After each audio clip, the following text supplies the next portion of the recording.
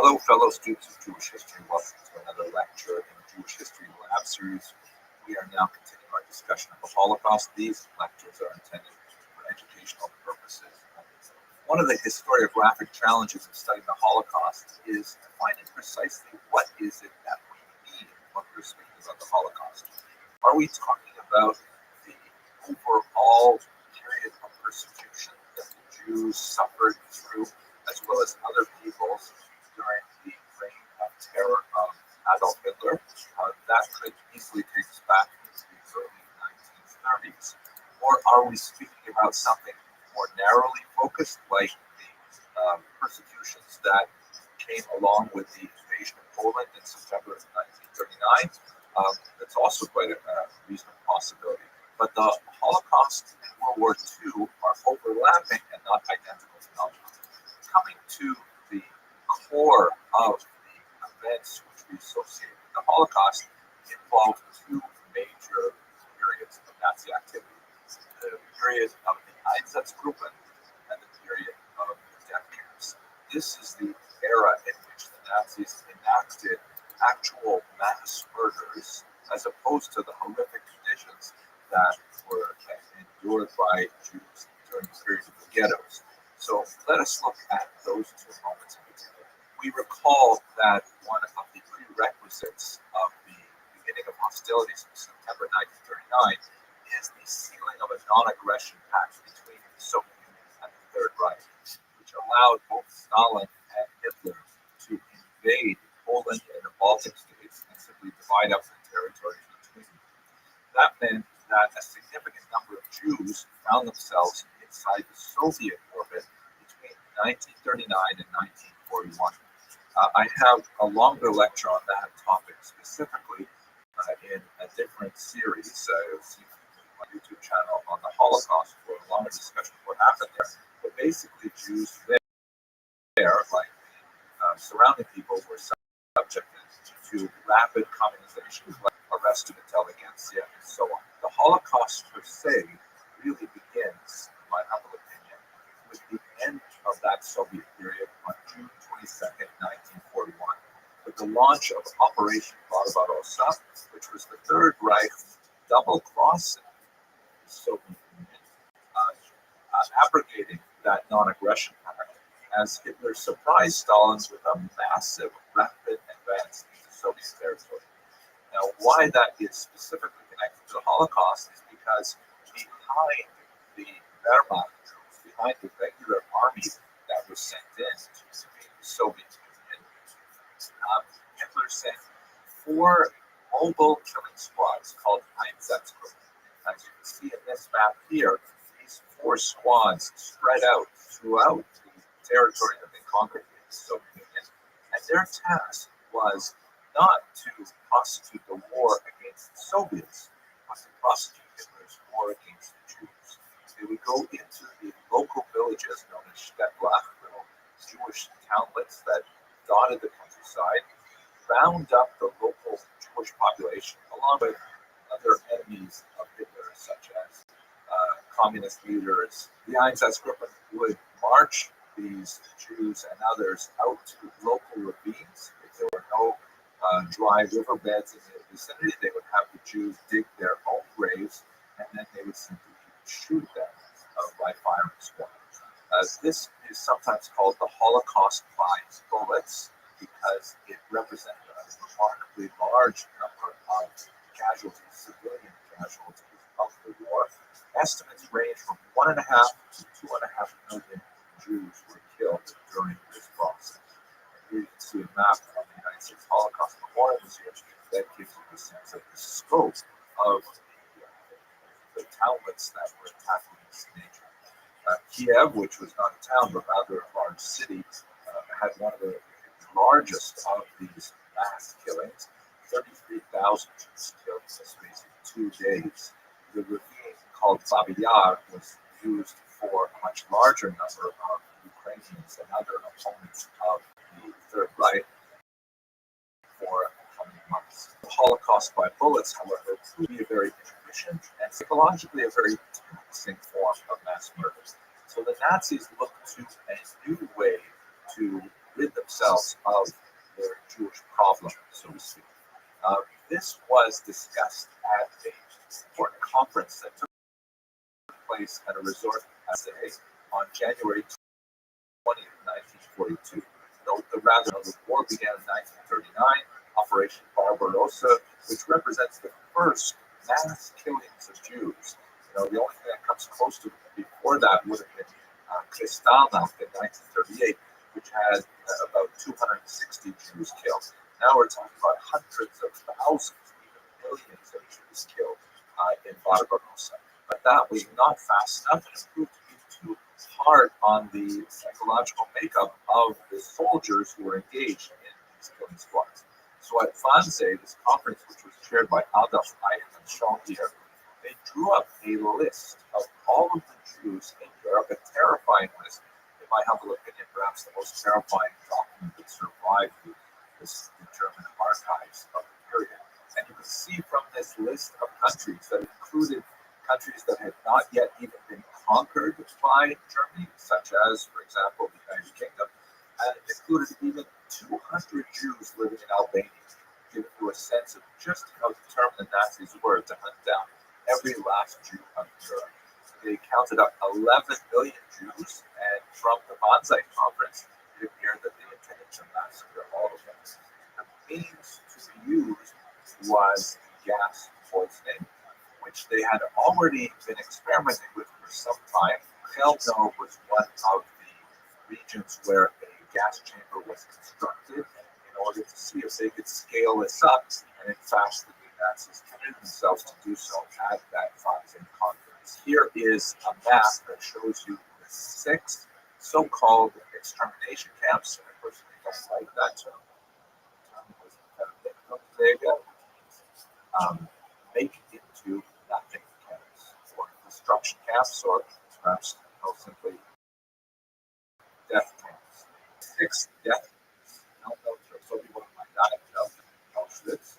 They're situated in and around the Gera Gouvernement, which still had a very large concentration of Jews in the ghettos, as we discussed in the previous video. And they were very different in terms of camps from the concentration camps, which Hitler had set up from the 1930s.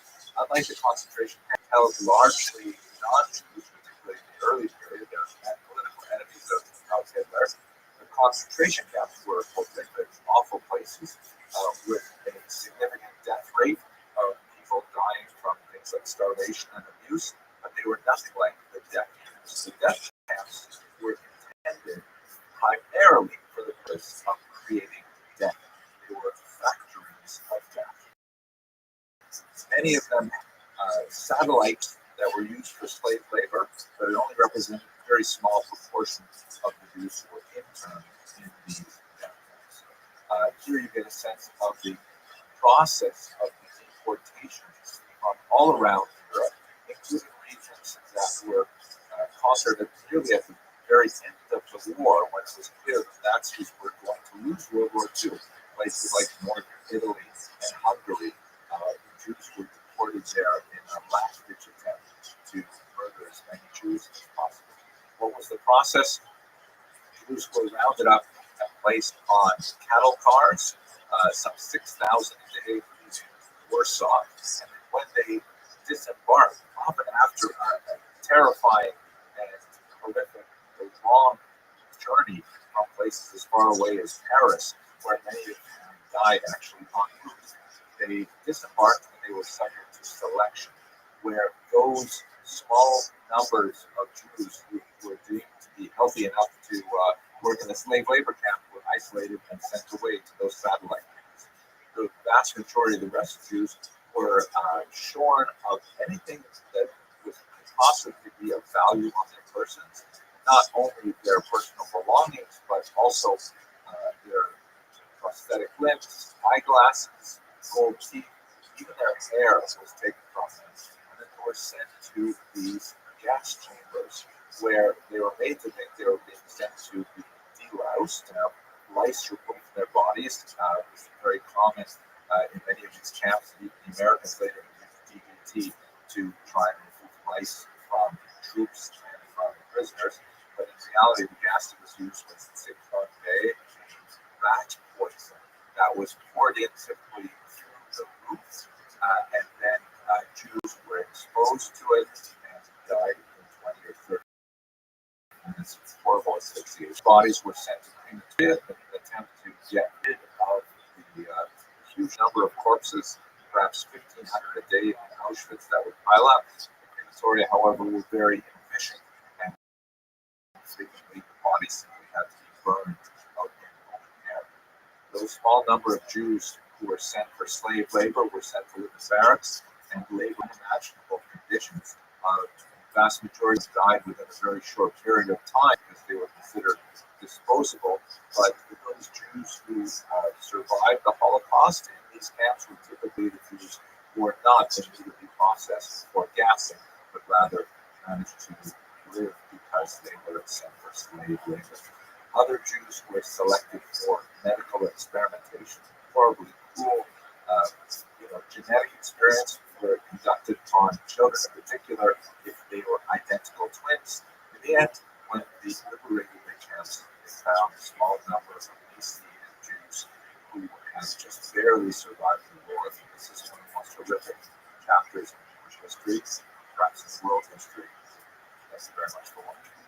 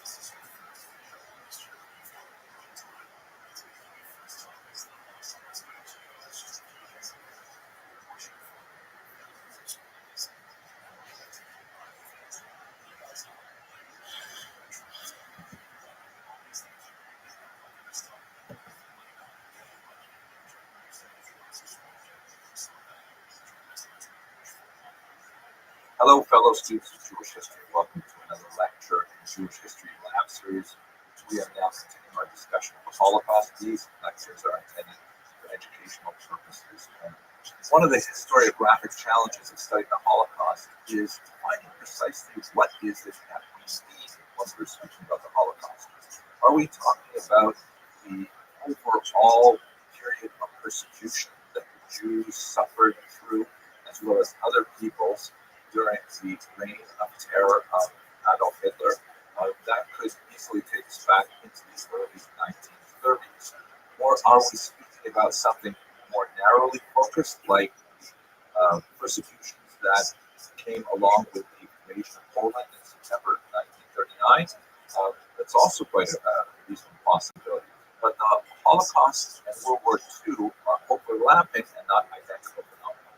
Coming to the core of the events which we associate with the Holocaust involves two major periods of Nazi activity: the period of the Einsatzgruppen and the period of the death camps. This is the era in which the Nazis enacted actual mass murders, as opposed to the horrific conditions that were endured by Jews during the period of the ghettos. So let us look at those two moments in particular. We recall that one of the prerequisites of the beginning of hostilities in September 1939 is the sealing of a non-aggression pact between the Soviet Union and the Third Reich, which allowed both Stalin and Hitler to invade Poland and the Baltic states and simply divide up the territories between them. That meant that a significant number of Jews found themselves inside the Soviet orbit in 1939 and 1941. I have a longer lecture on that topic specifically in a different series, my YouTube channel on the Holocaust, for a longer discussion of what happened there. But basically, Jews there, like the surrounding people, were subjected to rapid communization, collectivization of farms, arrest of intelligentsia.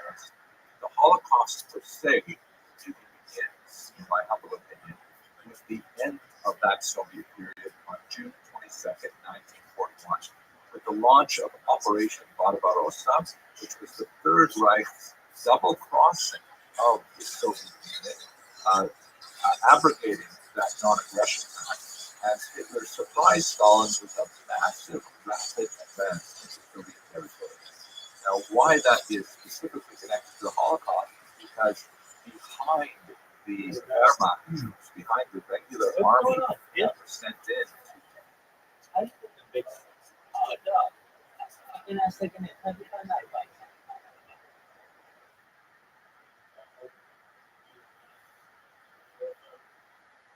Okay, what discovery?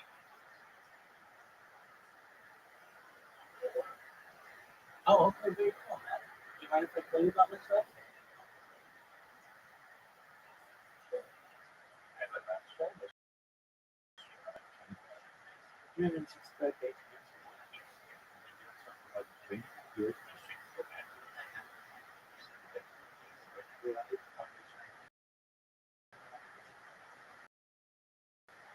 Have you ever been to the show or the television show about it? Okay, that's what I'm sure. If you would know, the Chinese magazine stated that data was its number one extension of our there for children and families. That's what they are for better than recycled trending. And when that happens, with you, you found two things. It comes with a out of it. It should be a generated stuff. It's not very number. And you should be able to set your yourself down here. How does that sound? Good. That's I think under cities, technologies such as agricultural drone technology, greenhouses, software, greenhouses, hydroponics, electrical farming, cloud city. One help anyone. Sponsored by a cryptocurrency that's the moment which is $3.3 million. It's one of the things that we do. It goes well to develop research like Nigeria. I'm an advocate of the lecture program. Establishment conference to other countries. How did those things sound?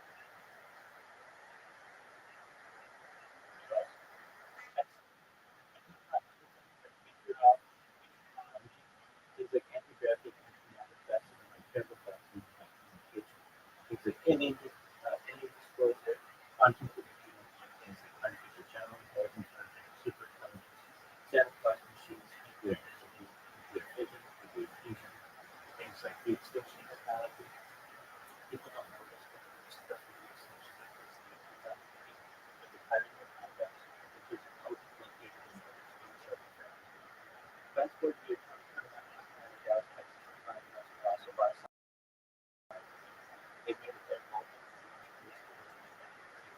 the argument circle to utilize the project and its site to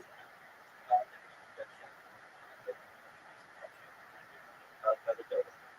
It makes recently with the diamond they would keep talk about other things that all the when I talk about life if you were born at that expectancy, which classification increased the age of 120, reducing technologies such as agricultural peptides, hormone specialists, things like perhaps red light therapy, androgen therapy, things like proton therapy, nootropics, cannabis, cryogenics, eventually being a big everything that's taking place and my body's having a breakdown. What's the next one? Let's see again the percent. Maybe much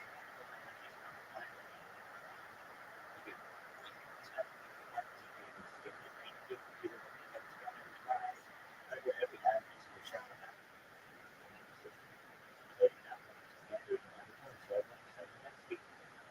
yourself, a robot in a video game, whatever you want to do. But essentially what I'm saying is that you may be able to have a like future thing something like that. What your thoughts?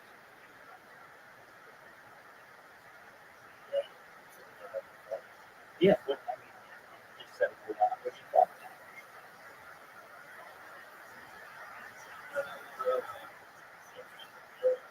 Excellent. That's what I like to hear. Oh, everybody says that. Right?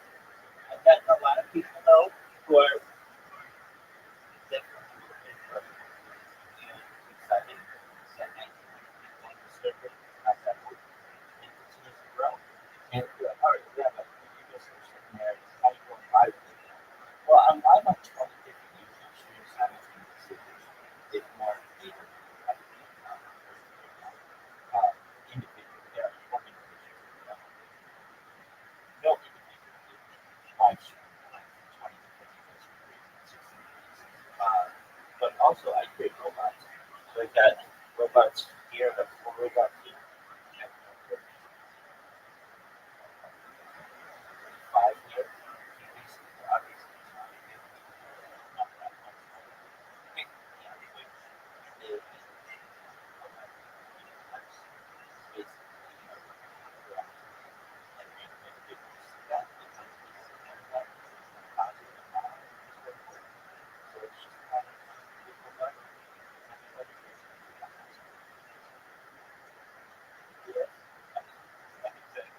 So you see that I'm in other displays as well. I don't speak generally because I don't speak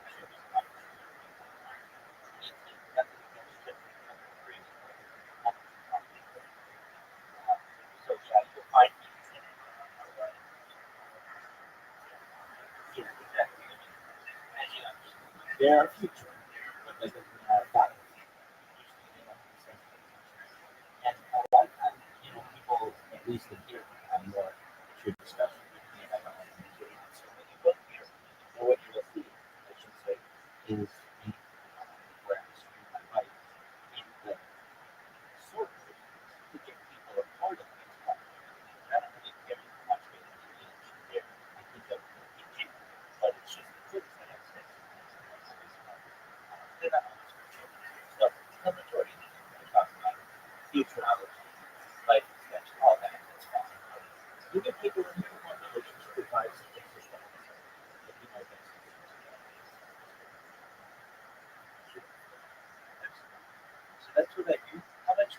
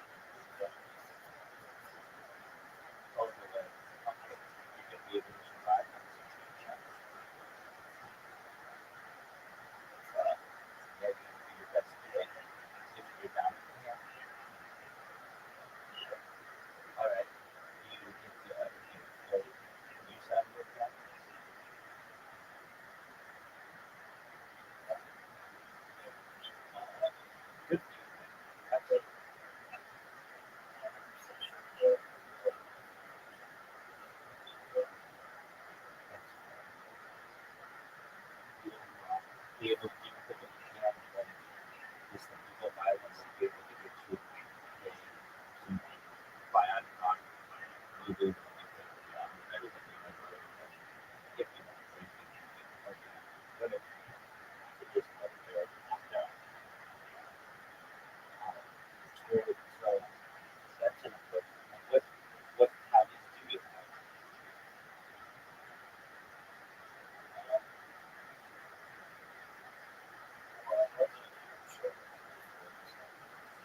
Okay, so it's yeah, I understand how to pitch up. But it's only been a month. And I've been with you months. That's a great company. And you see that you do what you got to do. Attitude. You good people around you.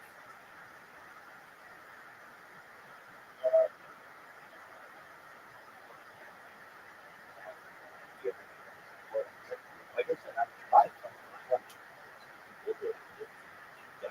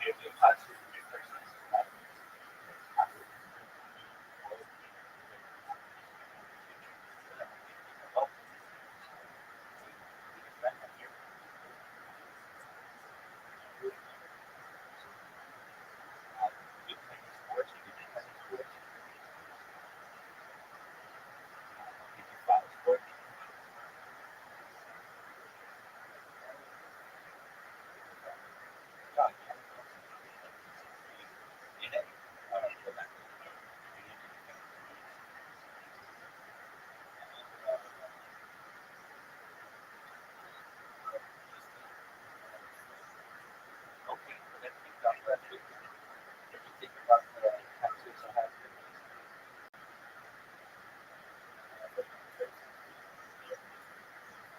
very much.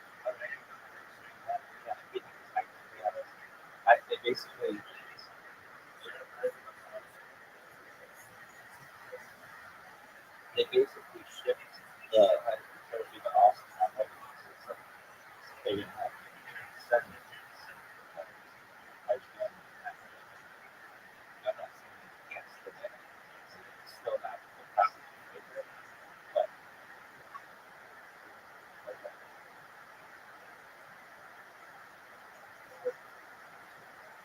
he did some things that I he didn't he's right on us. And that's cool. I think everybody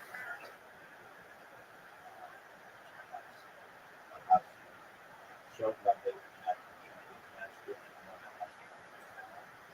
showed by the TV we have Wood State that was I don't know how much that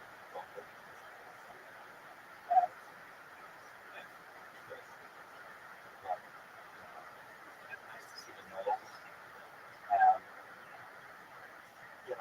but I think they Florida State is powerhouse. They've just been recently, so it was nice to see them put Alabama in the place. As someone who likes dynasty of Alabama, they have their run. I think the book do it with big they have we can college. All right, North Carolina or South Carolina? Oh, okay, excellent. All right, so they play. Uh, who they play?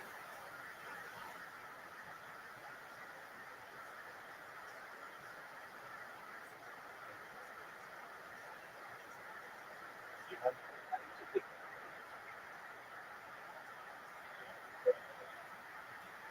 they,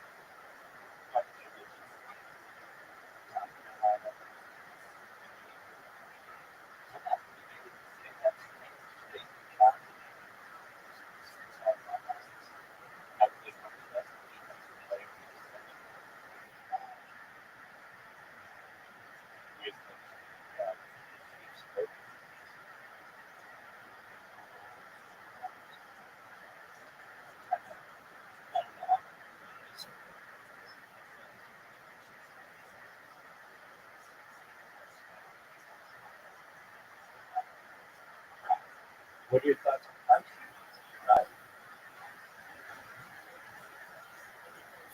There you go. All right. Well, who else?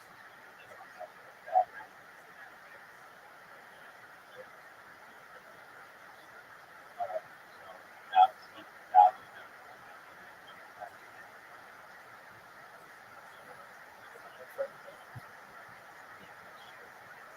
should you know, check on actually got what like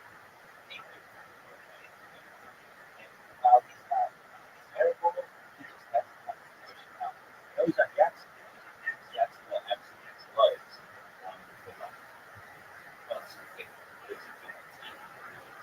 But nevertheless,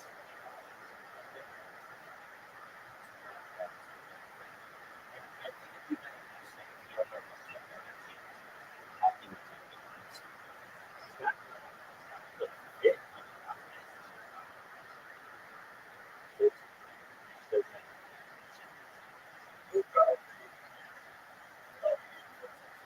Yeah, I think he's been in the league long enough that he's starting to figure this out. Again, it just needed him to challenge on uh, I think he should. So I don't know how that's difficult. He's been playing on the side for a while. Yeah. In the NFL, it just doesn't seem like he's going to do that. And especially the lines. I don't know. Maybe in the past, he has some stuff, but I don't know. But he got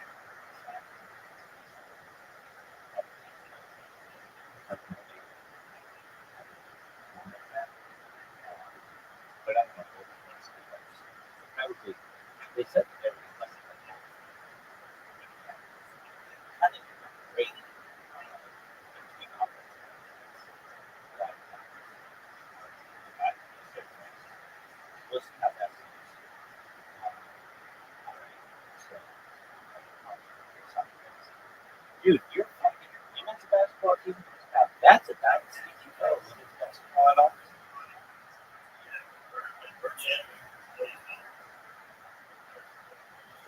Oh, all right. That, you guys are amazing. Yeah, that's fine. You guys have a dynasty. Yeah. They kind of came out of nowhere. Like 90 between dominated to like Connecticut, Tennessee, and then basically like but she's so good at things that she doesn't know. Yeah, yeah. And, and which is unheard of.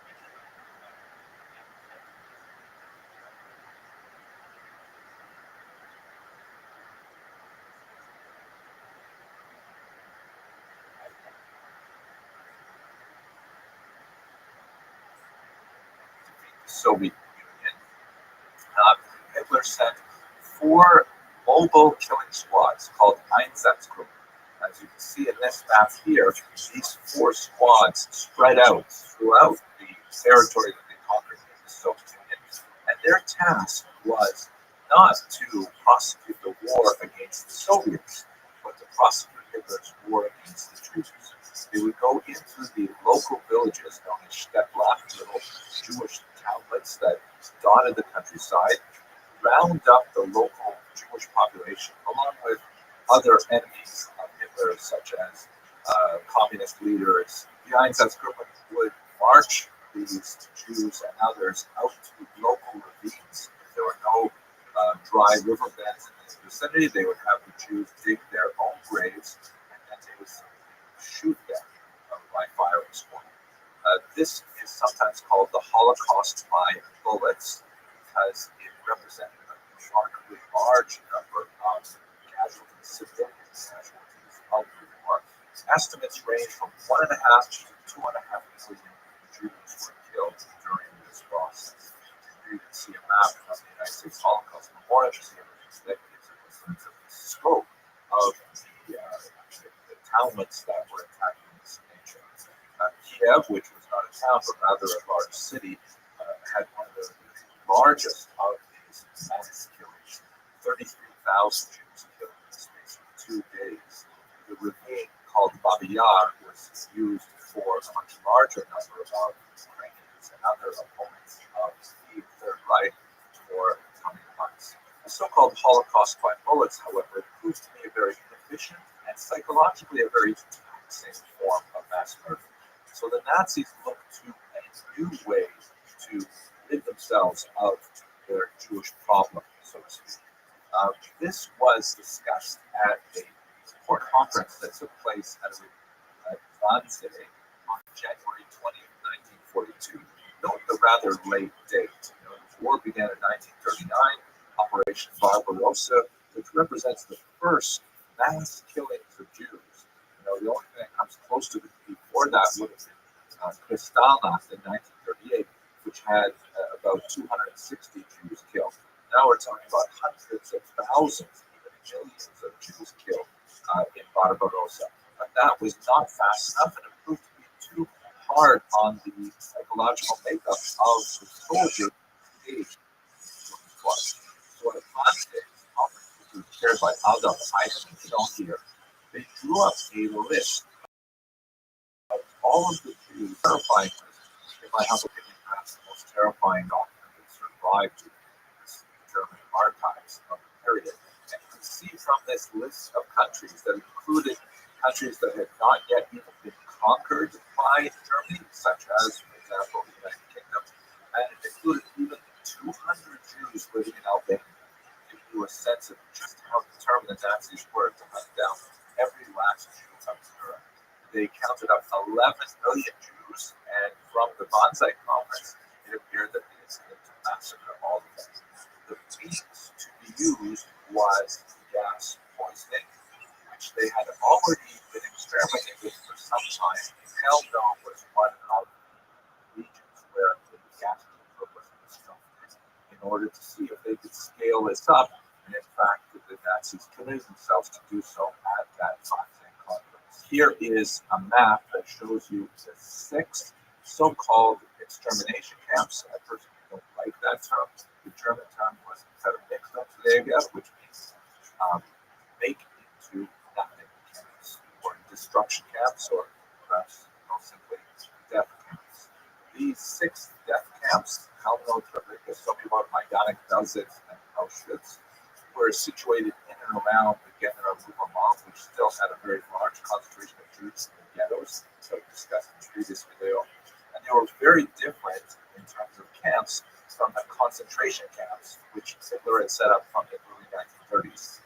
Unlike the concentration camps, which held largely non-Jews, particularly in the early period, as political enemies of Hitler, the concentration camps were horrific, awful places with a significant death rate of people dying from things like starvation and abuse, but they were nothing like the death camps. The death camps were intended primarily for the purpose of creating death. They were factories of death.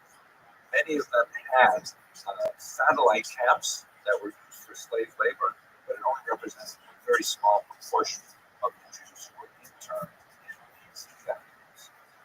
Here you get a sense of the process of deportations from all around Europe, including regions that were conquered nearly at the very end of the war, when it was clear that the Nazis were going to lose World War II. Places like northern Italy and Hungary, Jews were deported there in a last-ditch attempt to murder as many Jews as possible. What was the process?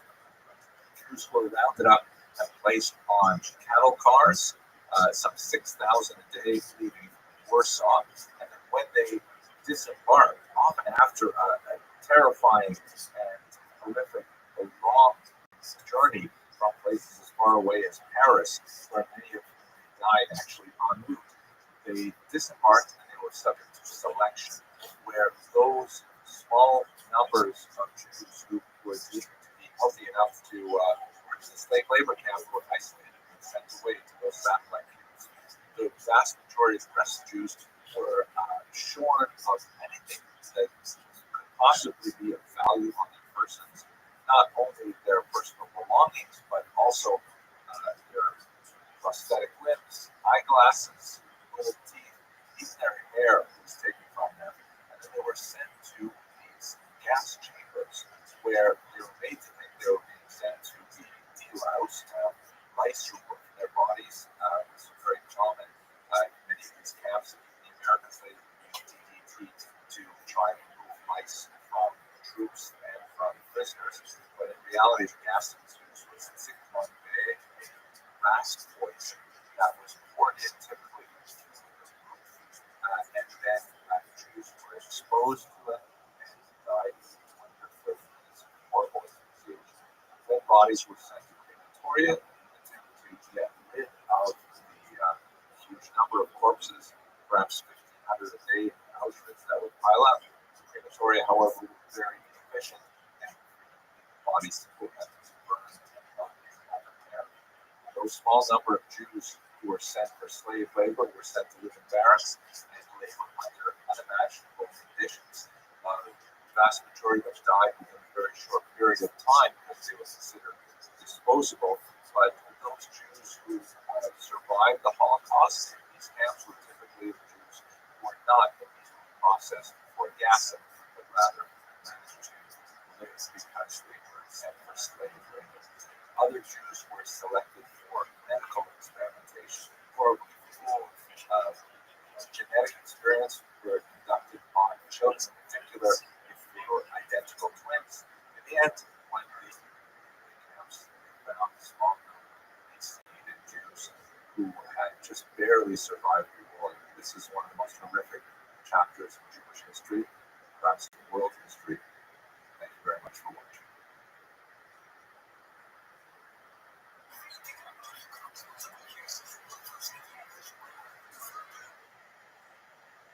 Hello, fellow students of Jewish history. I hope you I am really excited today. I have a piece of important news that is a significant milestone in my life, and I hope it will also have a positive impact on yours as well.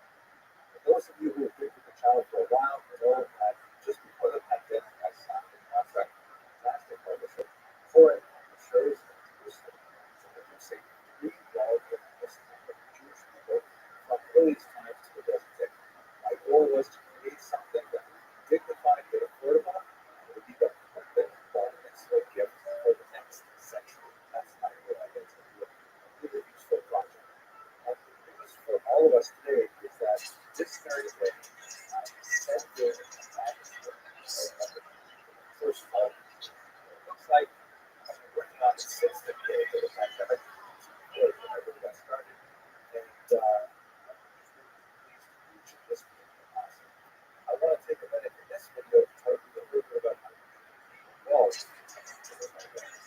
First of all, there's different things that's why this was successful. I found by sketching out the chapters in a series of about 100 odd videos, which I found just wow. I was adding other series as well since then. And I'm really pleased to say that I have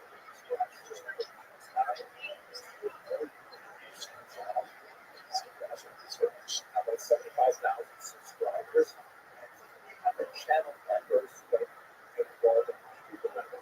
But here's the part that's specifically related to the book. I created a biblical Jewish history course where I can put all of the videos and organize them so that my channel does tend to get a bit confusing and work on different projects.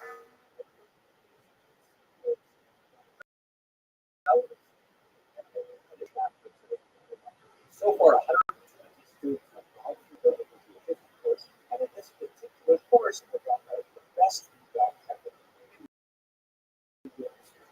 So grateful to you to talk a little bit about how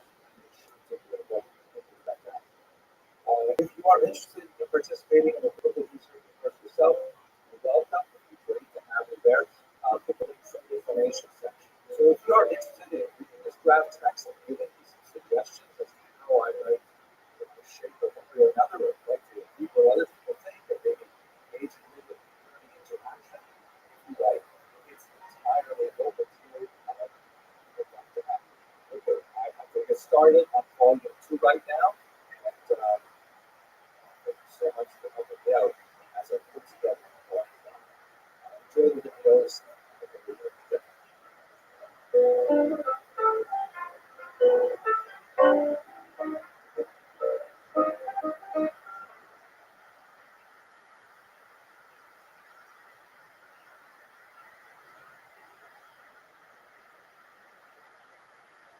fellow students and teachers. Our discussion of Jewish civilization now. I've been on the so-called medieval period of the Dark Ages. We're looking at the Jewish history. Now, let's understand the role of geography in development of the Jewish people. How about this? This is 16th century map called the Clover with we like to make these kind of map ideas that express like philosophical thought about how the world is organized. This is one of my favorites. It shows in this quote, top left is Europe, the top right is Asia, and the bottom is Africa. This is the lines, and they all draw features, sectors. Now this is a Jewish map, obviously. You see crosses there. Himself was a Protestant minister, not especially successful in his career as a minister, but really successful as a map maker. You can see America, Europe, Israel, of course, is right at the center of the three continents. In fact, when you look at Israel from a satellite map, you see that's basically Africa next to Europe and Asia through the land of Israel. And What up, people? note that this is exacerbated by the Jordan River Valley with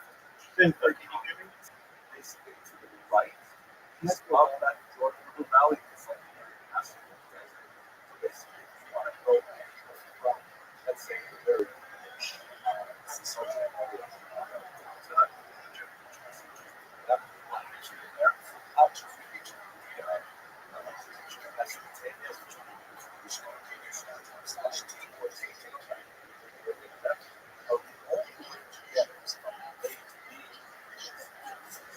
that's a question for expressing.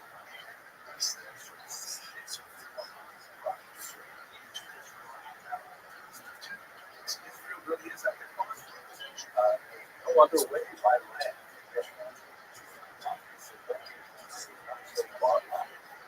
Roots, belts, and straight.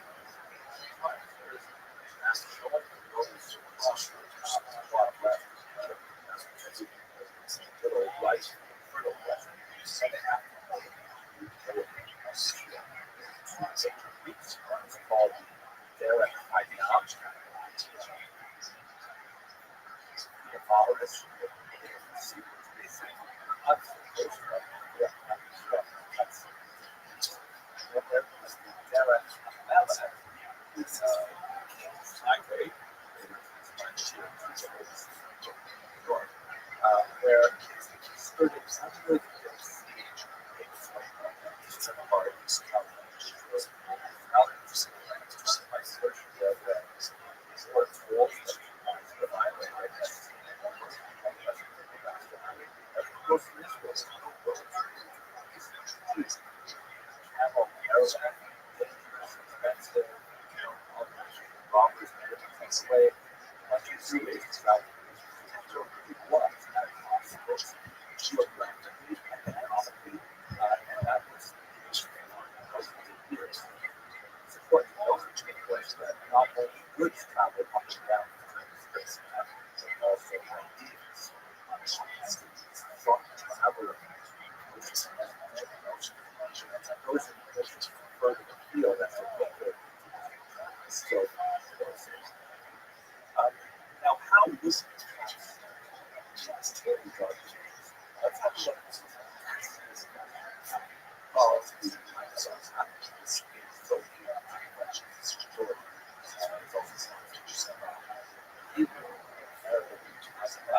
Here is the map itself.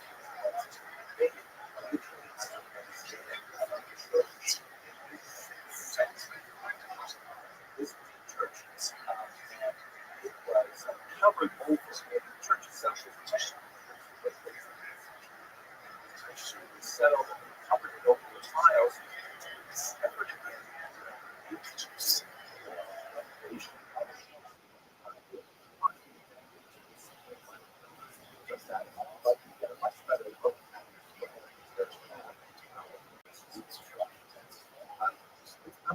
gorgeous.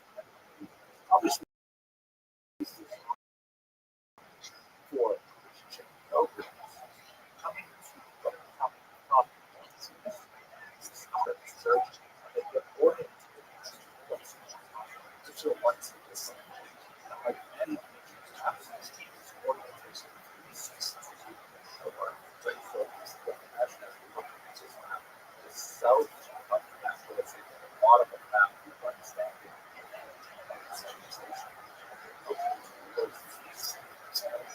That completely sort of raw middle is the Dead Sea. Left of it is sort of it. All through the map, there are various sites of Christian significance mentioned.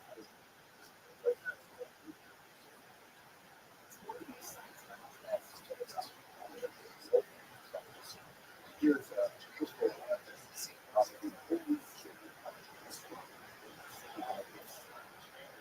By the way,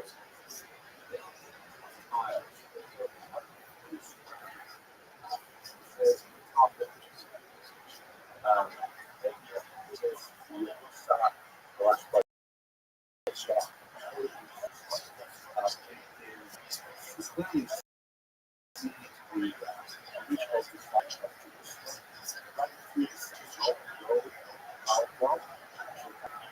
First looks good. Which is cargo trade.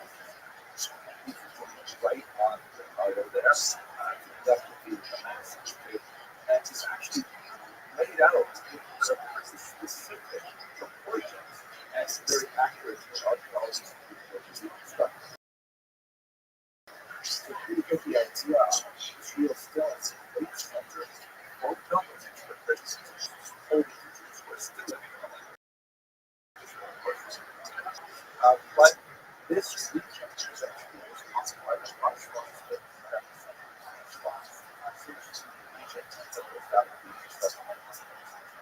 just one last detail before we leave this puzzle. This is a fantastic picture. This is a close-up of the two fishermen on Dead Sea. As you can see, both very clearly delineated, see the map, for a sailor, what's going on with the fishermen. So here's the puzzle. They have this on the map. They were like, yes, destroyed it. Obviously, it's hard to destroy this at the time. It's form. The 7th century in particular. So what they did was they, as it was vandalized the map, they moved bodies, faces of the fishes, and they painstakingly used other tiles to disguise their original. Just see their hands and feet shooting out of the sort of articulate hands of classrooms. Also, the usually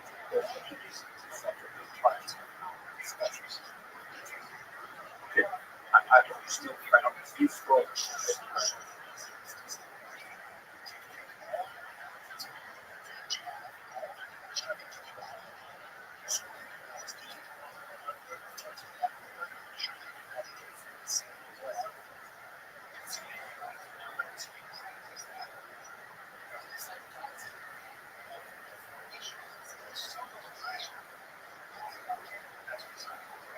Hello, fellow students of Jewish history. Let's continue our discussion of the early Dark Ages.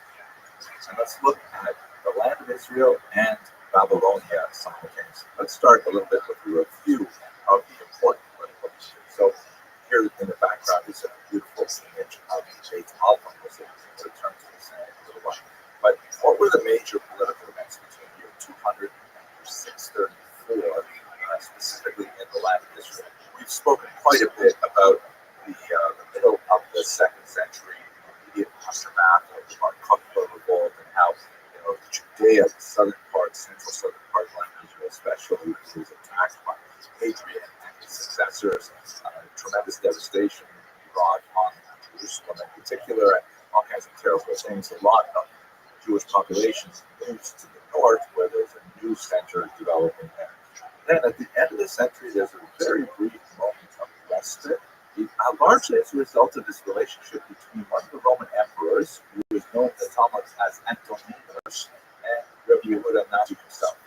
This mysterious Antoninus is difficult to identify because Antoninus is the name of an entire dynasty. There are several emperors that had the name Antony in their names, truly the second or third name. And so it's hard to determine which one it is, but most likely the one that's called Caracalla, because they had similar names and often had nicknames. So during this period, when, according to the Talmud, actually the reason for their very close relationship was because at one point their mothers actually switched, and Antoninus was actually nursed by Rabbi Yudana's mother, and that experience changed him dramatically. Although it is important to note that his father was also positively disposed towards Jews. At any rate, what this means for us is there's a moment in time when Rabbi Yudanasi decides that he's going to take advantage of it, specifically organize the codification of the mission. The Roman Empire, of course, is going to be divided. You're going to have the western part ruled by Rome, the eastern part ruled by a place called Byzantium, that would later be renamed after Emperor Constantine as Constantinople. Eventually, when Constantine conquered Istanbul, this represents an eastern and a western Roman empires, and they're going to be quite different in so many ways. And in general, the Jews begin to experience a steady decline in their status after that brief moment of restoration under Antoninus. There is a couple of punctuated moments where it seems a little bit better, like Julian the Apostate, very short-lived leader of the Roman Empire, in the middle of the 4th century, proposes to the Jews, quite possibly because he wants to get an alliance with the Jews of Babylonia. It didn't work out, but he proposed even rebuilding the temple, which generated a certain amount of enthusiasm, but not enough to keep him from being killed in the battlefield, and that idea simply disappeared. By the way, the term apostate is something that's applied from a later Christian perspective, obviously, because he was bucking the trend towards Christianity that would be strongly promoted by his predecessor, Constantine. The Persians will end up invading, the Persians will take an upper hand over the Roman Empire, and they will end up invading the land of Israel in 614. And then the Eastern Roman Empire, now called the Byzantine Empire, will invade back again just a couple of decades later, and then the Muslims will come in just 5 years later, in 1634, and kind of bookend this period that we're talking about. So we're looking at about 400 years now in just a couple of short lectures, but I hope this orients you to the overall picture of what's going on. Perhaps one of the most important things for the long-term survival of the Jewish people is, of course, the development of the academies, the Yeshiva. And we have two major centers.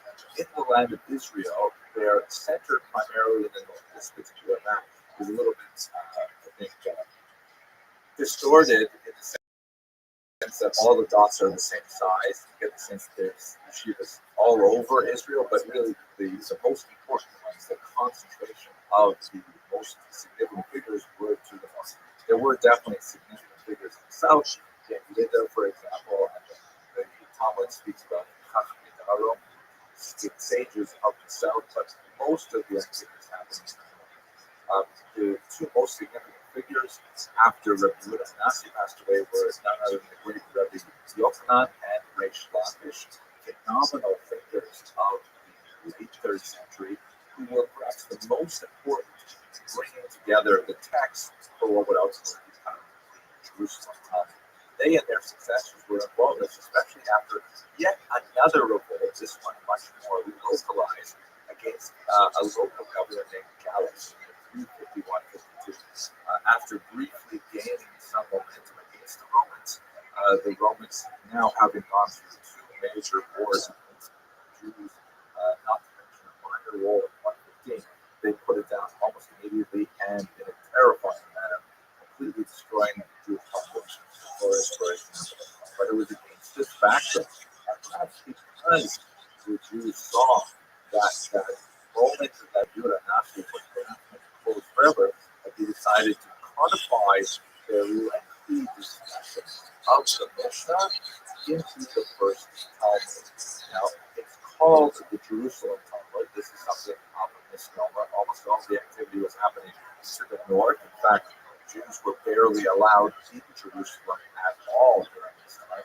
The other term that's frequently used is the Palestinian Talmud, which is certainly more accurate if you want to refer to the land of Israel as Palestine. There is somewhat strange distortion as well. So the Jerusalem Talmud is the Yerushalmi is the term that's cited in Hebrew. Palestinian Talmud in Hebrew. In English, you go over those terms. But the Talmud is basically a lengthy, almost like an edited transcript of the discussion of hundreds of rabbis of the Mishnah as it was recorded by Rabbi Nasi at the turn of the 3rd century. Now, over in Babylonia, this is the period when you get expansion of the great yeshivas there, which would ultimately eclipse the yeshivas in Israel. Pumbedita and Surah are perhaps the most significant of this period, and they end up writing the Babylonian Talmud, which is, of course, distinct from the Jerusalem. It's written afterwards. It encapsulates what they said in the Jerusalem Talmud, but they expand in other areas. Of course, they're able to look back at the discussion. And one of the most significant elements in creating this Talmud is the activity of the so-called Mechute. The term Mechute is Aramaic. It means those who go down. It's the same term used in Hebrew today as Yordim for those who leave the land of Israel. Today it carries a slight tinge of derogatory tone sometimes. That's not necessarily used in the context of the Talmud because there was actually a lot of commerce between the land of Israel and Mesopotamia. Jews were going back and forth all the time. Quite often, the Babylonian will start with a phrase like Kiyasa Rabbi. When Rabbi Dimi came, i.e., from the land of Israel, and he said, hey, this is what they're saying in Israel, that really cross-fertilized ideas, and it's extremely important in creating this much larger Talmud. The Babylonian, which is essentially the one study for this. This is a period also when there is a major invasion of someone named Odenatus Septimus. He was the king of nearby Palmyra, known in the Talmud as Tadmor. This is a region that was allied with Rome, and it was actually kind of like a minor principality of sorts. And rather than showing Rome's strength, it actually showed Rome's weakness, that Rome could not really mount an effective attack on the Persian Empire, and so they had to rely on its proxy. But why it's important for us is that it ravaged much of the region where the Jews lived, completely destroyed the yeshiva of Hardar in the year 259, which is right when it was at its peak under Shmuel, and a lot of things changed as a result of that particular event. It really resulted in the expansion of Pumbedita and so on, but that's maybe a bit more detail.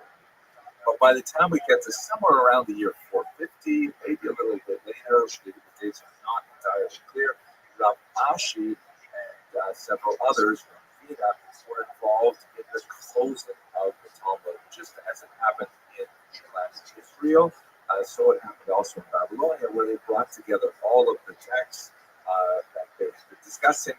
They edited them. It was primarily an oral document, and it was committed to writing, and that's ultimately what became the Babylonian Talmud. I should mention that Rav Ashi cannot be the last person who signed off of the Talmud because the Talmud has passages that refer to events after his death and question some of the things that he said, for example, after his passing. So it's more likely that Rav Ashi perhaps formed the essence of it, and then later editors added a few things, but that's a whole other discussion, very active in the Talmud study. This Babylonian Talmud had tremendous implications for the rest of history. Perhaps his most significant modern development is something called Dachinomi, which is literally a page a day, folio a day of documents, one page. And this is essentially the world's largest book club. It runs since the 1920s, where Jews all over the world will follow a single calendar and will learn the same folio of Talmud the same day worldwide. So you can study the Talmud, here in Brooklyn, get on a flight out of JFK and go to, I don't know, Tokyo, and you can pick up the next stop in Tokyo the next day. And you can travel the world like this. It's a tremendous unifying feature. Tens, maybe hundreds of thousands of Jews are engaged in it. And I'm very proud to put in a little plug here for participating in something called ALDA, which is putting on the screen here. ALDA is taking the whole Dafyomi experience and putting it onto the internet. This is an app that allows you to choose from dozens of different Magidic Shir, people who teach the Vedic Talmud, in many languages, English, Hebrew, Yiddish, you name it. And then there's a whole bunch of other supplementary materials. The part that I do, and I'm really happy about, is I give a 2 to 5 minute lesson on some historical datum that occurs on that particular page in the text. I'm really proud of it. Check it out. It's called Jewish History. At the same time as all this is happening, we also have a tremendous culture of Babylonian Jews that's not really well known. I think one of the greatest illustrations of this is the discovery a while ago of about 1,500 of these things. They're called incantation bowls or curse bowls, and no one's exactly sure precisely how they were used, but they are produced by Jews, perhaps for a general market, not just other Jews, but also for local Babylonians. They typically involve all kinds of spells, prayers, use different kinds of words to describe the tone of these things, sometimes featuring drawings like this one, sometimes demons. And they were often, they were discovered by archaeologists in place, and apparently they would be like turned upside down as if to, I don't know, capture evil spirits and keep them in the house contained, or perhaps to affect the spells that were written in Aramaic around the outside of the bowl. Sometimes they were broken, sometimes they were whole. Were they intentionally broken? Wow, so many questions. But this is just an example of the popular culture that we just don't know a lot about, and hopefully that we'll get more answers as the research continues. Okay, let's stop here. Thank you very much for watching.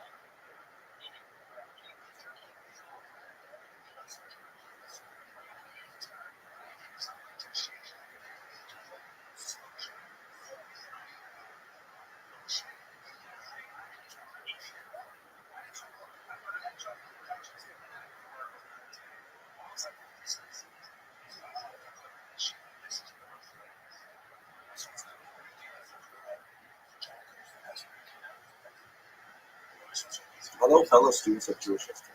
Let's pick up a discussion now of the history of the Jews in the land of Israel and Babylonia in the early Middle Ages, the early Dark Ages. And I'd like to emphasize one thing that is among the many contributions that Jewish civilization has rendered to humanity as a whole. I've explored this in much greater detail in text.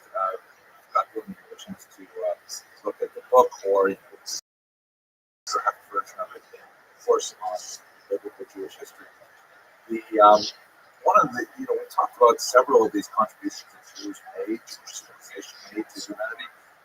The Sabbath is a massive thing. Like the idea of having one day off in the Sabbath, a rest day that's dedicated to religious growth, family connections, something that's way more important today than it has been since we live in a connected world where,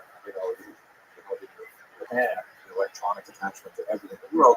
The Sabbath is a mandatory calm down, focus on the people you live with, focus on your community, focus on your direct relationships with other people that go on for a long time. Of course, prior to that, but connected to it is the idea of monotheism, very, very significant contribution to world culture, especially Western civilization.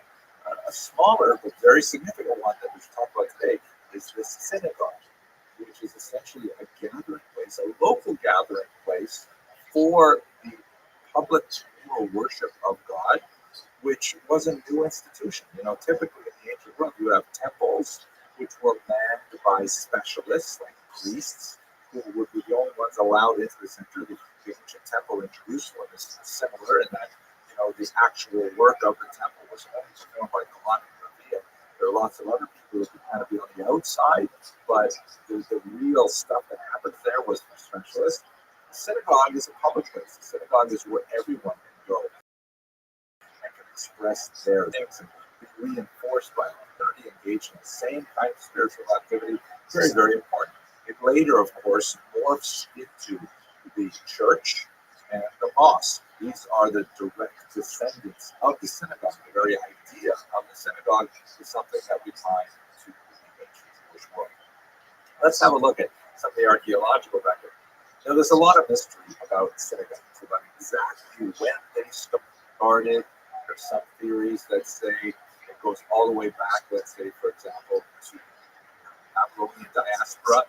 The Talmud speaks about a very ancient synagogue there, established in the 6th century, and it stands to reason that you want to have some who are forced to be exiled from the temple, but not really definitive sources. We haven't found any remains of synagogues that date back that far. There's also a good argument to say that it's associated somehow with the rebellion of the Maccabees, when there was a big surge of enthusiasm for Judaism as a whole, and we see a lot of archaeological evidence of the development of more and more mikvahot across the land of Israel, ritual baths and so on, the use of chalk vessels, which are important for the laws of purity and so on, and perhaps it's associated with that period. But the earliest actual archaeological evidence we have for synagogues is this document, the Theodotus inscription, which basically says that as long as there have been synagogues, there have been dedicatory plaques, right? Which I'm smiling because if you walk through a synagogue today, you can see they're filled with plaques. Shlomo dedicated Aaron, Rivka dedicated the Kisei Shalei Eliyahu to her father, and this is something that Jews do in exchange for financial support for the community and the synagogue specifically. You put up a plaque that memorializes the joy. This is the Theodotus inscription, which was discovered just outside Jerusalem, and it dates. It's difficult to exactly place it because it was not in its original place. It was thrown into an empty cistern with a lot of construction debris, so it's hard to exactly date it. But it's probably from the 1st century before the Common Era, maybe as late as the 1st century of the Common Era. But it seems to be around the time when the temple was still standing. Here's the text. Theodotus, son of Etenos, priest and head of the synagogue. The term here is used quite frequently in these dedications, archisynagogos, which is actually a term that is quite frequently applied to women. About 1/3 of the surviving inscriptions refer to women as being the head of the synagogue. Son of the head of the synagogue and grandson of a head of the synagogue, which sounds like a joke about the Kohanim, which indicates that, if this dates from, let's say, even a late date, let's say the year 50 of the Common Era, his father and his grandfather were also heads of something called synagogues. We can certainly place it, in the 1st century before the Common Era.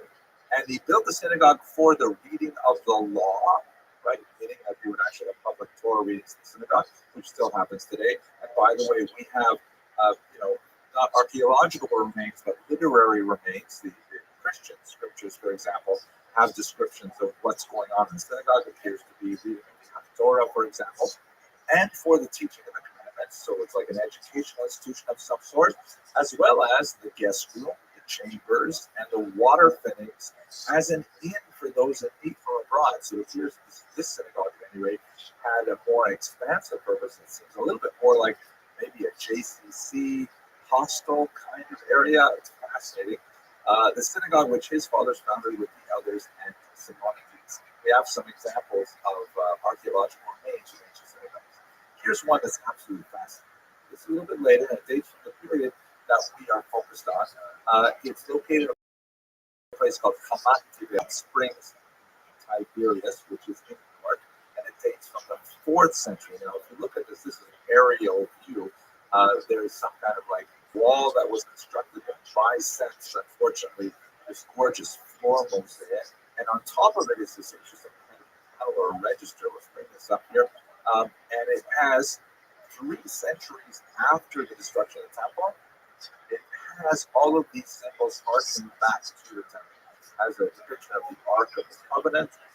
Has incense shovels, which would be unfamiliar to the Jews in the 4th century because this particular form of worship ended with the temple's destruction. It has, of course, a shofar blown on Rosh Hashanah and menorah, a perennial symbol of Judaism. So there's still thinking of the synagogue as a mikdash ma'at, as a small sanctuary, some kind of like echo of the temple, which is the way Jews think of it even to this day.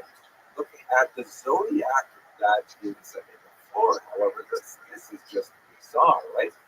First of all, very beautiful artwork, very realistic, high example of 4th century Byzantine art.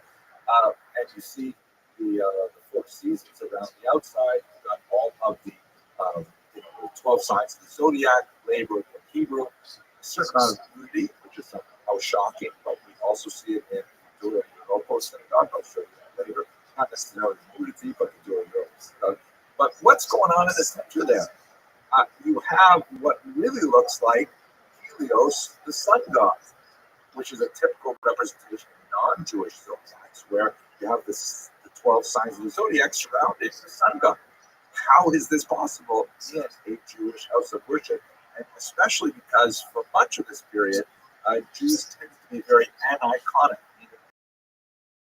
When they grade artwork, it was typically nature using geometrical systems and pattern and of the human form.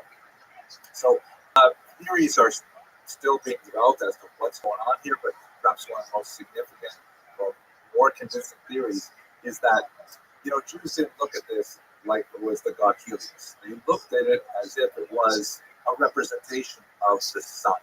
That's just the convention. When you want to display the sun, you display it like a guy sitting there with his face shining. And it's not like they took it seriously as, oh, there's Helios, the sun god. It was, oh, isn't this a beautiful, you've got the sun and all these other things around it. You can be convinced or not, but if you have a better idea, put it in the comment box. Here is another example of the zodiac, not nearly as beautiful, I think, from the Beit Alpha synagogue. Dates a little bit later. You can see that the artwork is, I think, a little bit more primitive in nature, but very similar kind of decorative elements. And you see, of course, Helios with his 4 horses, and so we have multiple examples of this kind of convention.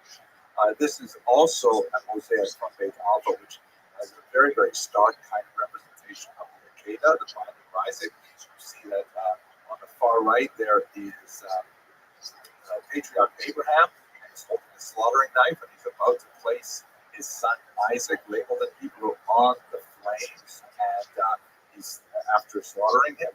But there is in the center, towards the top, there is a hand that reaches out from heaven, which is also fascinating because if Jews are traditionally aniconic and they don't like representing animals or humans as a result of the 10 Commandments, then they certainly don't represent God. But nevertheless, here it is. There's some question about who was the artist who produced this. Is it possible you have Christian artists who are doing this work?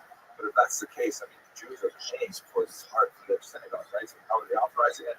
Lots of fascinating questions. But anyway, under the hand it says in Hebrew, Al Tishlach, do not send out your hand against the boy, and so on. And you can see all kinds of things happening.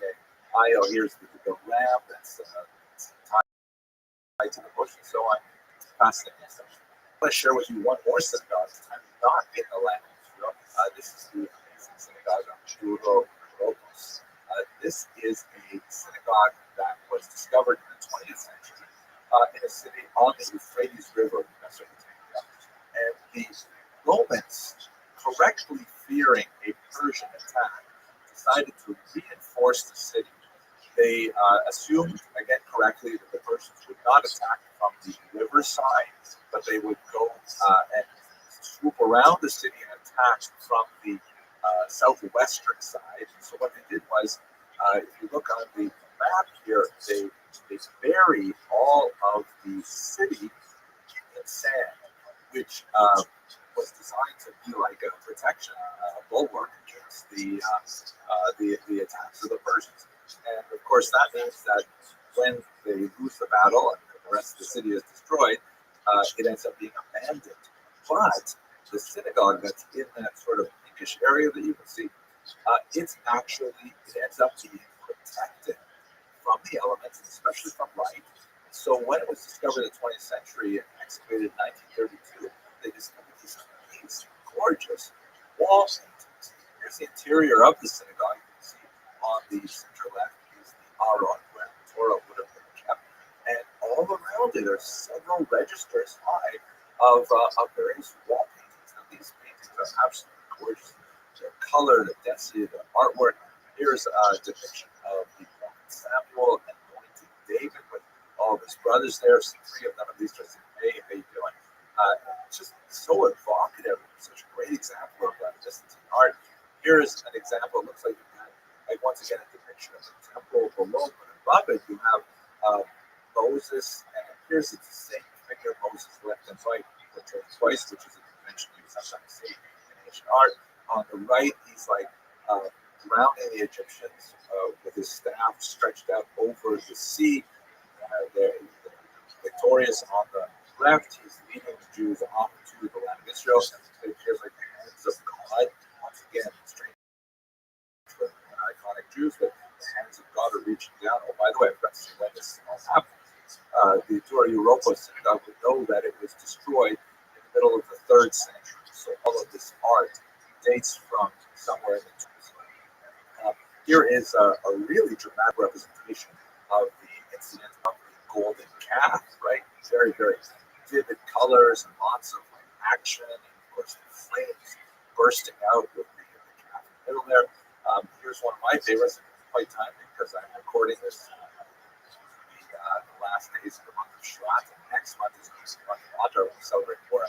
Here's a beautiful representation of the events of the book of Esther. On the right, you can see Esther there sitting on the throne next to King Ahasuerus, who's receiving a letter, a very typical thing for that particular book.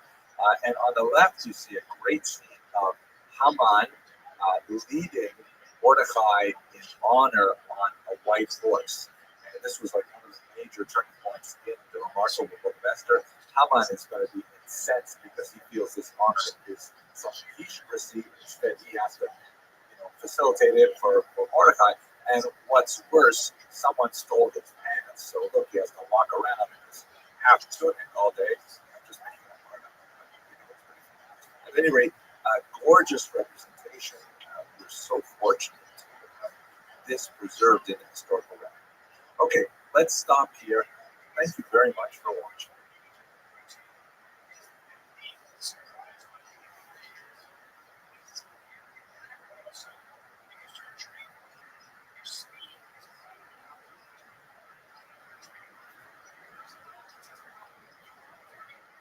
Hello, fellow students. The development of the diaspora in the 1st century in particular, so there are Jews living all over what we do today. Turkey, of course, Byzantium, you can see that little spot in the Black Sea. That's the Byzantium later Constantinople. And then if you move to the 3rd century, you've got Jews not only, of course, living in Mesopotamia, which is old, but you've got them, occupying sites across the coast of North Africa, into the Iberian Peninsula, all the way up into Europe as far as London, even. And of course, Rome, the Italian Peninsula, has a lot of Jews in it, as does the Greek Peninsula. Now, it's a little bit misleading because all of these squares indicating Jewish communities are the same size. So you get the sense that, wow, look, there's all these Jews in Saragossa and Bordeaux and things like that. But these could be really tiny settlements. I mean, it might be 3 families, 10 families. It's really hard to say what the size of it is. But nevertheless, you do get a sense of the great scope of Jews. They're also, with these really starbursts, there are a few communities that also have a strong Christian community as well. Jewish and Christian communities are overlapping for the first couple centuries. In fact, when St. Paul of Tarsus, or Saul of Tarsus, would make his great tours of the Mediterranean, he would frequently go to Jewish sites, because that's where he would most likely find likely converts to Christianity, either as born Jews or the so-called God-fearing communities of non-Jews who were attracted to the synagogue, but perhaps were a little repulsed by the extreme requirements of conversion, such as circumcision, things like that. So that's where you find much of when he's traveling around. So that gives you a sense of the huge spread of Jews during this time. And the activity we described earlier of the creation of the Mishnah, later the Jerusalem and the Babylonian Talmuds, was so important to maintain a connection with these disparate communities. It was kind of like a standardized constitution, a text that all Jews could look to. Beyond the Bible, which is now being read by many other groups in Greek translation, for example, the Talmud became the authorized Jewish interpretive tradition that would inform the behavior of Jews all over the Mediterranean basin, and was so crucial for keeping them together as a community. Now, things begin to change significantly in year 313 with the so-called Edict of Milan. This was essentially a decree by the Roman Emperor, now much more enthusiastic about Christianity, to say that, you know what, maybe we should stop persecuting Christians. The Jews had an interesting carve-out in Roman law, because although they were, punished for their rebellion several times and cruelly treated, shipped off into slavery after those wars and so on, nevertheless, Jews were essentially eligible to reach citizenship. And more significantly, Judaism was considered a legitimate religion, religio legita, which meant that the Jews were allowed, for example, to be exempted from official emperor worship.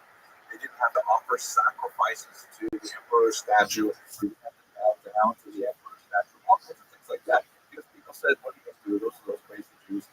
They have this really old religion that, I don't know, it just says they can't do these basic civic duties. And so they had an exemption. Christians, however, were not recognized as Jews, especially as you move into the second century. And so they were like, hey, what's wrong with you? You're not Jewish, and yet you're not worshiping the emperor, you're not kosher. And so there's always religions that aren't kosher. But it was the kind of thing where they were exposed to persecution as a result.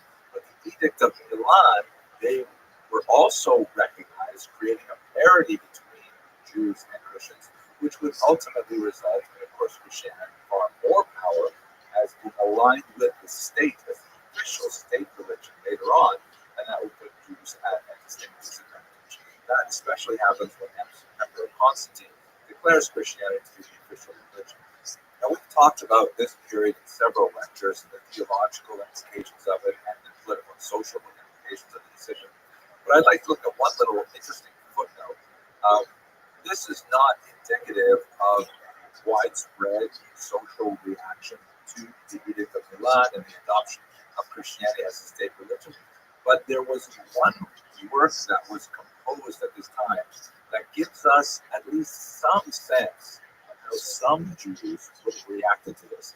I'm talking about a manuscript that was anonymously written and really did not come to light in scholarly research. Doesn't really show up until several centuries later, but it was probably first composed sometime around this period. It's a work called Toldos Yeshe, the story of Jesus. And this is not the Christian version of the story of Jesus. As we've discussed in previous lectures, during the first century when Jesus was active, he really doesn't leave any impression in any of the Jewish works that we have of the time, excepting, of course, the Christian scriptures, which were largely written by Jews as well, but for that particular subgroup. There's no reference to Jesus, for example, even in the Mishnah, written over a century and a half after the period in which he lived. You do see maybe a dozen references to Jesus, typically not very complimentary in the Talmud, but they're scattered and incidental and certainly subsumed within a much larger scope of the Talmud as a whole. The Talmud is definitely not Jesus-focused or even Christian-focused, even though it does touch on some of the implications of Jews living under Christian rule. But this work is rather interesting because it is a polemic work. It is something that attacks the Christian story of Jesus' birth and describes a far more prosaic and even scandalous origin, and discusses, the miracles that were circulating among Christians, and as various types of acts of sorcery or something that gullible people would believe in, and so on. This is kind of like an interesting literary artifact of Jews pushing back against the Christian narrative when it eventually comes to the attention of Christians in translation by Raymond Monti. Of course, it would be horribly scandalous and would have definitely negative impact on the Jewish community because some Christians would read this and say, well, this is representative of what Jews think and the nasty things they say about the founder of our religion. So it's a complex topic. We'll get to it as we discover in our series, God willing, the evolution, the devolution of medieval anti-Semitism.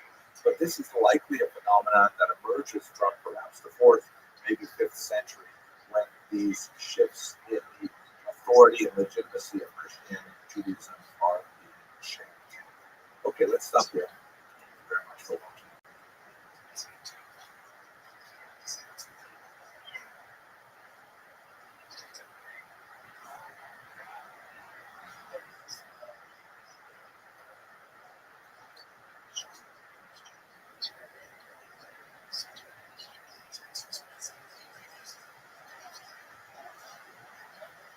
Hello, fellow students of Jewish history. Let us continue with this new episode of Jewish History Lab by looking at a very important document at the turning point of Jews' early diaspora, the big Jerusalem Talmud.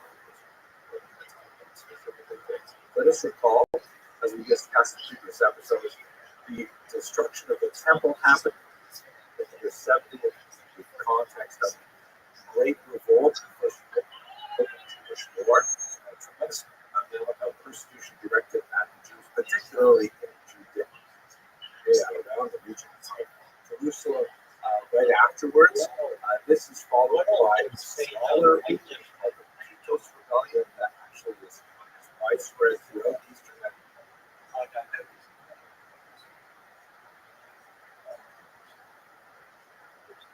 That's right. And a much larger revolt in the year 132 under Bar Kokhba. All of these revolts are successful. The Roman Empire just grows right out. You can ask take the name. It is a holiday of the feast. What's good in your neck of the woods, son?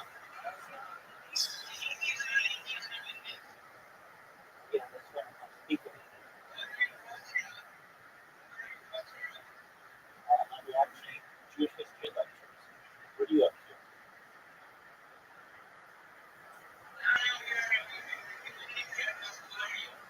I'm very well, thank you. I hope things are well with you. How are you?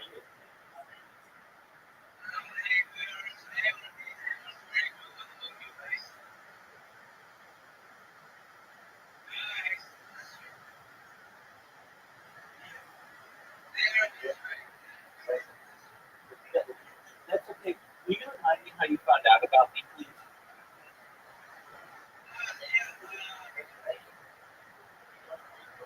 Yeah, yesterday. Yesterday. I remember. Okay, it was yesterday. Beautiful. Excellent. What are you guys doing today? Oh, very well. You gonna stream it in here?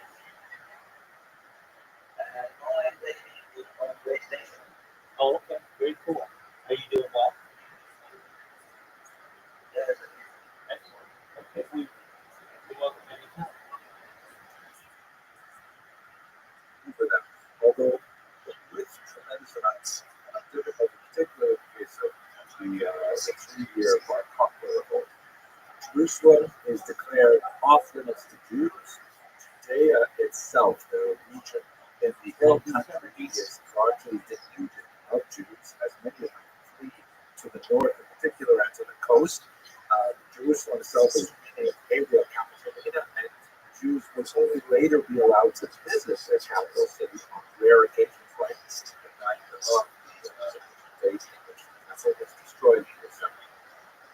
very, very strong backlash against the Jews in the Second Temple. However, there's a lightening of the load in the third century that's temporary, but it allows the Jews in the region of the city of Tiberias to reconstruct themselves and bring themselves back to a sense of a single administrative and spiritual purpose. And this brief period allows the new century to emerge in the Galilee region. Ultimately, however, this brief time in the third century ends. By the time it gets to the middle of the fourth century, there's once again tensions between the Jewish population at this time and the Roman Alliance. There is an uprising against them in the year 352, which the Romans crushed mercilessly. Ultimately, they repeatedly destroyed the last remnant of political authority of the Jews, the office of the Messiah or the Patriarch, that would end in the 420s. But during this period, amazingly, there is this foresight that is applied to the notion of creating something that will allow the Jews to exist in diaspora. That major page is what we call the Jerusalem topic. So that's what we're really going to focus on today, is try to understand what exactly is the Jerusalem topic. It's amazing to think about the circumstances in which it was written, but let's focus primarily on the topic itself. What is this written name, Jerusalem topic? If you were paying attention the last couple of minutes, you know that the Jews were actually barred from living in Jerusalem and only gradually allowed to visit Jerusalem whenever they got. Why would we call this the Jerusalem topic? The reality is, it was not this idea of Jerusalem. The text is almost completely composed together from the entire areas in the north. And a lot of scholars assume that sections of it were also composed on the coast in the city of Caesarea, and also in Sipori, and so it's called the Jerusalem Talmud. It's kind of a misnomer, probably because it's a more familiar term than the term that was used for it in the Babylonian Talmud. Its younger sister, the Babylonian Talmud, referred to the Jerusalem Talmud as the Talmud of Maharava, which is the Talmud of the West, of course, was the West of the region of Babylonia, or the Talmud in Israel, the Talmud of the land of Israel. For a long period of time in Western historiography, it's been referred to as the Palestinian Talmud. Of course, right up until the 1960s, this was very, very common, but once the nationality known as the Palestinians became much more defined and the consciousness of the people who call themselves Palestinians became much more overall, then it's sort of awkward to refer to the Talmud as the Palestinian Talmud, but you will see in older scholarship refer to that. So at any rate, all of these names have some challenges to them, but it was not written in Jerusalem. It's nowadays called the Yerushalmi or the Jerusalem Talmud. What exactly is the Jerusalem Talmud? So, first of all, we should understand what is the Talmud. There are two of them, the Jerusalem and the Babylonian Talmud. They are basically extended discussions by hundreds, even thousands of rabbis, and occasionally non-rabbis, non-Jews, women, but primarily rabbis, talking about what the Mishnah means. We've discussed the Mishnah in previous classes. I don't want to go into great detail here, but that's basically a massive 6-volume statement of Jewish law that expands upon, clarifies passages in the Bible that require additional elucidation in order to actualize this. One quick example, for example, the holiday of Sukkot. The Bible says that Jews are supposed to celebrate with a palm frond and a goodly fruit to create Adam.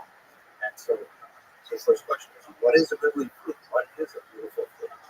I personally like those really big maple oranges.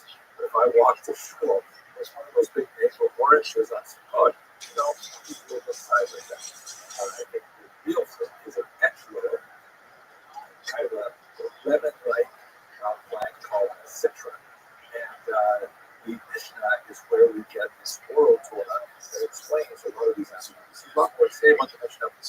go back and watch the video there.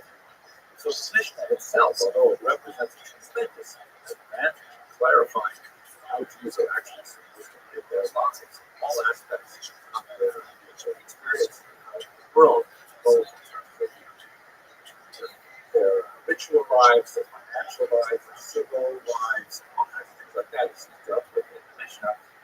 It still requires much more discussion. It is an open-ended world document. And so the Talmud, also known as the Gemara, the Finish, is basically the transcript of these massive, long conversations about the Mishnah. And they can go on in many tangents. They're far from the original text of the Mishnah as well.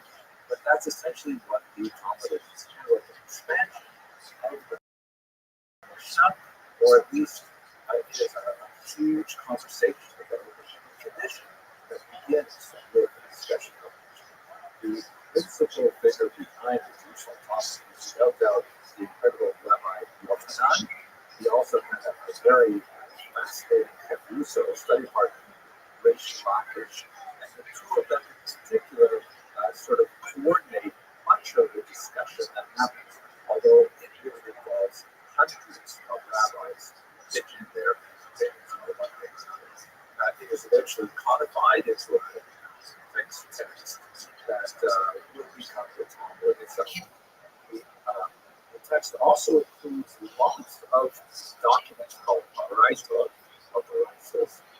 These literally translate as outside texts. These are texts that are much older, the same age as the Mishnah, but they make it into the Mishnah itself.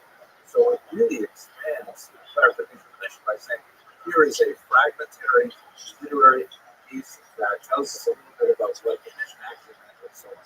There are some scholars who argue that the tangents in the Talmud are so big that in reality it should be considered independent or not essentially citation of the Mishnah. I remain convinced this history is still very, very good in the Mishnah, but literally going even all of this more, the Jerusalem Talmud their own discoveries what do you think about that? Anyway, that's basically what this text is. When was it written? So as I mentioned, it involves hundreds of rabbis. These rabbis are called Amorai, which means the speakers, the sayers, and there's generations associated with the Mishnah. They're called the Tanai, which means teachers. And it involves like 6 generations of them, including at least 3 generations of scholars from Babylonia who also get involved in the conversation. And these conversations are spent basically from the close of the Mishnah, which would be the early 3rd century, right up to about year 400. That's when the text is more or less closed. So how does the Jerusalem Talmud compare with the Babylonian Talmud? Look at this map here. You see the circle on the left, that's where the Jerusalem Talmud was largely composed, and the circle on the right is the region of Mesopotamia where most of the Talmudic camps were located in Babylonia, and that's where that was composed. So a significant amount of communication between the Babylonia and the land of Babylonia. So it's kind of like a long trek around the Euphrates River, but you wouldn't have people making that trek backwards and forwards, and they would be sharing ideas and discussions from their respective academies. The Jerusalem Talmud, however, is the older system. It started probably a little bit earlier, but certainly finished earlier than Babylonian Talmud. Jerusalem Talmud is generally smaller. It tends to have much more material proportion with halakha or Jewish law than it does with Gadata or philosophy, legends, things like that. And obviously, the Babylonian Talmud tends to have a proportion that gives it more weight to the Gadata. There are a few chapters in the Jerusalem Talmud which are completely lost. Part of the reason for this is because the Babylonian Talmud received a lot more attention from most of the Middle Ages.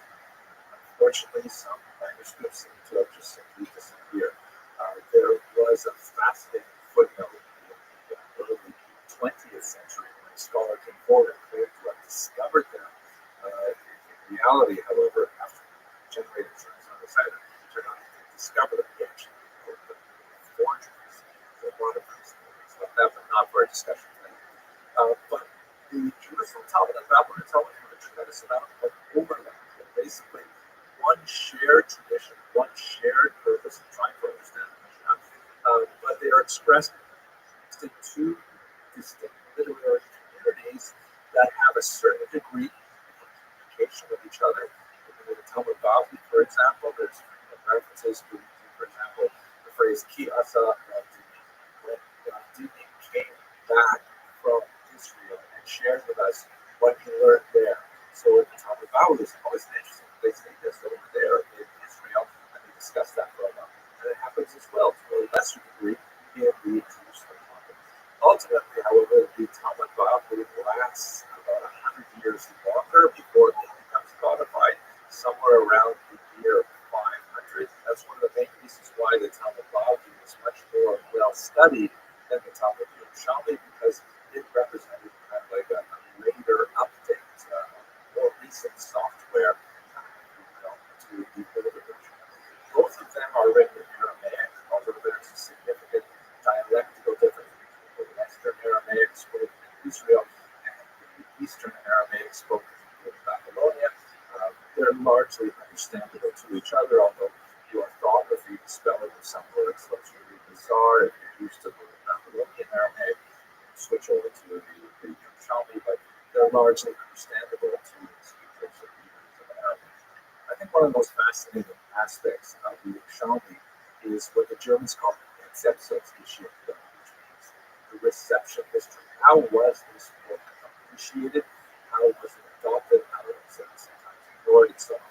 There's no question that the Babylonian Talmud, for the reasons I mentioned a moment ago, precedents a much more high central place in the minds of most Jews through the Middle Ages, right up until the modern era. This was actually stated explicitly by the Gemunim, the great rabbis of Baghdad, for example, the Thai Gaon, who died in 1038. He said much more attention to the Babylonian Talmud when it contradicts the Jerusalem Talmud, because the Babylonian Talmud came a bit later, as it were, had more evidence at their disposal, more time to think about things, and the Babylonian Talmud is the authoritative one. Why would you study the text, which is not the authoritative one? That's one of the reasons why the Babylonian Talmud took much more precedence in those areas where Jews lived, but they were heavily influenced by Baghdad in particular. That would include Spain, Provence, for example, and by extension, the Ashkenazi lands in France and Germany. So that really gave the Babylonian Talmud a huge edge. But there are some areas which tend to have a much closer attachment to the language of Israel, intellectually and in terms of its literary tradition. That would include, for example, Italy and North Africa. And it was there that the study of the Jerusalem Talmud was largely observed. By the time it gets to the period of the Rishonim, around the turn of the millennium, you have great figures like Rabbi Alfasi, who's the fifth, who began to kind of resuscitate the study of the Jerusalem Talmud as a tool to understand difficult passages in the Babylonian Talmud. Of course, this became much more prominent. Tosfot would also do the same kind of thing as well, where they say, we really want to understand the Bavli, and here's the difficult part. What does it say in the Yerushalmi? Look back there to see how that improves the Bavli. It is kind of like the Jerusalem Talmud had become a value add to the Babylonian, but it was not independently studied. So unfortunately, what this meant was that no manuscripts, such as one important one called the Leiden manuscript, actually survived the Middle Ages. Almost everything else is the fragmentary little pieces of the Jerusalem Talmud survived here and there, but only one full manuscript. It was copied in 1289, and the scribe actually said he thinks it's filled with mistakes, but he's doing the best he can, and this is the manuscript that forms the basis of the Jerusalem Talmud that was later printed in the early 16th century. The Editio Princeps, which was based primarily on the Light manuscript and a couple other versions as well. There is some significant promise that extensive study of the fragments of the Cairo de Giza may restore lost messages here.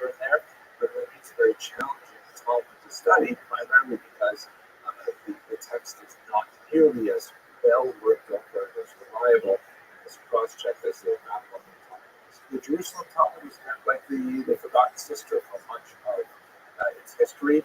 Very, very few commentaries were written on it. Nothing like what was written in the Babylonian Talmud.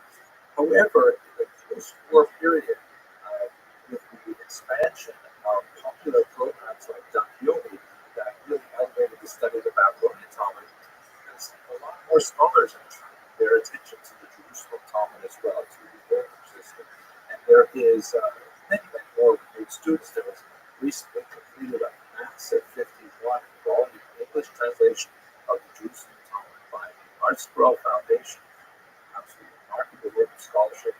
So the Jerusalem Talmud may be getting much more attention now that we're entering into a new technological era.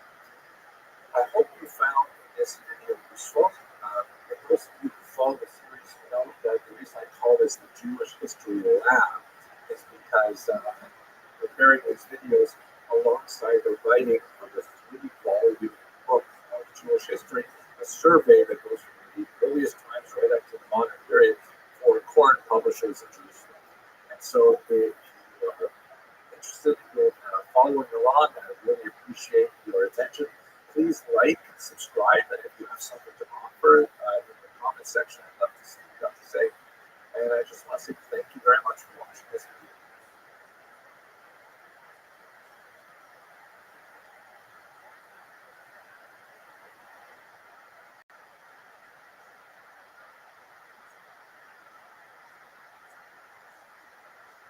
Hello, fellow students of Jewish history. I hope you are doing well. One of the things that frequently comes up in the comments on my videos has to do with the word Jew. A lot of people seem to be rather jealous of this word. They want to say it applies to us and not them. They want to say, well, you people call yourself Jews. I'm not. Actually, the real Jew is a lot of strange things like that. I'm not going to get into that kind of stuff today. But I would like to get into the etymology of the word Jew, where does it come from? Especially because you should know it's not actually of Jewish origin, not actually of Hebrew origin. The sound that the J may not even exist in the Hebrew language. In order to make that sound, modern Israelis use the letter G, and they add a kind of like little symbol, a little chick next to it to indicate it should be pronounced as J instead of J. So if that's the case, where exactly does this word come from? So it's also really important to know that the word is not used precisely any time in Jewish history. It is used in a very, very kind of foggy way. And the question of who is a Jew is even more complicated than where does this word come from. Furthermore, depending on which language we're working with, variations of the word Jew can sometimes be distinctly derogatory. For example, some languages, Slavic languages in particular, have like a polite term for the word Jew and a derogatory term for the word Jew. Usually, derivatives of the word Jew are derogatory when they have those kind of dual systems. And in fact, if you go to the Oxford English Dictionary, which is the go-to source for understanding how the English language works and has developed, you see there's over 60 different spellings and presumably slight differences in pronunciation of the word Jew just in the English language alone. Oh my gosh. So let's try and figure out what exactly does this term mean. You have to bear in mind that tone is always very important. Like the word Jew can be, as it is in modern American English, a neutral term like, I don't know, Spanish or Italian, or it can also be stated with a distinctly negative connotation depending on the context. And people generally speaking know when that's happening. This distinction between the neutral use of the term Jew and the distinctly derogatory use of that term is actually challenged by a British man named Marcus Schleunitz in the late 1960s, and actually sued the publishers of the Oxford English Dictionary about their definition of the Jew, which included the derogatory connotations as well. This suit turned out to not work out, as FD3 report. The case was ultimately decided in favor of the dictionary because, what is exactly a dictionary supposed to do? Is a dictionary supposed to measure how people actually use words, or is it supposed to suggest prospectively how people should use words? If we say the former, which obviously is what describing the reality of the English language. So what we have in the end here, if you look at this screenshot from the Oxford English Dictionary, you see that the word Jew as a noun has one meaning, and the word Jew as a verb has a distinctly negative meaning. And as we shall see a little later, they've done something by labeling it, saying, by the way, this is intended as negative. What we have in the end here, if you look at this screenshot from the Oxford English Dictionary, you see that the word Jew as a noun has one meaning, and the word Jew as a verb has a distinctly negative meaning. And as we shall see a little later, they've done something by labeling it, saying, by the way, this is intended as negative. And here's the full definition. So it says here, what a member of a people whose traditional religion is Judaism, right? So we want to say that Jew means someone who believes in Judaism, okay? And who trace their origins through the ancient Hebrew people of Israel to Abraham. Note two other words there, the Hebrew people and Israel, a follower or adherent of Judaism. Now, let's look at the paragraph underneath, which reads, the term usually refers to Jewish people from the period of the Babylonian exile and diaspora of the 6th century. So that's really interesting because the 6th century before the Common Era, that's already over 1,000 years into what we would call Jewish history. So what did they call themselves before the Babylonian exile? And unpack that in this video here. Although it may occasionally refer to those ancient Hebrew or Israelite peoples, those two words in Hebrew and Israelite, whose scriptures and traditions form the basis of Jewish religion and culture. Now, note below there is definition 1b, which is offensive. Here, the Oxford English Dictionary, I was thinking about that lawsuit from the late 1960s, early 70s, suggesting that we better label this as a warning. It's a hostile or contemptuous term for a Jewish person. Okay, so let's break down a little bit about how we got to this word Jew. Let's start with the earliest text we have, which of course are biblical texts. Look at the book of Genesis, you see that there's a pretty long list of genealogies, right? That's really what most of the book of Genesis is about.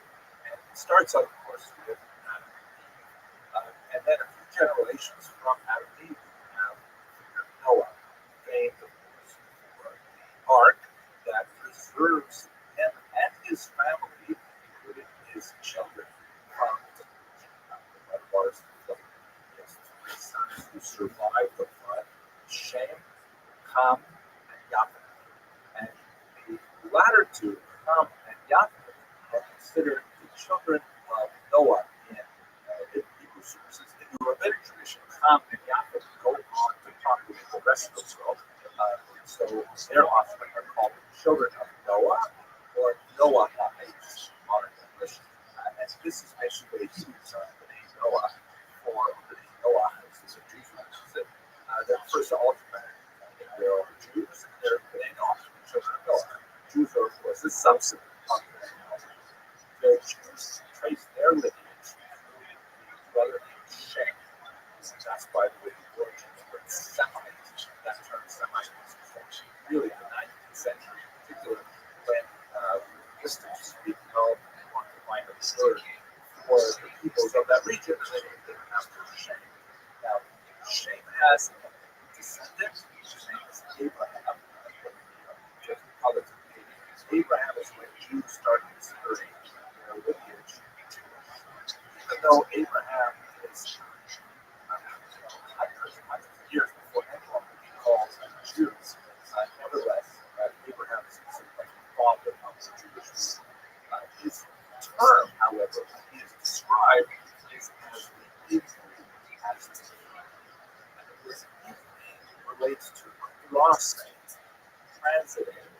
Why? Because he came from the region of Samaria, the city of Ur, and he made his way along the traditional migrational path, following the Euphrates River, and then crossing it and coming down into the land of Canaan, which would later be called Canaan. So, because he came from crossing the Euphrates River, that's why you got the term, which is measured that is that all the descendants of Abraham can also be called Hebrews because of that first designation. Still doesn't bring us, however, to the Torah. So Abraham has a son, Isaac. Isaac has another son, Abraham, Jacob, Yaakov. There's a fascinating discussion in Genesis where Jacob has this kind of supernatural struggle with some kind of angelic being.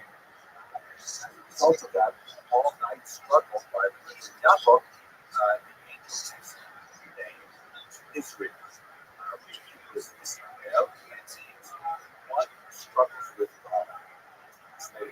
Also one of those major things that we set aside because we're really focused on one thing here, we're focused on the victory. So that's where the Jewish people associate themselves with the children of Jacob. For example, on synagogue, we'll see someone called Yaakov, or Jacob, and also Jacob. But they're also known, especially in the Bible, as the names of the children of Israel. Now, that's not to exclude the children of Abraham or the children of Noah, but this is where Israel really comes. Now, what about finally the word Jew? So Jacob has, of course, 12 sons or 12 tribes. And number 4 of those sons is Judah.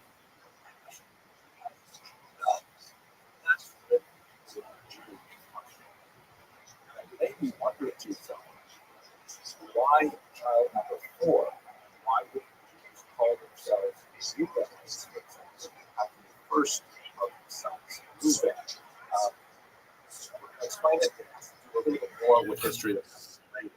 So what happens is, with the biblical account, slaves for a while, then they return, and they come through the land, which is later called the land of Israel, and in their 12 tribal units, they occupy the land. And you can see here in this rough rendition where those individual tribes were settled. Note that Judah, the fourth son, or really descendants of the fourth son in particular, are primarily living in the region just south of Jerusalem. Jerusalem's kind of border territory, down into the upper Negev region. That would be the region of Judah. Shimon has kind of like a place to occupy in the middle of Judah. That's basically where the Judah sites, where those who come from Judah live.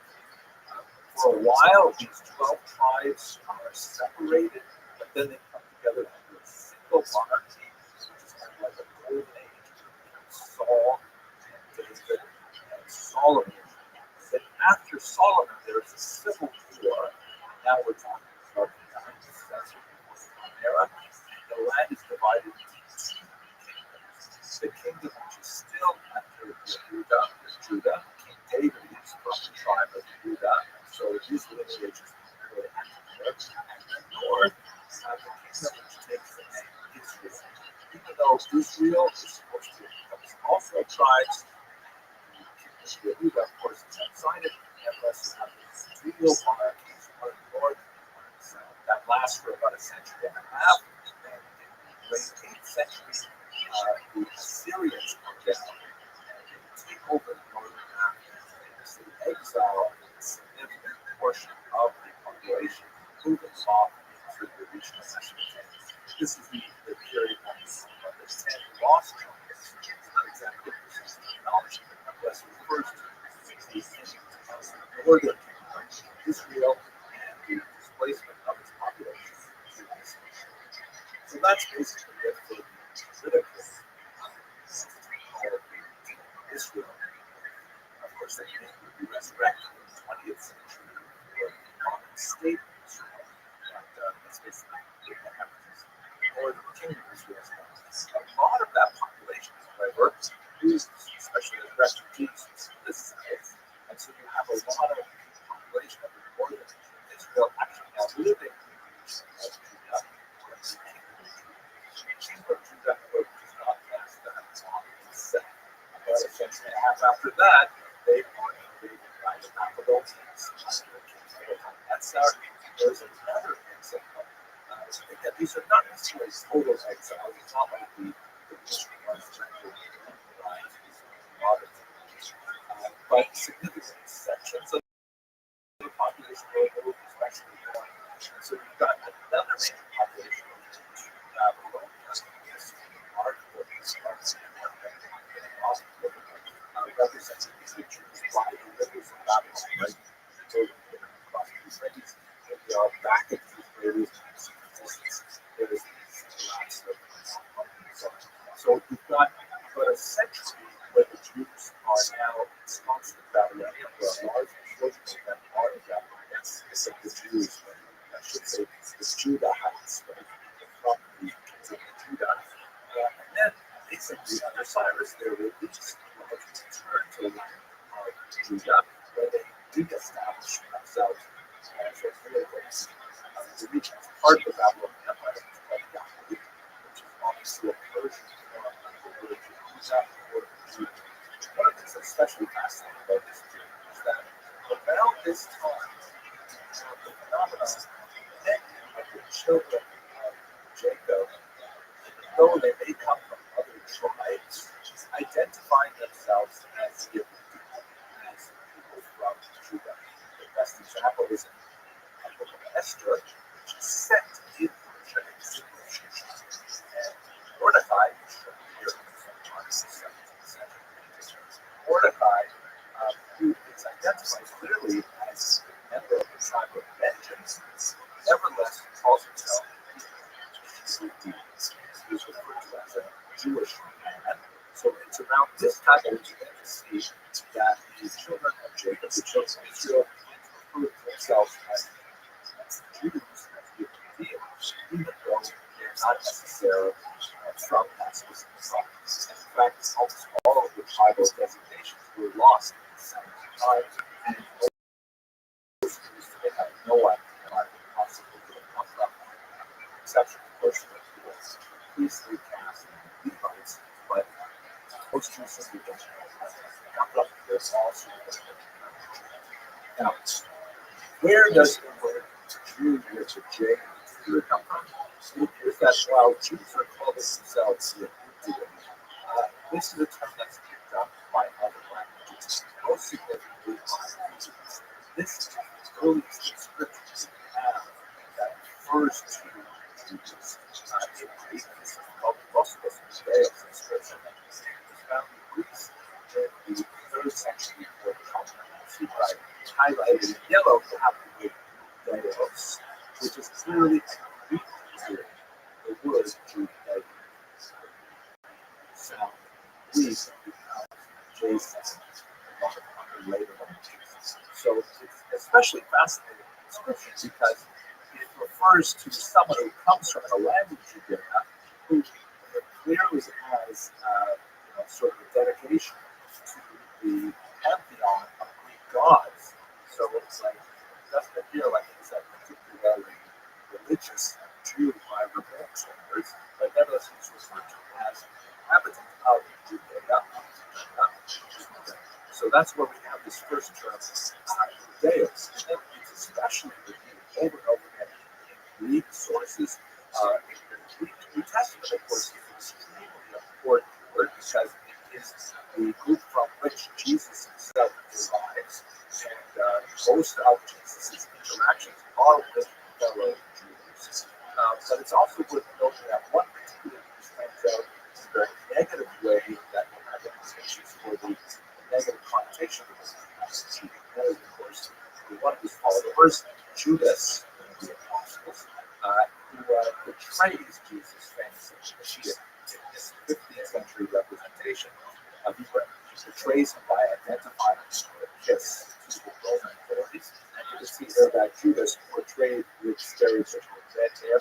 Medieval art, red hair is often used in caricature manner and often associated with Jesus. In fact, there's this DNA evidence from bodies recovered from well that Jews often have red hair. But here you can see also with the distinctive his physiognomy. So Judas, which is of course the Latin, and perhaps the the Yehuda or Judah has an unfortunate connotation because it's often used for Jews. But it has a very special relationship. Yehuda was an extremely common name, as we have lots of names.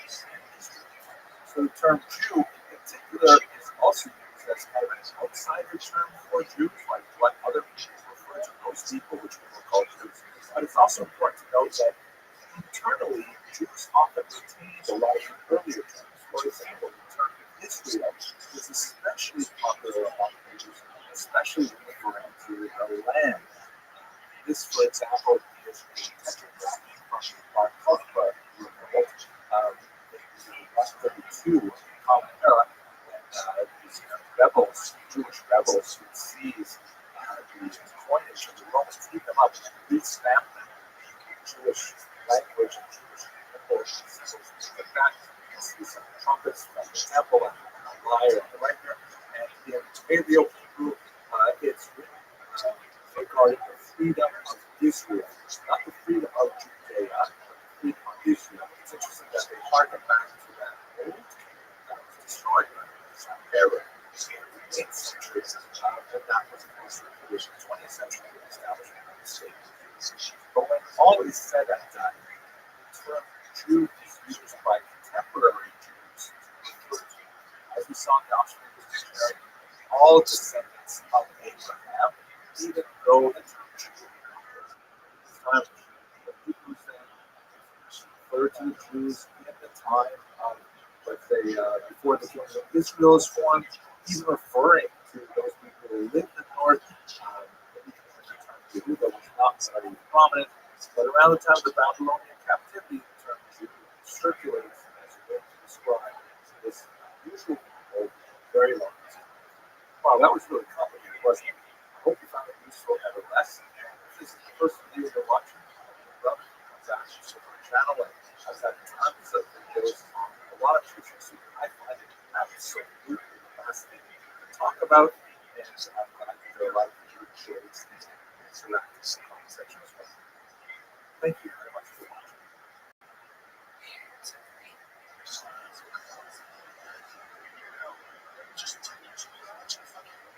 Hello, fellow students. Let's continue our Jewish history lab series by looking at the Babylonian cults. If you're curious, go back to the first season of these videos where I have a little bit more generic information and actually a little bit more of a direction of interpretation of these significance of the Talmud there. But for today, I'd like to take a little bit more of a geopolitical approach and then focus on the basic information, which we really, the Babylonian Talmud is so crucial, so important to Jewish history that we should understand the foundations of it as well. So first of all, let's just place this within this historical context. Here's a map that gives us an overview of the entire Mediterranean basin. It's first and third century. It's got some really useful information on the expansion of Christianity in particular, which, as you can see from those kind of starbursts, that's where the Rothschild was emanating to the region. And of course, this is a period of tremendous growth for the early Christian movement. And really, actually, the huge milestone of the 4th century when Edict of the Gods would be published, and this would essentially give the Christians pretty much equal status with the Jews as they were. Until then, they were considered really a illegitimate religion, not a recognized religion, and that exposed them to a lot of legal disabilities and sometimes outright persecution. But at the beginning of the 4th century, when Christianity was recognized, and then of course not long afterwards, it would become the official state religion of based in Byzantium, later Constantinople, the Emperor Constantine, these events circulated. That would have a distinct impact on the status of Judaism, primarily because as Christianity rose, the fortunes of Judaism largely declined, something that will continue right up until the modern era in Europe. But what I'm going to focus on in particular is what's happening just to the right of the map. There purple jagged line represents the edge of the Roman Empire. It would be split into its western and eastern sections. What's happening on the eastern side of that jagged line? That's essentially the region of Mesopotamia or Babylonia, where there's a very significant Jewish population. And that's where the Babylonians probably great. There's another map that shows you the empire and the Parthian Empire, which dominated Persia and the entire region at this time. It existed right up until the 3rd century. And the Parthian Empire are at loggerheads, and their successors, the Sassanids, would also follow in that conflict. The so-called Roman Persian wars, both wars between Rome and the Parthian Empire and the successor of the Sassanian Empire, which you can see here. So what's going to be relevant for us today is that we discuss primarily in the Parthian and Sassanian Empire on the eastern edge of the Roman Empire. It developed very, very quickly. Let's have a look at the academies. So we've already talked quite a bit about Western yeshivas, what Talmud calls the yeshivas of the West. This map here shows you the major population centers of Jews in the 1st and 2nd centuries. Of course, obviously the land of Israel, which has a lot of Jews in there. Some of the, highlighted with the Tel Aviv city back then, of course, but it's placed in the 2nd century geography. And that's where most of the Jews, of course, lived in the 1st century. But there's a significant population way out to the right-hand side of the map, where the Euphrates and the Tigris rivers come together. This is the locale of ancient Babylonia, where the Jews were first exiled in the 6th century before the Common Era. Now, it's interesting because this was the original parent of the Israelites, because Abraham actually comes from this region. This is called the one crossing over because he crossed the Euphrates River on his way to land Israel, as described in the book of Genesis. But this becomes a major center of Jewish population in the 6th century before the Common Era, led to Neo-Babylonian king Nebuchadnezzar exiles a large population of Jews from southern region of Judah into Babylonia. And they established quite a community there. There's some significant, really fascinating archaeological evidence that emerges from it. They shows the Jews thriving as a people. They would eventually be allowed to return under Cyrus later in the 6th century, and they would re-establish their community in the land of Israel. This is discussed in the recent video. But the name as well in Babylonia continues to flourish. One of the oldest Jewish cities of the world is located here because of that 6th century. And that's where the Talmud is. But before that, let's just quickly go back to the Jerusalem Talmud, which preceded the Babylonian Talmud. As we discussed a couple of videos ago, it's primarily the work of Rabbi prominent writers in this active discussion of things biblical, like things Mishnaic, but there's a lot of political difficulty in the 4th century. Although there was a period when the Roman Empire was run by Antoninus seven dynasties, where Jews had a bit of a relaxation of imposition that followed two disastrous Roman Jewish wars, that begins to turn in the 4th century, in large part because of the Edict of Milan and all that signifies. There would be a revolt in the early 4th century against the Roman government Gallus that would be put down quite harshly by the Romans. But it is at this time, even the aftermath of the revolt against Gallus, that there seems to be a concerted effort to try and gather up all of the intellectual fragments that come together to make up the body of learning that will ultimately become the Jerusalem Talmud. So that's all happening in the 4th century. There are some scholars who suspect that the Jerusalem Talmud has a different character because the editing process was rather rushed, as where Jews have actually quite a bit more a longer duration of peace that allowed them to refine the text. anyways, that's when the Jewish Islamic emerges. Over to the Mesopotamian region, we see that there are a few key events. One of them that's really crucial is the arrival in the region of an individual who was known by the name, it's actually a title, a teacher. He came from Israel in the year 219 of the Common Era. He was actually a native of Babylonia who had studied in Israel and brought some of the teachers that out of the West of Israel.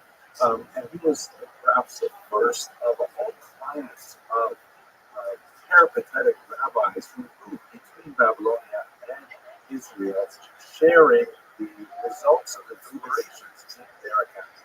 These were the so-called those who go down, they refer specifically to those who came from the land of Israel, which is metaphorically considered higher in elevation, so they went down to the land of Babylonia and shared what they learned there. But there was also cost for those going back, so basically 200 years. The idea is much more of a relaxed environment where you live in Babylonia. There were a few moments of persecution, sometimes associated with the rise of Zoroastrians, sometimes reflected in the text of the Talmud, and there is, every now and then is punctuated by violent conflict as a result of the Roman Persian War that's going on for centuries. One of the most important moments of disruption that specifically targets the city of Hardal, the great centers of the researchers, figure named Illuminati subjects came from the region of Palmyra up to the north and west, and he came down into this region and he destroyed Hardal in 259. That caused a lot of the scholars there to be displaced to some of the other great machines. Perhaps the two most significant that are shown on this map is the Benita and Sura. They had a rivalry on literally centuries for which machine, which center would be most significant. All of this is really describing sort of the centrality of the Talmud and it's the discussions of the Talmud to the Jews living in this region. But we can't forget there's a tremendous amount of popular history that is really embedded in the Talmud as a source itself, but also in the archaeological records. There's fascinating Aramaic curse books, some 1,500 of which have been discovered in the region. They're written in Aramaic, which is the language used by all people in the region, not just Jews. It's not exclusively a Jewish language. Although these curse bowls seem to have been written by Jews, perhaps for non-Jewish customers. It's really unclear how they were employed, other than basically these would be like spells that would be written. There's some distinctly Jewish themes in the spells. Sometimes they would have a system that does have a depiction of a demon at the base of the bowl. This looks like a lot of symbols, even some of them so spicy. And then the walls would be, literally broken up or damaged or degraded one way or another, kind of like we saw in the execration figurines from Egypt that go back, almost 2,000 years earlier than this. So there's a really mysterious thing about how did Jews actually live here outside of Talmudic culture, but not for our discussion today, because there's a lot of it more readings, but fascinating sort of things. Yeah. So let's think a little bit about the origins of Babylon, which is a little bit of the relationship of these thinkers, the rabbis who created the Talmud, to their predecessors in Israel. And we talked, of course, about the Jerusalem Talmud. Let us now turn to the Babylonian Talmud itself. What exactly is it? Now, it's a massive document in the current standard edition. It takes up 2,011 folios.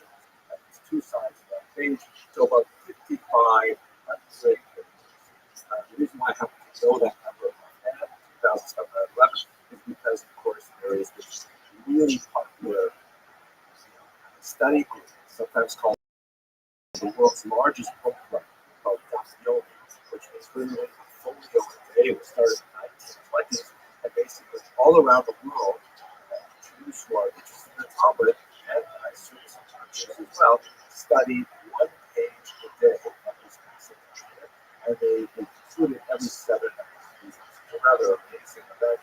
And travel all around the world and pick up a page that you were missing from the prior to that passage. So it's this huge document. So it's written, as I mentioned, largely in Arabic, although it heavily from pieces of most of the Mishnah, and I'll talk about that in a second.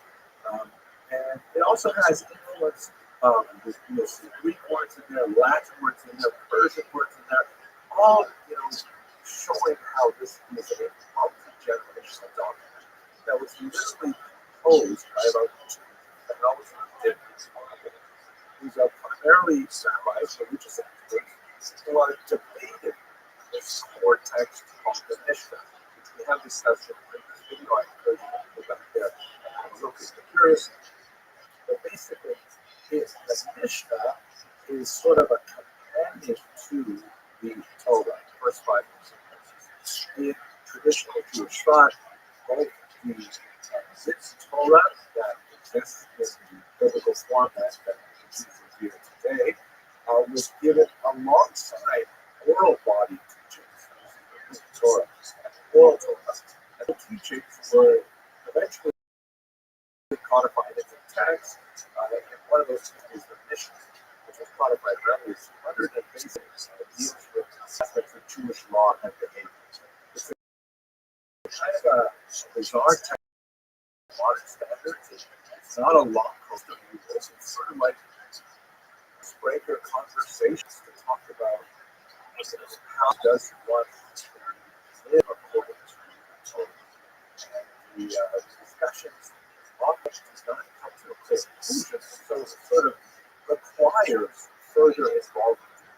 This further involvement of living students literally talking and speaking about what this means and debating with each other was eventually codified into a series of conversations which we call the Talmud. This is also by the way the Talmud, which means the learning is identical with something called the Gemara, which is the Mishnah. But it's basically a super discussion of the discussion of the Mishnah, which is itself connected to the Torah. Not a precise analogy, but the Mishnah is sort of like a commentary on the Talmud. It's not exactly a commentary because there's a lot of things discussed in the Mishnah which are not made explicit in the Torah, but they're kind of like parallel texts. So the Mishnah is sort of a commentary on the Torah. The Talmud can be understood as sort of a commentary on the Mishnah. That's basically what it does. That's its function. The bottom line of the Talmud is there's gives an opportunity for the students of the Torah to engage in a wide-ranging discussion of what it means to follow a particular commandment. What are the parameters of that commandment? Who is obligated to follow the commandment? Are there exceptions? All kinds of things are discussed in the Talmud. Now, you might wonder, if it's an open-ended discussion, why is it codified in the first place? Why not just keep going on and on? On one level, it does go on, because the commentaries like Rashi, Rothschild, and others continue the discussion much further, right up into the 21st century. But at another level, it's kind of like these are the guardrails for productive discussion of the Torah. So it's kind of like, this is maybe not the right analogy, but sometimes I wonder, I see kids, they like to sometimes watch recordings of other people playing video games. And you say, like, why? I would just want to play the video game myself, but again, it's deeply satisfying to see how someone else succeeds or fails in this video game. So, not the greatest analogies, but the idea is that Talmud allows you to follow the discussion of a group of really incredible by later minds who like codify their language into a very compact form. But it's all about, how do we observe these plans? Like, to give you one example, so the Torah says several times that we're supposed to observe the Sabbath, keep it holy. How exactly do you do that? So there's a juxtaposition in the Torah of the construction of the tabernacle. There's a with the observance of the Sabbath. And the rabbis understand that juxtaposition means that the kinds of activities that were going on in the construction of the tabernacle are the things that should avoid the Sabbath. In other words, if I say to an employee, okay, make sure all the filing is done, send out all the emails, answer all the messages, and Friday, the day off, we assume that Friday means, oh, no more filing, no more emails, no more phone. Right? That's the way that the logic works. But then, now we got to go back and say, okay, construction tabernacle, what's involved in the tabernacle? So that goes into a massive discussion of all the activities involved in the walls, dyeing the fabrics, slaughtering the animals, the sacrifices, and all those things. And then eventually, it all boils down through the Mishnah into this massive tractate, Shabbat, which deals with those laws, which is one section of this massive 2,700 folio. What is its significance? It's massive. It comes after it is codified around the year 500. It becomes the central go-to text for Jews who really want to understand why we do the things we do. Should we be doing them exactly the way we're doing them? And any authoritative thinker in Judaism must go through the arguments of the Talmud in order to understand why these particular practices are adopted, why others are not adopted, and so on. And since the Talmud is such a crucial document, primarily with Jewish law, lots of other really useful information, which appears only lightly connected to the material side, so tangential to the material, is included in there.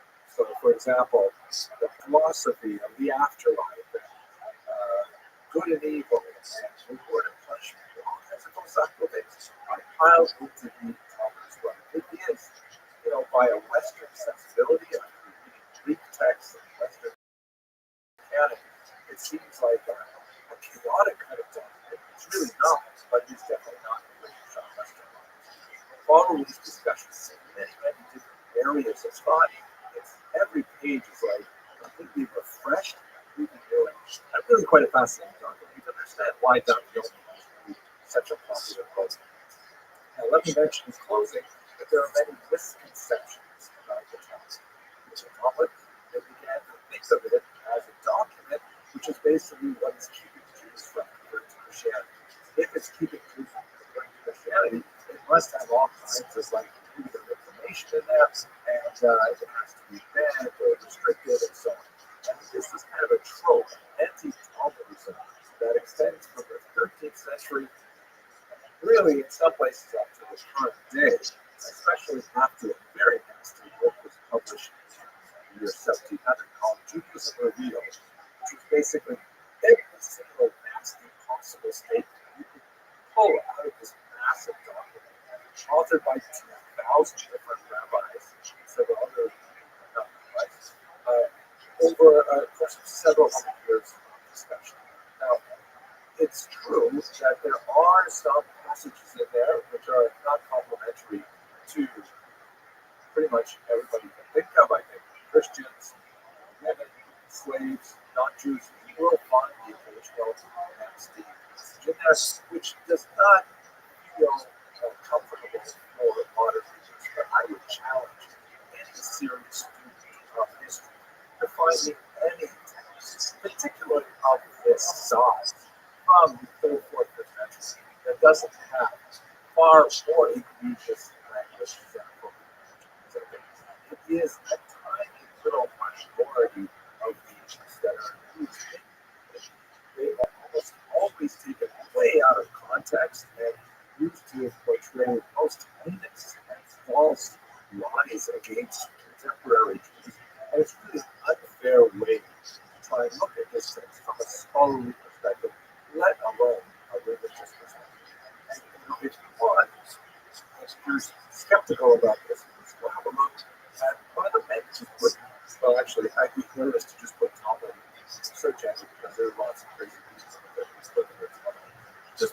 to an authoritative website, like for example, Sefaria.org, which has massive amounts of rabbinic literature improvements on the translation. And you can go through it yourself. If you want, you can cherry pick and go zero in on some of those passages. And some of Dr. Bright's that. But the document is so overwhelming and useful and good document that it's hard not to see those type of principles within the scope of what we're talking, and especially when you consider within the context in which they're written, as really sides the point of not even the topics as a guide. It's really a wonderful educational document. I spent years myself studying it, writing about it, speaking about it in other podcasts. So I could go on and on, but I think what I need to do for now is stop because give you sort of like a sense of where the Bible is written, when it was written, why it was written, what it does, as I was going to move on to the series. As those of you who are regulars know, this is a series of written in conjunction with the forthcoming books of the Lord Press, and that's why I call it Jewish History Lab, because I'm sort of like writing the chapters as I'm writing these videos. And I'm looking forward to your commentary, your feedback, so that we can what makes sense. Thank you very much for watching.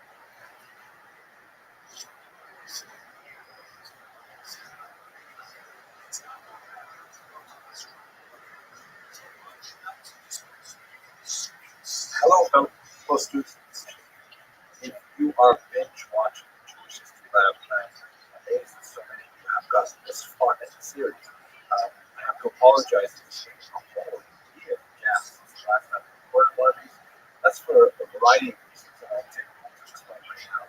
I came up with this Jewish History Lab idea essentially because I was working on a book for foreign publishers. That book project is going along very well. The first of three projected volumes. This is a history of the Jewish people from the earliest times to the present day. The first volume is written editors in Jerusalem, got some cures, working now primarily on the maps, things like that. So it is making its way through the publication process, and I am heavily working on volume 2. So that's going okay, but the last year has been huge. I think this is a lot of changes in my personal life, the ones that I got. And then, of course, the amazing, awful distraction that October 7th has occasioned for anyone who has any connections to Israel. And that's really required me to spend a lot more of my energy working with you on videos on different topics. But, I was hoping that the situation in Israel is resolved as soon as possible in an acceptable way for all parties, such that we will return to peace and prosperity in the region for every population there, especially in terms of the hostages. But guys, go back on this point to the Jewish History Lab, and I'd like to pick up, not in sequence, but I'm going to pick up from the 2nd and 3rd century, and especially I will look at the 4th century because it represents a period of tremendous resurgence during the era of Byzantine domination of the land of Israel. That's what I like to spend some time talking about right now. So let's go to that period again. Have a look at this map here. You can see the nature of the Jewish dispersion as we approach the 4th century. The sort of purple line on the outside represents the limits of the Roman Empire. It's massive, it encompasses the entire Mediterranean basin. And then there are scattered pockets of Jewish population throughout the empire. There is, of course, a very strong population still in the land of Israel. There were massive deportations after the Great Revolt ended in the year 70. Masada and the conquered a couple of years later, by the time the temple went in the year 70, there was definitely a huge change in the land of Israel.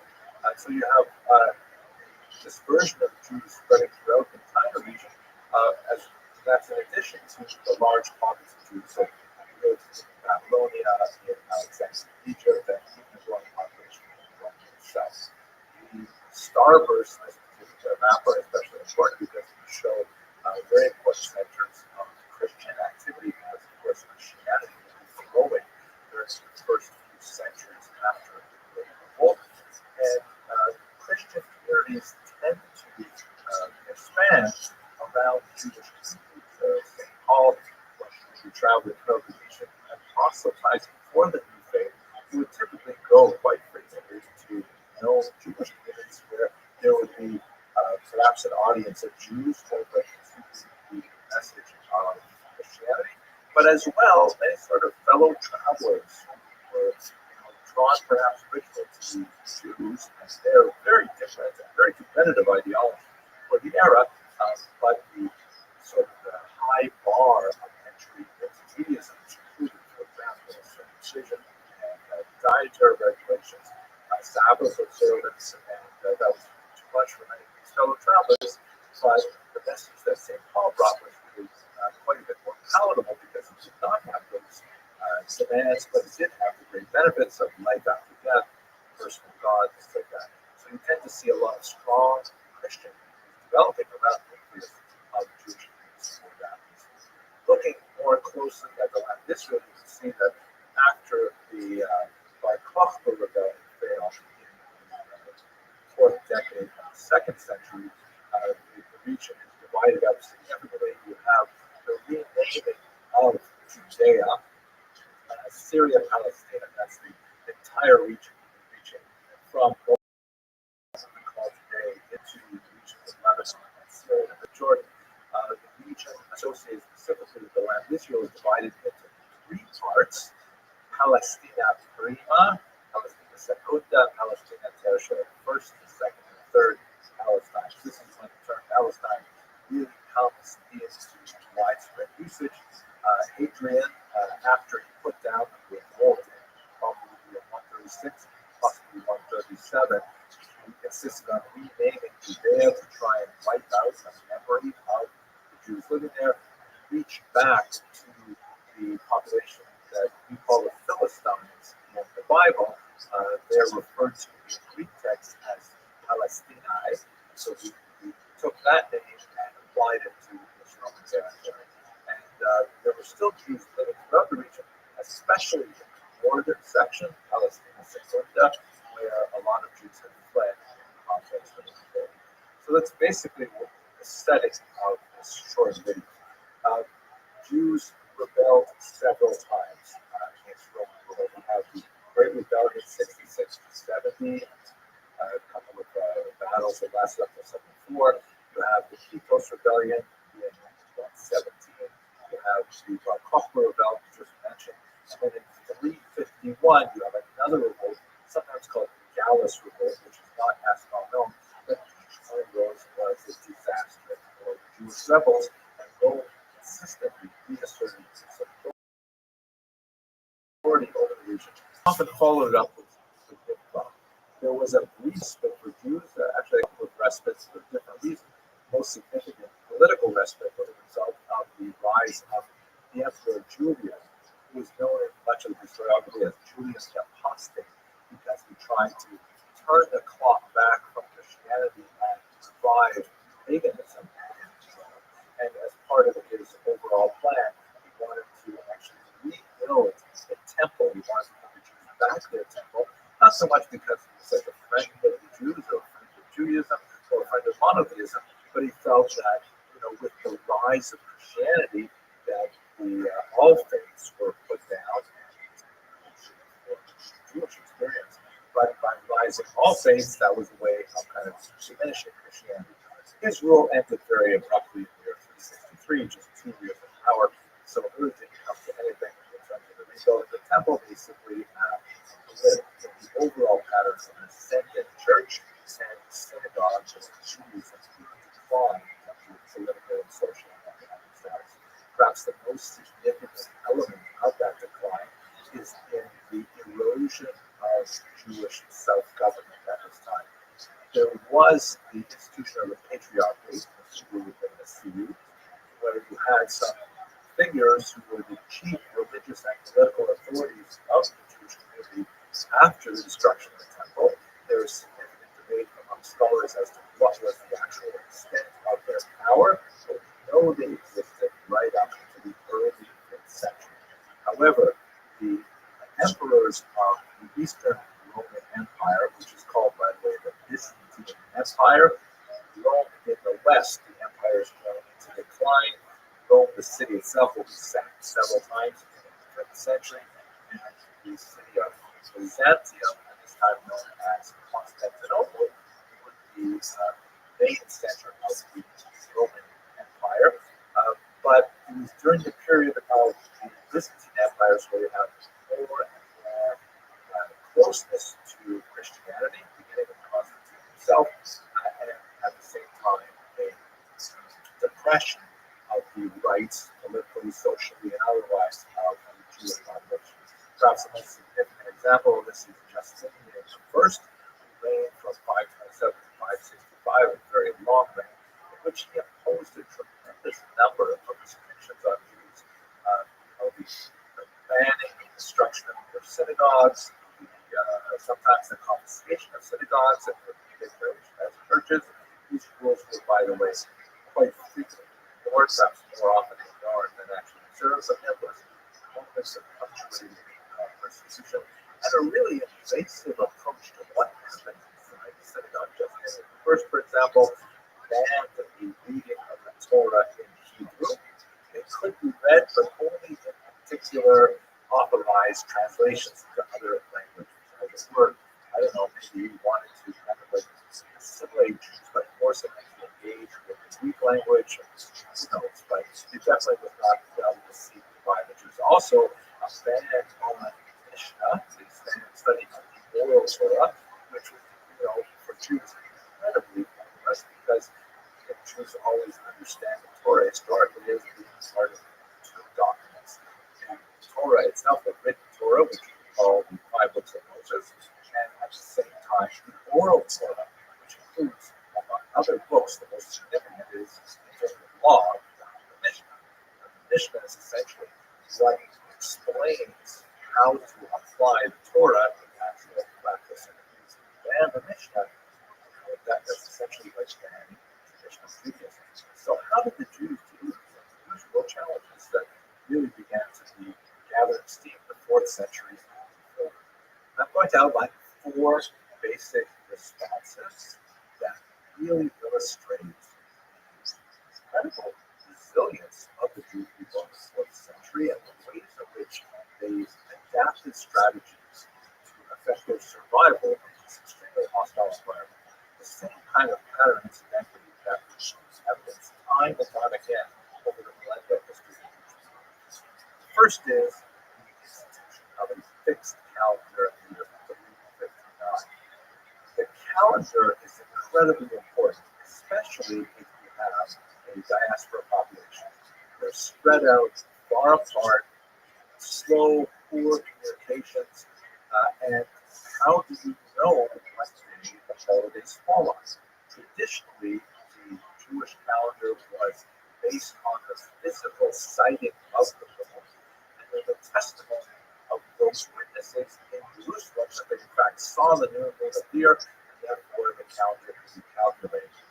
Recall, of course, that if you work on a lunar calendar, it doesn't divide itself into like the exact same number of days every month. Here in the West, because we use the Gregorian calendar, we tend to not even have any sense of when the phases of the moon are. But the Jewish calendar has a strong lunar element to it, such that the first of the month is always going to have full moon, the 15th is going to have a full moon, and so on. And since the days are not exactly 30 or 31, it has to be recalculated every month. Moreover, if you count the number of lunar days for 4 seasons, it comes up short. You only have 354, if I remember. It's around 350 something days. I should really look it up. It's about 350 odd days in a lunar calendar, which means that every year of a solar calendar, which is roughly 365 days, you are losing some days. Now, the Muslims, by the way, observe a strict lunar calendar, and that's why their holidays in 2 years, in a few days, which is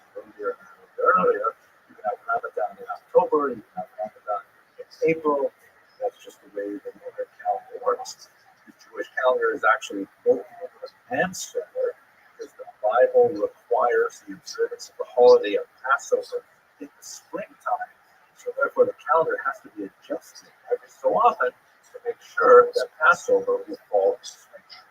That's why the Jewish calendar, the month of Adar, is doubled several times over a 19-year cycle, so that even though the lunar calendar is always losing days, that extra month, every month, actually places Passover back into its proper time.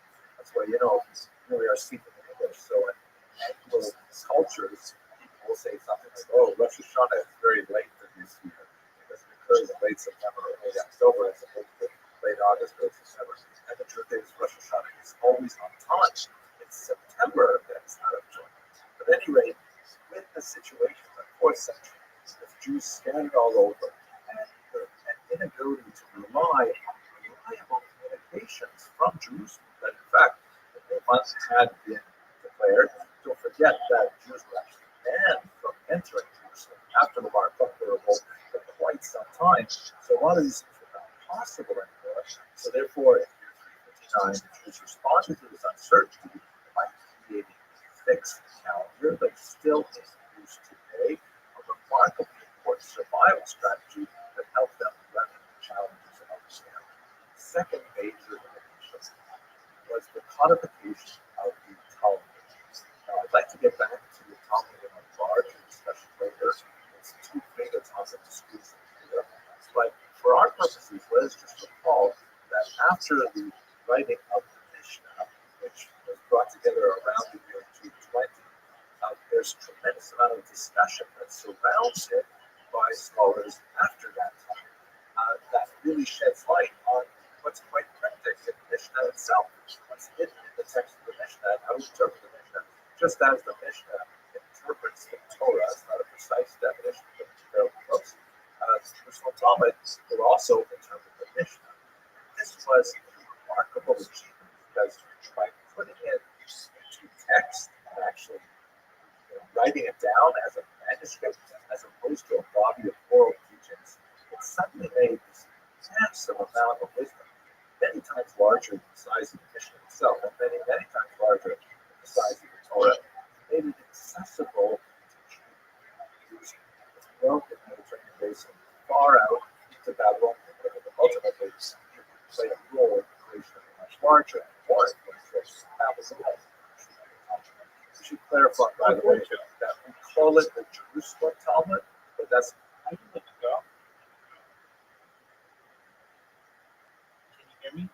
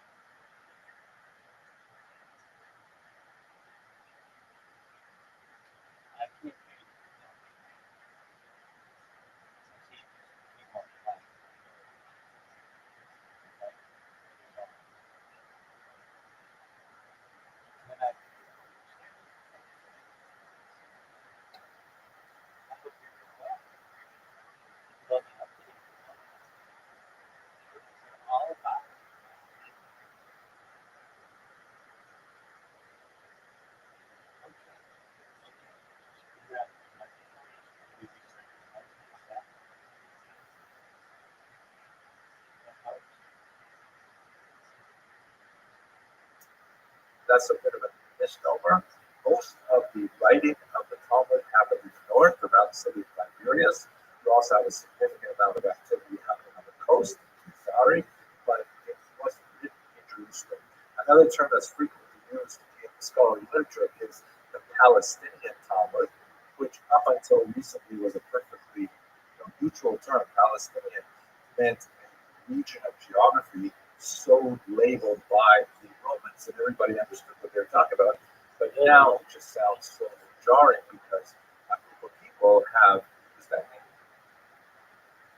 How are you?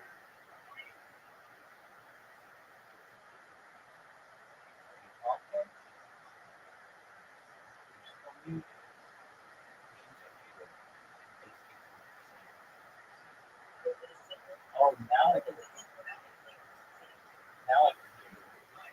How are you? That's okay.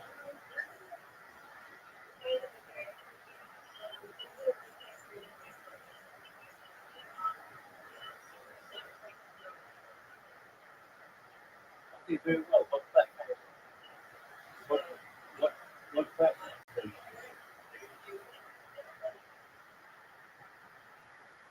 What platform do you want?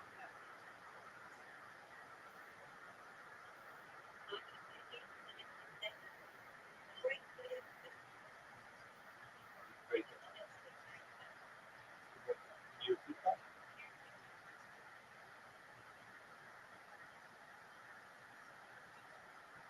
All right, great.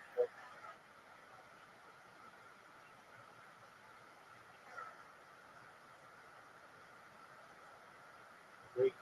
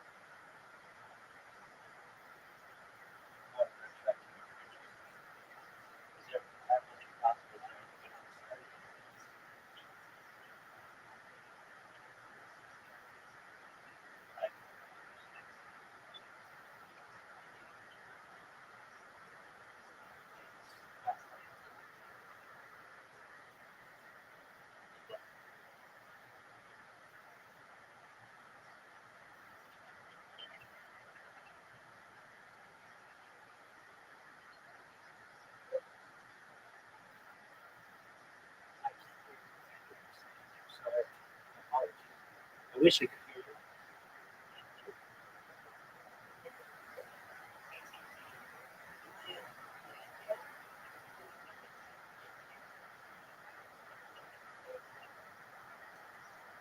I cannot hear you. There you go.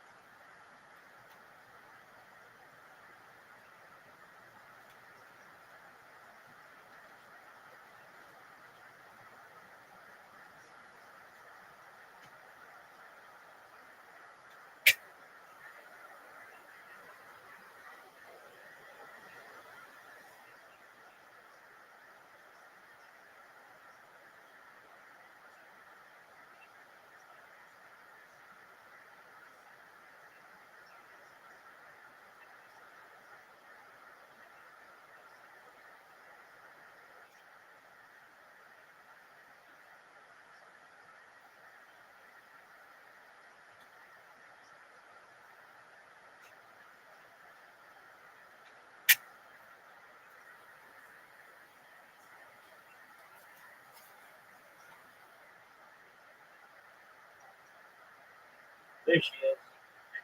Can you hear me?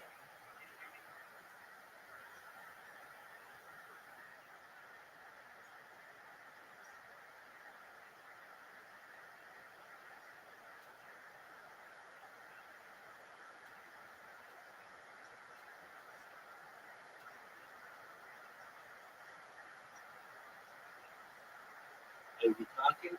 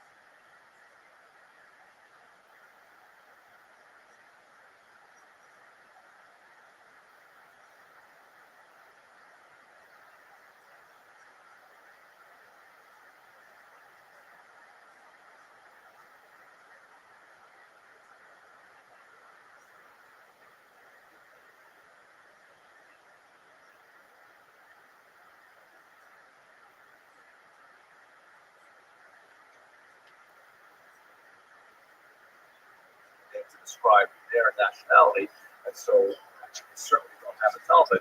So in terms of the full Talmud, it's two because it's grasping enormous.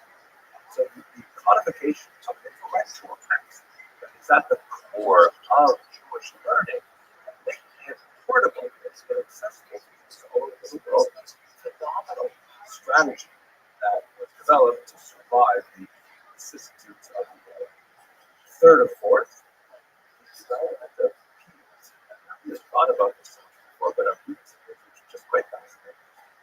Peds is related to English word poetry, origins.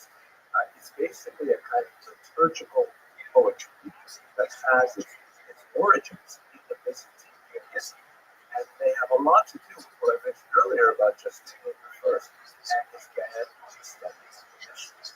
Some of the great Italian authors of Europe, Rothschild, Shaddai with Kalir, they write these ornate, complex, flowery liturgical compositions that are meant to be inserted into the prayer book, and in fact, they were enthusiastically adopted by congregations all over the region.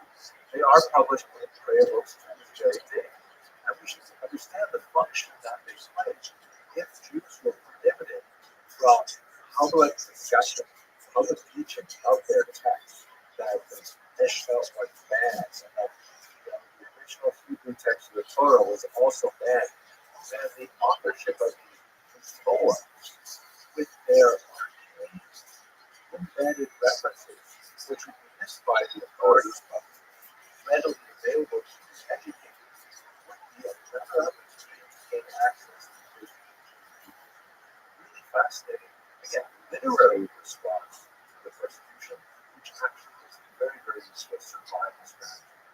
And then finally, this is the fourth of four strategies, the development of synagogues, the institution of the synagogue, and its later representation in other faiths, churches, and mosques, for example, is one of the great contributions of the Jewish people to world civilization. In the ancient world, religion tended to be very cultic and based on a specific location. That goes for Judaism as well, with the establishment of the central temple in Jerusalem. And all generally religious activity was, not all, but the vast majority of religious activity was like focused on those structures and the professional staff that managed them. And that's where religion was. However, even before the temple was destroyed, we have an example of Jews creating these smaller houses of worship which do not take the term temple for themselves. That would happen, by the way, in the 19th century. That was the former in particular wants to try maybe synagogues, which are like temporary prayer houses, that they are like secondary to the great temple in Jerusalem. So by renaming the local house of worship a temple, it's a way of saying, no, this is it. We are here. You don't necessarily have to be looking back to the temple of Jerusalem. Orthodox synagogues do not call their houses of worship temples. They call them much more humble names. The word synagogue means place of gathering. The Hebrew term Beit Knesset means the same, as so does Ekdes and many other words like this. Ecclesiasta, church, they all come from the word meaning gathering place. Is much more simple than temple, which is much grander. Jews began to create these even while the temple was still standing, perhaps sort of like a spontaneous desire to have a place to gather and to discuss and to communally praise God. That's something still that's very much embedded deep within the Jewish tradition, and it begins to show itself in the first century Common Era, perhaps the first century before the Common Era. Here's one of the earliest pieces of archaeological evidence we have for synagogues. This is the so-called Theodotus inscription, which comes from Jerusalem. It's a large ashlar block, which has this Greek text, which, if you have been in synagogues, you will recognize this. Right? This is something which is like, it is kind of ironic. The very first, earliest example we have of a synagogue has a plaque thanking a donor for making a contribution to the synagogue. Theodotus is this man, a Jewish man, writing in Greek, which was like the high Limburg language for the educated classes, of how he paid for the building, paid for the plumbing system, and all kinds of things like that. It's just fascinating. We're not exactly sure how to date it. It's roughly dated to the first century before the Common Era to the first century of the Common Era. Being found at the bottom of the wells, clearly not at the place where it's originally built. Possibly the synagogue was destroyed in the context of the Roman Jewish War, and this was thrown into a well like that. But at any rate, we have these plaques. We have some evidence of synagogues in this early period. There's a massive flourish of synagogues. Just to look at a few of them here. Here's some gorgeous artwork from the Hamat Siberia synagogue that portrays a zodiac. There's often a lot of contemporary artwork that is incorporated in the synagogue, even when it's sometimes challenging to religious sensibilities at the time. There's frequent dedications in Greek because there's a mention that's one of the dominant languages of the educated classes. Sometimes the artwork, like you see in this remarkable mosaic at Beit Alpha, it portrays the sacrifice of Isaac. You can see on the right is the sacrificial altar, and Abraham has large figure on the right, holding a knife in the right hand and Isaac in his left hand. And just to the left of Abraham, rather unusual symbol of a hand as with the angel reaching out to stay Abraham's slaughtering of his son. Genesis 22, the ram is there, and the other two figures I believe are Eliezer and Ishmael, but I'm not positive. But still, beautiful illustrative art of the period. And we also see in Beit Alpha, once again, a zodiac, which is very, very common in Jewish artwork from the Byzantine period to the present day.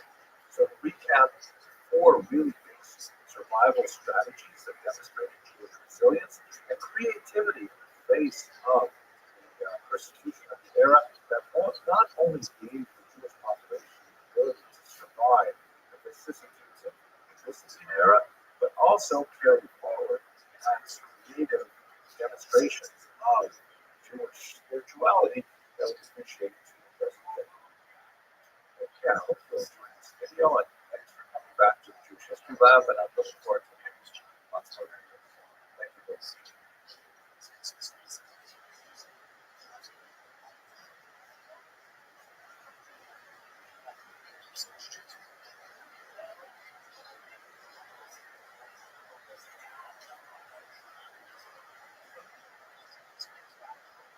Someone told me that there were a few different Jews that lived in this neighborhood. And although it's not a specialization, I'm talking about but at least a broad survey of the history of the communities of the product. This is not intended to be the full depth. I'm merely a quick overview of broad sweep of the our Jewish history. If you have any hard questions, please save them for after the lecture. I'm going to take a quick break and then I will go home and then we can ask the hard questions at that time. Okay, so I'd like to speak for about 60 minutes. So just talk everything I know about the photo. It's not so first of all, I think a very important question. Where exactly is the Torah? So in many ways, the Torah in the Jewish mind is more of a cultural concept than physical location.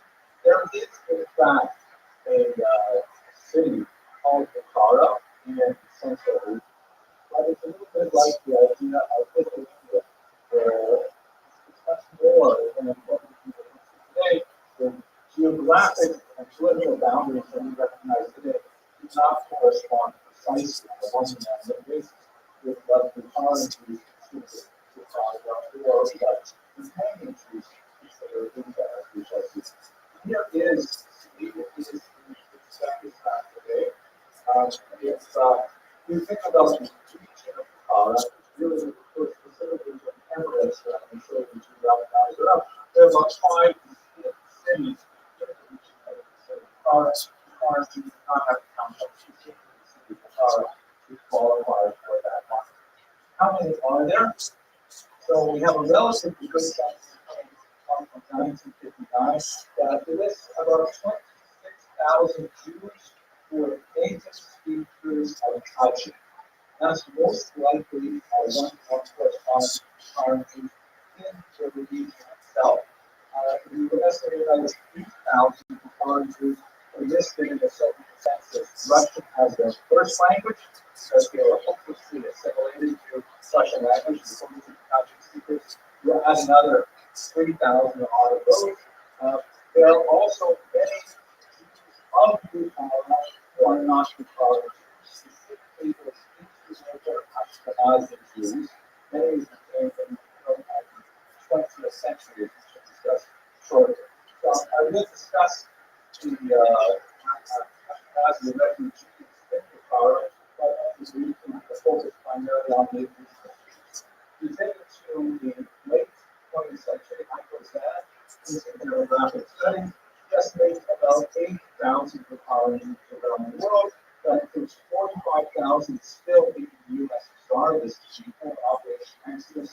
That's 2 million there's 32,000 Israel, which has a very old Guitarist community that expanded significantly and about 3,000 plus there. Like 16 knows that if you look at Uzbekistan today, is almost completely empty of Jews.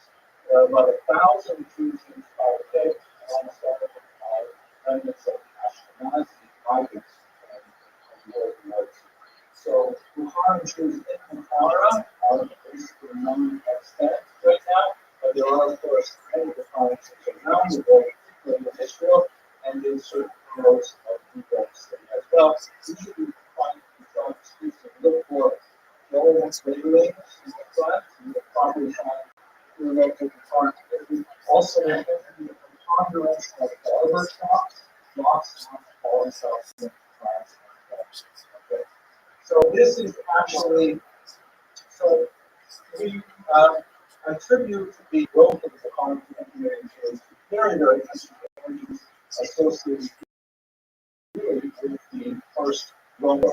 The coin that I'm showing you behind me is one of about 2,000 coins that were written by the Emperor Vespasian and his son.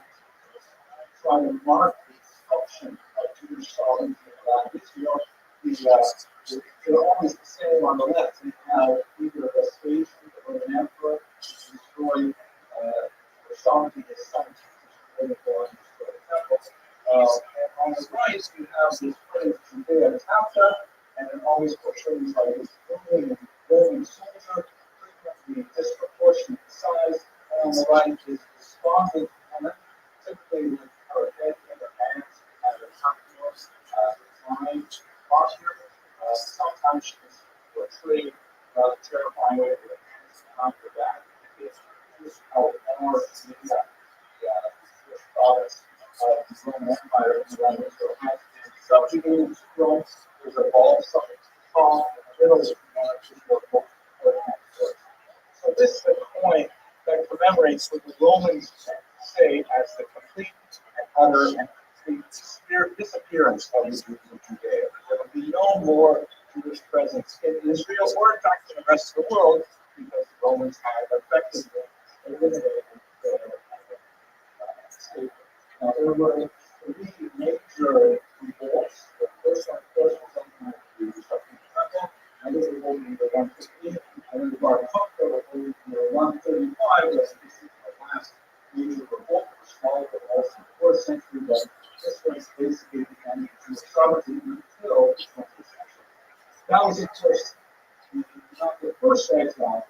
The first exile goes back all the way to the 8th century before the Common Era, when King Sanherib and several other Assyrian kings evacuated forcibly much of the northern section of Israel and executed a population transfer to the regions in Israel, Iran, and Iraq.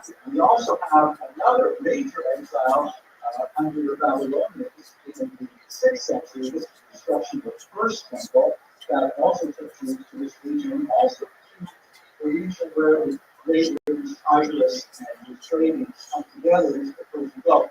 That would end up being a lasting until the 20th century, really, of Babylonian Jewry and the Talmudic Jewry and so on. And how did Jews get all the way up to Bukhara in Central Asia? We definitely have some movement of Jews in this region. The earliest known reference to Jews there is in the 4th century, when Rabbi then Shmuel is my student, visited a place called Mur, which is discussed in the Gemara. Apparently, he commented on the quality of the beer in Mur, and he had very low opinion of that particular beer, but nevertheless, that's our first connection of any kind of Jewish community, obviously not a beer drinking community in Bukhara. There is also some archaeological evidence showing the use of Hebrew characters in the Proto-Kachi language. So Jews were definitely there from the 4th century. And although we haven't found much more concrete evidence of Jews' reaching their ethnicity. Stunning and puzzling finds that suggest that maybe there was in fact a larger Jewish community there than we have. But as tradition Jewish is often laughed at this point. I see some of you got this into this if you can thank you. Okay, this goes over very well by way of Ashkenazim. Let's see this goes in okay, so let's go to where we have limited evidence of Jews in the region from the 4th century. We definitely have much stronger evidence of Jews from the 8th century and onward, primarily because Saqqara is located on the Silk Road. This yellow line here, which traverses almost into the pure route or goods traveling from the eastern Mediterranean, of course, all points from Europe and North Africa to the far east, to China, to India as well, carrying spices, silks, and all kinds of luxury goods, fabrics, and clothes. So far, as you can see with the narrow arrow, is an extremely important site there, and Jews will most likely locate in Bukhara along with the mysterious Rabbi traders who came from probably southern France in the 8th century. There's some really interesting evidence, for example, this 8th century business letter, which is written in Judeo-Persian, meaning written in Persian, but using Hebrew letters, just like Yiddish is basically German, but in the German, with Hebrew letters. So Judeo-Arabic, written with Hebrew letters. Some people say that Yiddish is actually German with phlegm, but that's an audio. This is an 8th century Judeo-Persian business letter found on the Silk Road,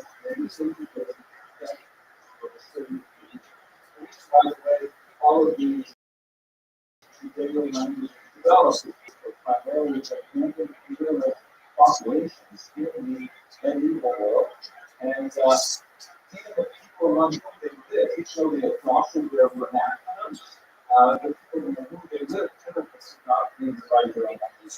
That's why, for example, Rothschild has a tremendous vocabulary called French, which is used by contemporary French scholars to try to understand how medieval French was supposed to be used. Whereas when Rothschild used French, because of the disparate nature of literacy rates among Jews from the time.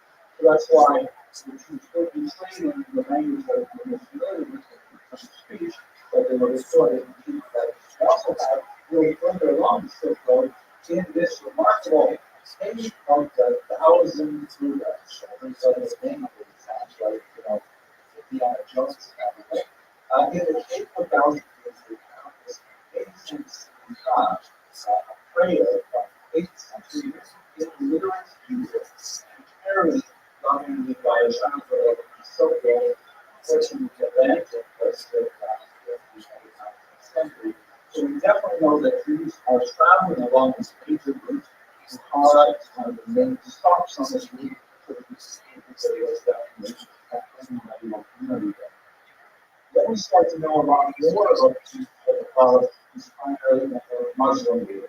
So Islam was born in the 7th century, and it's across to Arabia itself, into North Africa, all the way up to Spain, across into Spanish territory in the year 711, which has been celebrated ever since by the establishment of a network of convenience stores around the United States. These folks were trained with Ashkenazim. I don't know why you guys, but Ashkenazim, they're golden.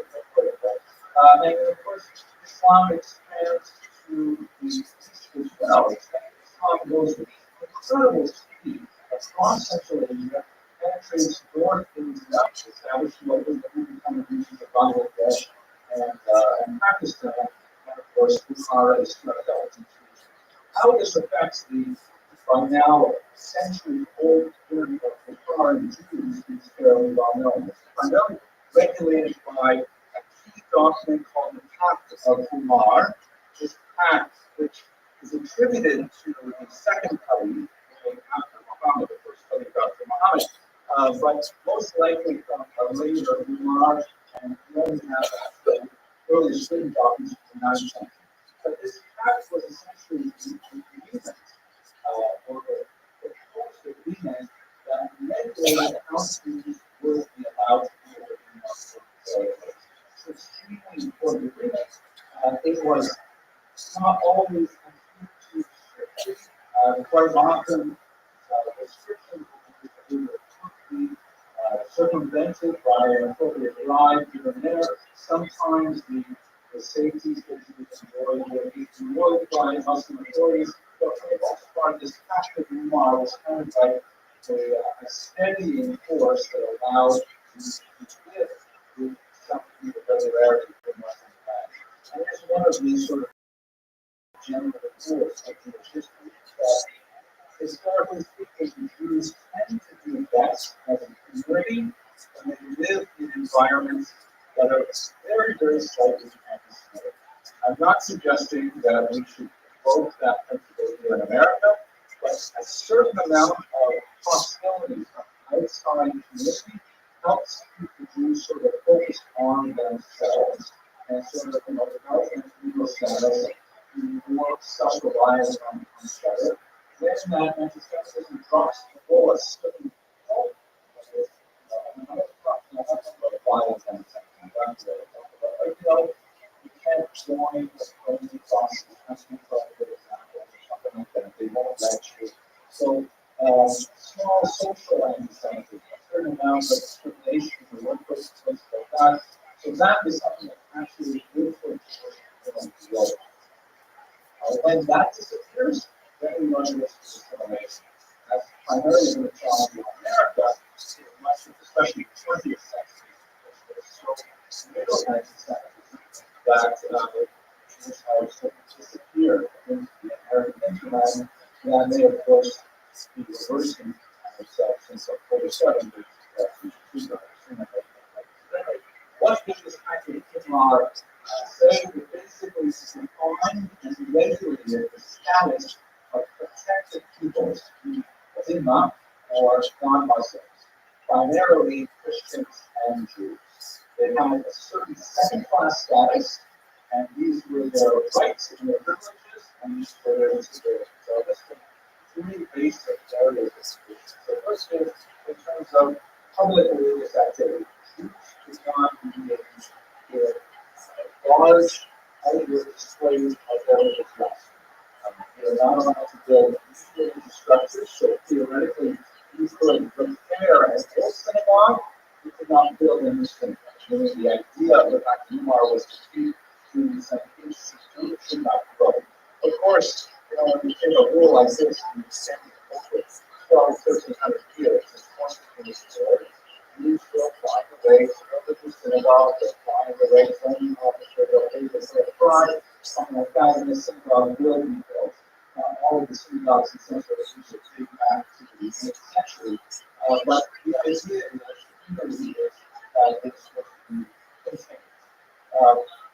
And you could not, have the pool parties and things like that. Definitely would not be allowed. The idea was more of a symbolic thing, like a sign of religious inconvenience, especially when there were others that were not. Symbolic discrimination and social distinction was a little more intrusive. Jews being supposed to be never adopt certain outward displays of class status. So that the Jews were theoretically not allowed horses, they only ride donkeys or mules. Jews were not allowed to bear arms, they could not carry a sword or anything like that. There were distinctive clothing and distinctive colors that were mandated for Jews. The strong men would have kind of like a social ostracism applied to them. Again, quite often obviated or circumvented in liberal application of life, but nevertheless a general principle that has to be second class all the time and be seen as first class. And finally, preferential supporting Muslim, all types of things, sometimes having monetary consequences, such as a special tax for being Jewish, called Jizya, also applied, of course, to Christians and non-Muslims.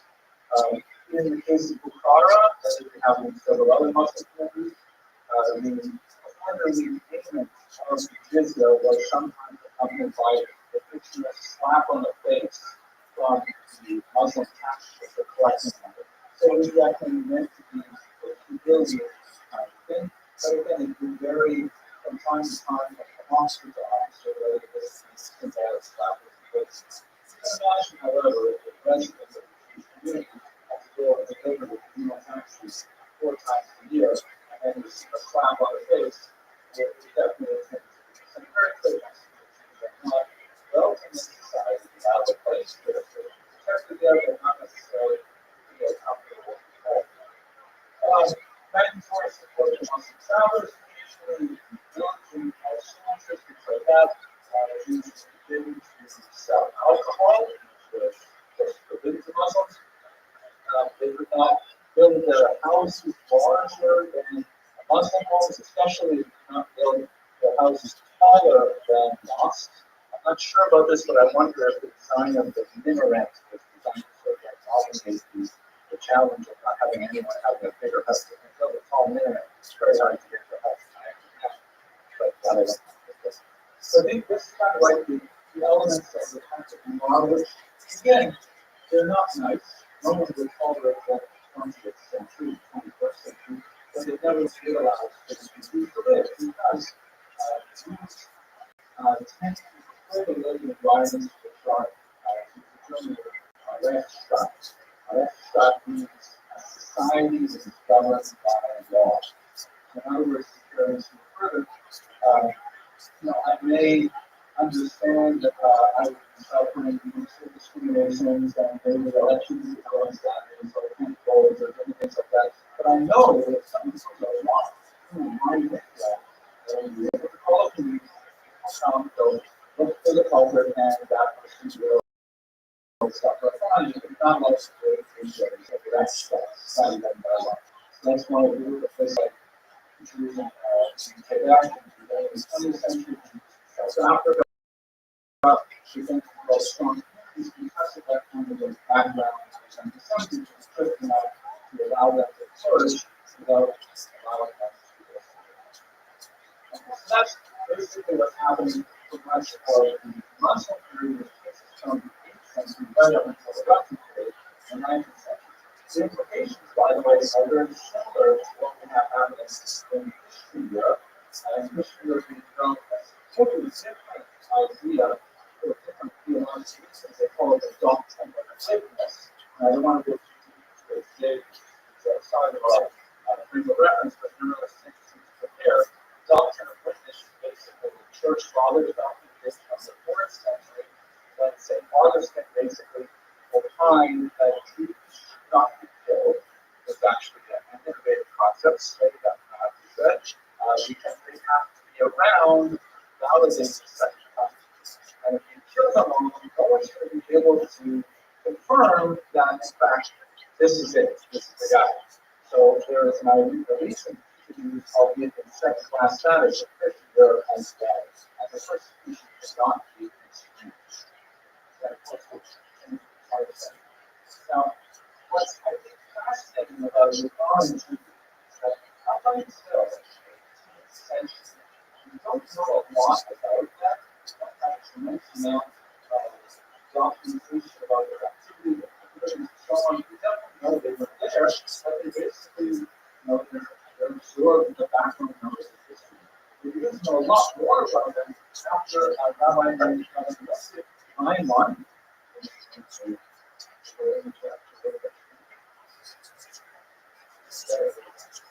Madrid is interesting.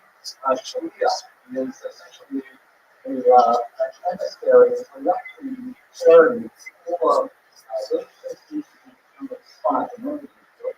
He comes to the false logic, he himself is not a teacher. However, what he brings to the time is a very strong connection specifically to the writings of Rabbi Joseph Howard. He was a scholar, of course, he was a Spanish refugee, born in Spain, and then was expelled as a child, wanting to know much of North Africa, and has known for a long time, and was most the lasting contribution to Jewish history was the author of the Shulchan Code of Jewish law. And one of the things that is so this period of time is that although the Torah and Jews, but all Jews time, were observing halacha, we were observing it primarily through a method. I saw what my father did, I saw what my grandfather did, and I basically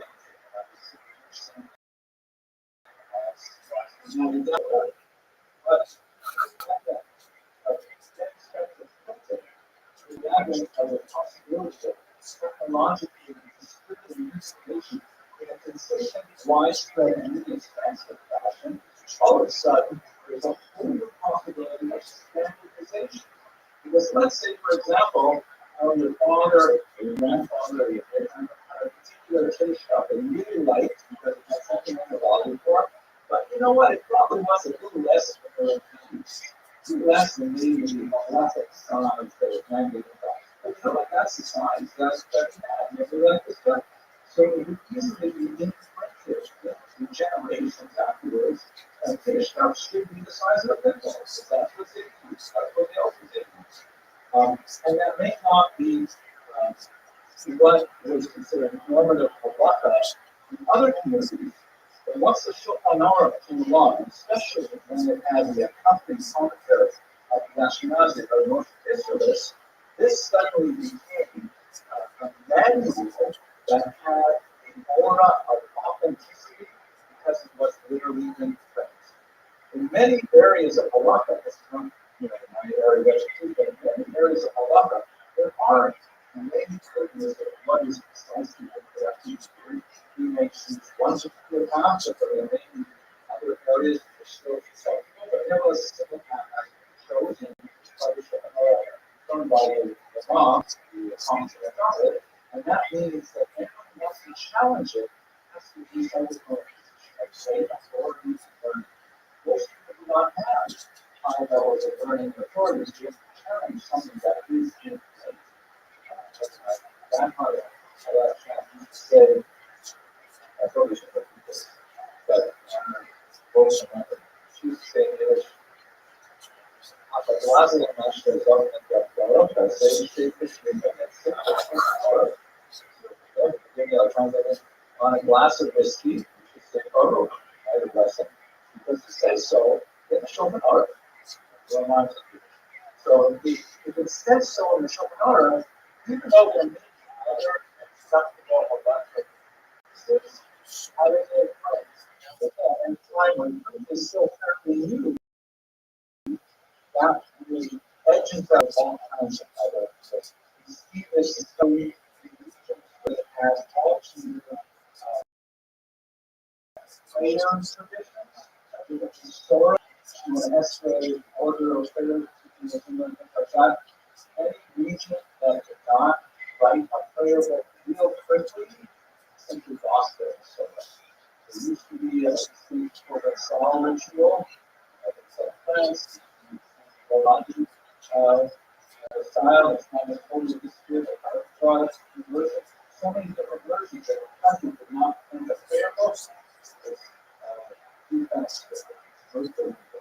that's exactly what happens in the Torah is by being such a devotee of this great halachas and mystic from Scott, or who did in Scott and what it is, but goes to Karo, who's able to show you harms. What is this great book I have? There's all these halachas laid out for you. You don't have to memorize all the things that you should do for day and body, and every now and then you might find a slight difference. Required to be Scott with tremendous success.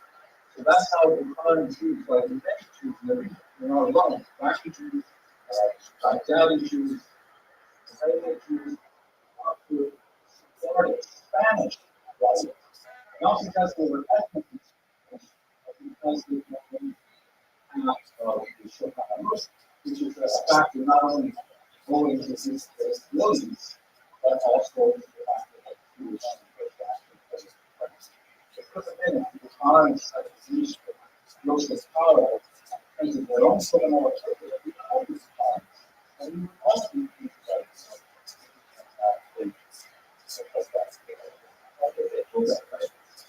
actually, I really direct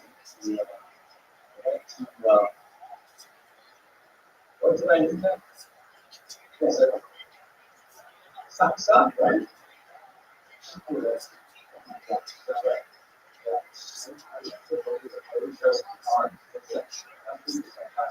Okay, so he is running to this school, not because in order to essentially revolutionize the Sephardic attachment to Mohammedanism, which has perpetuated itself to this day.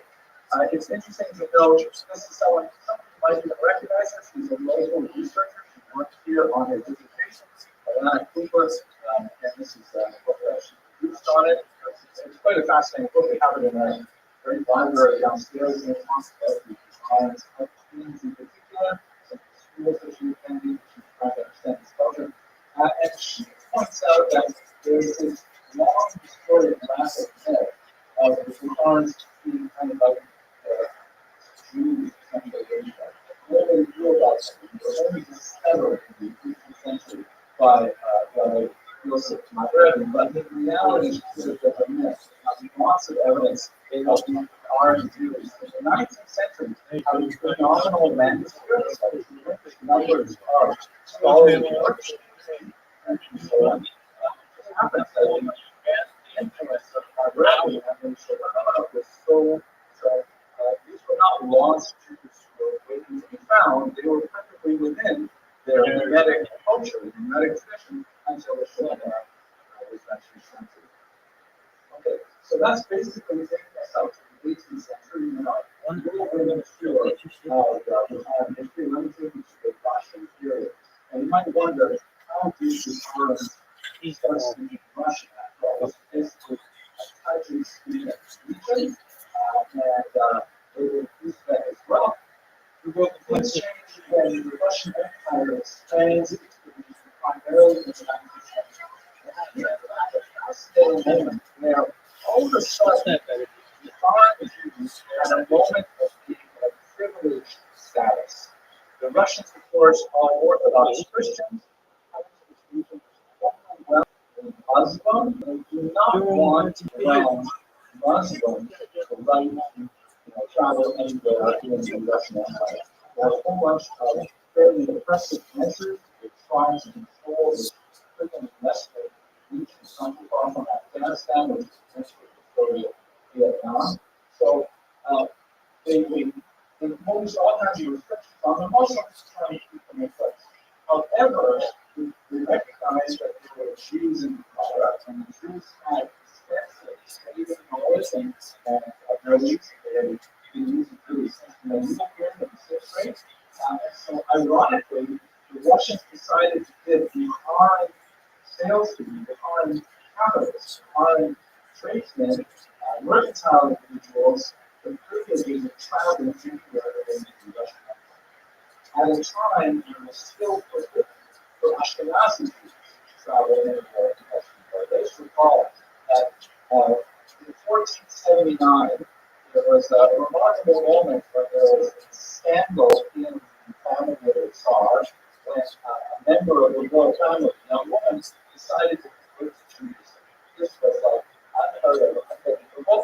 And so the Tsar declared, and it was reinforced by many Tsars such as Abdullah, that Jews would not be allowed in other Russia.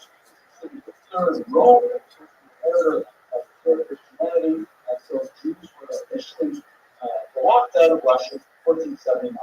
This was a state until 1772 when Catherine the Great, who herself was not of Russian origin, she was from Russia, but she turned out to be really a military leader, conquered Poland and inherited the largest single conscription in the world. And she had to face the decision, what am I going to do with this ban on Jews in Russia? I just expanded the border into Poland, how do I control all these groups? And she decided to work a kind of a compromise, which is done in English as a Pale of Settlement, which is a region that extended about halfway through Latvia, all the way down to eventually the Black Sea, including Poland and much of Ukraine. The Jews were allowed to live in this fairly large territory. And later on, it became quite oppressive, it kind of a massive ghetto living. Jews were overcrowding, but at the time, it was actually pretty good for Jews in the 18th century. But Jews could not cross large streams like St. Petersburg, to Moscow, and in certain cities in the area, from you, Kiev, were actually illegal for things that are thousands of people that are illegal. Anyways,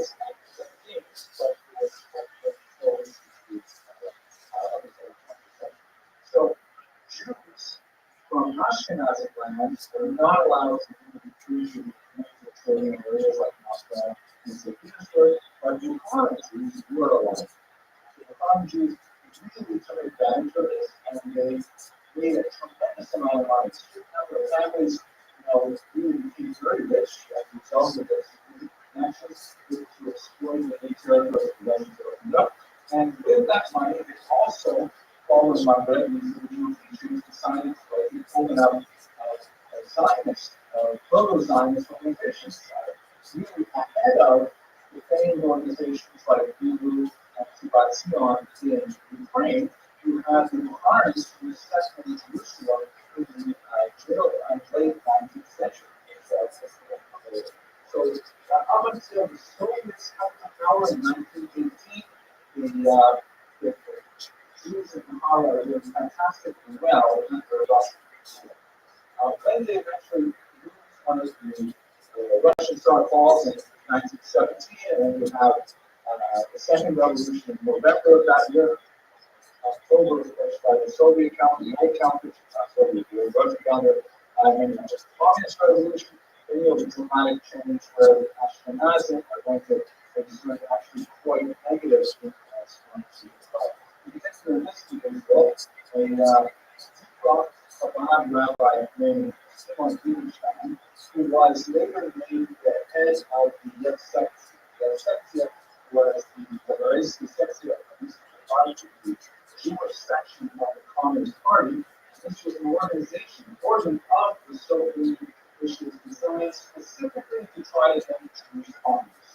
It was to take advantage of internal Jewish force, like Yiddish language, and specifically Jewish culture, try and convince Jews to abandon their traditional ways, specifically their religious ways and their Zionist leanings, and to bring them into the communist ways. The experiments during the time of the Sextia was a place such as, for example, the creation of red hadadas, which were hadadas that Stalin was like Moses, and Pharaoh was the Tsar, and capitalism was the Egyptian taskmasters, and all sorts of crazy things like that, designed to try and convince Jews that really now with the new Soviet paradise, there will be no more need for any kind of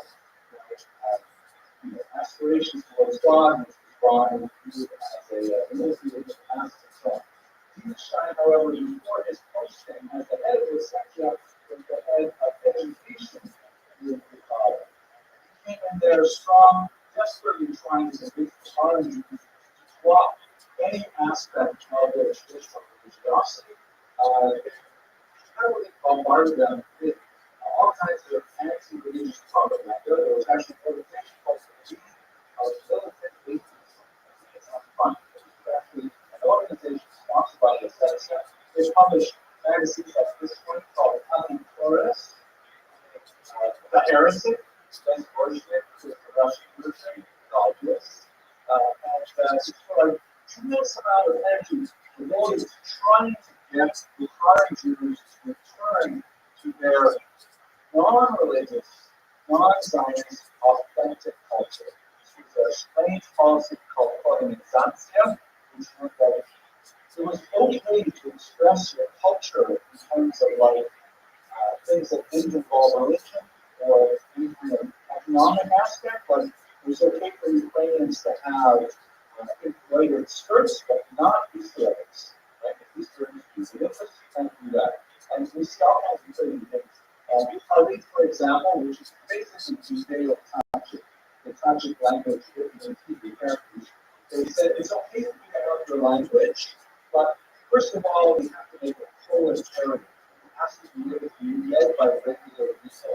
It has to, therefore, be first they decided to put in Latin characters, so for the period of time, the Harvey was written Roman letters that we have in the English language, and then they said that these text some really damage to these students to really afterwards. That lasted up until the 1930s. One thing that's kind of interesting to note here, the Russians and the Jewish communists were among the worst. There's nothing really Jewish occupiers we were even more to the end of the world to try and so also to and they did the same things in the language. They said, okay, Yiddish is okay under colonization. That's the language of the language. But you have to make it proletarian and you have to make it accessible to the masses. So one of the things that they did, they illegal in the 1930s were the final letters. Right? So you do the alphabet with 22 letters, 5 of them in that spot are written differently to occur at the end of the word. That was their test at the time. But then a word that that's illegal. And anyone who tried to print or publish anything that had those letters is essentially too low, just for printing those legends. The Ukrainians also had a problem. The Ukraine is very close to Russia, but there are certain letters that just the Ukrainian don't exist in Russian. For example, the letter G, that's distinct from the letter H. It says Ukrainian, the letter G contains the Ukrainian don't put the letter G in, not the side. Crazy things. I consider it kind of ironic that there is a concept, right?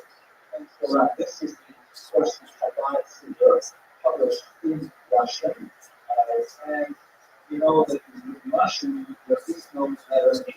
That's how I know there people call it either Henry or Henry.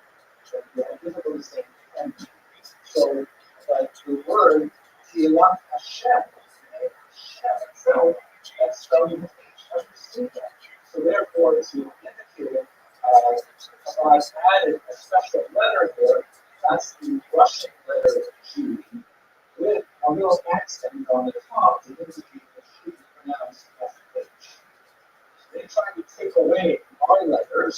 We actually take them a letter term and then as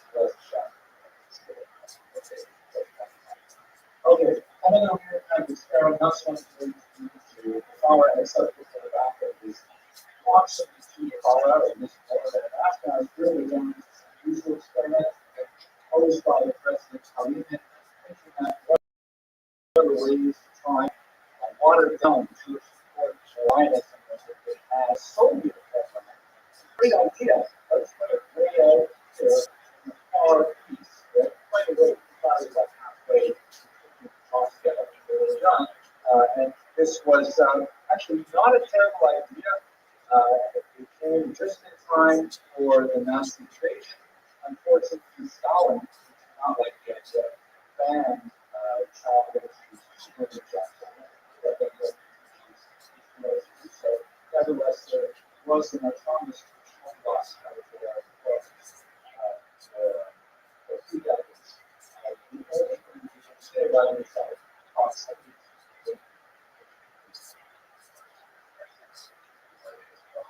one thing that we gotta say here, next we are going to speak more next to these topics in structure, which really lasts pretty good. So I don't want to see too much of it right now. And one of the things that is incredibly important for the power and Jewry, Russian Jewry as a whole is an incredible story of that.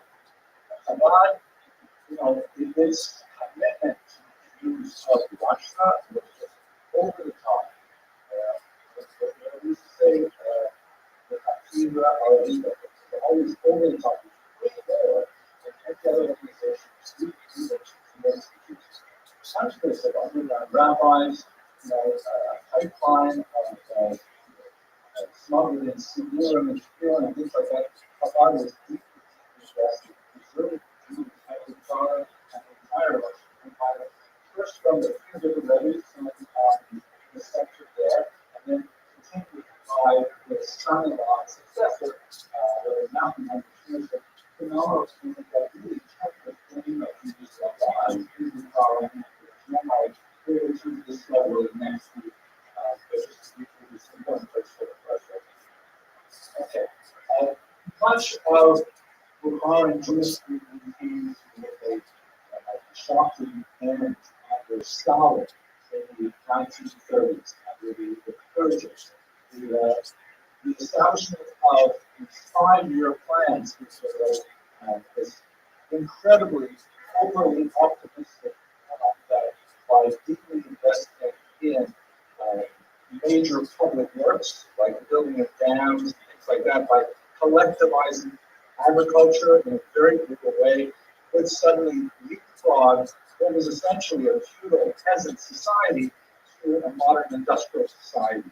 It turned out to be an incredible failure, and the nature of the Soviet Empire at that time, the Soviet concept, they could not accept the idea of planning these works. And certainly jokes about culture, the trains not moving, so we shut the windows and maybe move shut the people. That's exactly what happened in the time for Atlantis begin in the early 1930s. However, it doesn't have a funny ending in the line, because once the plans were proven not to be successful, they had to find people to blame for it.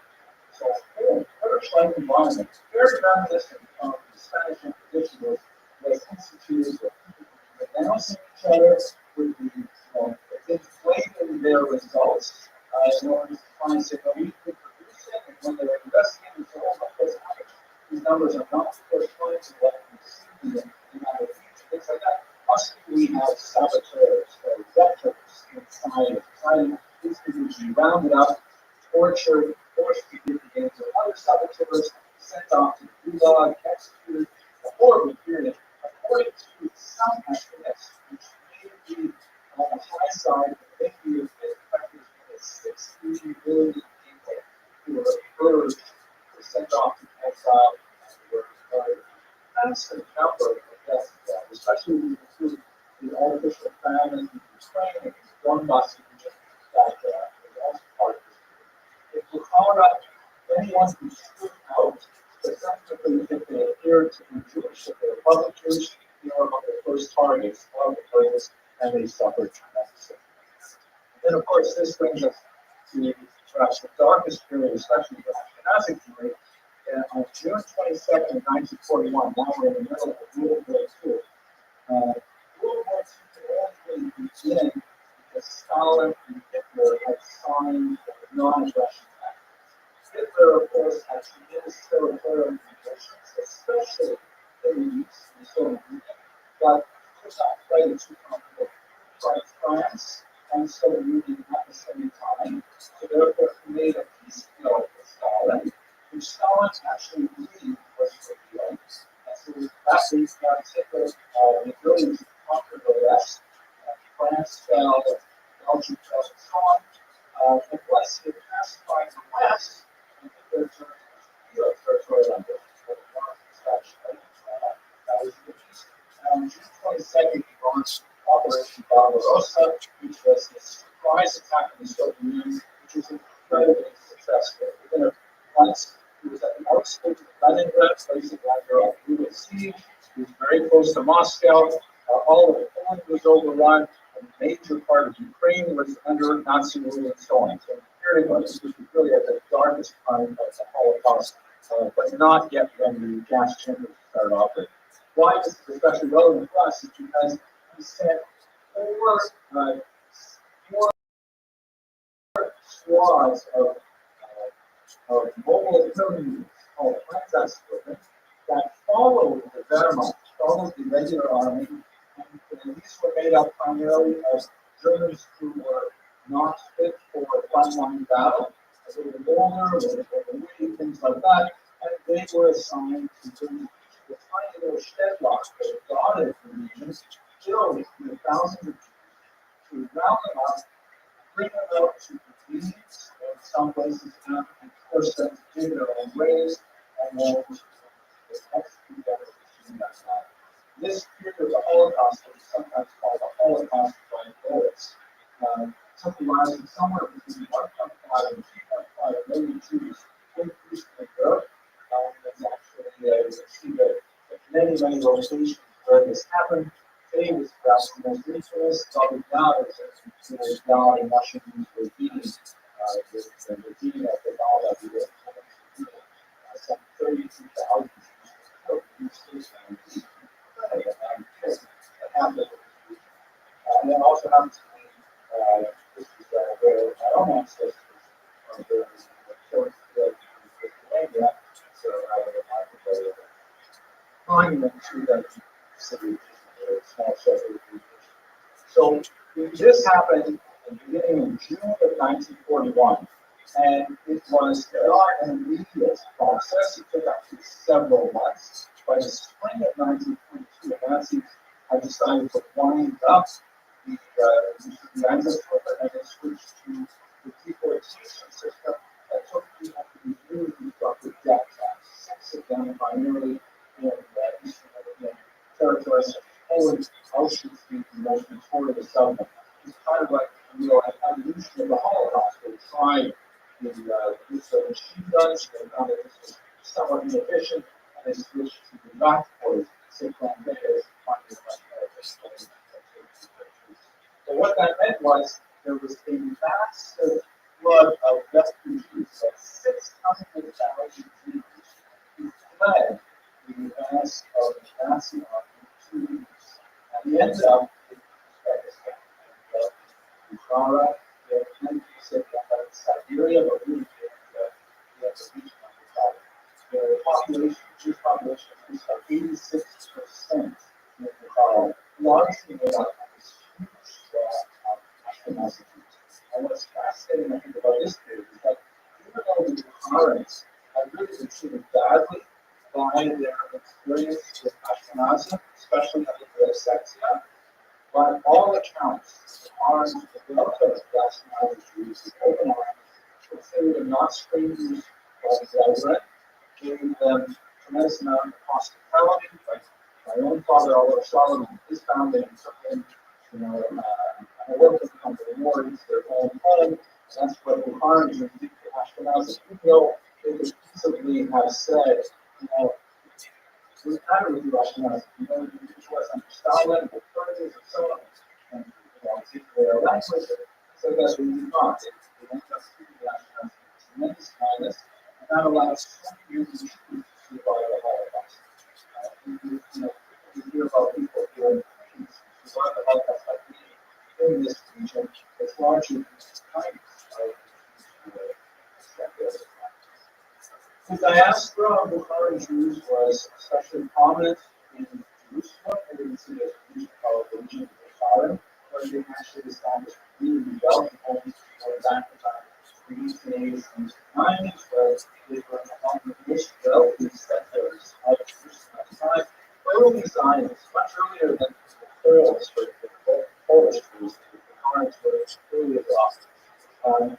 Many of them came after the war when there were such a pressure by Jews who were fleeing the despair camps.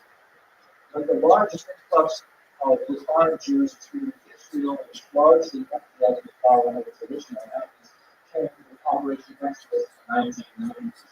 A massive number of Jews making their way to Israel with the relaxation of the crazy Soviet rules not allowing Jews to exit the Soviet Union, the establishment of homes not only in Israel but also in places like this. And I think what we can say by way of the Bukharan legacy, we had a discussion with this discussion of this poem, the Judea Chapter poem, which in many ways was intended by its creator, Vespasian, as a propaganda device to say, that's it for the Jewish people. We have totally destroyed them. We will never be bothered by the Jewish people again. Look at what we've done to them, completely humiliated them, doing something they've done. So I was going to an interesting medallion that was created in Israel in the 1950 days to celebrate the 10th year of the establishment of the state of Israel. The medallion was, and on one side, it has these familiar kinds of elements that we see. There's being praised Judea Capta, there's the Roman soldier, there is the respondent woman, and so on. And this is kind of like emphasizing this original message of exile. But on the obverse, you have this symbol, which in the very beautiful artistic manner it's the same kind of composition. But in place of the Roman soldier, you have a Jewish woman praying with her infant child, affirmation of life, and on the right side of the despondent woman, you have a sadistic, planted tree, a clear illustration of hope for the future.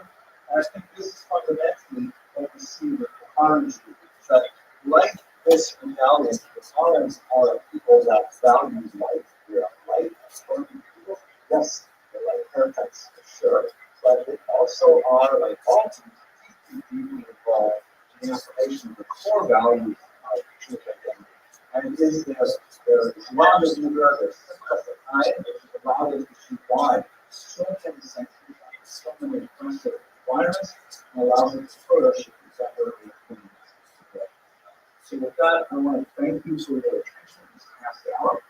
I just stick around for a couple of questions, but no parts questions, please. And if you are around next week, I invite you to come back or I'll speak about something that actually tell us something about it.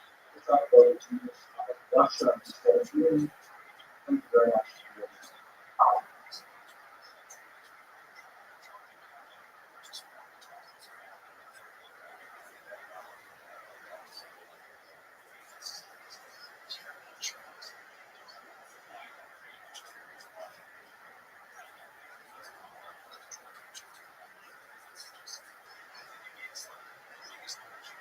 Hello, my name is Henry Dickerson. I'm a historian and I have been obsessed with the Holocaust for much of my adult life. I have resisted providing lectures on the Holocaust in any significant manner on YouTube, primarily because it's very difficult to convey in an appropriate fashion the material that I'd like to discuss with you over the course of the next 30 odd mini lectures. However, given contemporary events, it seems to be much more crucial than ever that I at least make an attempt to discuss this period, and I hope that you will find these brief lectures meaningful and useful as we strive to understand one of the most difficult periods in all of human history. By way of introduction, I studied at the and I focus primarily on modern Jewish history. I've written quite a few things on various aspects of Jewish history, but here's only one book study on the Holocaust, and I'm specifically looking at the work of Rabbi Columbus Shapiro, known as the H. Kodesh. My teachers at the University of Toronto were Professor Israel Fackenheim, who's a world-renowned philosopher, and Michael Maris, also a very well-regarded historian, principally of the Jews of France during the Holocaust. What I'd like to do over the next few minutes is to try to understand some parameters of the Holocaust, trying to figure out what we're going to be discussing over the course of the next few lectures. Let's start with terminology. Why do we call it the Holocaust? We don't know what we're speaking about, but where does this strange name come from and what exactly does it refer to? So certainly the term Holocaust is associated primarily with the mass murder of some 6 million Jews in Europe during the Second World War. This is, however, a term that took about 20 years to come into some circulation. Prior to that, it was largely unnamed because people lacked the vocabulary to describe an event of such magnitude and such horror. One might think similarly of the words that American uses or the terms that one might think pausing. In a similar fashion, one might think about one of the defining moments of this century. Of course, I'm referring to the attack on the Twin Towers and on the Pentagon that's known as 9/11. That's hardly a name that's descriptive of what is going on in those attacks, but people lack a more appropriate word to term it, and therefore they call it 9/11. Perhaps in 50 years we may have a different word to describe those events of the early 20th century, but for the time being, it seems like Holocaust is the standard term used to describe the mass destruction of European Jewry. If you were to ask my grandmother of blessed memory, she would refer to it as Churban Europa, the destruction of Europe. And the term Churban is very resonant within the Jewish tradition because it's used to describe the destruction of the temples in Jerusalem. The first destruction in the 6th century before the Common Era, the second destruction in the 1st century of the Common Era. So by using the term Churban or Churban in modern Hebrew, that evokes a kind of lineage of thought, that somehow a historical continuity between the great destructions of the temple that were antecedent to the exiles, the Babylonian exile and the Roman exile, and so the Churban Europa is on that same level of magnitude. However, this has strong religious connotations, and others have not felt comfortable with this term. Let's look at some of the other terms that were used to describe it. Perhaps the most significant term was first coined by Rothschild, who was a thinker who was very troubled by the mass murder of the Armenians at the beginning of the 20th century. And he coined in 1944 the term genocide, which he used to, he coined that term based on the Greek term genos, meaning people, and side, meaning killing. We have the terms homicide, which means to kill a man, or suicide, to kill oneself, God forbid, terms like this. So genocide was a new term that he had coined to try to describe the destruction of an entire people. As you can see here in this slide, it's not necessarily the physical destruction of all of the individuals that make up this genos, but can also have a cultural element as well, which is, we'll come back to that perhaps when we return to this topic at the end of these lectures. The term Holocaust became especially popular, although it was in circulation in the 1960s. It became very popular in the 1980s with the result of this feature-length film, Holocaust, starring James Rothschild and Michael Moriarty. Well, where does the term actually come from? So it's actually a Latin term that appears in the Vulgate translation of the Old Testament, of the Hebrew Scriptures. The term Holocaust is actually a Latin translation of the Hebrew term Olah, where Olah means to rise up, and it refers to a burnt offering that is completely destroyed, right? In the sense of Kulo Olah, everything goes up, it becomes smoke and it disappears into the sky. You can see here the term Holocauston is how it's actually referred to in the Vulgate. So this is a very powerful term as well, but it has some drawbacks. First of all, it is also, like the term Churban, religious in nature, that it has even a more difficult connotation because the passages in which the term Olah appears in the Hebrew Bible are usually referred to in a very positive sense, meaning that God, as it were, smells the burnt offering, and it's a reach nichoach, it is a pleasing odor. So if we were to follow this metaphor to its conclusion, we would have a theological conundrum that's very difficult to comprehend. And in fact, that theological conundrum will continue, but I'll hope to address it later on in this course. Certainly, the term, one more difficulty with the term Holocaust. If it is somehow pleasing to God, does that mean that those who bring the sacrifice, or the Kohanim, the priests in the Bible, do they have a counterpart with the murderers of Jews? It's a very, very difficult thought. So Holocaust has its objections, and in fact, many observant Jews prefer not to use the term Holocaust for that reason. Another term very popular in Israel was the term Shoah, also popularized by the very famous film by Klaus Lanzmann. Shoah is a Hebrew word that means just generically destruction. It occurs several places in Tanakh and the Hebrew Scriptures, but it does not have this specific connection with somehow pleasing God. It can be used in many different contexts.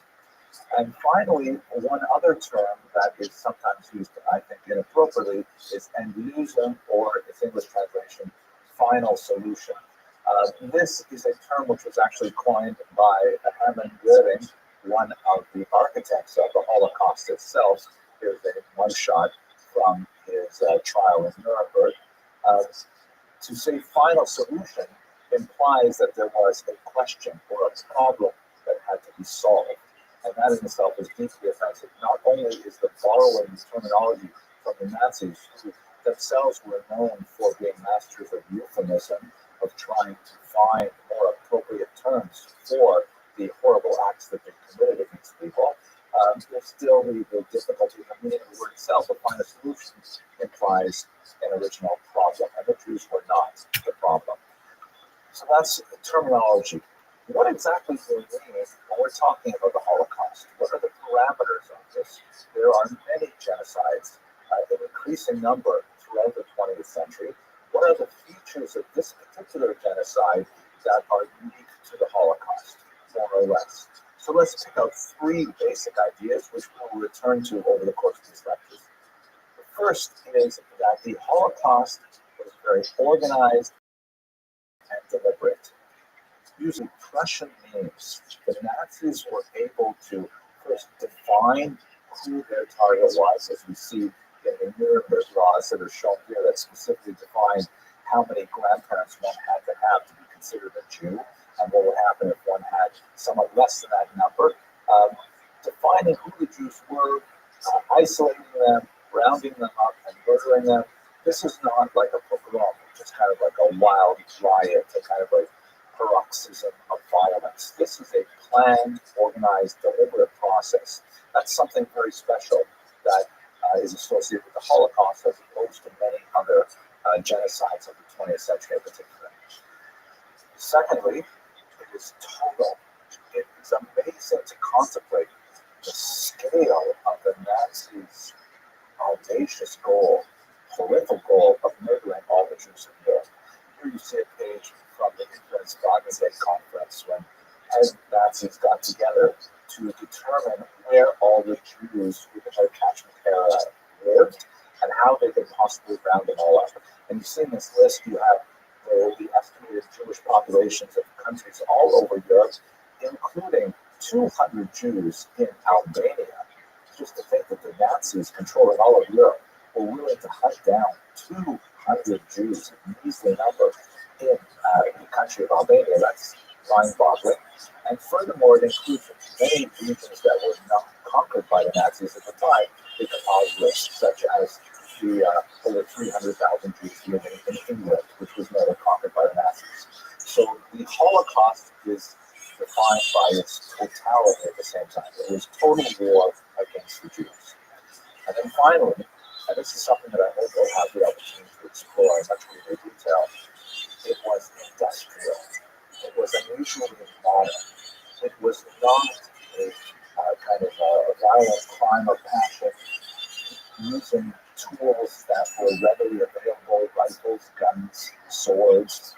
It was something that was planned and organized and using the tools of industrialism per se.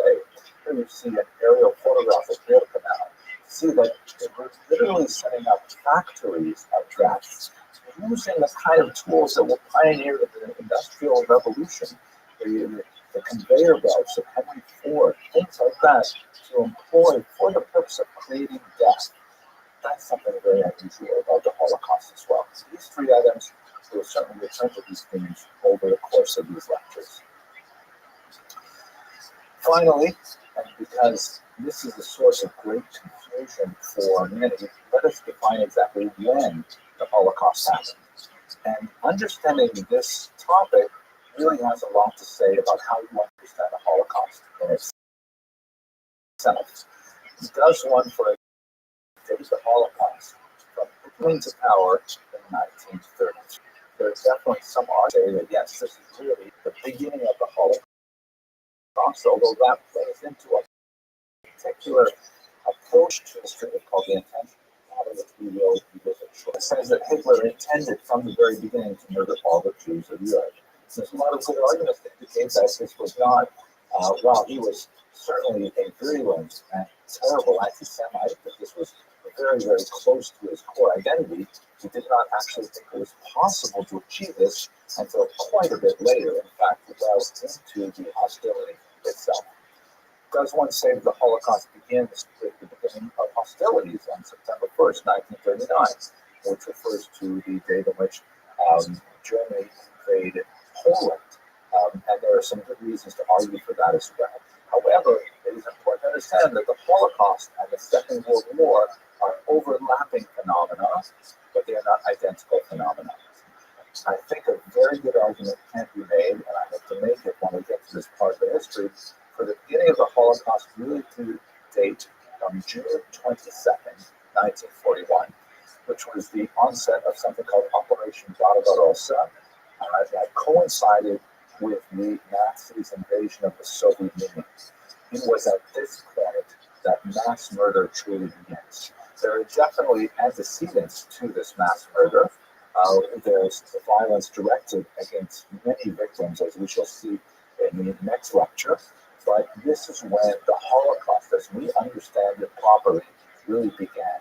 And eventually its nadir would be reached in about a year with the construction and operation of the death camps themselves.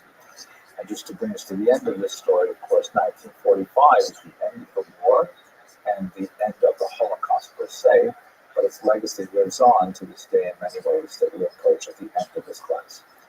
I hope that you will have the patience and the fortitude to make your way through these lectures. It is very difficult material, but I think it's deeply meaningful and very important to understand this in order to ensure that we all act as responsible citizens in a global society.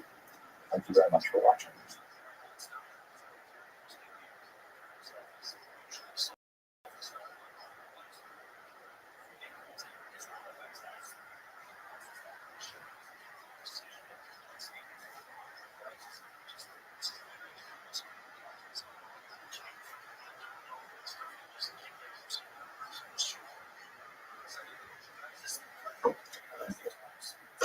Now that we've outlined in very basic form the parameters of the Holocaust, terminology we use to describe it, some of its unusual features, and the period of time we're speaking about, we definitely have to spend some time right now at the initial moments of this series talking about the victims.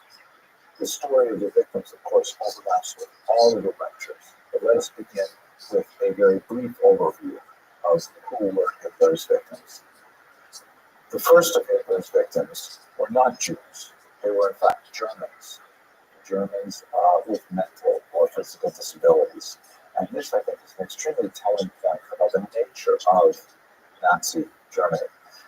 We see this amazing quote that resonates with me from Mahatma Gandhi, who wrote, "The true measure of any society can be found in how it treats its most vulnerable members."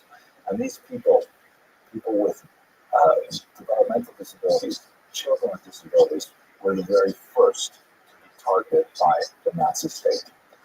The origins of this really lie in something called social Darwinism.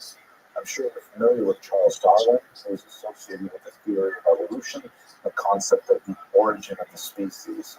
Although Darwin was mainly thinking about the natural world, there are other thinkers who developed his into human civilizations as well, meaning that the various peoples of the world can somehow be racially divided into how well they are adapted to their environment.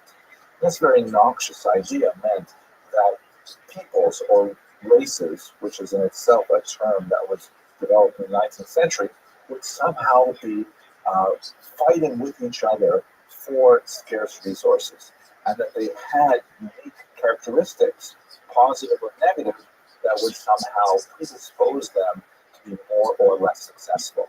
I'll go into that in some detail in just a moment. But let us try to understand how Darwinist ideas were expressed in the concept of eugenics.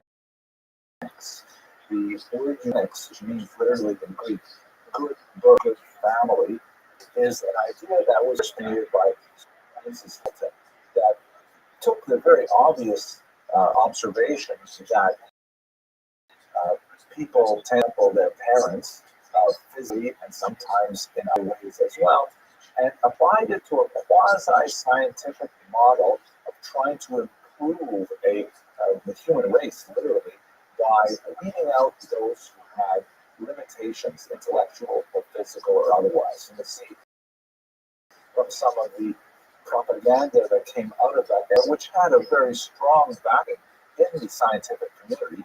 And this is not the place, but it is important to mention that many societies, including America, put into practice some very noxious social measures to try and further the goals of eugenics by, for example, sterilizing individuals who were thought to be beneath the value of a given society.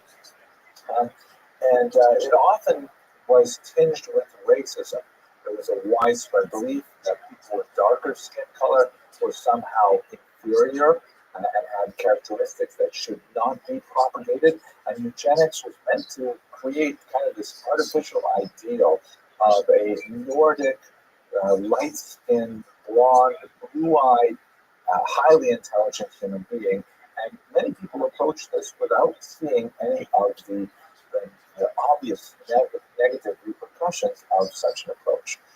The Nazis, of course, were very deeply invested in the concept of eugenics, not only on the negative side of removing individuals from society forcibly through murder and other means, but also in terms of encouraging through equally brutal means the propagation of people who had these supposed desirable characteristics. The Lebensborn program, for example, or a Lifeborn program was designed to try and, in some cases, kidnap children who came from particularly eastern regions when they were conquered, and they had the desired characteristics, and they were taken from their parents and were raised as Aryans, so to speak, in Nazi Germany themselves. There are many other aspects of this, perhaps we'll come to it later on in this program.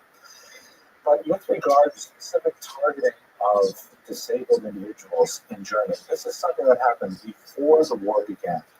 Two individuals, called Wilmington and Alfred Hertha, wrote a very awful book, which is called Die Freigabe der Vernichtung Lebens und Werten Lebens. Terrible title, which means the permission to destroy those who are living life unworthy of life. And the authors made this sweeping generalization that people who suffered from physical or mental disabilities were somehow living a quality of life that was inappropriate, and somehow it would be better for the rest of the world to simply destroy those people because they were not equally able to other members in society.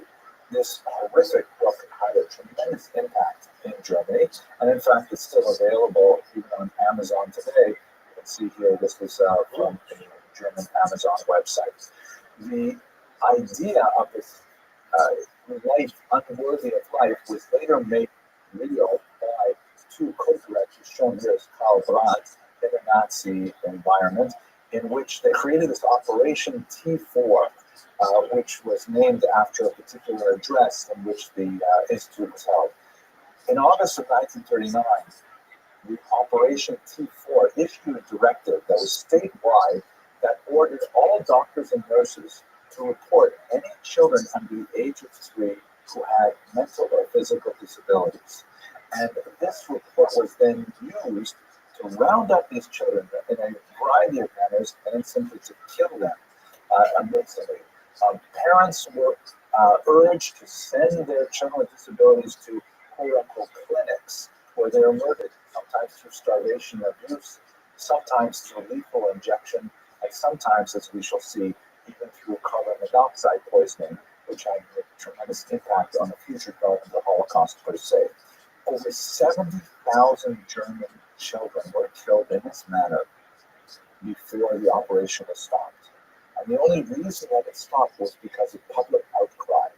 It lasted for about 2 years officially, and then was reinstated later secretly. And by the time the war was over 200,000 people with mental and physical disabilities were murdered. Absolutely horrific statement.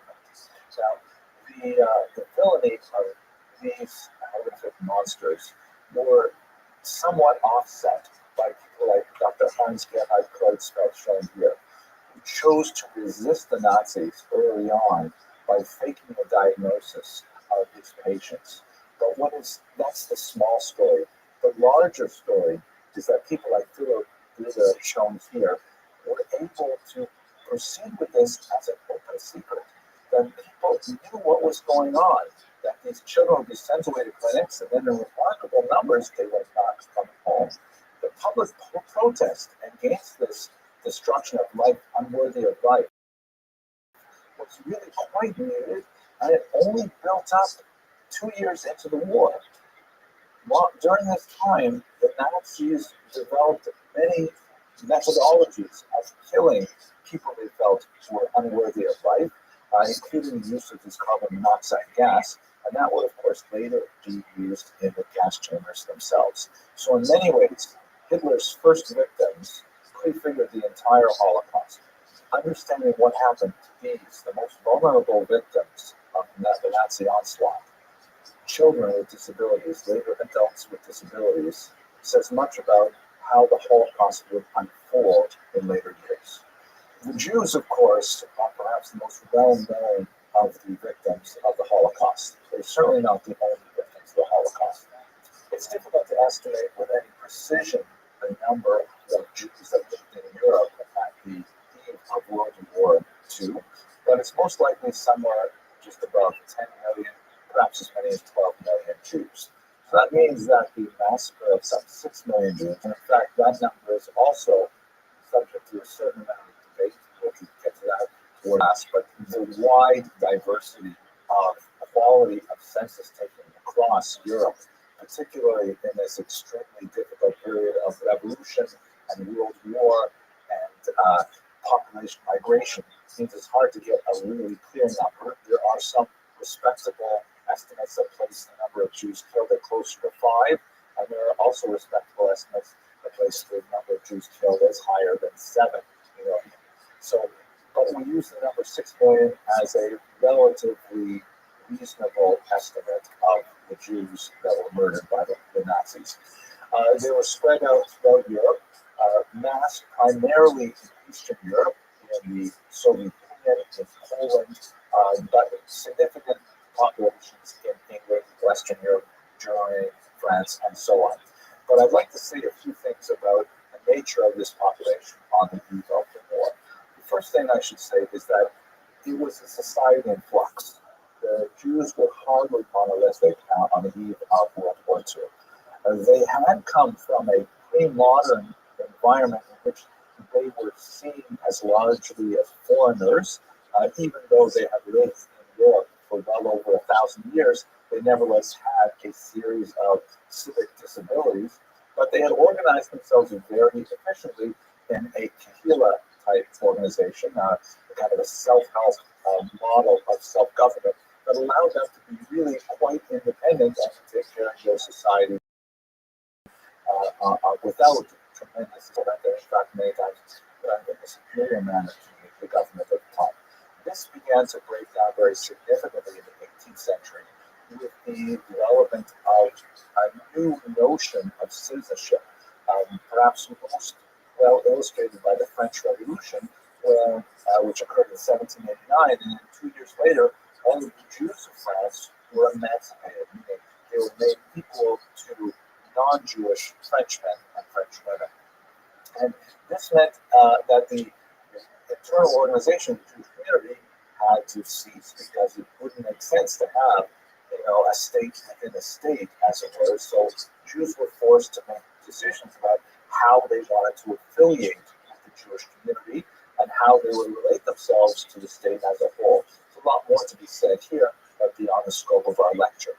Over the course of the next 150 years, they rapidly modernized. The Jews were always a very learned people, always very literate and very numerate, and so they were well poised to advance themselves during the period of modernization that followed on with the granting of citizenship. But the granting of citizenship was hardly uniform. In France, it was granted basically in one fell swoop, first to Spartan and then to Ashkenazim. In Germany, there was quite a bit of a back and forth over the next 150 years, whether or not to grant Jew citizenship. And that colored, in many ways, the specific experience of German Jewry in relating to the larger environment. In Russia, it was not granted at all until 1917, when the Russian Empire fell and was replaced by the Soviet Union. So the way in which they modernized was really quite different as you move from west to east. Similarly, huge varieties of religious observance. The notion that European Jewry was monolithically orthodox is patently false. The Reform movement, the conservative movement, all had their origins in 19th century Europe, particularly in the western regions, and had created many different modalities of religious observance with significant tension with traditional observers as well. And then finally, we should understand that to a large degree, particularly in Eastern Europe, it was emptying itself of Jews as we moved towards the turn of the 20th century. A wide scale, massive migration of more than 2 million Jews away from Eastern Europe and to the New World, to the United States, to Canada, to South America, Israel, Australia, South Africa, and so on. So it's a population that was very dynamic, very diverse, and very much changing as a result of this migration. But by and large, I think one of the most useful ways to think about the Jews of Europe at this time is to divide them into Eastern and Western Europe. This is, by the way, something that would be very relevant for our understanding of Nazi policies, because they pursued very different approaches to the countries in Western Europe that they conquered, as opposed to the countries in Eastern Europe. And when I say Eastern Europe, I'm talking primarily of countries like Poland, Romania, the Baltic states of Estonia, Latvia, Lithuania, of course, the Russian Empire, later Soviet Union, and so on. So what's the major differences between Eastern and Western Europe when it comes to the Jewish population? First of all, the population of Jews in Eastern Europe was much higher. This is a result of migrations that occurred in the 13th through the 17th centuries. And so you have a significantly larger core population of Jews in Eastern Europe than in Western Europe. Secondly, as I mentioned earlier, they're highly urbanized, more so in the West than in the East, but they are very much attuned to the centers of cultural, economic, social activity. And since they tend to, arrive in many of these places very early on in their history, populations going back over a millennium, they tend to be located in the downtown cores of many of these cities. Religiously, as I mentioned earlier, the Western European Jews tended to adopt many other non-traditional forms of religious observance through this new conservative and reform movement. Those are the American terms, of course, back then, of historical positivism and liberal. The language was also quite different. In Eastern Europe, the overwhelming majority of Jews spoke a Creole language called Yiddish, which is basically medieval German mixed with a high number of Hebrew, Aramaic, and even Romance language terms, and also written in the Hebrew alphabet. Yiddish was by far the mother tongue of the vast majority of Jews from Eastern Europe. In Western Europe, however, they were rapidly adopting the vernacular as their first language, and their use of Hebrew, the use of Yiddish, significantly declined. Nowhere, however, was Hebrew the mother tongue. Hebrew, the ancient language, although always used as a scholarly language, as a religious language, that was something that had become moribund in favor of Yiddish and the vernaculars. But it was revived by the Zionist movement at the turn of the 20th century, and of course, it became the revived language of the modern state of Israel. Politically, Jews in Western Europe were various models of what we might call liberalism today. In Eastern Europe, there was a wide variety of political approaches. The vast majority of Jews with peers were politically quiescent, were not specifically involved in any political organization. But when we look at the few election results that we have from Eastern Europe, they tend to be Zionist in orientation, and there's also a strong socialist trend as well. And then finally, the idea of nationalism. What does it mean to be a Jewish nationalist? This is not something that was well developed in Western Europe, where Jews saw the benefit of civic engagement, and they saw the benefit of emancipation, and they strove to define themselves as good Englishmen, good Frenchmen, and so on. In Eastern Europe, however, there was much less of this phenomenon, whereas Jews saw their national identity as being expressed more in Zionism, or perhaps in a new communist idea, which hopefully we will return to later as well. One last detail that's very important in understanding the Jewish experience in the Holocaust. One of the major sub-ethnic dividers of the Jewish people are between Ashkenaz. The term Ashkenaz is a biblical term that was used to describe the Jews of in northern Germany, and their descendants who overwhelmingly constitute the bulk of European Jews, especially in Eastern Europe. The term Sephardim comes from the term Sfarad, which is a biblical term as well, and is used to identify Spain. And even though Jews were emptied from the Iberian Peninsula in the 15th century with the Great Expulsion, nevertheless, Sephardic Jews hold on to their traditional ethnic and cultural orientation even 500 years after that great event of 1492. And so where were they living? And the experience of Ashkenazim and Sephardim during the Holocaust is quite distinct. Looking at a map of Europe, most of the regions conquered by the Nazis were inhabited by Ashkenazim.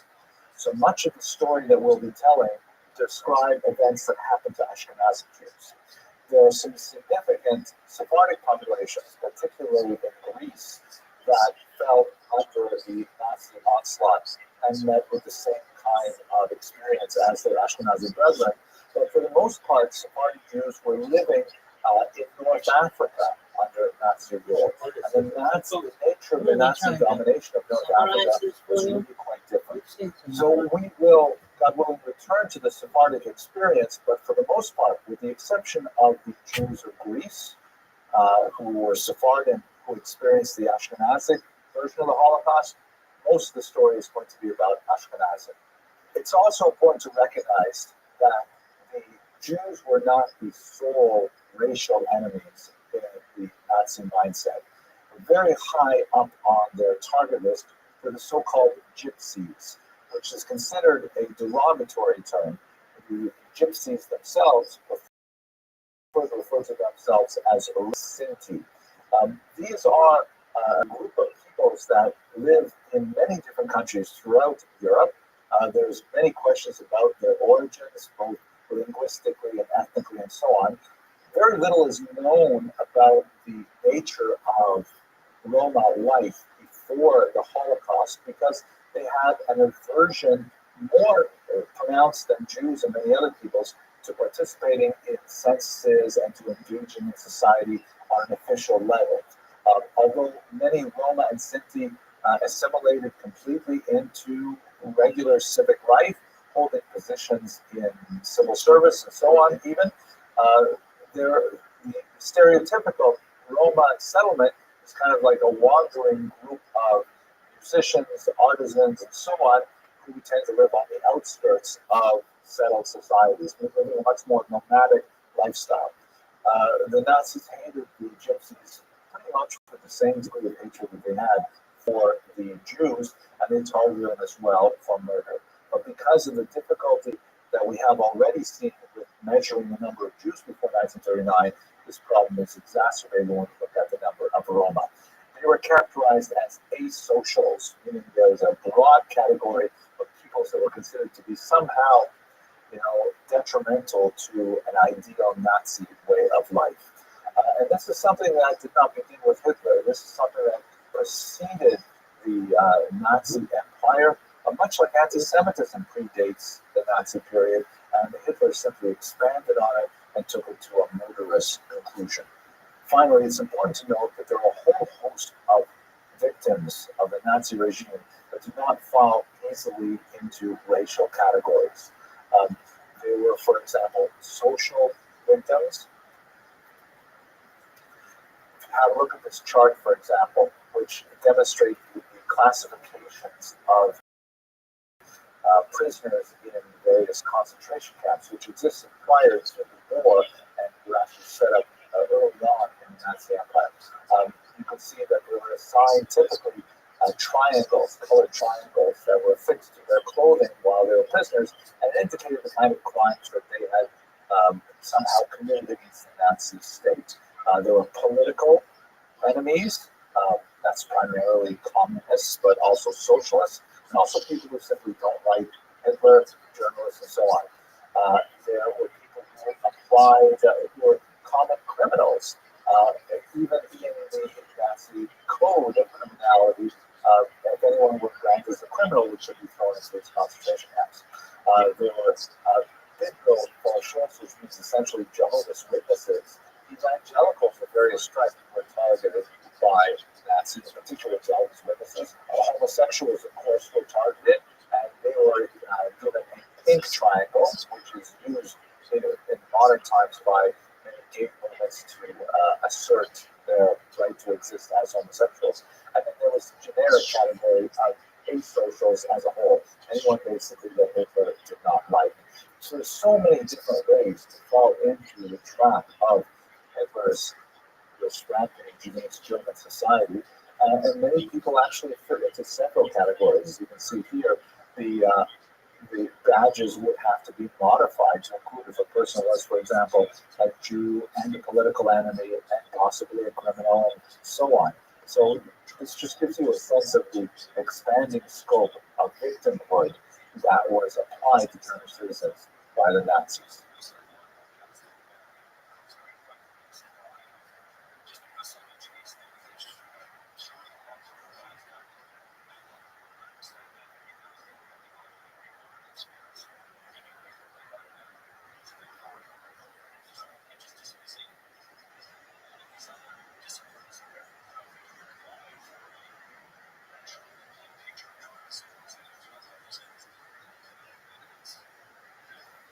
The Holocaust, of course, was built on centuries, even millennia of anti-Judaic prejudice.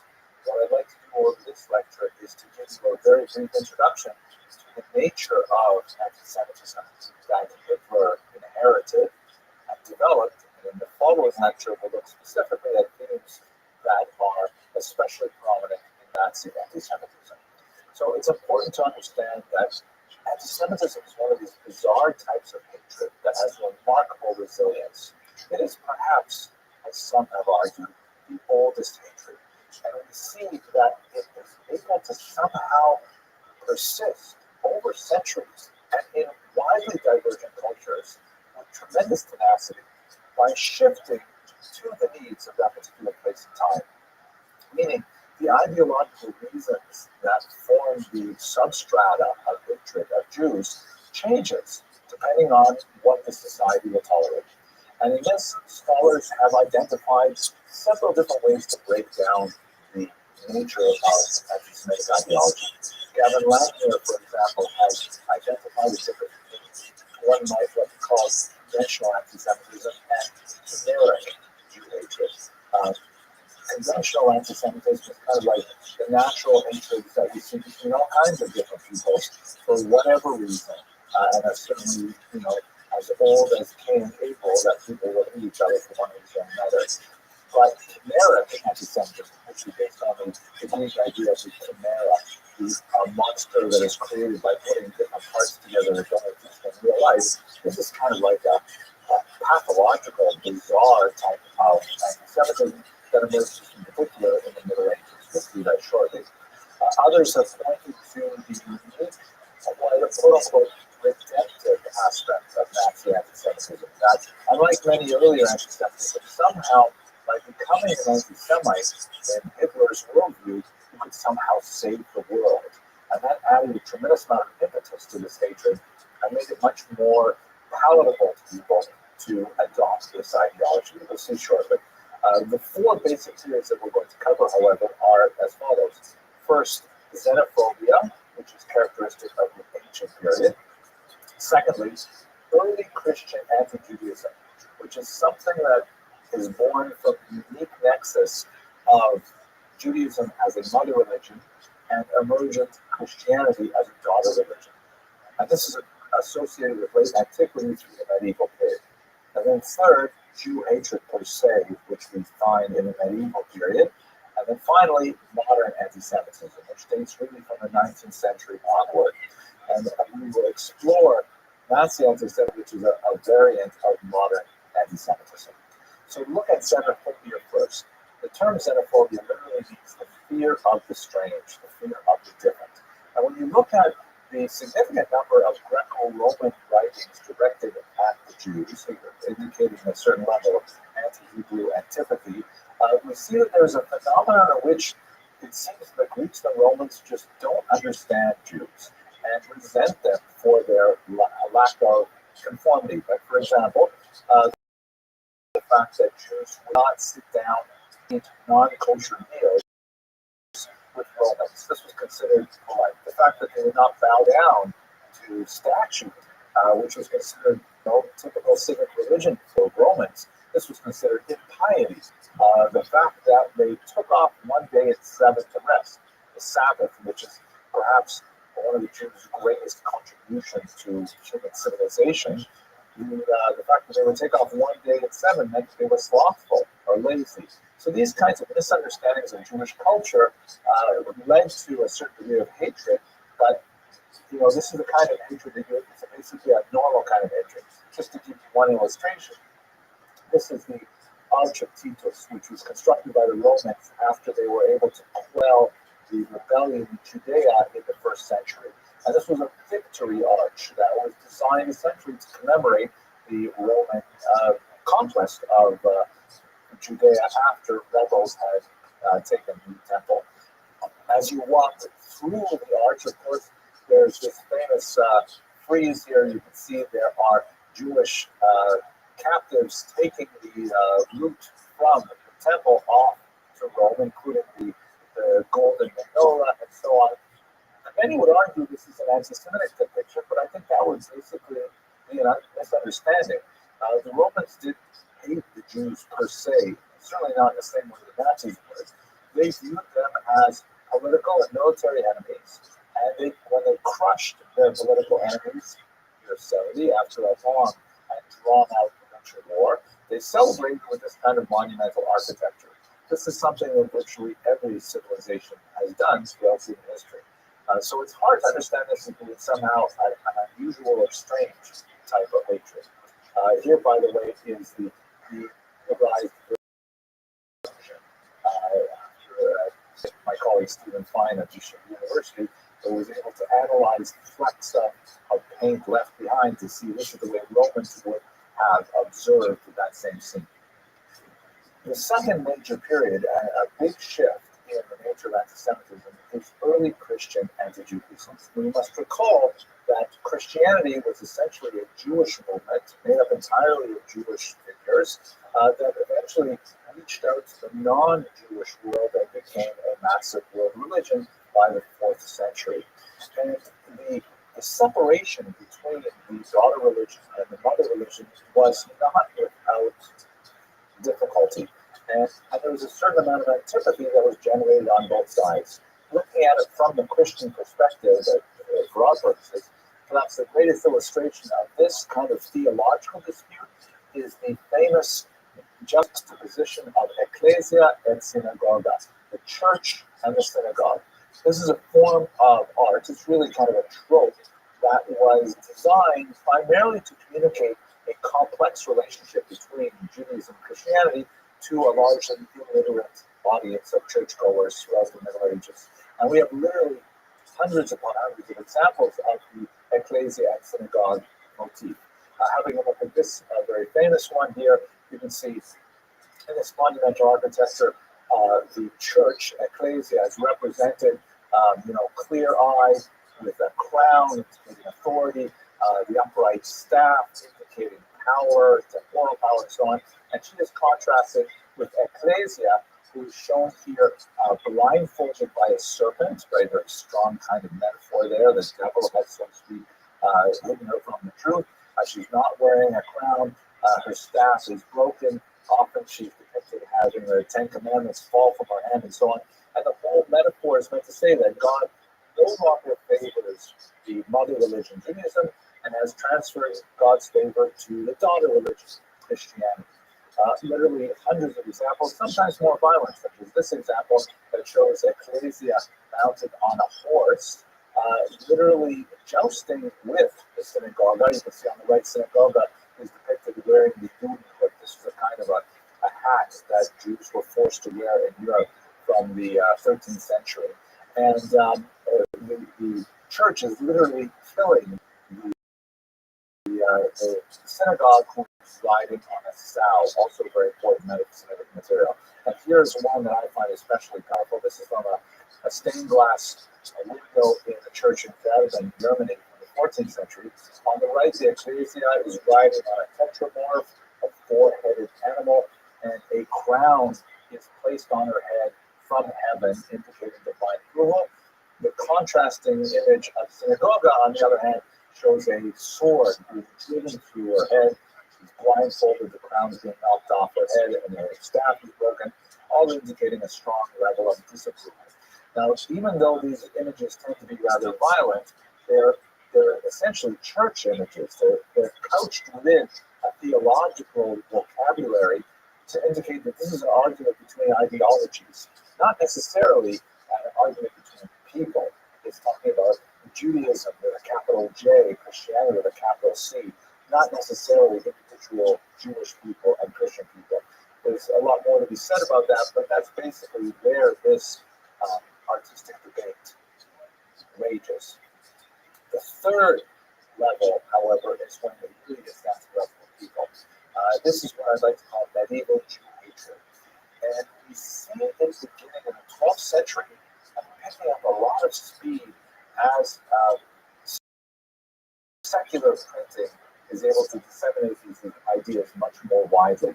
So here, for example, you see a grotesque depiction of the so-called ritual murder of Simon of Trent, a 15th century incident in which, unfortunately, a young Christian child was found murdered, and the population rose up in anger and blamed the Jews for it, arguing without any evidence whatsoever that the Jews needed to kill this young child and drink his blood for ritual purposes. A horrible, terrible lie that has no basis in reality, and yet became extremely powerful in the popular imagination, and it was repeated several times right up until the 21st century. This has been a myth that's very hard to shake, and you can see in this horrible depiction that popularized the incident, showing all of these Jews so identified by the round they were required to wear as torturing this young child. And just to give you a sense of how this is far from disappeared, an artist named Gasparo in the 21st century, in 2020, actually painted a modern version of this incident. You'll find it on websites even today with headlines like this website, Jews apoplectic over new painting honoring Simon of Trent, a child ritually murdered by Jews in the 15th century, said without irony whatsoever. This is a complete lie and a canard, but nevertheless, this is indicative of the nature of medieval Jew hatred, where it goes off the rails. It's no longer a debate between a rabbi and a priest. Now it's about the murder of children. It's about actual attacks on Jewish communities that followed many of these charges, pogroms, public burnings, and so on. Much more to say about this, but I think I've conveyed the idea of it. Let us conclude with a look at modern anti-Semitism, which has two basic characteristics. And this is perhaps the most powerful demonstration of the fact that anti-Semitism can survive on the moon, as it were. Anti-Semitism can survive in very different circumstances. With the scientific revolution and later the Enlightenment, there's a general decline in religious adherence throughout Europe. And as religiosity begins to wane, anti-Semites need to find new reasons to justify their hatred of the Jew. As Jean-Paul Sartre put it in his famous book, Réflexions sur la question juive, if the Jew did not exist, the anti-Semite would invent him. Meaning that the anti-Semite needs to find a way to justify these beliefs. With modern times, the two major things that were created to justify anti-Semitism were scientific in nature, I put that in quotes, and they were related to the idea of conspiracy. First of all, we should learn anti-Semitism. This is a brand new term which was coined in the 19th century by an anti-Semite named Wilhelm Marr, who wanted to find a more polite alternative to the terms Judenhass or Judenfeinde, which means that these were terms which were considered, kind of like, uncouth, like using, so to speak, the N-word. One would use that in polite conversation. And so therefore, he wanted to find a term that sort of justified and cleansed the hatred of Jews, based on a linguistic theory that there are many different, there's a whole family of languages called Semitic, which includes Hebrew and includes Arabic. He said, I'm against Semitism, by which he meant the philosophy that goes along with being a Semite. And by Semite, he meant only Jew, not Arab. So where the term comes from is an attempt to whitewash Jew hatred. It has now become a term of opprobrium in itself, but that's not the way it was used for the first 60 odd years of its existence. But the two elements that are distinct for modern anti-Semitism is the idea of it being a quasi-scientific racism.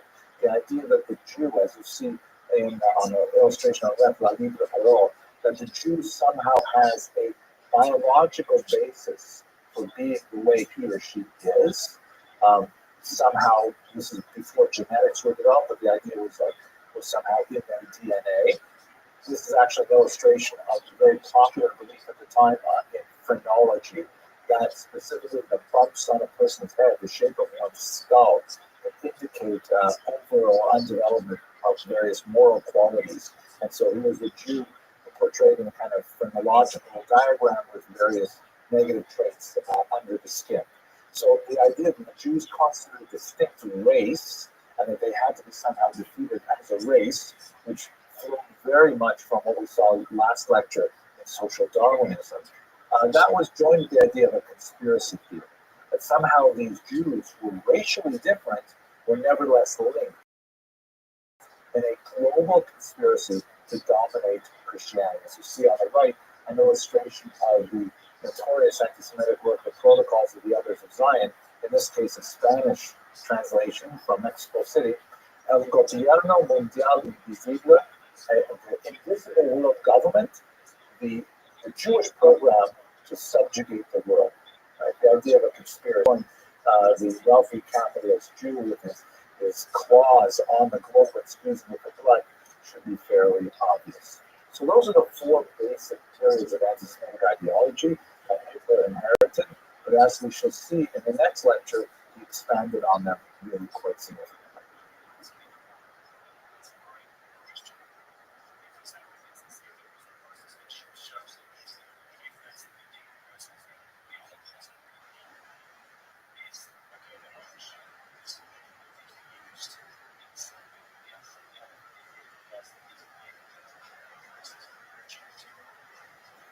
There are four major periods of the development of anti-Semitic ideology. The last one, the current one, is the one in which the Nazis participated. However, Hitler took it to new extremes with a few developments that we're going to explore right now. The first is the notion of parasitism. One of the elements that Hitler expanded was the notion that the Jews were somehow a distinct race, and that the quality of their survival was related to their ability to act as a parasite. Just like cockroaches are said to be able to live through a nuclear holocaust because they have the ability to kind of find the chinks in a given society. So the Jews were like kind of a cancer that could live off a healthy host to great success. So you have a look at this book cover, which predated Hitler's rise to power. Die Sünde wider das Blut, the sin against the blood, ein Zeitroman, a novel of the times from someone named Arthur Victor. You can see the muscular, shirtless Aryan male who is weighed down by the vulture that clearly has stereotypical Jewish features with the heavy jowls and the large nose and the thick lips and so on. And the message is essentially that the sin against the blood is that one day the Jews will feed on the rotting corpses of Aryan civilization like a vulture, a bird that eats carrion, feeds on them. The parasitism is very prominent in this particular image. Another example, and this comes from the Nazi era, a woman named Elvira Bauer, who created, she was an 18-year-old kindergarten teacher who created children's books for Nazi propaganda purposes. This is one called gift kits, the mushroom or the toadstool. And the whole metaphor here is that the Jews are a different species, just like toadstools, poisonous mushrooms, are different from regular mushrooms, but it's hard to tell them apart. You have to be an expert to tell them apart. And of course, the message of this to children was be very careful. You may meet some Jews who look like they're very nice people and they look like regular people, but they're not. They're actually toadstools, right? Very dangerous, noxious kind of message. Also, the parasitism, of course, is that the toadstools, they live in places where there's the association of Jews with various noxious creatures like spiders, as you see here in a 1941 Nazi publication in French, the Pere Juif, shown as a spider. Here's an earlier one showing a Jew as a louse, which I found this one artistically kind of interesting.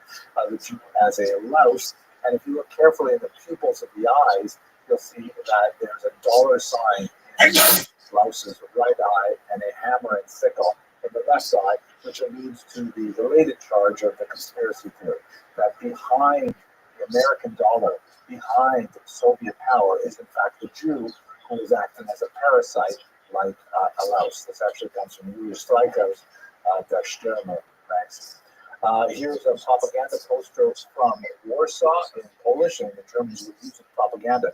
Tremendous success all over Europe, and it associates Jews with fleas and with typhus that was carried by them. A very strong image there. Here's another example from France that identifies Jews with the microbe itself. It reads, tuberculosis, syphilis, and cancer, they're all curable, but we have to make the grand finish of all of them the Jews. We have to wipe out the Jews themselves in this microscopic image of the Jewish microbe, so to speak. So Jews are identified as kind of like a germ, a bacillus, some kind of infectious disease. By the way, I'm giving this lecture right now in quarantine during the coronavirus condition that's happening across the Europe right now, pandemic, to show you a couple from our own times in 2020. Here is a contemporary image. It's not Chinese, it's the Jew flu, right? And here the anti-Semitic artist is trying to associate the Jew with the horrible pandemic that's affecting all of America right now. Here's another one. If you have the bug, give a hug, spread the flu to every Jew. And related to our purposes at the bottom is the word cough. But the notion that COVID-19, the illness that affects people with coronavirus, is a respiratory transmission. Let's move back to this 20th century. The second major element is very, very strong in Nazi anti-Semitism is the concept that the Jews are linked with an international conspiracy. And that's in fact what this particular image is titled. And you can see there's all these kind of like dramatic lines connecting the Jews to several figures who are not necessarily Jewish themselves, but nevertheless the world authorities, Roosevelt, America, Churchill, Nixon, Stalin, in the Soviet Union, and that the Jew is somehow playing them like a puppeteer. Very, very strong image. Here's another example of Nazi propaganda that you see behind the British, the American, and Soviet flag. This, of course, is when these are the Allies fighting against Nazi Europe. Behind the enemy's curtain, the Jew. The Jewish capitalists. Notice the same kind of images we saw last week with the corpulent, bureaucratic capitalist with the watch watch. In this case, it has a Star of David on it, the heavy jowls, lips, and nose, these are all stereotypical images. So the connection of the racial component, the idea of the parasite Jew to the conspiracy Jew, is something that runs through as a very strong theme in Nazi anti-Semitism. A third element, which I think is quite distinct in Nazi themes, and you see it also in the medieval period, but the Nazis really pioneered it for modern terms, is prurience. I'm not going to show you images that convey this more directly, but the Nazis understood that this kind of propaganda is essentially borrowing the same elemental power of pornography, that there's a kind of like, can't look away from the grotesquerie, like when you're driving down the highway and you see an accident, you can't help but look at the accident. So they capitalize on this very heavily.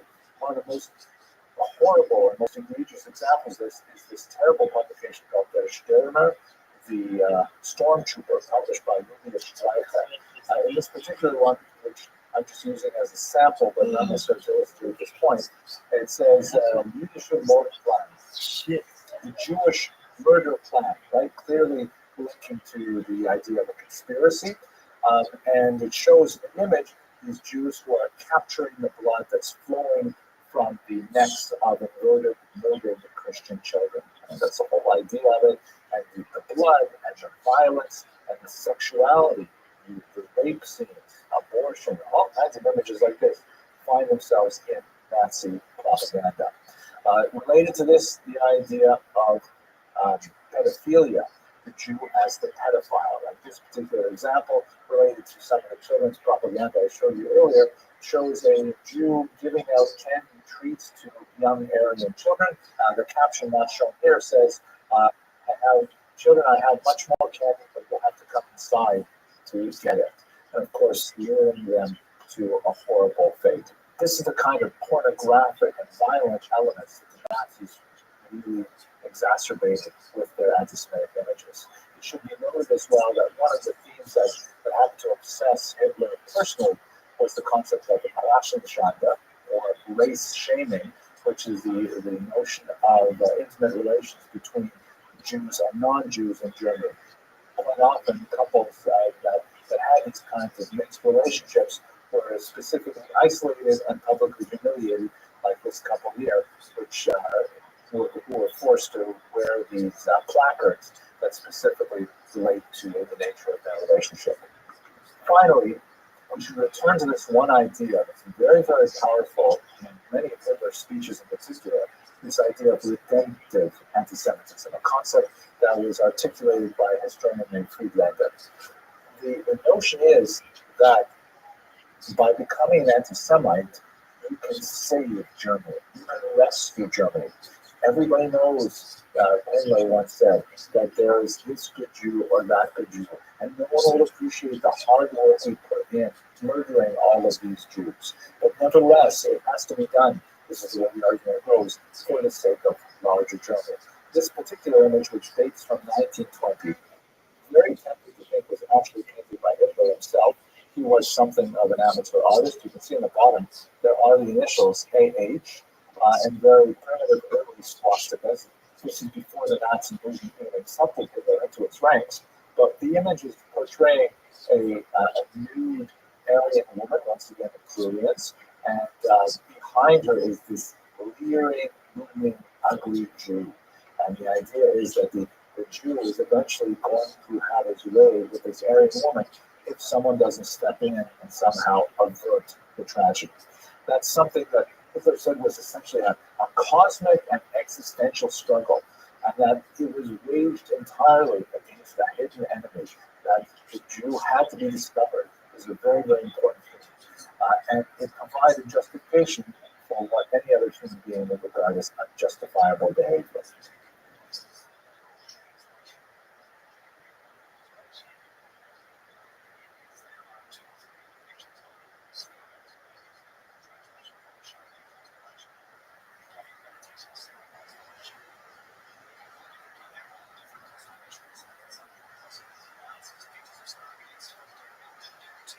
Let's spend just a few minutes talking about Hitler's personal and family background before we get to the history of the Holocaust itself. And in order to understand your very question, we have to look to a historiographic debate between two schools of thought as to how to interpret the Holocaust as a whole. One school is called the intentionalist school, and the other school is the functionalist school. Now, what does that mean?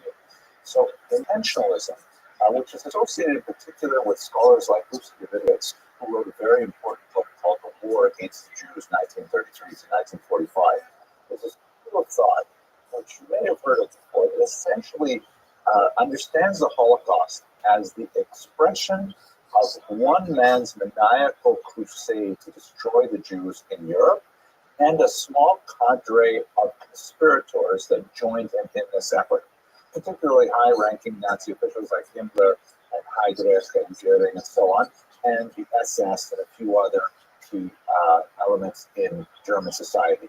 The notion of this kind of conspiracy model of the Holocaust, which has a lot of really positive benefits to understanding the Holocaust, really grew out of the 1947 Nuremberg war crimes trials shown here, in which American prosecutors in particular wanted to try and define a legal strategy to identify those members of German society that could adequately be prosecuted, brought to justice, while at the same time maintaining a superior position for the Allies vis-a-vis the Soviet war they were having, the Cold War. There's a lot more to say about this, and I hope that we shall return to this at the very end of this course when we look at the aftermath of the Holocaust. But what ended up happening was the legal team essentially looks at the events of the Holocaust and defined it in this way, where Hitler was at the ground zero. He was the essential, necessary, and sufficient cause for the Holocaust. He drew to himself a small group of these co-conspirators, and essentially the vast majority of the population was basically duped into going along with this murderous plan. That's the intentionalist model, and it's so called because Hitler intended the Holocaust from the very beginning. That's the sense of that particular school of thought. The other school of thought, which begins to emerge in the late 1950s and especially into the 1990s, is associated with people like Christopher Browning, who wrote an extremely important book called Ordinary Men, Reserve Police Battalion 101, and the Final Solution in Poland. And this is an example of a very different approach to the Holocaust, which, without denying the absolutely virulent and violent hatred of Jews that Hitler had from a very young age, tries to look at the Holocaust kind of like from a different perspective and to understand, well, what were the major elements that allowed so many people to participate in this horrific social experiment of ridding Europe of its Jews. And by taking himself out of that particular mind frame that Hitler and his code of conspirators duped the rest of Europe, he was able to reveal a lot of really frightening new ways of looking at the Holocaust. And the most important of which is this idea that the Holocaust was a function of the war. The word function in the sense of, if you've studied functions and relations in mathematical theory, that when one thing changes, another thing changes as well. And the basic elements of functionalist historians and their thought is that as the war became more brutal, and as people became more inured to the inhumanity that was associated with the war, the Holocaust became more and more of a possibility. In other words, at the beginning of Hitler's reign, you have a certain amount of persecution, a certain amount of isolation and ostracism, and that grows throughout the interwar period until you have the acceptance of the idea of ghettoization, and then finally the acceptance of the idea of mass murder and even the gas chambers. Kind of like a ratchet effect, that as one thing changes, another thing changes as well, hence functionalism. Now, that's not to say that Hitler's anti-Semitism is not an important factor in the entire evolution of the Holocaust, or devolution might be a more appropriate term, but nevertheless, it sheds light on the general culpability of European society as a whole. If we take away the bright spotlight on Hitler, which tends to throw all of the background into a dark shadow, and we begin to look at the entire picture, we see that there's a much more complicated social phenomenon going on. And in fact, a lot of the functionalist theories about how the Holocaust came to be have been substantiated by research in experimental psychology and other disciplines. We will come to these issues throughout this course, and let us hold on to this idea of the intentionalist versus the functionalist interpretation of the Holocaust, because it will illuminate quite a bit of our approach to many questions as we will encounter. At any rate, looking at this aspect of the Holocaust, let us try to understand Hitler's particular role from his youth in the development of his own anti-Semitic attitudes. So if we look at his family, here is a rather dramatic picture of Hitler as a baby. The primary source we have for our understanding of Hitler's life is, unfortunately, Hitler himself. He lived an entirely unremarkable life, and we don't have a lot of independent third-party sources that can tell us anything sophisticated about a man who changed the course of world history. Basically, he had a rather unremarkable middle-class Austrian childhood. He was born in a border community called Braunau-Opfium. You can see here on the map where it's located on the border of Austria and Germany. His father was a customs official named Alois Hitler Schicklgruber, and it's important to note that he was born with the name Schicklgruber, but later on, for reasons which are not entirely clear, he took the name Hitler, or possibly Hitler, after an adopted father. His own father was unknown, and that's how the name Schicklgruber was essentially that of his birth mother. The fact that his father was unknown, which is something which we will return to in a moment, may have plagued Hitler in his own notion of race purity. It's interesting to contemplate perhaps one of the ironies of history. What would have happened in World War II if Alois Hitler had never changed his name from Schicklgruber? Would there even have been a Holocaust if one had to say Heil Schicklgruber instead of Heil Hitler? But it's really more relevant to alternative history than to modern critical study of history. He married and married 3 wives in the space of 3 years. His last wife was Clara Hitler, shown here, significantly younger than Alois Hitler, and Adolf was her child. He was very close to his mother and very far from his rather distant father, who actually died when he was quite young. Hitler, as you can see here from this class photo, dated about when Hitler was approximately 10 years old. Historians are quick to point out the rather defiant posture with the crossed hands and the slightly upraised chin that would be indicative of the pose he would take in all kinds of public photographs for the rest of his life. Nevertheless, did not stand out from his peers.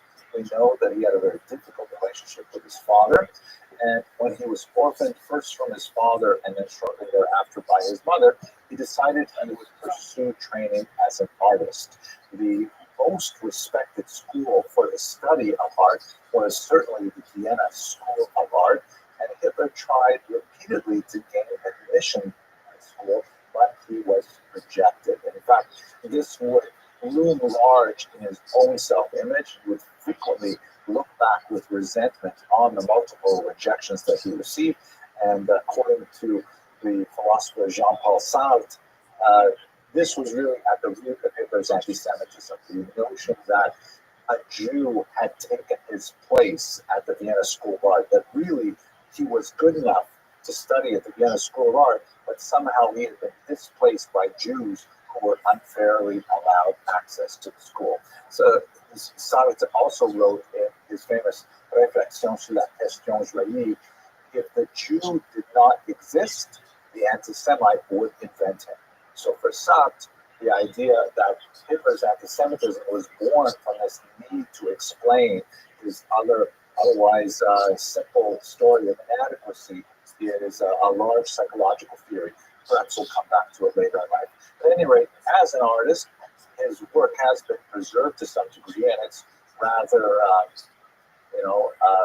it's rather non-special in every way. We tend to do things like this, floral arrangements and landscapes and things like that. What is more fascinating are the few self-portraits that we have, such as this one, which shows him sitting alone on a bridge with a little X over his head. Not certain whether he added that himself, but it looks a little bit, if you can imagine, like sort of like adolescent angst-filled Instagram posts is really what he's doing, and gives you a little bit of a mindset into his thinking when he was in his late teens. Let us conclude by just a moment's reflection on the idea of psychohistory. Psychohistory is sort of like an offshoot of the School of Psychology and the School of History, and it is an attempt to try and impose some psychological analysis on figures in the past. A very difficult proposition indeed, especially because we're working with very limited sources. We're not able to interrogate the subject and so on. We can identify a few things about Hitler's early years. Certainly, we can identify his. For example, he waxed quite poetic about Richard Wagner, who was a very important composer in the 19th century, who was, you may have heard the Flight of the Valkyries, for example, a very famous piece of music that is included in the movie Apocalypse Now and things like that. And Wagner tended to be sort of like an Odinist who wanted to return to the Norse gods and to the kind of Aryan nobility that they represented. He wrote these massive operatic pieces, Tristan und Isolde, and things like that. And Hitler really enjoyed that kind of heroic imagination and like this larger-than-life picture of what Germany and Germans stood for. Wagner, of course, was an inveterate anti-Semite himself. Hard not to see Hitler being influenced by that thought as well as his music. Another major influence on Hitler in his youth was Karl Lueger, shown here, very charismatic mayor of Vienna.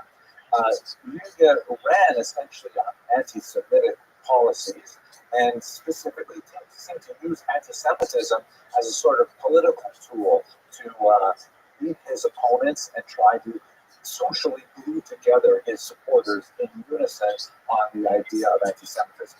He was, however, a rather pragmatic anti-Semite, and in some cases, he even appointed Jews to high positions within his administration. And when he was pressed about this, how can you appoint Jews? He said very famously, "Wer ein Jude ist, bestimme ich," meaning, I will be the one who decides who's a Jew here. So he had kind of like a pragmatic approach to anti-Semitism, but nevertheless, his public persona was definitely very anti-Semitic. A friend of mine recently posted a photograph of Lueger's statue, by the way. This is dated from the summer of 2020, where we were having here in America tremendous upheaval, a lot of questions about the national monuments that we have here, Civil War heroes and Civil War villains, things like that.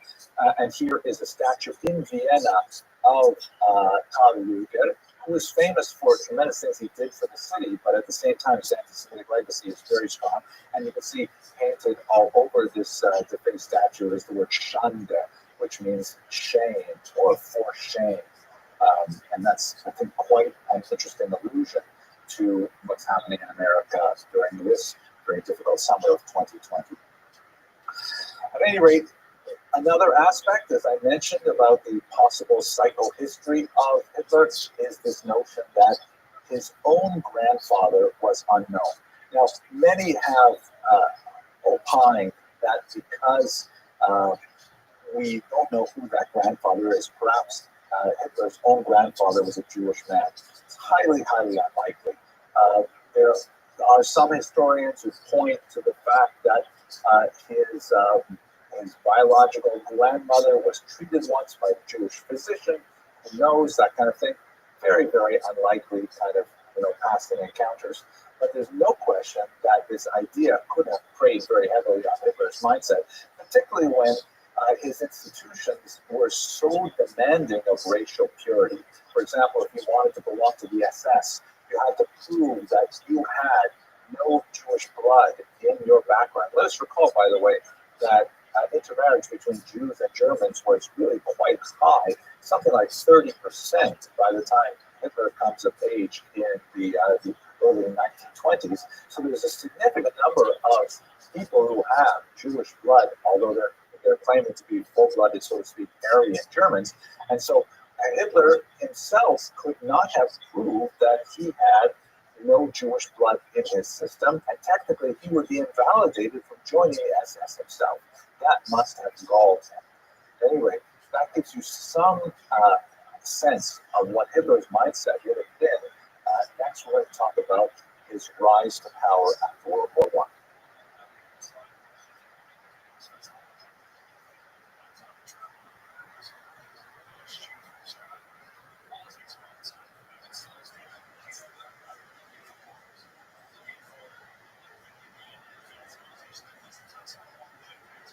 I'd like to now speak a little bit about Hitler's rise to power. We're going to begin with World War I, and we're going to end in 1933 when he becomes Chancellor of Germany. So 1914 to 1933 are the years we're going to be discussing now.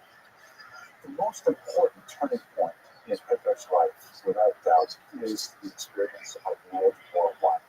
Here you can see a photograph of him famously in the Munich Alexanderplatz when World War One was first announced.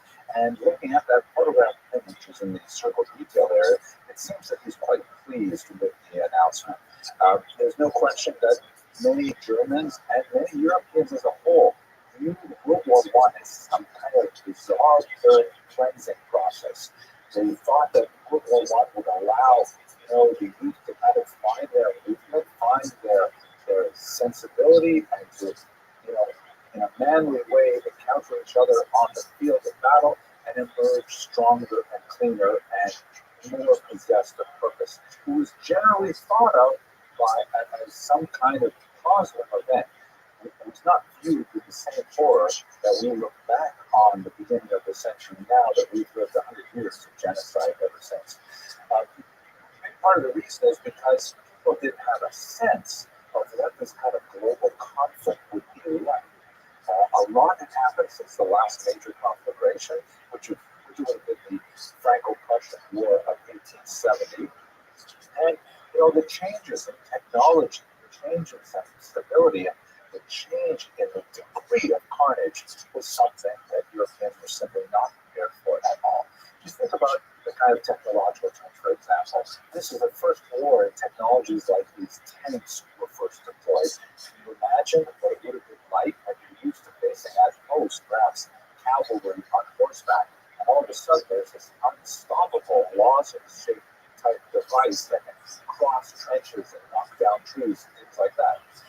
Airplanes were not heavily used for World War One, but primarily for reconnaissance and things like that. But the idea of war by air became much more significant during the course of the war, and was also a tremendous terror. The use of the machine gun, which had been developed earlier, in fact, it was used in the American Civil War in the 19th century, now reached European shores, and the idea of this rapid fire engine of death that could cut down swaths of people rather than single shot muskets that had been used 100 years earlier with the pause Netflix stamped down with gunpowder. This was an entirely different order of death. And people really weren't accustomed to the sense of it. The idea of gas. This is something which was not banned by world authorities before World War I. And the idea of releasing large clouds of gas that would float over into enemy trenches, or possibly, if the wind was wrong, float over into the civilian villages nearby, was something that represented a huge technological advance, or once again a step back in human progress as people felt the fear of gas at a greater level. It's important to note, of course, that Hitler himself was wounded by a gas attack, and that left a dramatic impact on his way of thinking about war and about the use of gas specifically. He famously said that he believed that all Jews should be held under gas, and that statement, which he made in the 1930s, was something that we tend to interpret in the sense of what happened in places like Auschwitz and Treblinka and Majdanek, but it's quite possible that Hitler was thinking more of how he suffered for the gas attack in World War I, not necessarily thinking of the nefarious death camps that would come later on in the 1940s. Anyway, you can see a photograph of a soldier wearing a gas mask and his horse also wearing a gas mask. Again, the strange kind of combination of 19th century warfare with horses and 20th century warfare with gas. The sheer degree of shelling, especially over very narrow swaths of territory, was overwhelming. Here's a field that still shows the scars, even in 2020, of the battleground, the number of craters that indicate how heavily this region was shelled during the course of World War I. So the people who emerged after World War I named quite often these disfigured veterans, losing limbs, things like that, came back to the European societies with a tremendous sense of malaise over the direction of society. There's a tremendous amount of questioning of, what happened to that kind of, marching forward in progress, human civilization, and so on. And this generation is called the lost generation for that reason. And there's a lot more to say about that, but I'm going to have to keep this video short. Another major thing that had a very dramatic effect on Hitler's way of thinking is something called revisionism. The most dramatic element of the post-war era was certainly the redrawing of the borders of Europe. If you look on the left-hand side of this map, you see that Europe was basically dominated by large empires. On the left, Germany covers a large amount of territory. The Austro-Hungarian dual monarchy, which covered a whole slew of ethnicities, and the Russian Empire commands much of Europe. After World War I, the peace treaties that were signed, Germany and Austro-Hungary were the big losers. Russia, by the way, had fallen in a revolution in October 1917, so it was already gone as an empire, and a whole bunch of new countries were created in their midst. Looking at the map on the right, you can see that Germany has lost its land connection with East Prussia because Poland, a newly revived state that had disappeared in the late 18th century as a result of the annexation efforts of its neighbors, is now reborn, and since it had to have some kind of deep water port, it was given Danzig, or Gdansk, which separated Germany from East Prussia.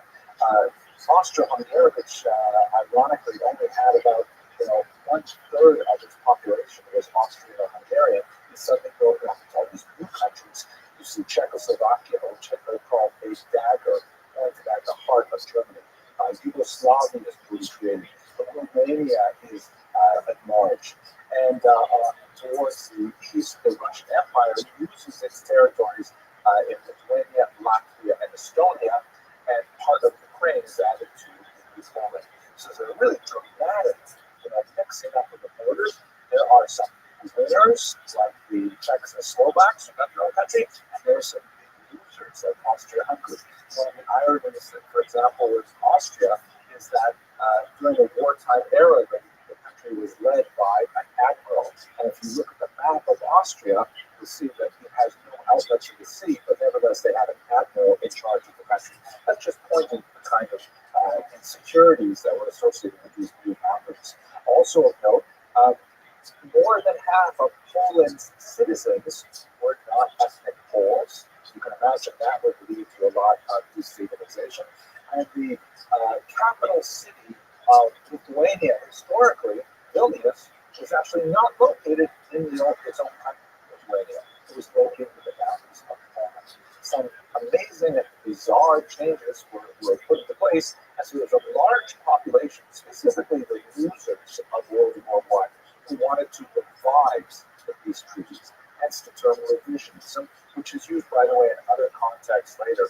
Today, when people speak about Holocaust revisionists, these are non-scholars who want to try to undermine any of the scholarly historical understanding of the Holocaust and to revise it to make things look less anti-Semitic. But anyway, in this context, revisionism refers specifically to the desire to revise post-World War I treaties so that some of the countries that lost territory or lost status would somehow regain it. Germany, obviously, was a major revisionist country who wanted to take back a lot of what had happened during World War I. And Hitler was very closely allied with this revisionist thing. In particular, Germans referred to something called the Dolchstoß. This is a term meaning the stab in the back. And in this short video, I'm not going to go into the really small details about why they believe this was the case. But many Germans who were in a revisionist mindset felt that the reason they lost World War I was not due to the ineptitude of their armed forces. Rather, it was due to some kind of betrayal that happened in the heartland, specifically associated with Jews. There was, in fact, a lot outside Germany that the war should no longer be prosecuted. It lasted from 1914 to 1918. It was a 4-year-long global war with massive costs on both sides. And so when Germany ended up surrendering, many felt that, we should not have surrendered. We should have pressed on. They victory. And victory was within our grasp if it were not for unnamed backstabbers associated with Jews, they would have won the war. So this kind of feeling of national betrayal that permeated the 1920s. Here you can see an Austrian cartoon, and again, the Austrians were also huge losers in World War One. And you can see the image here of a lantern-jawed, brave Austrian soldier who's sitting in the trenches, a characteristic of World War One, bravely looking off and steely-eyed as he surveys the enemy and is certain not to let them cross the boundary. But to his rear, with storm clouds brewing, this ugly anti-Semitic caricature of a Jewish woman wearing a French-style hat stabs him in the back. There is, by the way, a very close connection between anti-Semitic propaganda and misogynistic propaganda. That is, the hatred of women and the hatred of Jews. They tend to go hand in hand. Maybe at another class we'll have a chance to explore that connection in great detail, but not now. So there's this idea that Germany should have won. Germany should have been the masters of Europe, but in fact, Germany was stabbed from the back, typically by Jews. That's an idea that's motivating their conflict. The anti-Semitic feeling in the 1920s was literally palpable, particularly in the form of something called Rothschild, or necessity money. I'm just going to use this as an illustration of the kind of feelings of anti-Semitism and how close to the surface they were in the 1920s. Germany went through a tremendously hard time right after World War One. They were saddled with hyperinflation, where people's life savings, their life insurance policies, and so on, all just simply disappeared in this global economic collapse. There was the war guilt clause that was applied to Germans. There was the humiliating demilitarization of border areas, and Germans felt very badly about how they were treated in the Versailles and other treaties after World War One. Have a look at this Notgeld, for example. This is Notgeld refers to currency that is locally produced because typically the national currency has lost its validity. So people are not able to exchange national German currency because the value is dropping all the time. They'll make up their own currency, their own, as it were, dollar bills that will be used locally as a generally accepted rate of exchange. So here's a 50 note from the town of Rothschild, and on the one side you have this kind of cartoon drawing that describes where Rothschild is between Hamburg and Bremen. But then when you look on the obverse, you see there is a distinctly anti-Semitic image that shows capitalist Jews with their waistcoats and their bulging bellies and the heavy nose, the bald head, the bulging jowls hanging from a tree as the ravens come to feast on their corpses. In other words, this kind of currency is telling the bearer that we believe that all Jews should be killed. Can you imagine if you're a young kid and your mother says, "Would you please go to the store and pick up a quart of milk and here's some money?" If you're a Jewish kid and you're looking at, wow, this is what my neighbors think of me. That's the level of anti-Semitism that was prevalent in the 1920s. Here's another example from the city of Sternberg, which commemorated an ancient desecration of the host libel that occurred in that town. Here on one side is two hills, you see a medieval drawing of the town of Sternberg, and here is the story. On the right, you can see a group of Jews who have gone to a corrupt priest, and they buy from him the host. The host is a wafer that Catholics will use in their religious ceremonies, which is, through translations, identified with the founder of Christianity. I won't go into the details of theology here, but basically the host is holy, especially since the 13th century, when this doctrine was really pushed in Europe. They take this host, which again is identified with the founder of Christianity, and they torture it. Here you see in this image, they've got it typically on their Passover seders, that's the way the story goes, and on the left they are stabbing the host and it's running through with blood, a miraculous event that also, provides support to the whole argument that the wafer is in fact the founder of Christianity. And then they're discovered and burned alive. Now, this last slide is actually what happened in Sternberg about 500 years prior, and it is celebrated as some kind of important element of city history that is so wonderful that we should put it on our currency. Can you imagine what that must be like for the Jews who lived in Sternberg? Incredible. But that gives you a sense of what it was like in the 1920s, vis-a-vis the kind of background noise level of anti-Semitism that could be found in Germany. Here's in Austria nearby a 1920 election poster that says German Christian, German here used in the sense of an ethnicity. German Christians, Rettet Österreich, save Austria, right? And the picture shows the Austrian eagle being strangled by this disgusting worm-like creature that is clearly identified as an observant Jew with the forelocks and with the side locks and a kippah of the forked tongue of a snake and so on. It's really hard not to interpret this negatively for Jews. So Hitler was definitely very much part of this kind of feeling. He joined the nascent Nazi Party at this time, and in 1923 he was associated with the Munich Beer Hall Putsch. The word putsch basically means like an attempted violent takeover of the government. The putsch which Hitler participated in was short-lived. The Nazi Party was rife with informants, and the police broke it up very easily. And Hitler was tried and sent to jail. However, he met with a very supportive judge who essentially identified with much of Hitler's ideology and much of the Nazi Party's political aims, and so he gave him a very cushy ride, less than a year for attempting to take over the government. Can you imagine that?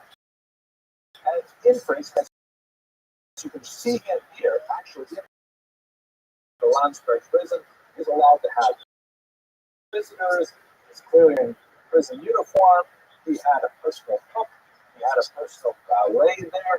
His autobiography, Mein Kampf, which means literally my, and kind of like you have today in certain types of urban cultures, by going to jail for his beliefs, he earned street credibility, street creds. And when he came out of jail, he was like a rock star. He was hugely famous, and his Mein Kampf book was well read, even though it is a scurrilous, hard to put together argument with lots of screeds against Jews and things like that.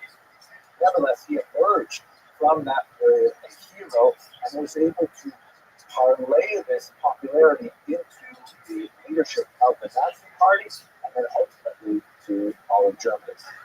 Here's a photograph of the so-called Sturmabteilung, the brown shirts as they're popularly known. This is one wing of the early Nazi Party. They were later destroyed by Hitler in 1934 as he tried to gain a little bit more respectability for his movement in the so-called Night of the Long Knives. But throughout the 1920s and into the early 1930s, these brown shirts were like kind of thugs that would march around and intimidate journalists and so on.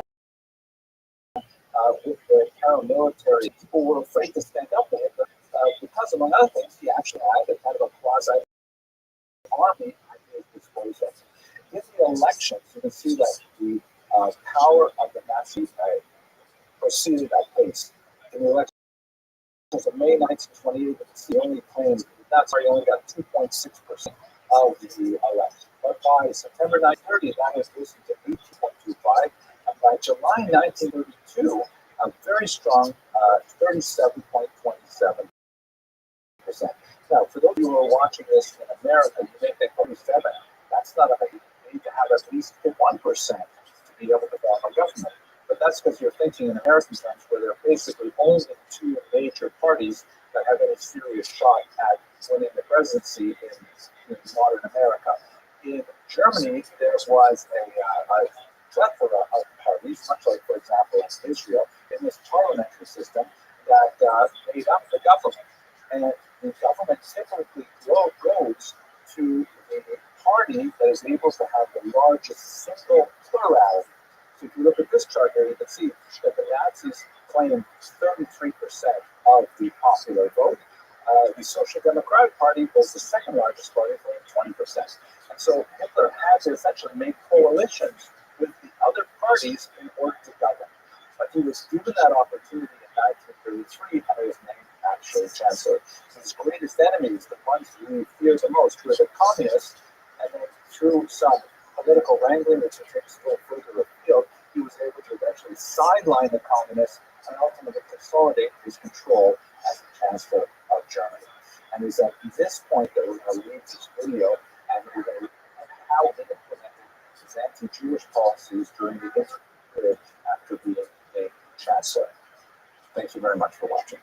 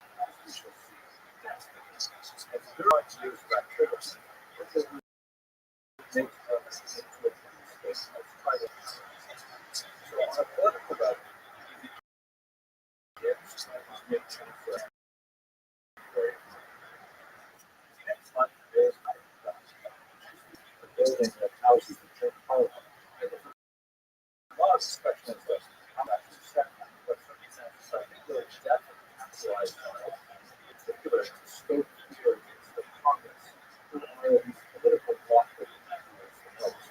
He passes immediately after neighboring essentially a law that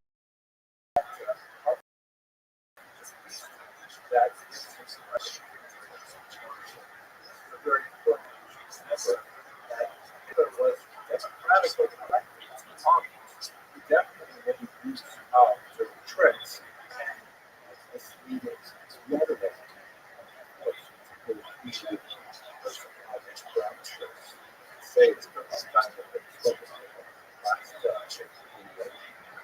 But he was nevertheless elected as an important cautionary tale for us. Shortly after establishing the naval act, round up his political opponents, journalists, various individuals, organizations that he felt threatened his power base and create the first concentration camps. We will contrast these early concentration camps with 6 death camps later on in his course. The 8 different some of the concentration camps were designed primarily for political enemies. They house non-Jews, and as a whole, legal, nothing like the death camps, so-called prisoners, killed, but they were established. Now he set up concentration camps all over Germany, primarily. Shortly after that, as all the political parties disbanded, there were no exceptions to the Nazi Party. So, in a nutshell, within a few months of the chancellor, Hitler attempted to dictate the country, and a very limited population followed further. It's much more to say about the social culture, but we're going to focus specifically on those aspects. There are 2 major things that are happening in terms of the social level. One element is the social ostracism of others, which is the designation of those not part of the national narrative, that's very much, and the isolation of those groups of persecution. On the first feel this are so-called Jehovah's Witnesses. This is a Protestant group. They are popular in America as well, with America. And in Germany, they were called as they were not Lutherans, conflicts. And so Hitler's Nazi Party strove to isolate early on in Nazi Europe. The Germans put out a document showing that the building was built for clarification, which identifies them as not politically active and not challenging papers on very another group, very small group, called Rhinelander Masters. This is obviously a derogatory term that was applied to offspring of African soldiers served in European on German territory. And there was a certain number of a lot of people in this country, but that there was surveys and churches through false relationships with women and used offspring. These mixed race individuals were blown out of proportion in terms of size, and also in terms of their reported negative racial impact on people. And these were target Hitler's fire. So Rhinelander Bastards, quote unquote, was specifically identified as people outside of Germany. Shortly after that, in 1933, Germany passed a law called the Law for the Prevention of Genetically Diseased Offspring. Horrible names. Such as the state the right to determine anyone who is most negative as perceived as the German population as the state is given the right to sterilize. And obviously, the term genetic is inappropriate for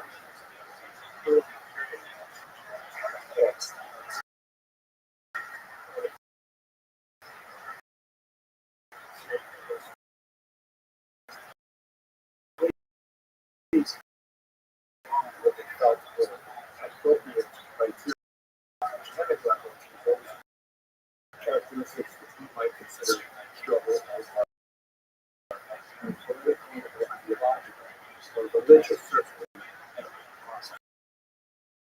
order of invention terms really is lost within that horrible period in which these individuals were isolated with stuff like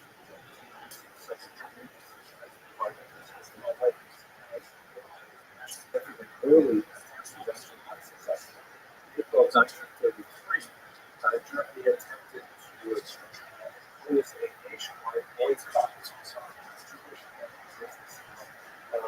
This was unpopular for public population for various reasons. Perhaps the most pragmatic is that people enjoy going to Jewish stores and so on because they had better value than other stores. Also, it was felt to disrupt the entire economic system of the country. Jews were deeply invested in natural activity of the state. A very small number of people, about 1% of the population of all, 1.5 million people, but the boycott ended up being a big flop.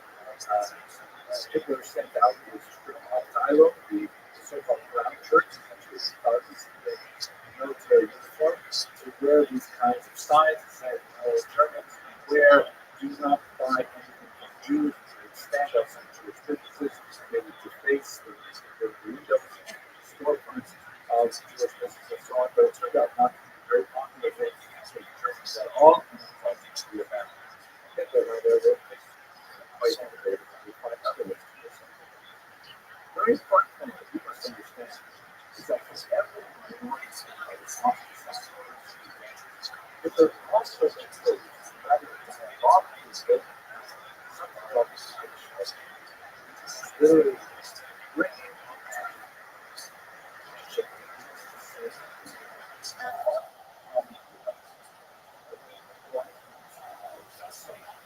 so this is not about saying that these populations are not us, but let us emphasize the job of being inside. It says inside. You see this interpreted from earliest group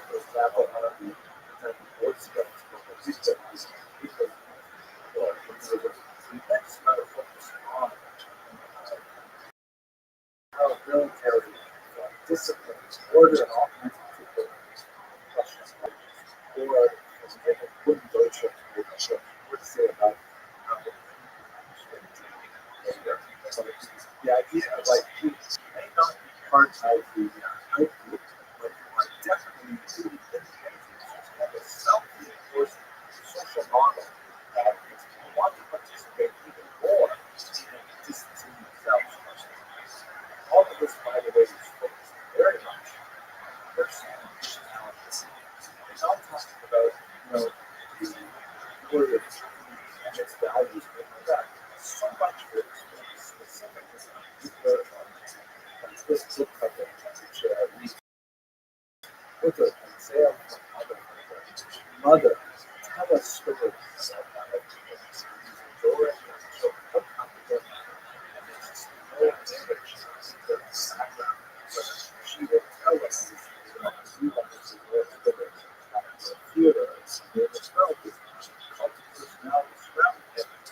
To support it, focus like childhood, bring it together. When it comes to Jews, the most problematic issues for early understanding was the question of who exactly is Jewish. Who do we understand to be Jewish? So that we can properly put that in the outcome. Because Germany, for at least a century, had to work through a process of greater and greater assimilation on the part of the Jewish population, which in marriage rate is roughly 1 in 3, such as what we did. And there are many esteemed Germans who are at the very top of their cultural hierarchy who are in fact Jewish or partly Jewish. Great authors like Marx, they're on all kinds of Germans of Jewish origin, Einstein, who are regarded as geniuses, so they're really helpful. That's not the ordinary, the Iron Cross, or who is Jewish origin. So that's Germany had to define who was a Jew. The most significant part of human was the so-called the Unitary Law, which identified once and for all what Nazi Jews were. From this chart, you can see that anyone with 4 grandparents were Jewish is considered a Jew. Anyone with 4 Aryan grandparents, that is not Jewish, basically, which is considered a Jew. Then you have this category, so-called Michigan. The Michigan the first distribution is something like 2 Jewish grandparents, or Michigan the second distribution, the diluted was somewhat more Jewish. Then, this is what I want to say about the priority of the gas chambers, and the Michigan has the second. Notice also that the chart makes no recognition whether it's a grandmother or a father, maternal or paternal descent, that it does have a Jewish descent. It does not have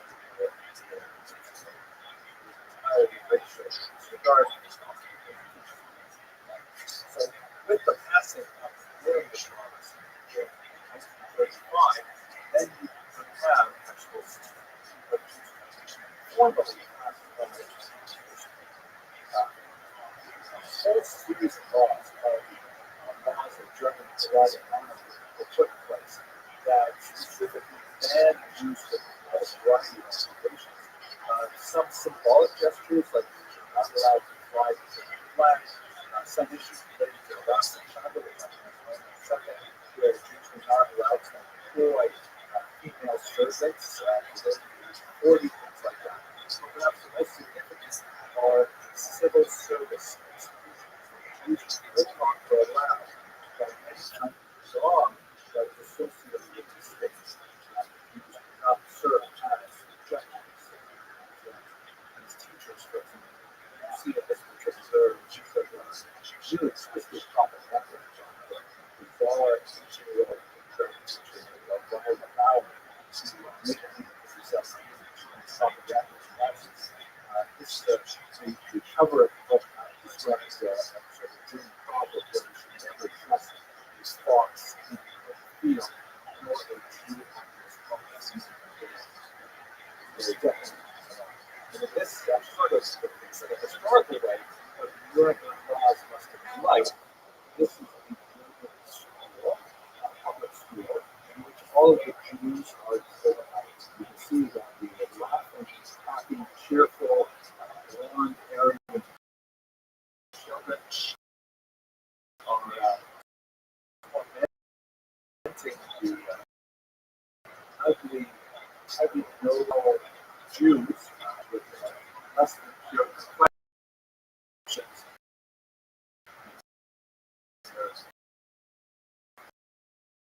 There's curly hair. He's not children also with the future as well. Aryanism was part also added to this, by the way, was the law of own businesses. But as with our non-Jewish partner, with that non-Jewish partner, 50% control of the business. Shop owners were higher than a general the expertise of the store, and a bunch of other economic several stereotypical American. Can you hear me? What's going on, Dave? Can you hear me? How's your day going?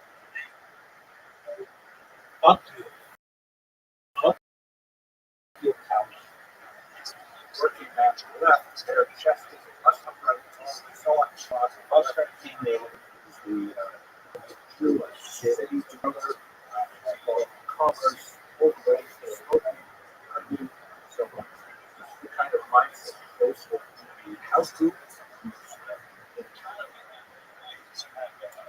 Last and Chandra was of particular concern. This is literally race shame.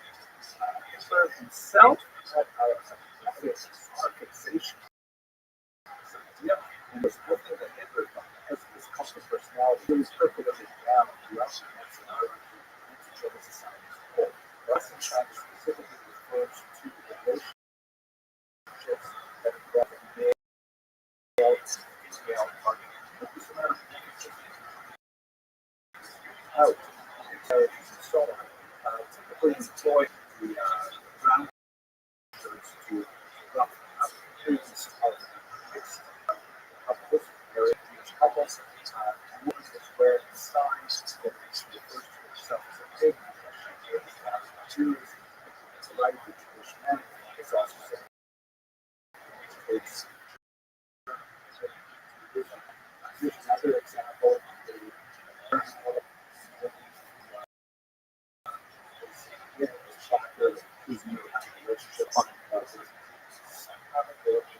Civilians surrounded by ground troops themselves. Smiling civilians was really important to other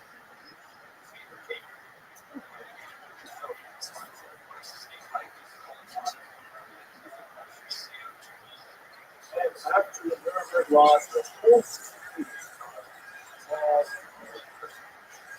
concept is marked only for signs that you can say use that concept of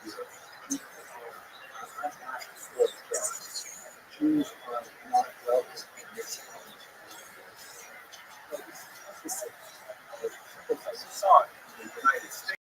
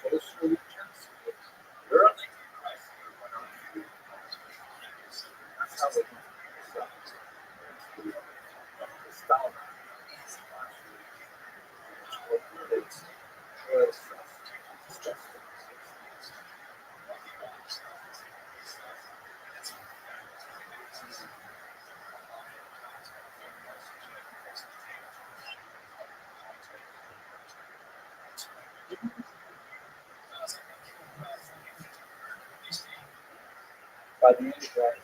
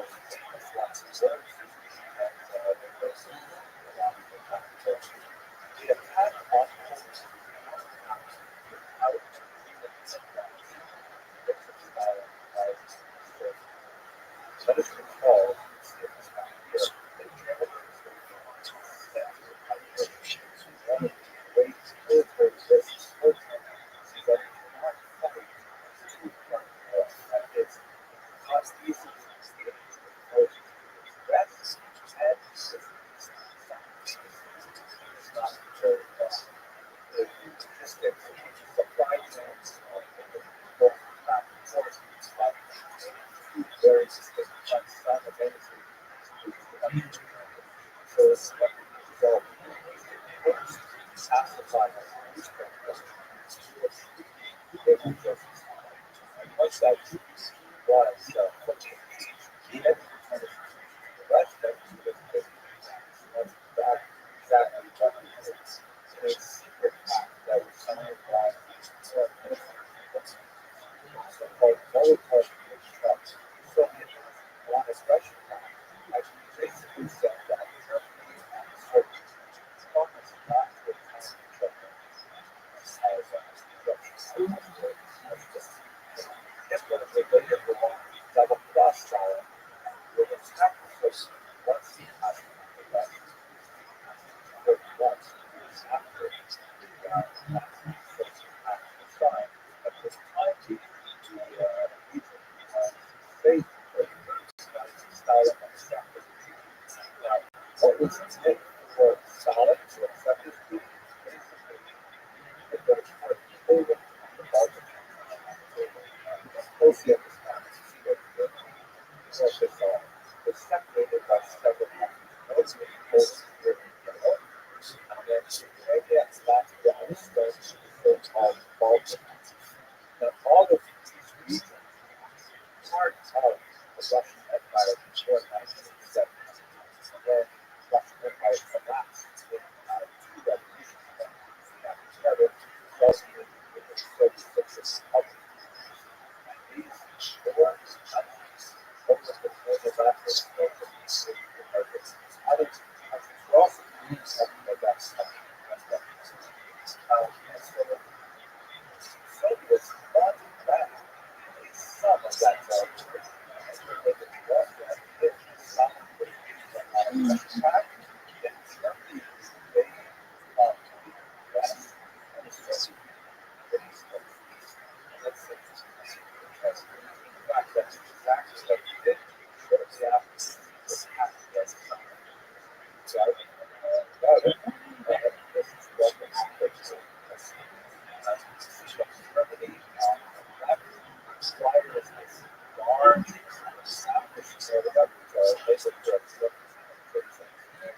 There's going to be a little bit more complicated business but right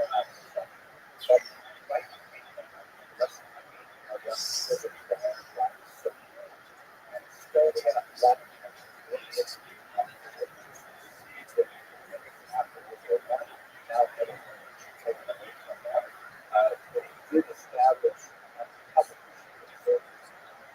social of Lithuania, but they dominant. Similarly,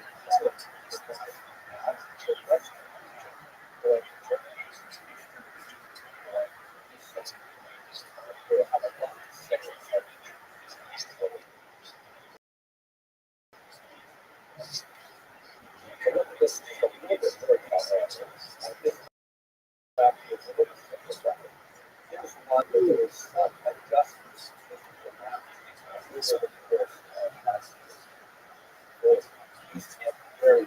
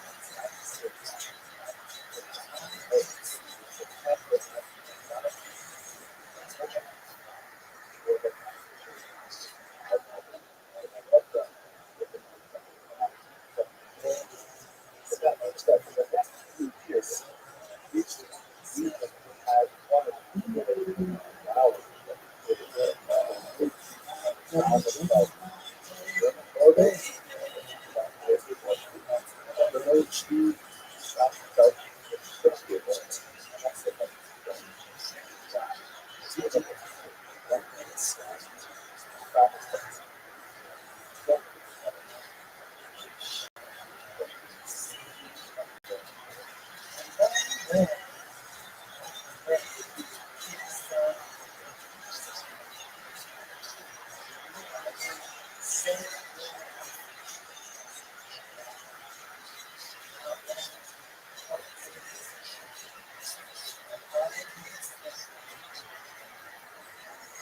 establishment of the ghetto is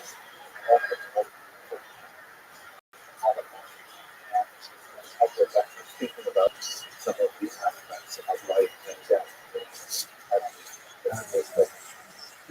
Let us begin with the invasion of Poland in December of 1930. You recall that Poland was totally out by the rapid advance of national security. The stepping towards making a revolution. And although they made this image in the system and orderly and full of purpose and intention, it's clear that Nazis were not entirely sure what they were supposed to achieve with their history. It was very clear and guidance about how to use those relationships together, but the Nazis were supposed to do with them, even with their lack of power. And in fact, there is ample evidence of internal squabbling among various organizations in the Nazi Empire, and whether or not people think of Poland as having people. But one of the features of the Jewish experience is the abundance of the Nazi one of the announced phenomena of the early on invasion in the fall of 1939 was the sending out and abuse of Jews, especially those who were obviously Jewish, for those Republicans. We have it as distinct photographic record of this. And here you can see, for example, some members of the Wehrmacht publicly humiliating the Jews by forcing them to wear his prayer shawl and they were mutilated. They're still in the phylacteries around the Africa in the background. Orthodox Jews through the years were especially targeted, and the forelocks, the tails were cut off, and the feet were cut off, some were not cut off. In some cases, we have evidence of the children being attacked and having their tails set on fire and running around screaming like a bit of a disease. One of the reasons why we have such a distinctive photographic record of experience is that the Nazis themselves took these photographs and sent them back home. Into the dress and drive and so on. So that just watching what was in short order, the Nazis really used to try some rapid demonstrations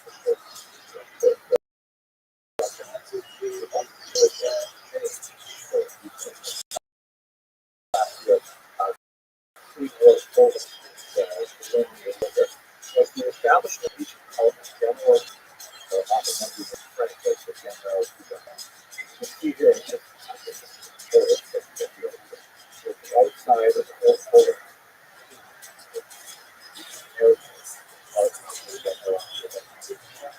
Red border, Soviet Nazi border that we spoke about in the previous lecture, that was of course benefited by the Nazis in 1941. And the general was a lot of the things was expanded to include delicious things. Now, what exactly was intended for this region? Some of the Nazis themselves debated and argued. It's clear that the west, that to the left, and the south, and later we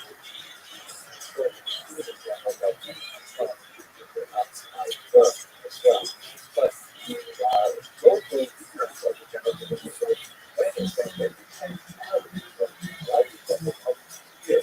Nazis did not make clear policy against those places that they were this important.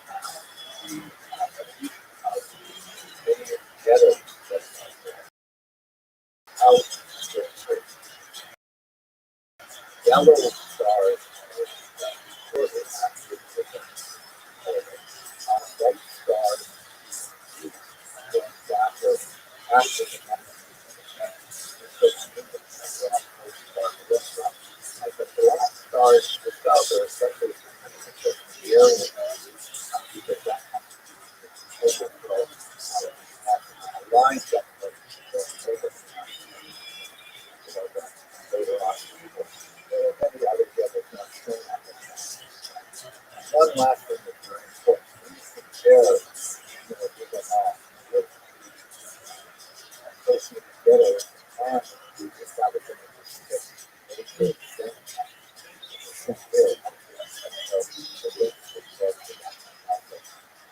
but they are all together living off there very clear.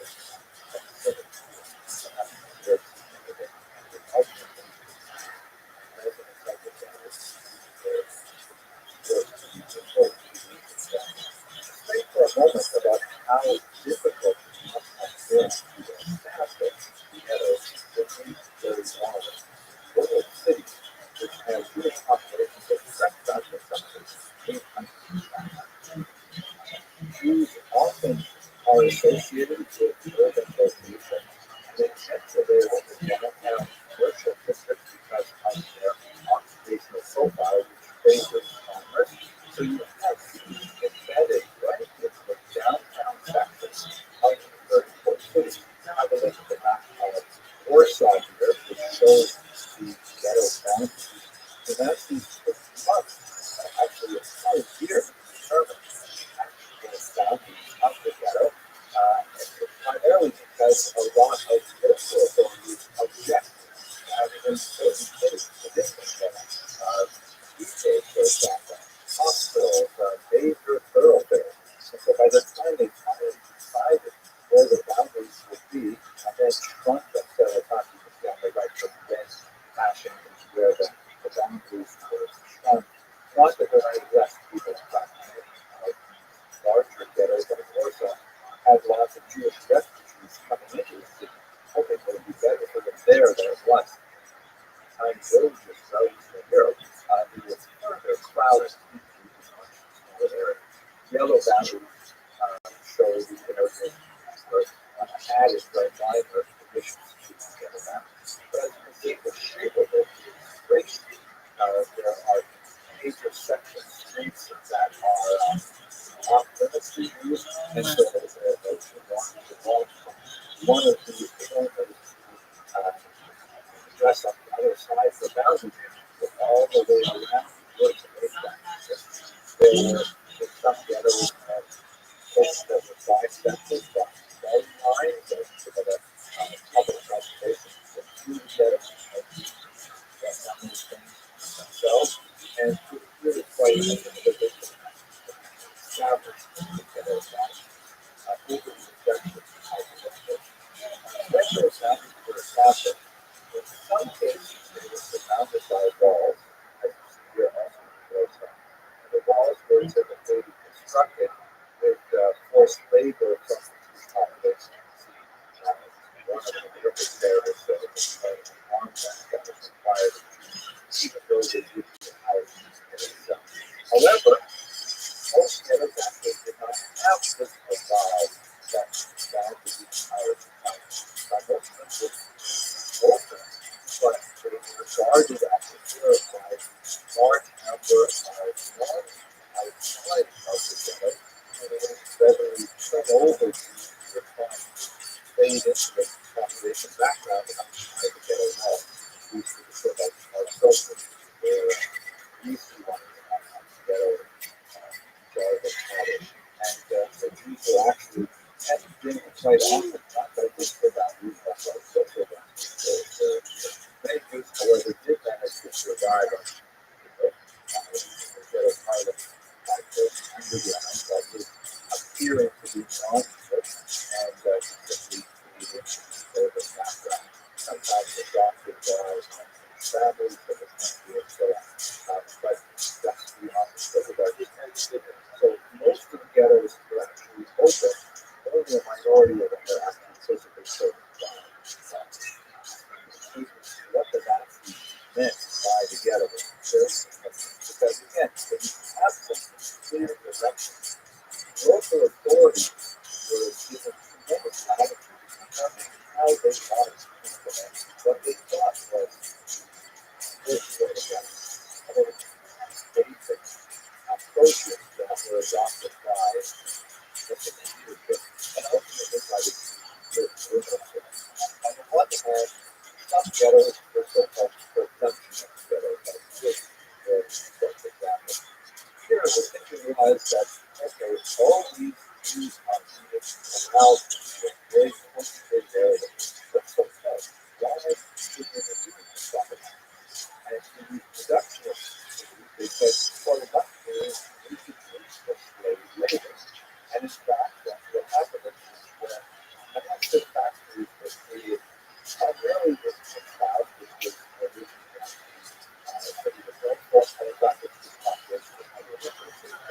and so the worst of was thought of as a way to live. And the Jewish population competed for the highly desired work of the thinking that there was some logic, there was some sense to the generation. And that they could only keep their heads down, operate in their ability, maintain their jobs, and maintain their politics, and the ideas to on the other side, the systems get rid of Warsaw, where the purpose of the ghetto was to be there with people to have to die on starvation, disease, and to keep them in one area so that was contained that we that's the policy that the Warsaw Ghetto open windows. For example, if it's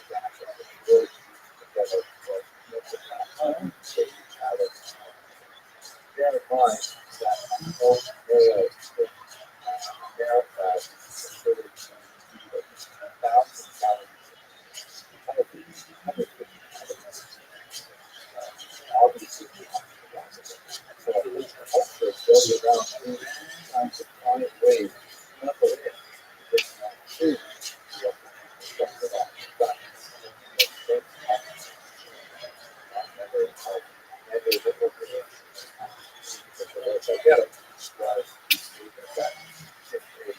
Statue was to be raised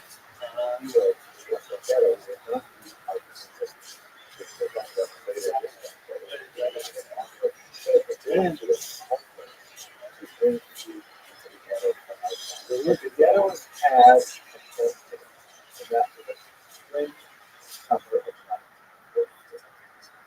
This is a time when there's a death so look at whatever you want to put that.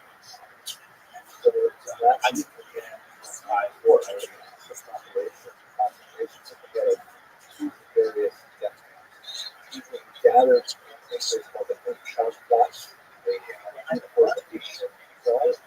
This is about the left of this photograph from Warsaw with men on the left and women on the right. They would be forced to board the house with shadow thing, which would put their hearts to the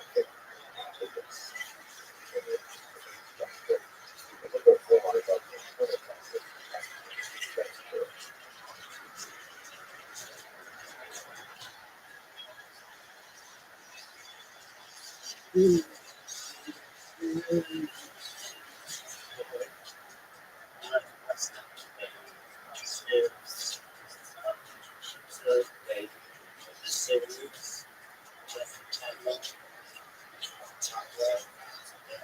us continue our discussion on ghettos. I think we have a couple of constitutions that have to say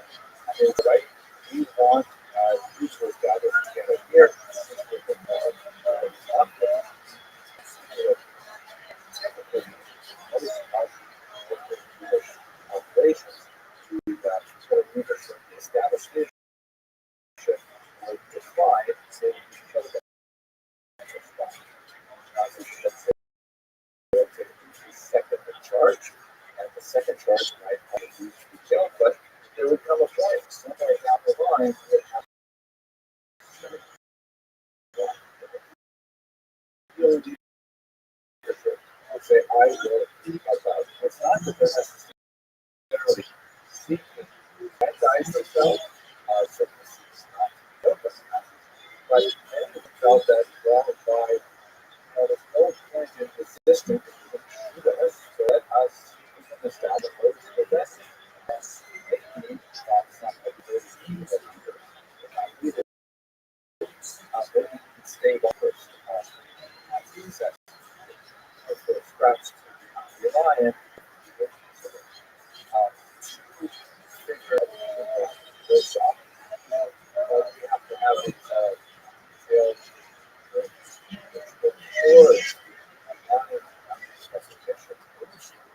Whether that the temperature reflects a lot of his personal concerns about his sons, daily interaction with the Nazis. From his own perspective, the Nazis would be increasingly constructive demands of the Jewish community. And it became obvious that all of these were something that was important, but certainly that German government suicide was all side. Director of his interaction with Nazis sheds this light on the other hand, I custody is huge. It's a much more regular maniacal fashion to actually lord it over all bias running. A lot of stage kind of things like this that indicates that leadership is kind of, I read noted, it's not necessarily legitimate leadership of the Jewish state, but rather there's not a variation on ghettos, but Cherry and Miller would hopefully show us kind of the opposites of possible Utilize is essentially the native are like the ones that you actually have to build after the population, which they did with, for example, the most needed Jewish police would often be tricked out with small uniform devices like a hat, stuff, and of course, directly on that, would sometimes also be arms the time. But he was in charge of enforcing demands on the utilize coming from Nazis. Like they brought confiscation of laborers, of furs, guarding of borders in the ghetto, ultimately personal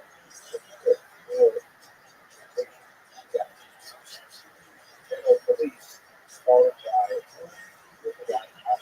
out would be on the last train headed out of the ghetto their destruction.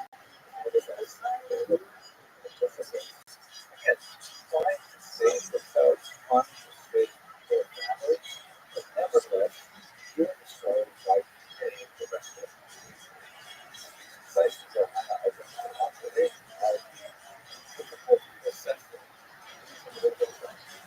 by a lot of people. The other is of collaboration. That's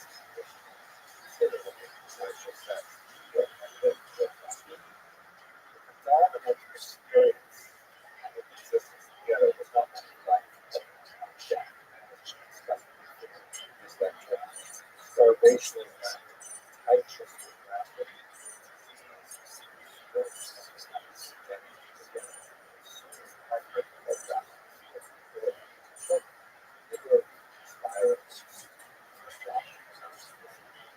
also understand that a lot of things happen together as well.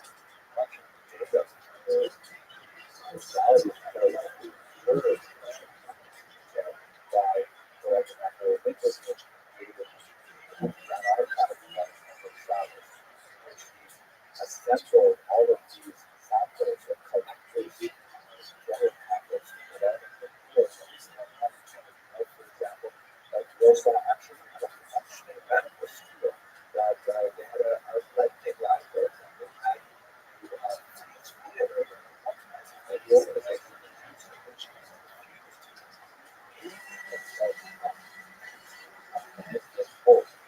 there was also the upside together about a lot of illegal currency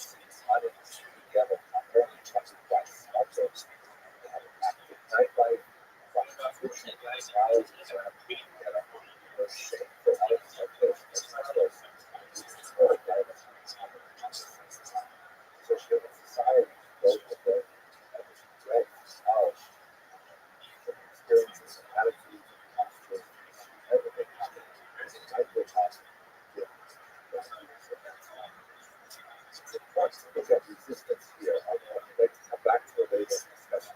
In Warsaw Ghetto, I know remarkable acts of resistance that occurred in this last time.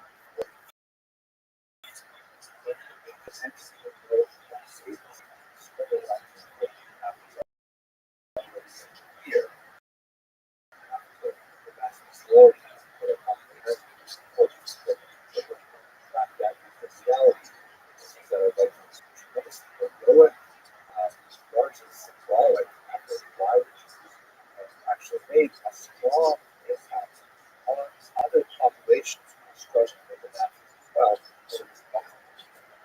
For the most part, resistance in the ghetto was not a without this is for the survivors Nazi practice horrific collective punishment. If anyone had, let's say, a revolver fired at Nazi soldiers, Nazi ghetto, Nazis were even near tens of workers having split their both parties. So there's a strong desire, especially on the part of the Russian and the traditional leadership as well, why town resistance. So for the most part, resistance in the ghetto was small at first. It's some of the ghetto was an active organized resistance, and we will come back to it later when we focus on resistance in particular. But far more impressive, I think, is the spiritual resistance that we see with figures like Rabbi Shapira, also known as the Nation of Kodesh, which is the title given to his diaries from the Warsaw Ghetto, not really diaries, they were public speech or social structures that delivered in the Warsaw Ghetto. Absolute phenomenal spiritual heroism as the rabbi struggled week after week to counsel his beleaguered constituents and to persuade them to remain strong in the face of such a potent onslaught that the Nazis represented. And these are topics that deserve a lot more attention, but these are very big factors. Thank you very much for watching.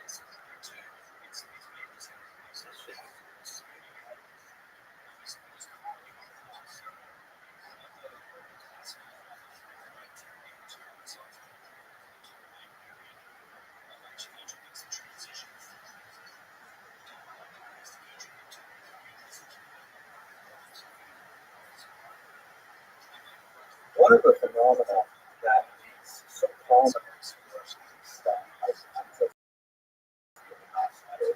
is the fact that it took so little for the Nazis to find against obedience and American conflict, both their military population and civilian population, as we should continue to see.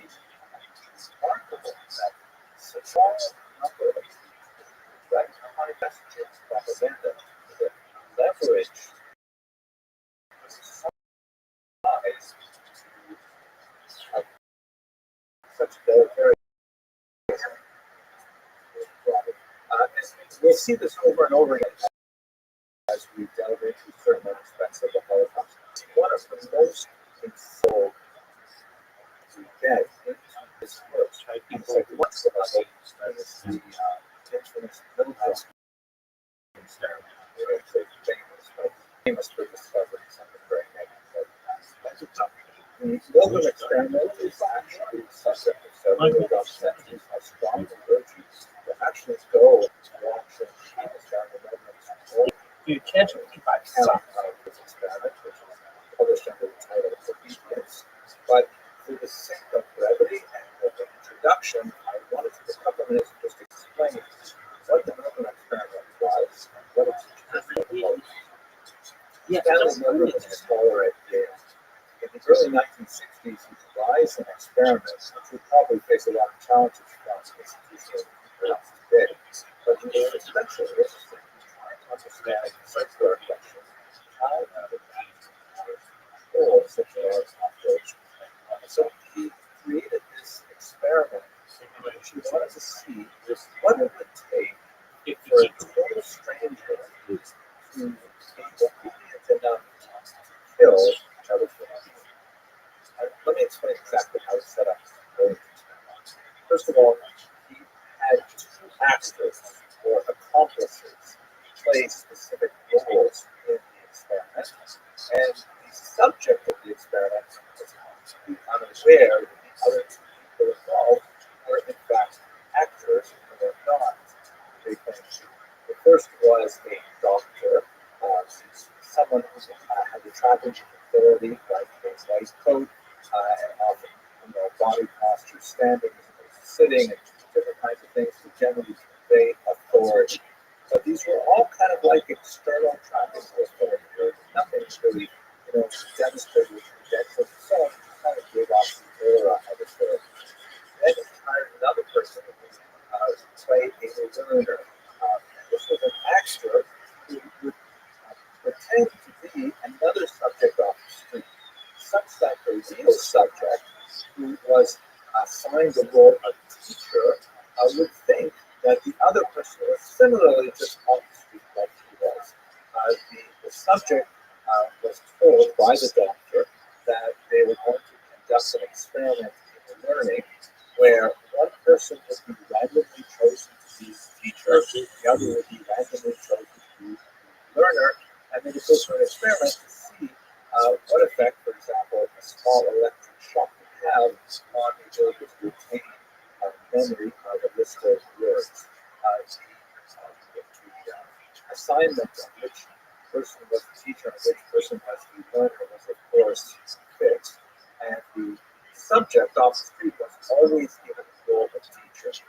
And now, basically, what would happen is the teacher would be shown a device that looked like this and had a whole series of switches, and under each of the switches was a label from mild to strong to extreme to danger XXX. And this was a machine that would deliver a small electric shock, and in fact, they would hook it up to the teacher, that is the real subject off the street, and let him sample a very, very light electric shock. And then what they would do is they would take the teacher, that is the subject, the person who thinks he is working with another subject, into another room where they would hook up the learner, which of course an actor.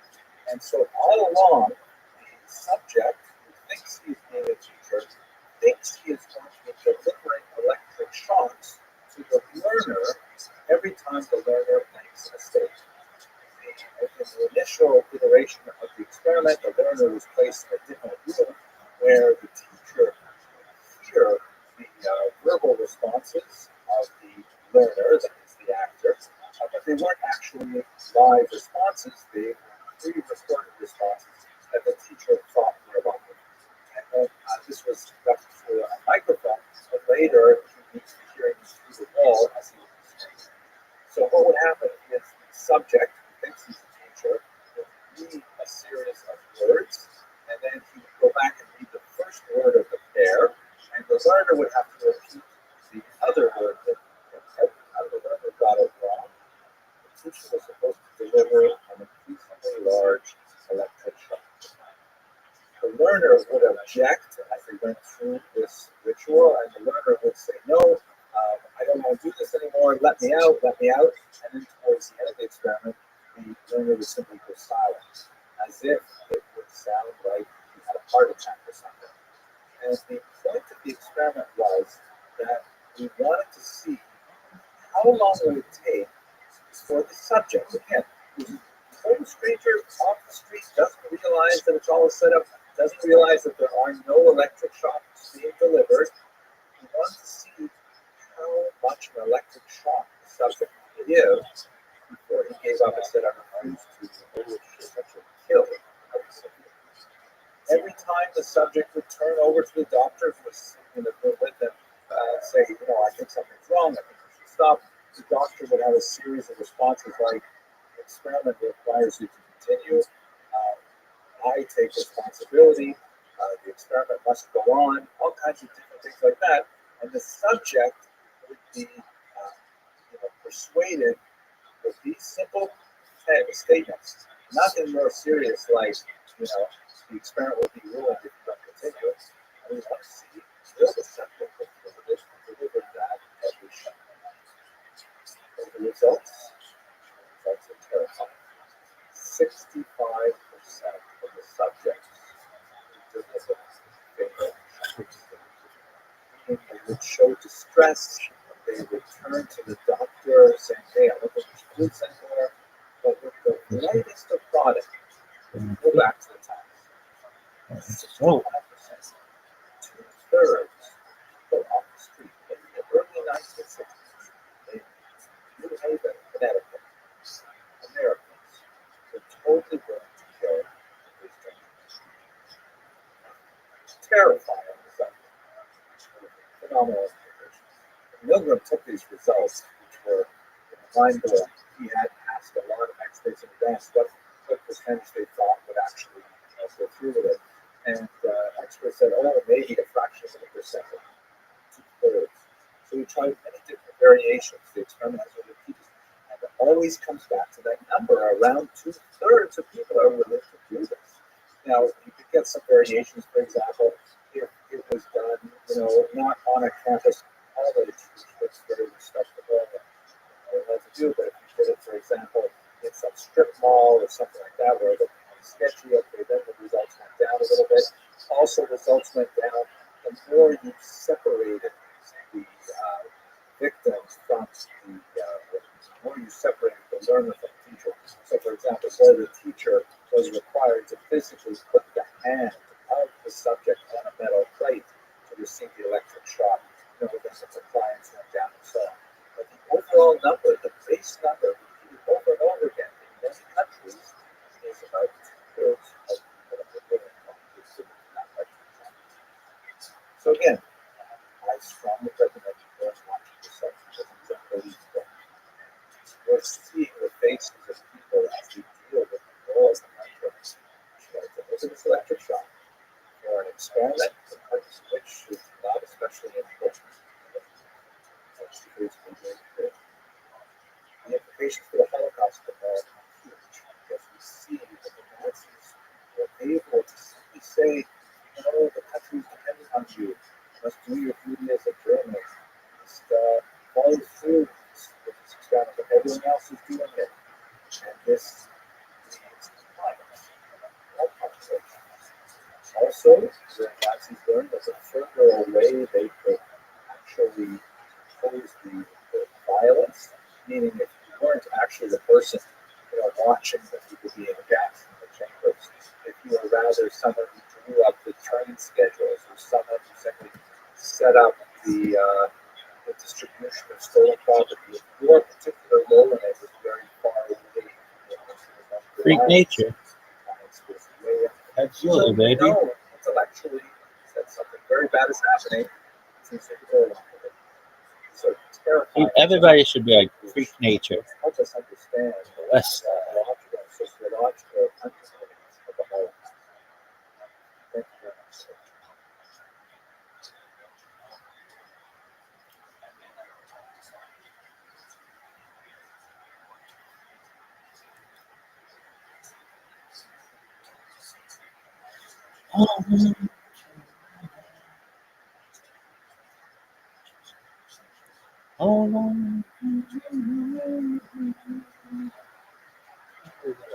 Bitch.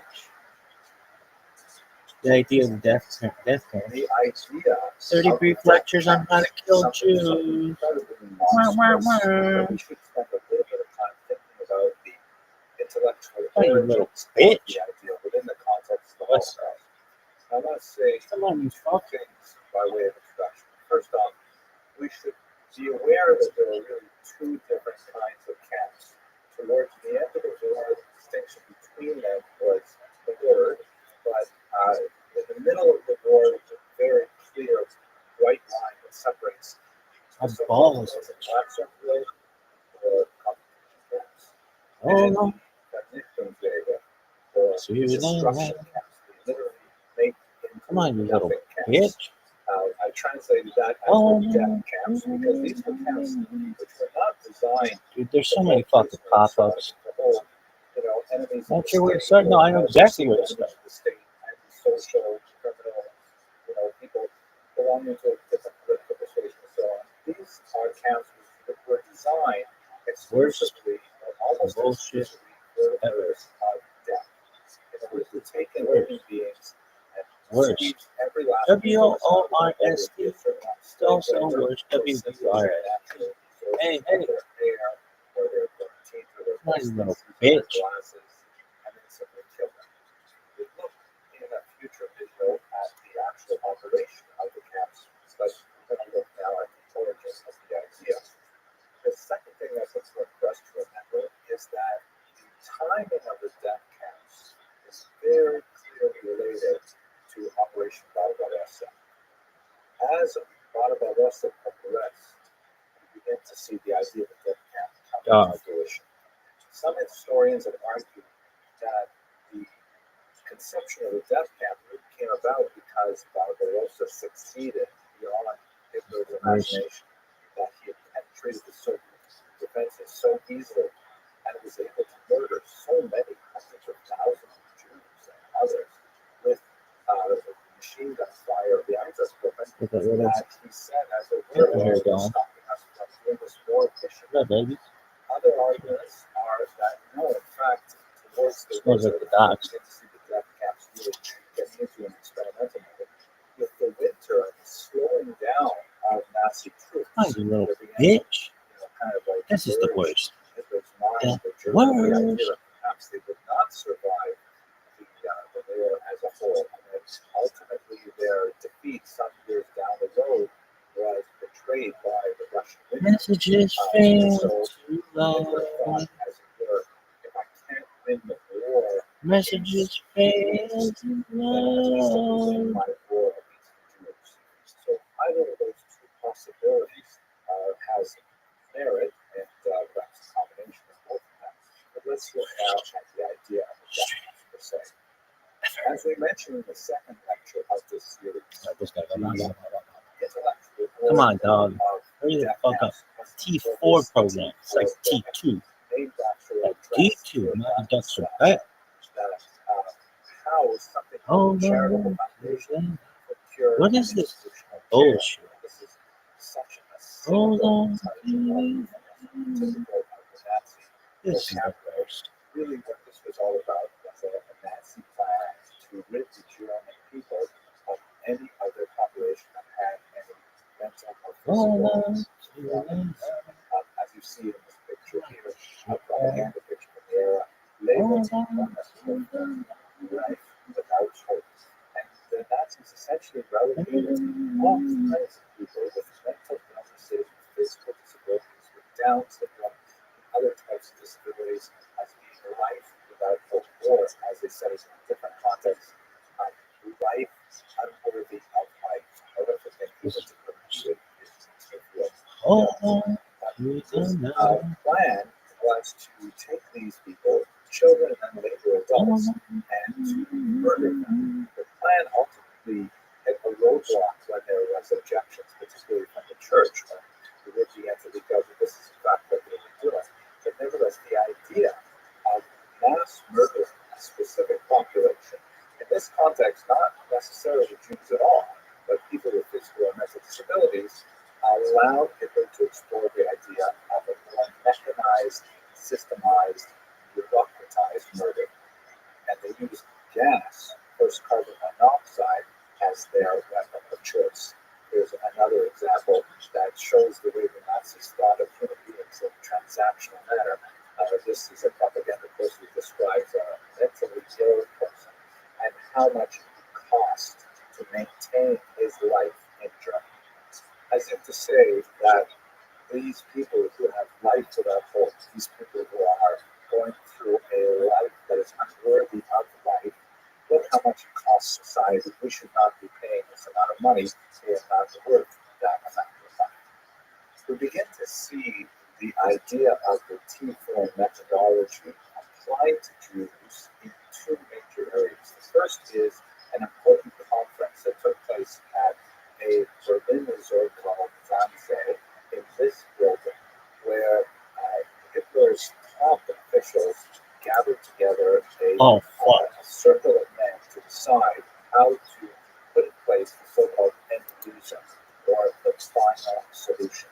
They were working with some experiments that I'll discuss in a moment as data for their plans, but this is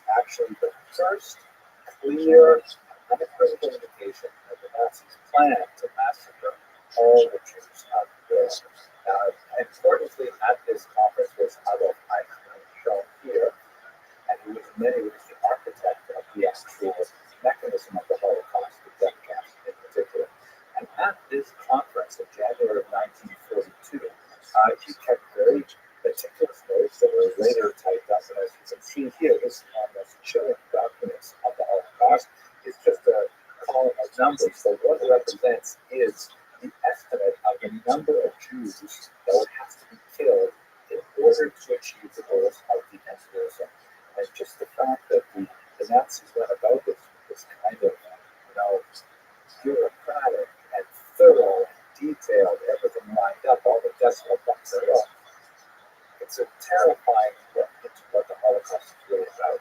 Here you can see the regions that were within the Nazi military framework. You can see the Gimel prominently in the Hanoi there, which is 2 million Jews. But also in this section, many countries that were not directly under Nazi control, or in fact not even under Nazi control at all.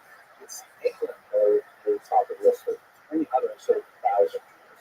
And look down the list there, about 8 numbers, you have tiny Albania. The Nazis were actually going to hunt down 200 Jews in tiny Albania in order to fulfill their quota of the Empirism. That's a chilling document that indicates the lengths to which the Nazis would go in order to fulfill their objectives. As I mentioned, the people who got together at Rothschild were not operating correctly. They had been conducting experiments primarily in the use of gas vans to kill people, first on the T4 program, and then increasingly Jews from the smaller ghettos in Eastern Europe. So they would essentially pile Jews into a van and close the back doors and reroute the exhaust into the cabin of the van, and then simply run it for several miles until finally the Jews would die of asphyxiation. So they began to think about using gas as a more mechanized and efficient way of killing large numbers of Jews. One of the first places where they put this into effect is in a small village in Poland called Kharkiv. And Kharkiv began its operation in December of 1941. By the time the Nazi Empirism was under full sway, there were 6 similar camps that were all active with the same type of idea and technology. Basically, they would be deporting Jews to Kharkiv, unlike the ancestors where the murderers came to the local populations. Here they were taking the Jews who were largely collected in ghettos and deporting them to another site to process them more efficiently and ultimately to murder them. Here's a terrifying photograph I found on the United States Holocaust Memorial website, where a young child was separated from his family and his family is saying goodbye to him, most likely never to see him again. They would meet their ends, not at this time in gas vans, but in the first stationary location for these gas chambers. We'll speak more about this in the next video. I look at the actual mechanism of death for the death. Thank you very much for watching.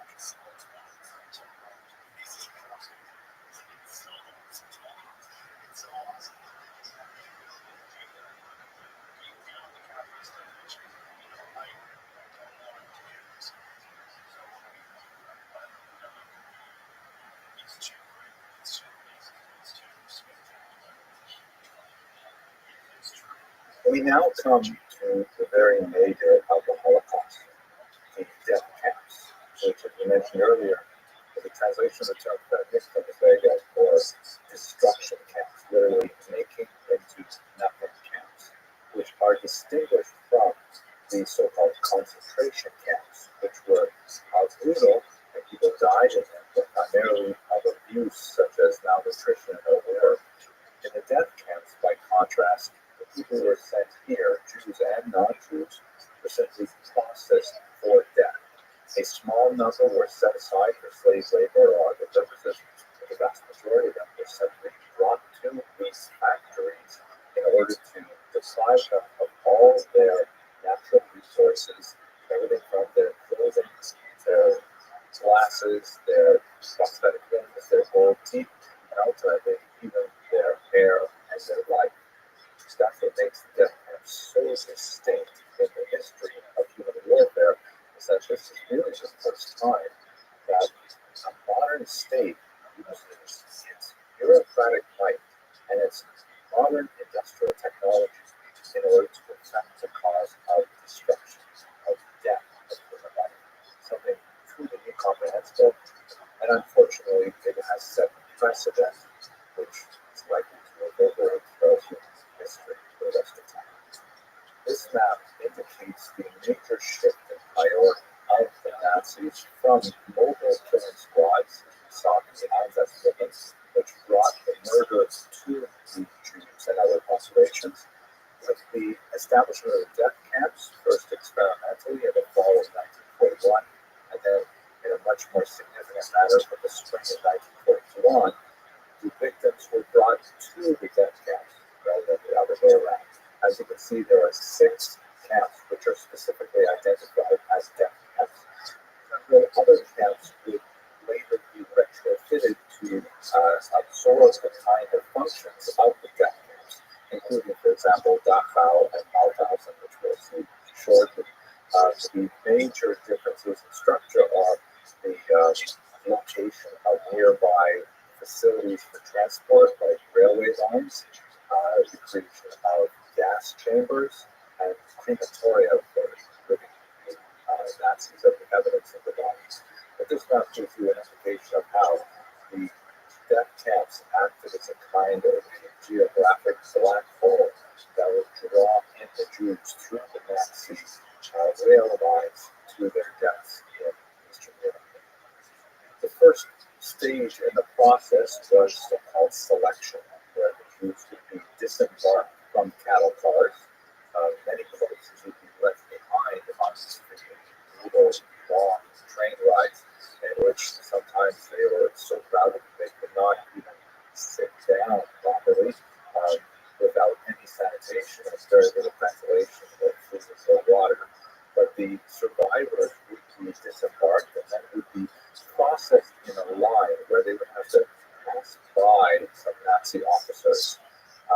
They would either signal them to move to the left, which indicated that they would be processed immediately for death, or to the right, where they would be selected for other purposes such as slave labor or medical experimentation. On occasion, some of the camps, like Treblinka, would make good use of sort of decoy techniques, such as the presence of a live orchestra made up of prisoners that would play lively music or concertos for the troops as they were disembarking, in order to try and assuage their concerns that they were about to meet an uncertain fate. And the Jews were largely behind the process to discuss their next instances of resistance, but for the most part, the process went very well from the Nazi point of view. Those who were selected for death would be disrobed, their hair would be shorn, they would typically be given shirts or uniforms that would only be worn for a very short period of time as they were marched into the gas chambers. In some cases, they were given towels and soap to suggest that they were going for a regular shower or a de-rousing, when in reality they were going to their deaths. Their deaths would typically take place in rooms which would later be filled with noxious gases of a pesticide known as citron-bait. This is the interior of the gas chamber at Majdanek. In some places, the gas chambers were actually built in ground. In other places, they were retrofitted into barns or other types of structures. And the most important thing from the point of view of the operation was that they could be easily vented after Jews inside or other prisoners were killed, and then their bodies could be removed for the next process. Here is a photograph also from Majdanek that shows the vent on the roof where the cyclone-bay capsules would be dropped. In some cases, the gas chambers actually had to be heated so that the pellets were transformed into a gas once they hit the warmer atmosphere. The final destination would be ovens. The bodies were removed by other prisoners called Sonderkommando, or special commando squads. The prisoners would take out the dead bodies and bring them to these crematoria, which would operate day and night, nearby and the mid-camp of the remains of the victims. This photograph is from Mauthausen. You can see that someone has lit royal candles and portraits of them or other insignia from Austria and so on. The crematorium were notoriously unreliable, constantly breaking down, and quite often the bodies simply had to be burned without much yard, as we see here in clandestine photograph from the period. As I mentioned earlier, not everyone is immediately selected for processing to death. A small percentage is set aside for slave labor. They're housed in barracks like these here. In Mauthausen, the street, by the way, is paved partially with the ashes of the victims that were killed through gas chambers and then burned crematoria of Mauthausen. Living under incredibly horrific circumstances, overcrowding, lack of sanitation, given a subsistence diet which is primarily liquid in nature and makes the prisoners prone to diarrhea, very debilitating dysentery that dehydrates them. But the idea of the Nazis was that the slave labor was, highly replaceable, and it was usually simply maltreat them and use them up until they expired. In fact, the literature from the camps describes the slow and steady decline of the prisoners until they reached kind of a walking zombie stage. In this camp rhetoric refers to these people as Muslims, which is literally translated from German Muslims. It's a derogatory term, but it's intended to refer to these Jews and other prisoners who have so lost their sense of self that they can no longer maintain a self-respect to even, force themselves with normal conversation and so on. The Nazis actually tattooed the numbers onto their arms, and it was forbidden to refer to another prisoner other than by their number. They literally dehumanized them, making them into commodities by giving them numbers. The great writers, that about this in a very ingenious manner.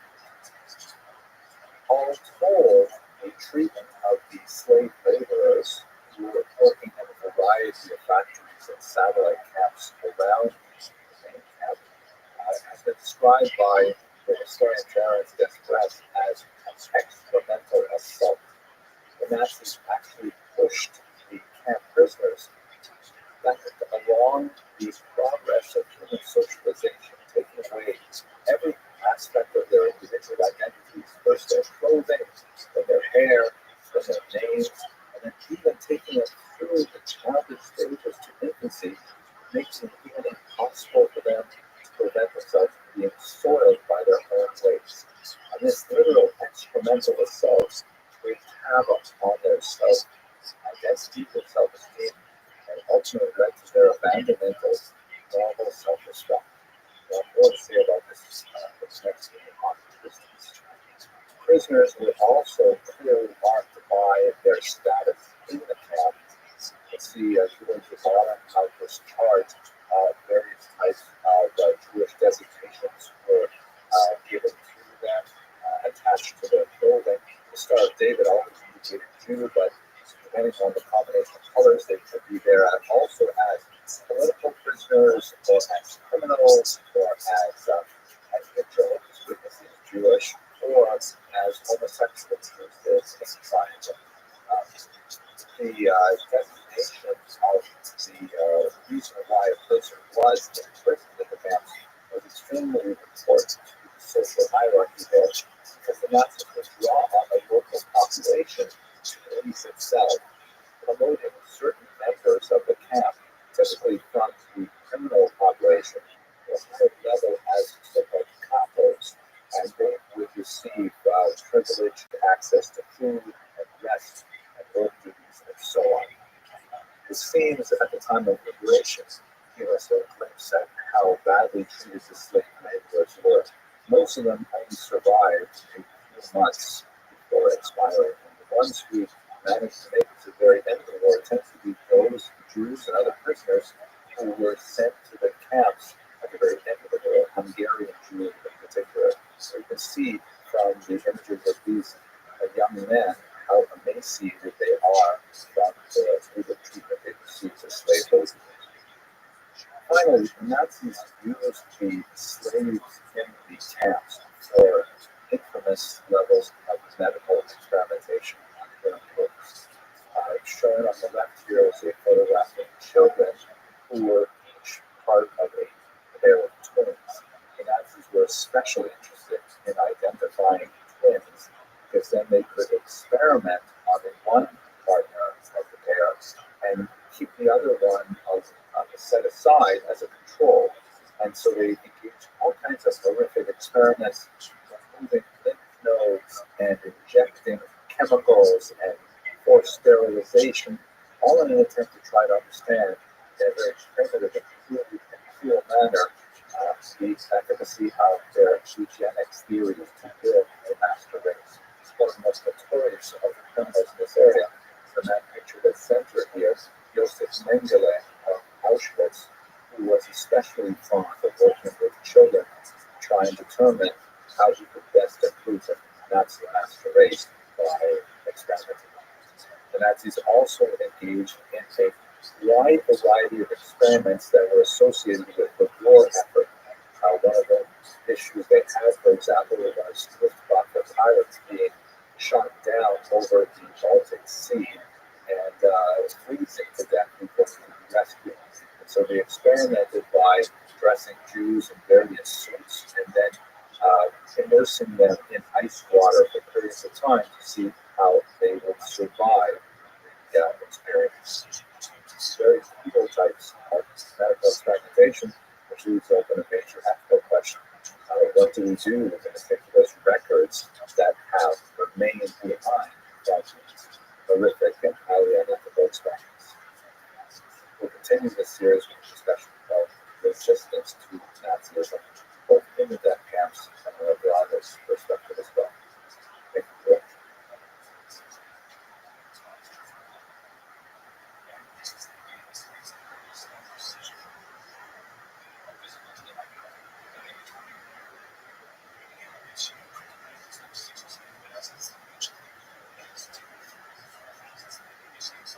Resistance is among the most difficult subjects to engage in proper treatment of the alcoholic. Viewed from a distance of decades, look back at some of these events and we say, why did they rise up? Why did they band together? Why did they organize? Why did they not resist? And there is a temptation to read history backwards and to make really unfounded value judgments that do not take into account the kind of circumstances that would have led people to make the choices or fail to make the choices that they in fact did. On the other hand, we see some incredibly heroic moments of phenomenal resistance that's truly awe-inspiring. And there's another tendency as a result to give much more weight to those isolated incidents and to throw them out of proportion to the overall history that we're looking at. The elements of resistance in the Holocaust is actually really quite motivational and makes you feel good about humanity, especially after looking at the tremendously awful events of the Second World War. So we have to try to put it in context of how extensive was the resistance and to what degree it actually happened. But unfortunately, the answer to both of those questions is not encouraging as we look back. But let us try and get some sense from a historical perspective of what the main Jewish resistance to the Nazis during World War II. The first thing that I think it's important to say is that resistance was fairly widespread, remarkably so, especially that you can compare the situation of the Jews to other populations that had considerably more freedoms, even in Eastern Europe during this period. And we find elements of resistance in the darkest, deepest recesses of the Holocaust, uprisings in the concentration camps themselves, in Sobibor and Treblinka, and of course in the Warsaw Ghetto, that we discussed a little bit later in this video. However, looking at a map like this, which does give you a sense of the scope of resistance, is somewhat misleading. There was definitely elements of phenomenal resistance. So we've seen, for example, large numbers of young Jews joining partisans. We saw earlier that Jews, for example, escaped from the Einsatzgruppe and got out into the they would link up with other groups of dispossessed citizens, typically much younger, quite often affiliated with Soviet or pro-Soviet partisan groups. Sometimes, by the way, a very difficult issue of the various groups active in the forest.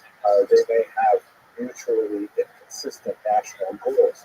Some who wanted to extend Soviet power, and others who wanted to extend a new nationalist identity. You see this in particular with Ukraine, for example, that there were Ukrainian nationalist groups and Ukrainian Soviet groups and so on, and they did not always band together to utilize their resources effectively, and sometimes Jews were caught in the middle of this as well. But you do have examples of young people in particular joining these partisan groups and defending Jewish honor and Jewish pride quite heroically. You also have some truly moving examples of Jewish resistance, like the heroic and tragic story of Hannah Senech, who was actually living safely in Israel. She was a Hungarian woman who had moved to Israel, and yet perceiving the danger to her coalitions back in Hungary, she agreed to cooperate with the Allied resistance and had herself paratrooped back into Hungary, where unfortunately she was caught by the Nazis and tortured, but did not betray any of her comrades, and she was eventually put to death. She was a remarkably talented young poet, but a phenomenal amount of operative work, although they like to tragically cut short. So we have examples like this of phenomenal heroism, but in the main, it tends to be rather late in the war, reasons that I'm going to discuss shortly. It tends to overwhelmingly involve young people rather than people who are already in leadership positions in the Jewish community. And it tends to be symbolic in nature more than anything else.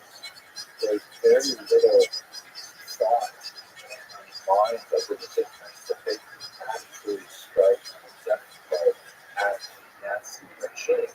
But there was always a feeling that they could make a statement that in fact they did. The Warsaw Ghetto Uprising in particular was a beacon of hope for many other oppressed peoples, because people looked at it and said, if the Jews were trapped inside a ghetto and without access to munitions and communication and so on, if they were able to rise up and hold off the German army for so long, even though their resistance was ultimately doomed, it nevertheless sent a message of hope to many other people and inspires them to rise up as well. So, bearing in mind these caveats, that Jewish armed resistance in particular tends to be rather late in the war and tended to involve younger people rather than people in some of older in leadership positions, and finally that it tends to be symbolic in nature. Let's have a deeper look at what resistance might have. Early scholars of Jewish resistance were looking for, especially in the environment of the newly formed state of Israel in the late 1940s, early 1950s. We're looking for, these heroic stories like Hannah Senech and others, where we're hoping to find, really amazing examples. And they did find something, nearly as many as these overwhelming pleasant stories that spoke of Jews simply being slaughtered by sheep. And so, a broadening of the idea of what it meant to resist the Nazis began to penetrate historiography.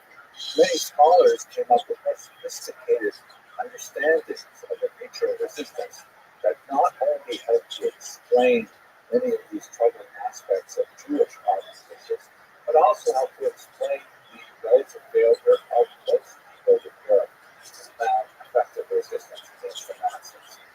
And that includes, obviously, not only the imprisoned peoples of Eastern Europe, but also Western European populations who had far more freedoms to move about, to organize, and so on.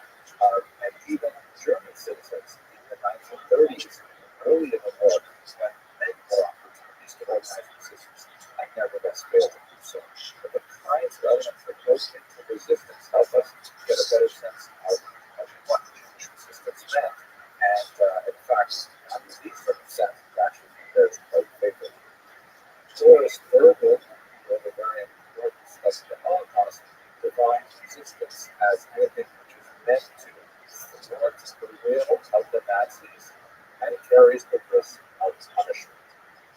has a much broader sense of what resistance would mean and would allow a much larger proportion of society to honestly say they're participating in resistance, although very few of them would actually take up arms and actively fight the Nazis. For example, we see it in the Rothschild ghetto with the organization of tremendous institutions, despite the overwhelming threat of the Nazis and their obvious desire to massacre all of the Jews to slow starvation. The fact that Jews in the ghetto would organize themselves to establish, for example, orphanages and even cultural institutions like libraries and theaters, that they would even establish medical services, even underground medical school, to try and claim slaves to life, even as the Nazis were trying to strip it away from them. It's a phenomenal individuals with truly inspirational, like the very gentle Janusz Korczak, who was not as well known by his real name, Henry Rothschild. He's one of the most popular children's book authors of the early 20th century, who had a deep and abiding commitment to the welfare of children, so much so that he was actively involved in caring for the children in the ghetto and ultimately went along with them through their deaths in Treblinka. This is certainly an act of resistance, even though it is expressed as an act of terror rather than an act of violence. This kind of resistance can be expressed in a spiritual manner as well, which I'd like to address in the next lecture. Perhaps the greatest example of Jewish resistance, something that truly is outstanding in the history of literature, is the Warsaw Ghetto Assassin. And many people imagine those horrific scenes of the buildings burning as the Nazis brought full force of their army to bear on a few tens of thousands of surviving, starving, yet dead. And we photographs like this of Nazi stormtroopers holding armed weapons against young, terrified children. This is really what it meant to defy the Nazis.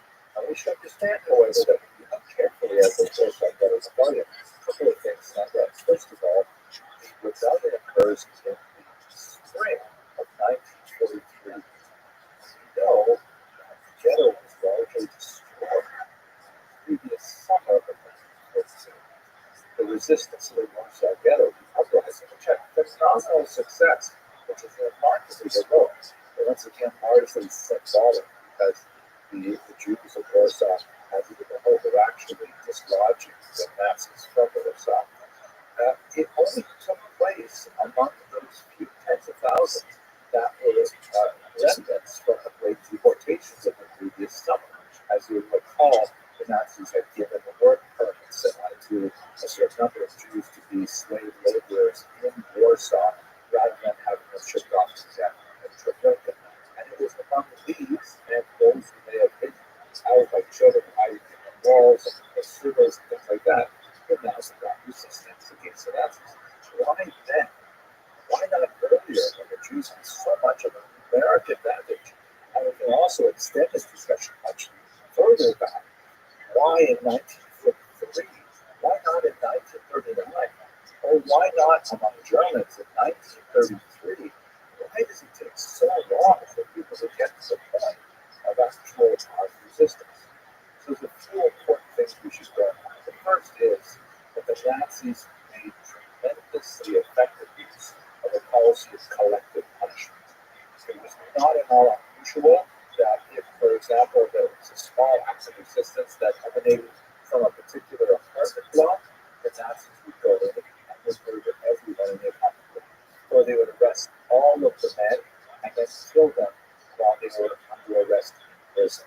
There was like a sense that if one got caught resisting, then punishment was devolved not only on oneself, but upon one's family and one's neighborhood. So people were terrified really for the entire community, and there was internal pressure not to resist, not to stand back. Secondly, in relation to this, there's a very strong generational difference.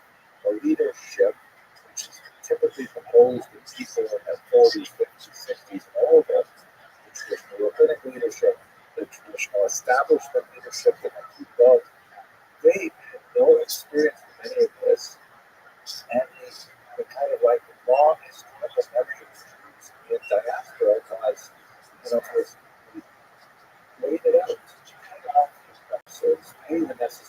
rise, just behave, don't stand out, and eventually it will go away. Eventually the community will survive. And this particular approach, which had largely worked for thousands of years, was not ready for the nature of the Nazi onslaught, which was total in nature. Finally, this leads to something which some historians call the neurosis, which was a failure of imagination, related to the idea that Jews had had a pretty long strategy of what one of my students once called the fee or flee strategy of Jewish existence. That either you pay off your taxes or you run away. There was a failure to imagine that the Nazis might represent something radically different, that they were not interested in exploiting Jewish wealth. They were interested in exploiting Jewish life to its fullest extent, and both the Jewish world completely extensive interest. This was something so radically big that it was a failure to imagine that something was that pretty. So these three things taken together certainly help us understand a lot more about Jewish resistance. And in reality, many of these things apply equally well to other populations, even German citizens who were. So let us continue this discussion of resistance over the little bit more first in one case study of spiritualism of both subjects.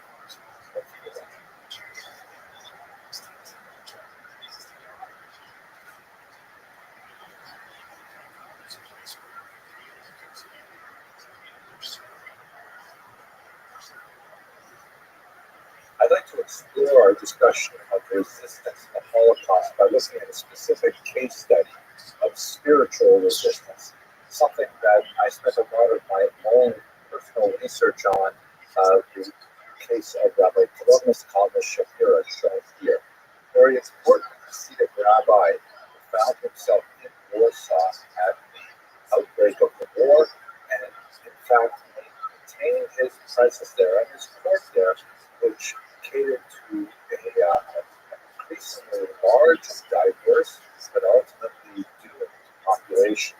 Throughout the war, from the initial bombing attacks of 1939, which killed members of his family, until November of 1943, when he was murdered in a camp in the context of a larger uprising, he maintained this steadfast commitment to his faith and a commitment to his followers to help encourage them and help them find similar strength to go on. Nevertheless, his wartime writings give us a fantastic glimpse into his own personal struggles with the overwhelming theological and philosophical meaning of the Nazi onslaught, which give us a better sense of just how much of a spiritual hero truly was.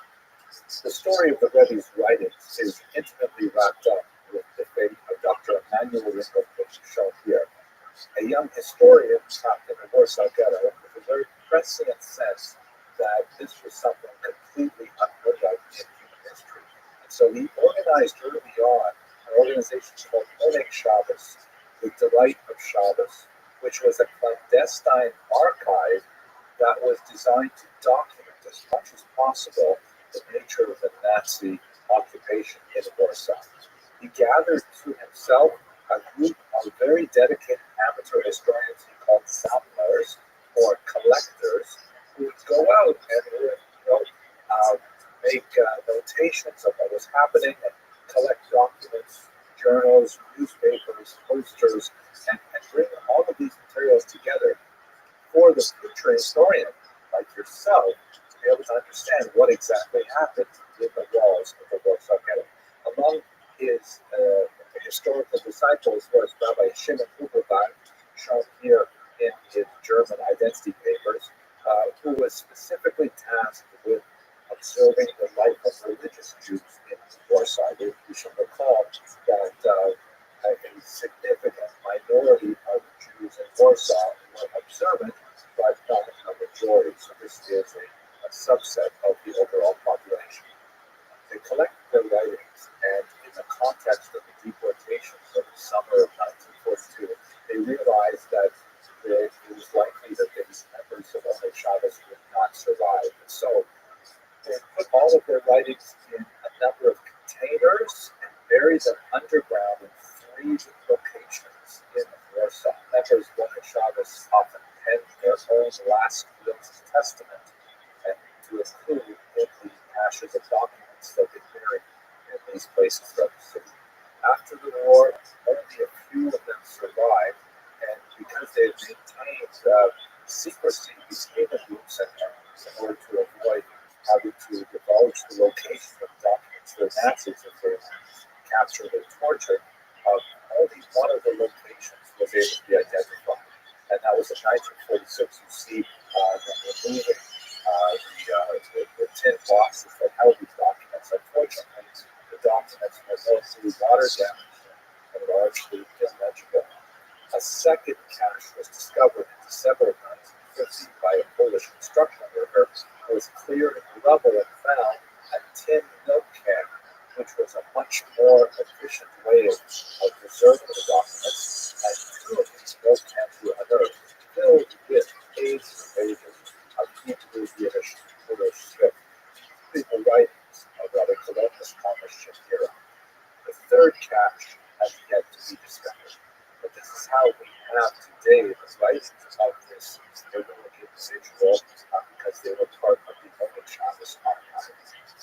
Now, we know from what the Rabbi wrote that he would deliver these weekly Shabbos drushes or sermons in which he would look to the weekly Torah portion to give his audience strength. He specifically tied with tremendous ingenuity the events that occurred in the weekly parsha, the weekly Torah reading, with the events of that week in the ghetto. And sometimes the parallels are absolutely overwhelming. Amazingly, he never mentioned once the word Nazi, the word German. He hardly mentioned the word war. In fact, if you picked up the book and didn't know when it was written, you could easily imagine that this was like a really difficult book dealing with the problem of evil, but you would never be able to locate it specifically in World War II unless there's some kind of scholarly apparatus to explain who the author was and when this books were written. So just to give you a sense of how this worked, in 1939, as we saw earlier, one of the things the Nazis did when they first came into Warsaw is they toyed with religious Jews, cutting off their beards, setting fire to their forelocks, their tails, things like that. And they often took photographs of this to send home to their girlfriends and so on.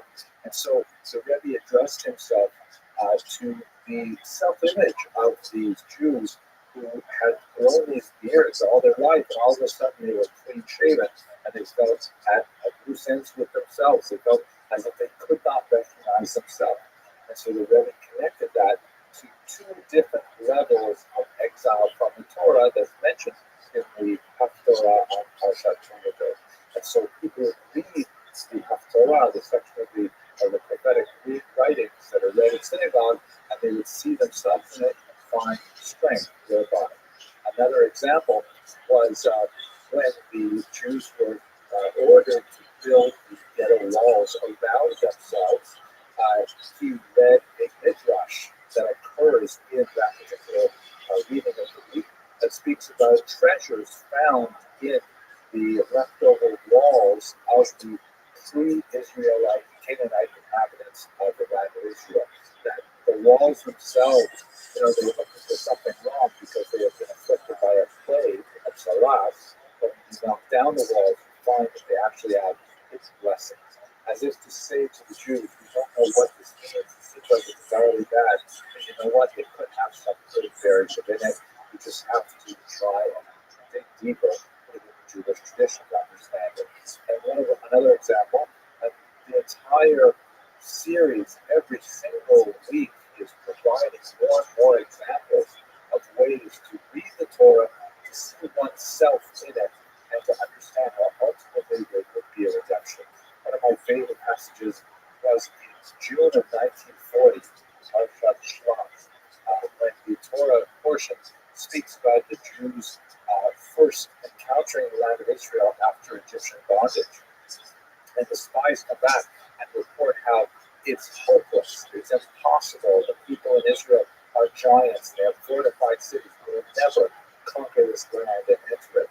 And this happened to be read immediately after the news that France had fallen. When Paris fell and the Nazis reached the high water mark of their expansion in Western Europe in particular, many Jews were despairing, but nevertheless the Piaseczna Rebbe returned to the Parsha and says, read the Parsha carefully. Just like the Jews, some of them were complaining that they can't possibly enter the land of Israel, and yet they did in fact enter it, they did in fact conquer the land, they did in fact settle there. And so too will we eventually defeat Hitler. And that's the message that we consistently delivered, that redemption was at hand. Tremendously heroic example of spiritual resistance, of a leadership to provide hope to a population of tremendous stress. If there was a breaking point in the Rebbe's own thought, it certainly came in the darkest moment of the Holocaust for the Jews of Warsaw, and that would be the summer of 1942 in particular. In the spring of that year, a escapee from the nearby death camp of Belzec made his way to the Warsaw Ghetto and provided a report as to how the Nazis were actually gassing the Jews. This was turned into a report called the Brojanowski Report, which was smuggled out of the ghetto through the resistance and eventually made its way to the Western powers. In July of that year, the deportations began. The head of the Judenrat, Adam Chernyakhov, we discussed earlier, decided to commit suicide because he saw that he could not save the people of Warsaw. And this is when the Rebbe offered his final sermons. Shortly thereafter, he would give his documents to the Koenig Shabbos archive, and that would be essentially the end of his writings. He would later be killed himself and killed. And we see in his writings from that time that he takes a pleading stance vis-a-vis God. He communicates, as it were, directly to God. He's no longer speaking to an audience of human beings. He's speaking through them to God himself, saying, "May the master of the universe not do justice." It's very powerful and moving and theologically very difficult. He's also quite straightforward about his own challenges. He writes in March of 1942, "Am I not broken? Am I not in a continual state of grief, weeping from time to time? How can I possibly study Torah? How can I draw the strength to delve deeply into Torah and Hasidic thought?" And nevertheless, he continued.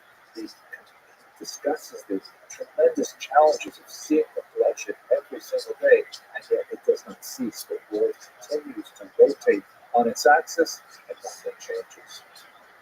This is just a sense of his own internal struggles that he provides for us in his writings, not only, by the way, that he includes his records of the sermons that he delivered, but he also included his personal spiritual diary, which seems to have been intended for no one but himself. Nevertheless, he felt it was valuable to share that with future historians, and so we have a unique glimpse into his own personal worldview. And yet, throughout all of it, he maintained a tremendously steadfast ultimate faith in God, arguing that ultimately he had no power to alter his fate, but he relied upon God to do it. And he beseeched God with all of his strength to bring about redemption for the Jews of Warsaw. I continue to gather tremendous personal inspiration from the writings of Rabbi Shapiro. If you are interested in more, many of his writings have been translated. My small contribution to the research of this book, in which I look at his weekly writings and compare them to the historical events of the Ghetto at that time. And I continue to derive a lot of strength from it. Thank you very much for it.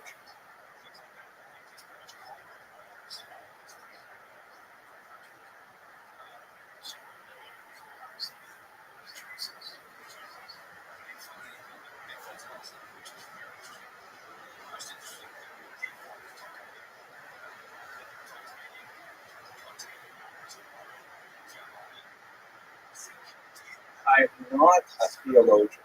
I'm not a rabbi either, by the way. You know, I wear a yarmulke. I'm just a regular guy. And I come to the ascension of Rabbi, we should practice that pronunciation, by the way. Rabbi Shapira is the common English transliteration of his name, although it really was pronounced Shapiro in Poland. And he would be known to his followers by the name of the town he came from, a little village called Piaseczno.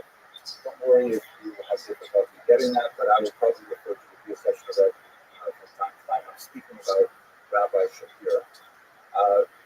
I came to his work primarily through religious studies because interspersed with my graduate studies in history, I spent a lot of time in advanced Judaic studies, including Shabai in Jerusalem, where I was at Or Sameach for several years. And I was introduced to this particular rabbi, and I found it absolutely overwhelming. I found it difficult to write on theodicy.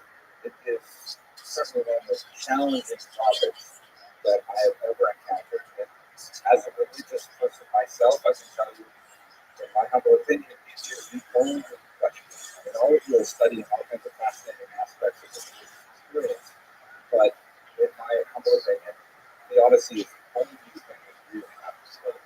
And so it's fantastic when you have this opportunity to gather together with a scholar like Dr. Rabbi to spend a significant amount of time thinking seriously about theodicy. It's kind of one of those questions that it's impossible to make any progress without encountering the question of the justice of God, but it's impossible also to receive, in my humble opinion, again, a final answer. Okay, and that's kind of wandering in that area. My presentation is more historical in nature than focused on theodicy, but I know that this is the primary purpose of this. I'll try to give you some exposure to the range of thought on the theodicy of the Rabbi. And I'm very grateful that I was prepared by reading through things and some of the thought things that I've put out myself. And okay, with that rapid introduction, why don't we start? So I know you've reviewed some of the writing on the PSS. Let me just take a couple of seconds to speak about some aspects of this manuscript and place the comments on the Odyssey in this larger context. As you probably know, the manuscript, which goes under the title H. Kodesh, or the Holy Fire, was discovered by a Polish construction worker who was clearing the Rothschild ghetto in the rubble of the ghetto in 1950. He discovered these tin milk containers. Back in the day, of course, that's how milk was delivered door to door. It would come in large containers and then decanted into smaller glass containers. And they used it to contain some 150,000 pages of documentation in a series of 3 caches. 2 of the caches were discovered after the war, the third remains missing. The caches were the work of this heroic young historian, Emmanuel Ringelbrink.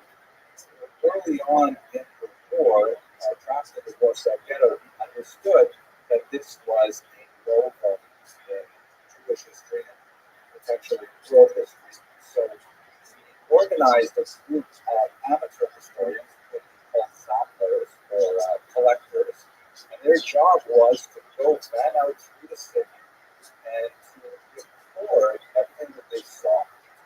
Take artifacts like bulletins, leaflets, journals, anything they could find to document what was going on in the city.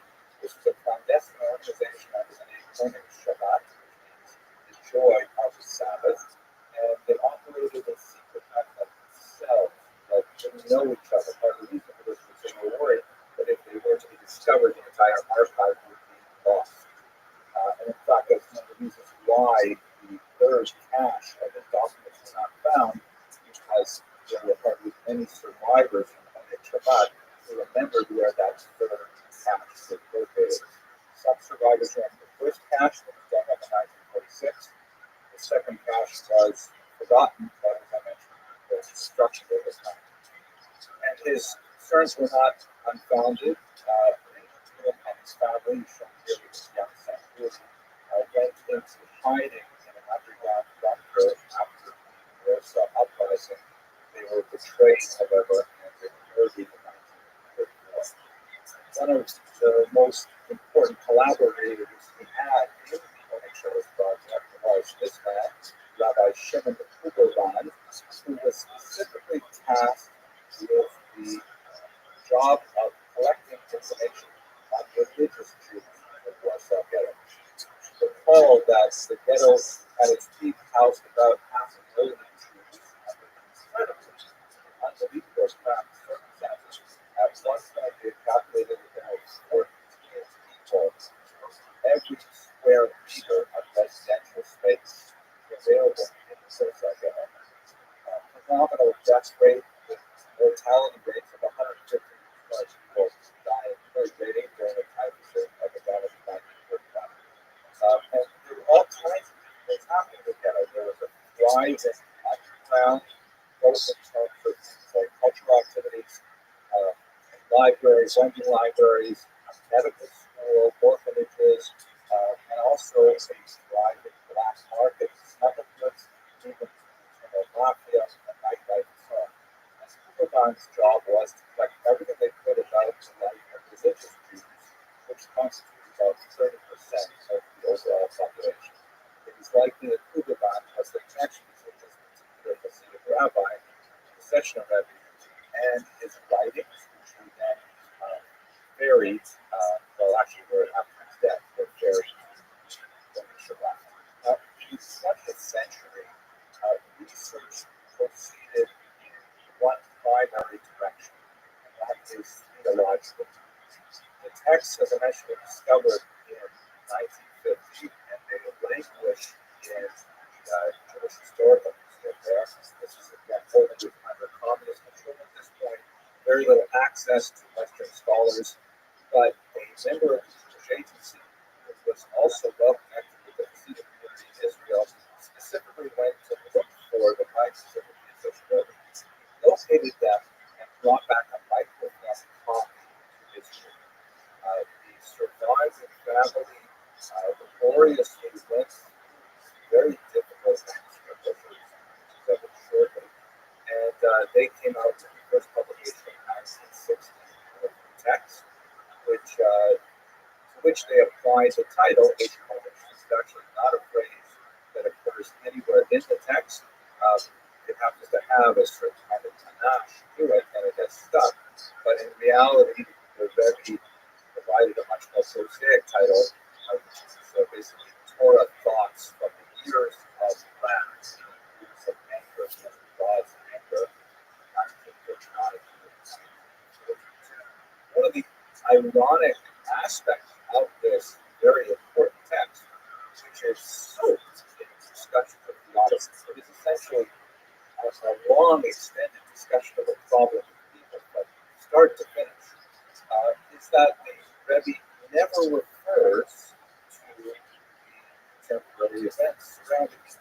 He never refers to Germans, Nazis, the war. Everything is, really focused within a discussion of the Torah witnesses. And in fact, if you discover this text and you did know the historical background, you think, wow, this is a really depressing. But otherwise, conventional 19th century Hasidic text, it seems to be really focused on the problem of evil, like God, justice or not. But otherwise, it would not yet be placed in the historical context. So, with the exception of one perceptive graduate student, Tibor Valmel at the university, no one even suggested it, and so it was reserved primarily for theological research. The grandfather of theological studies in the Polish, particularly in English, is Samuel Poland, who wrote this remarkable book on Holy Fire. I strongly recommend. I do not personally agree with all of these conclusions because of that in the moment, but it provides some beautiful translations and some very perceptive observations on the text, trying to get to the question of where was God during the Holocaust. what does the Rebbe have to say about these resurrections? So that's primarily what was happening for the first 40 years of Polish scholarship. In the 21st century, you have, first of all, an increasing popularity of the Rothschild thought, both among these tiny number of survivors of this Hasidic thought live in Tel Aviv primarily, but also among a broadening scope of American visitors who are taken primarily with the heavy English language treatment and drawn back to the Rebbe. They are called neo-Hasidics in modern terms. These are many people who may not have Hasidic backgrounds but come to Hasidic thought later. One of the greatest exemplars is shown on the left here, Rabbi Weinberger, who established a very important synagogue dedicated to the teachings of the Eish Kodesh. It's called Congregation Eish Kodesh here in Manhattan. And on the right, a great scholar and a colleague of mine, Daniel Reiser, is currently active in Israel, and his primary area of research, incredibly valuable, is working on the text itself, on what we would call in Hebrew terms the Girsa, the actual reading. Let me show you what the manuscript looks like. So this is a page from Daniel Reiser's remarkable two-volume edition of the Eish Kodesh. On the right, you see the actual facsimile of the Hebrew manuscript. And as you can see, even if you're not familiar with Ashkenazic Hebrew handwriting, it's incredibly cramped and difficult to read. It is marred by strikeouts and interweaved with other comments. Sometimes there are pages stuck onto pages. There are emendations, then emendations crossed out. And none of this was reflected in the 1960 printing, in which things which the Rebbe clearly indicated he did not want printed were nevertheless included. Perhaps out of a pious sense of wanting to preserve every last drop of the Rebbe's wisdom, even if the Rebbe himself had discarded it. But at other times, it actually serves to distort the record because you clearly see where the Rebbe added new things, removed things, struggled with the word, and all of that nuance is lost in the original printing. I have to confess here that the book that I'm going to show you in a second, my own book on this, I actually looked twice because the first time I worked on it, I filed a 500-page manuscript. I was very proud of it. I was ready to start talking to publishers about it.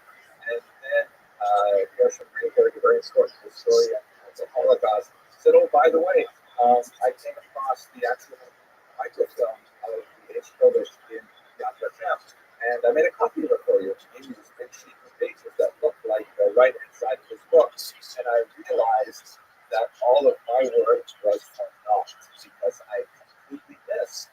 I assumed that the printed version was essentially a critical edition. It was not an appropriate assumption at all, so I had to chuck that whole manuscript and start over. So the first major area of research in the 21st century is on the peer sets of the text, and that has been phenomenally important because it's opened up new avenues of trying to understand how the Rebbe grapples with issues of theodicy and morality.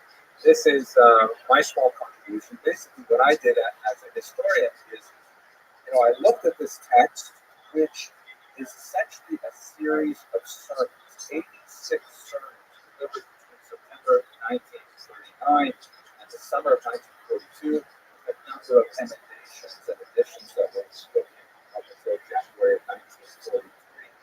And all of those sermons, although they were given the name of the section of the Torah reading, could be dated. You could actually figure out what happened in the ghetto immediately prior to the Rebbe's deliverance of this sermon. And so essentially, I picked up this idea that this graduate student in 1980s had first suggested that what would be interesting to look at correlations between historical and micro-historical events of the ghetto with what the Rebbe had to say later. And when I started doing that, I discovered a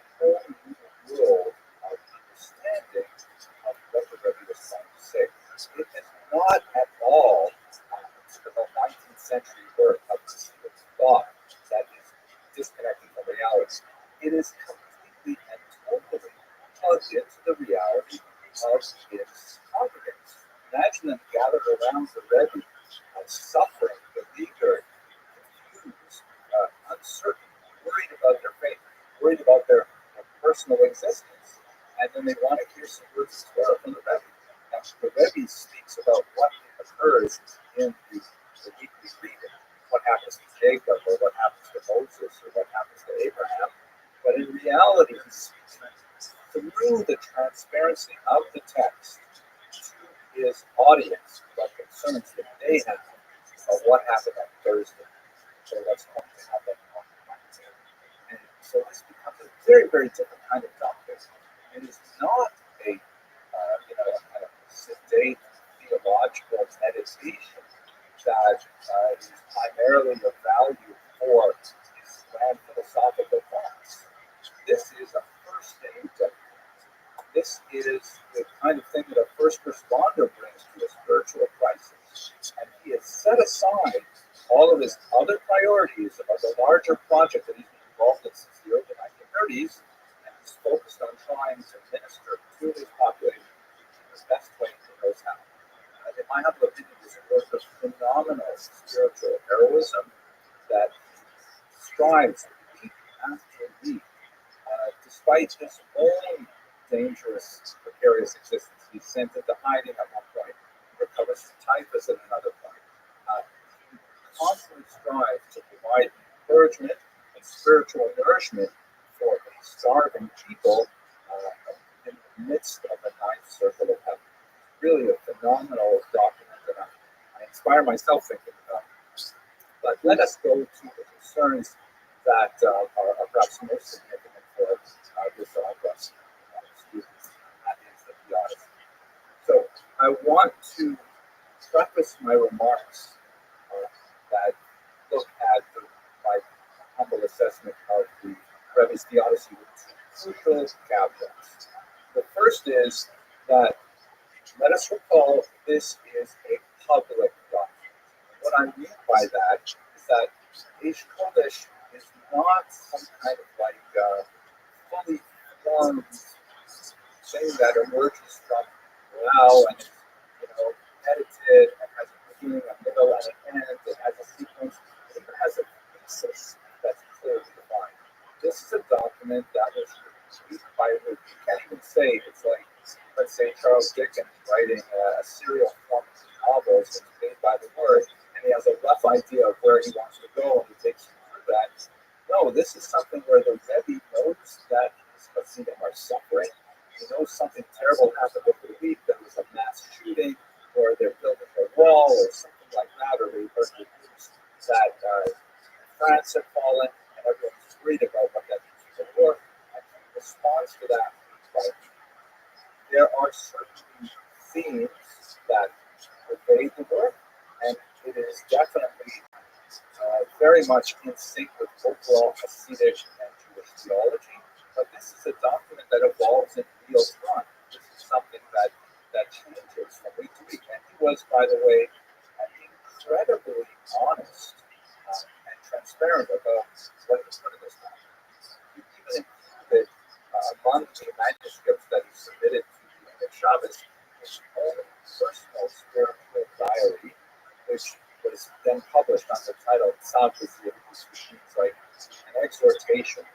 And he confesses in his own document about his own concerns and his own worries, and he composes his own prayers, and it's sincerely honest, brutally honest presentation of his own doubts during the Holocaust.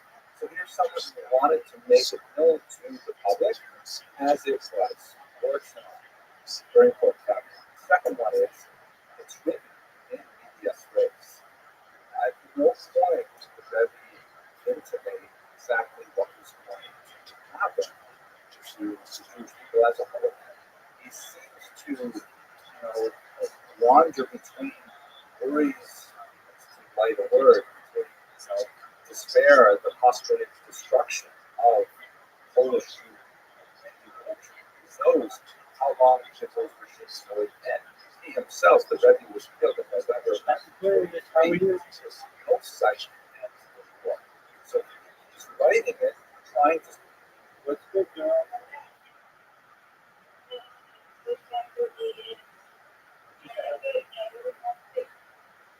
Alright, so good. More people are joining. That's good. How's your social media journey been? Has everybody been?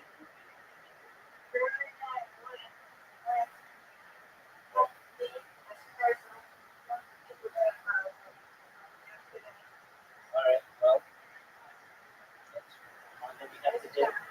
Yeah, one thing we have to do. Right? So just,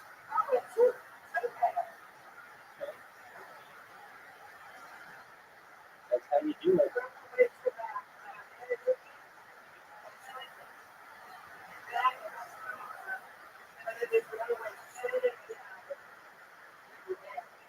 Yeah, no, I get that. Go on, add on your other people.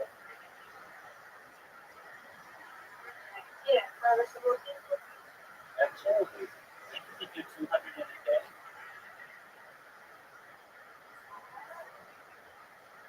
200, or however many you can do for TikTok so you can. Right? And you get 20. If you do 200, you get 25%.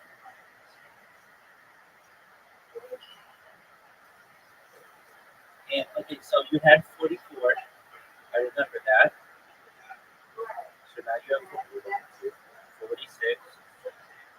Excellent. And you need 1,000. All right. It's a long way to the top. But then you can live stream.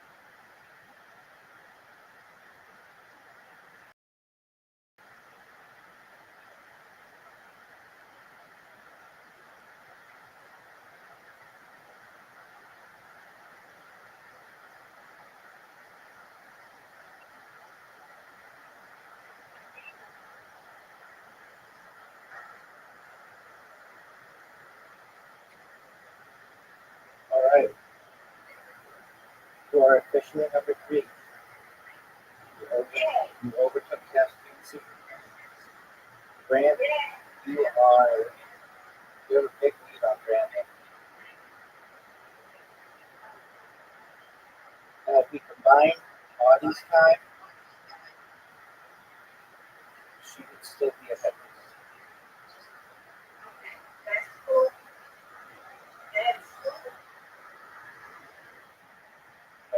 But technically, you're number 3.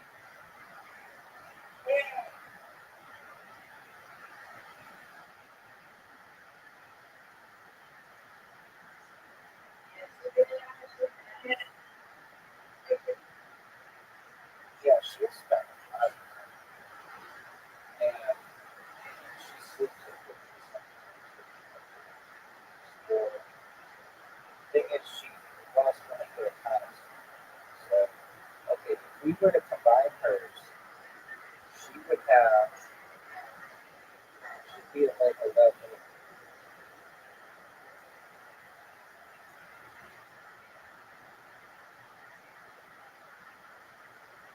One 34. You could have a level of 125. But under one account, you are winning 125. Overtook Casper. Overtook Casper recently. And I don't know how you did that. Because it looks like he still has more time. I don't know how he did that because he technically has more time than Alex does. Maybe it's because he didn't talk. Because maybe he didn't talk as much or something. I'm not sure. He has 906 hours. You have 854 hours.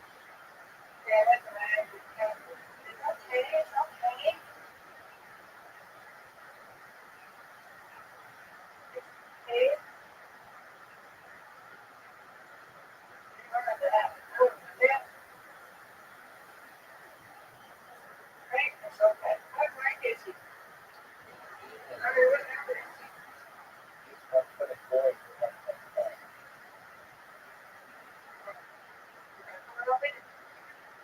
All right, I spoke to him today. He is moving. Have you ever met him? I said, yeah, I know. I think he has.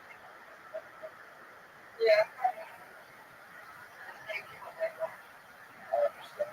I get people come here and I'm like, hey, how are you? They're like, great. I'm like, have I met before? They're like, yeah, we met 13 months ago. I'm like, oh, okay. Well, how have you been? They're like, I'm doing well. How are you doing? Well, thank you.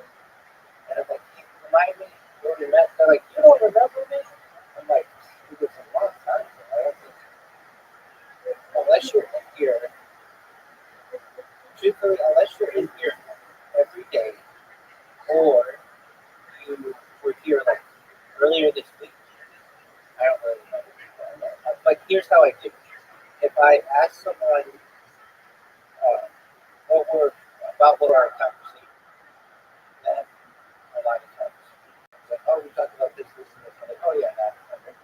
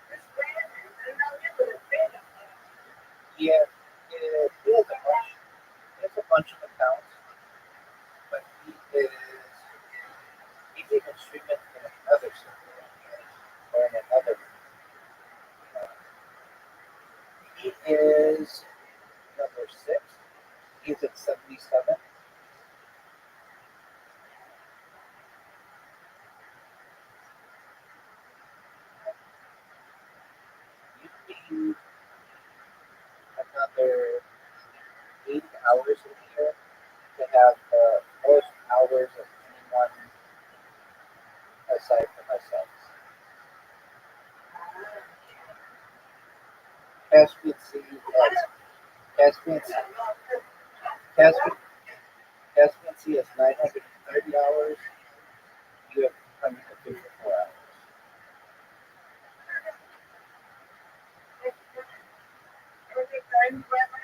Caspian Sea has 930 hours, and you have 354 hours.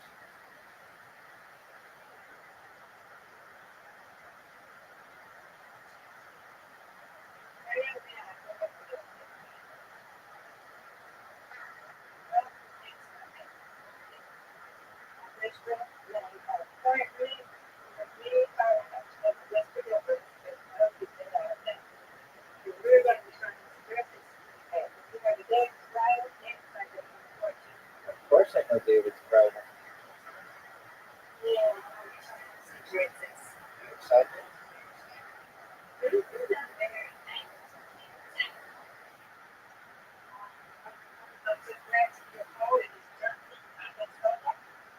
Absolutely. You were there for the proposal. Is your friend getting excited?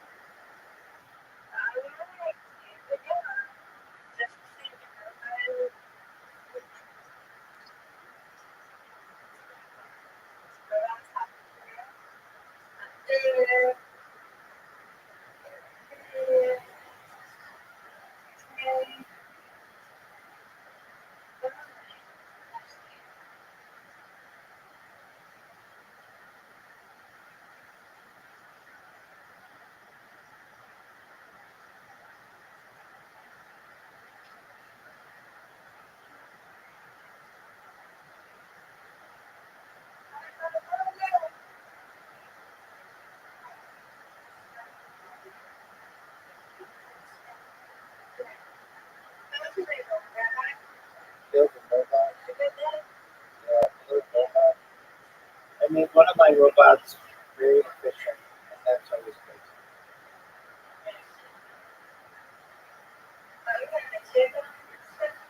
You know, they basically run themselves, but they get banned maybe once a day or so, maybe twice a day.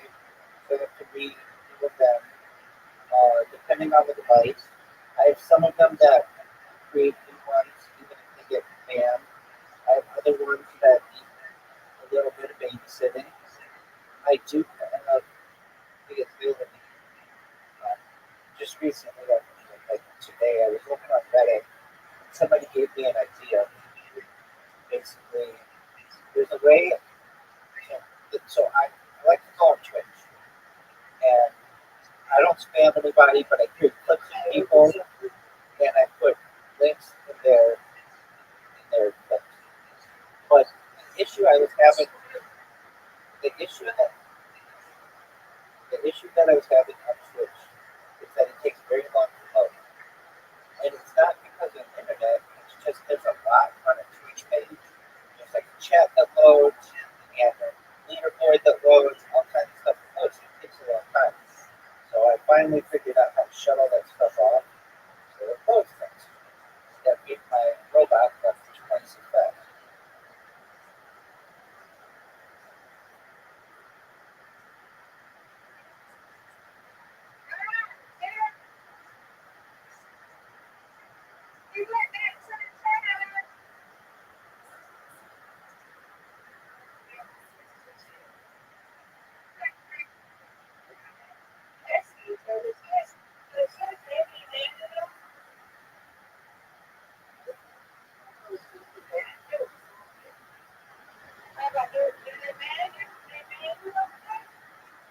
Yeah, but not that often.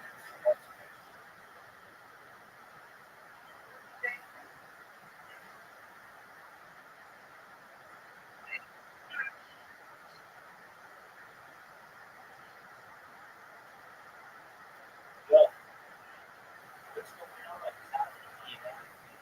I even have we I have I get people who are like, what is this? And they don't know. They don't know.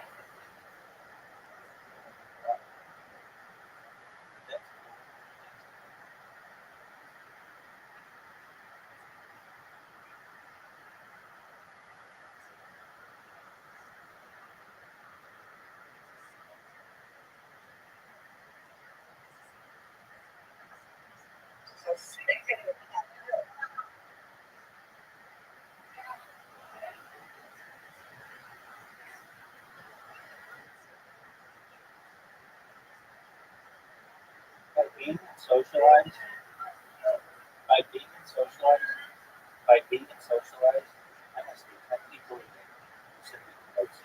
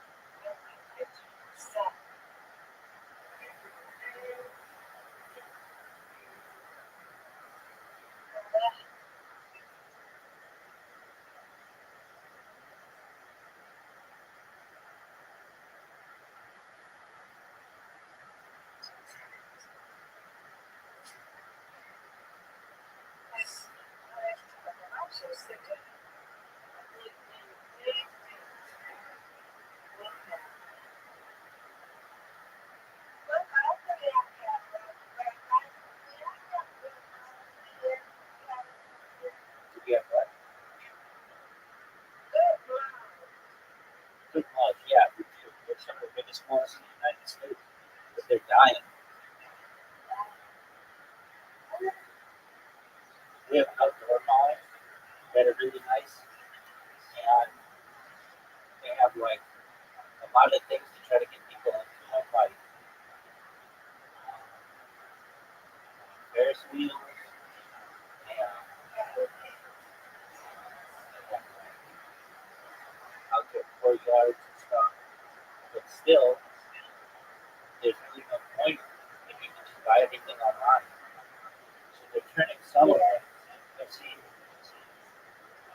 this is more southeast, but they turn it into apartment buildings.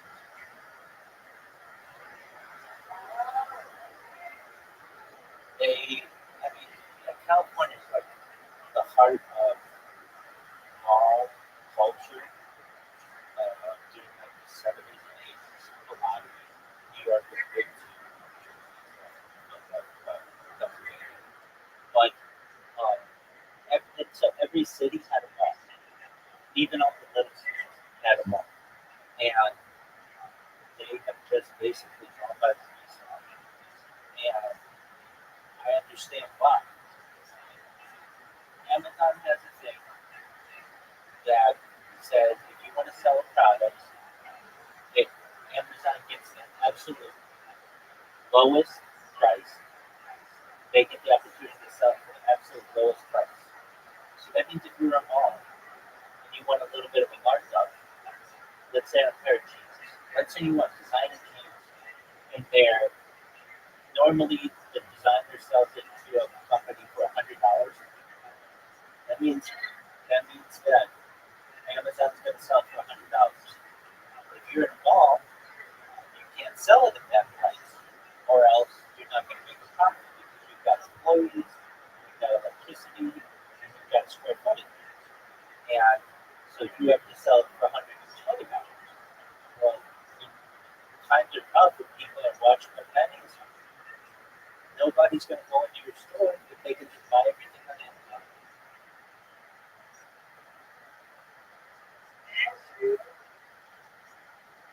I knew a lady who was like one of the big mall entrepreneurs out here, and she just said basically Amazon built the mall business, and it really did. The mall used to be so cool. The mall,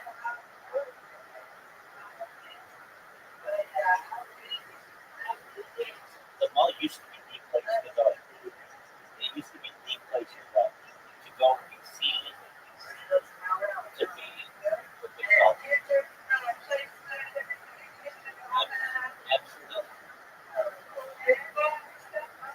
glamour shop. Glamour shots.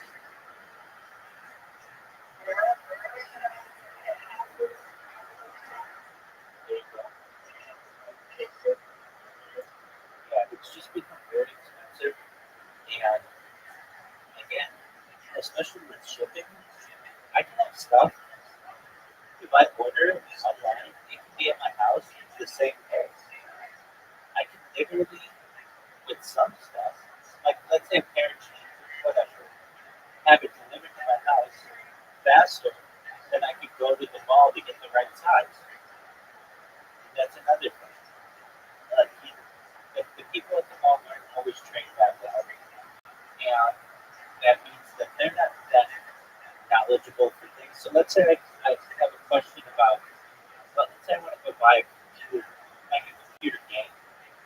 Back in the day, we go to the store, it's just some 18-year-old kid, he doesn't know any better. When the internet can just tell you everything that you need to know about it. And so it's just like, well, I can just buy it all right there. And we should be at a maximum of 3 days.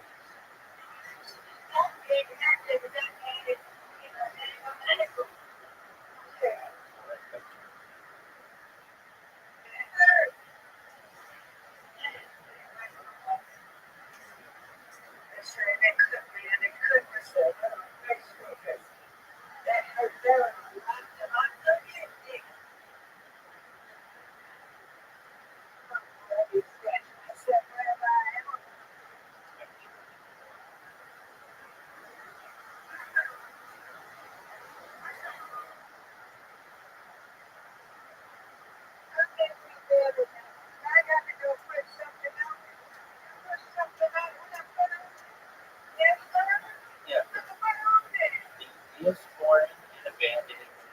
It'll be fine in 3 days.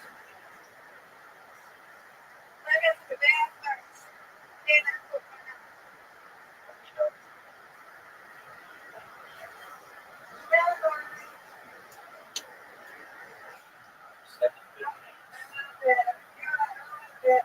7,000 absolutely 7,000 flights.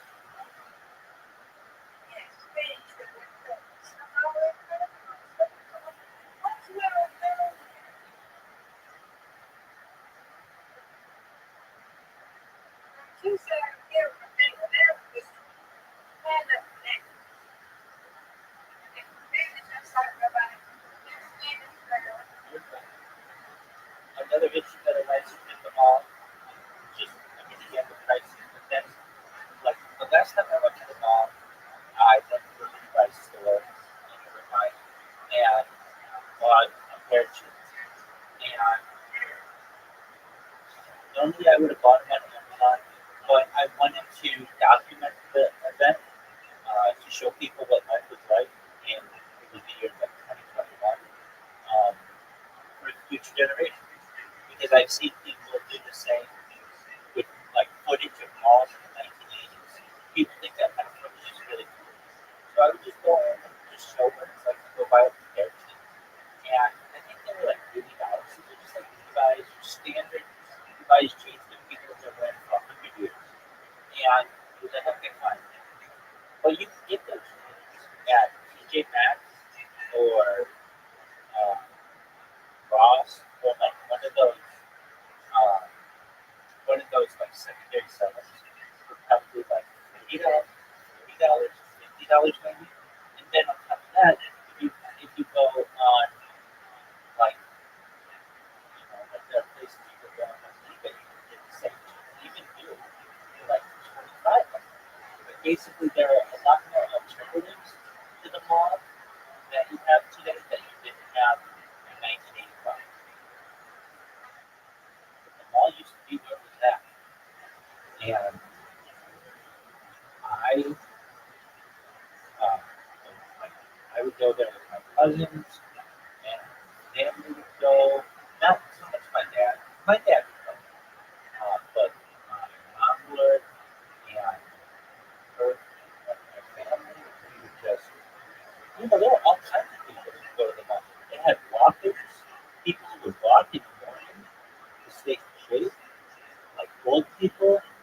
Then the stores would open up, and you could get, piercings and jewelry, and they had like little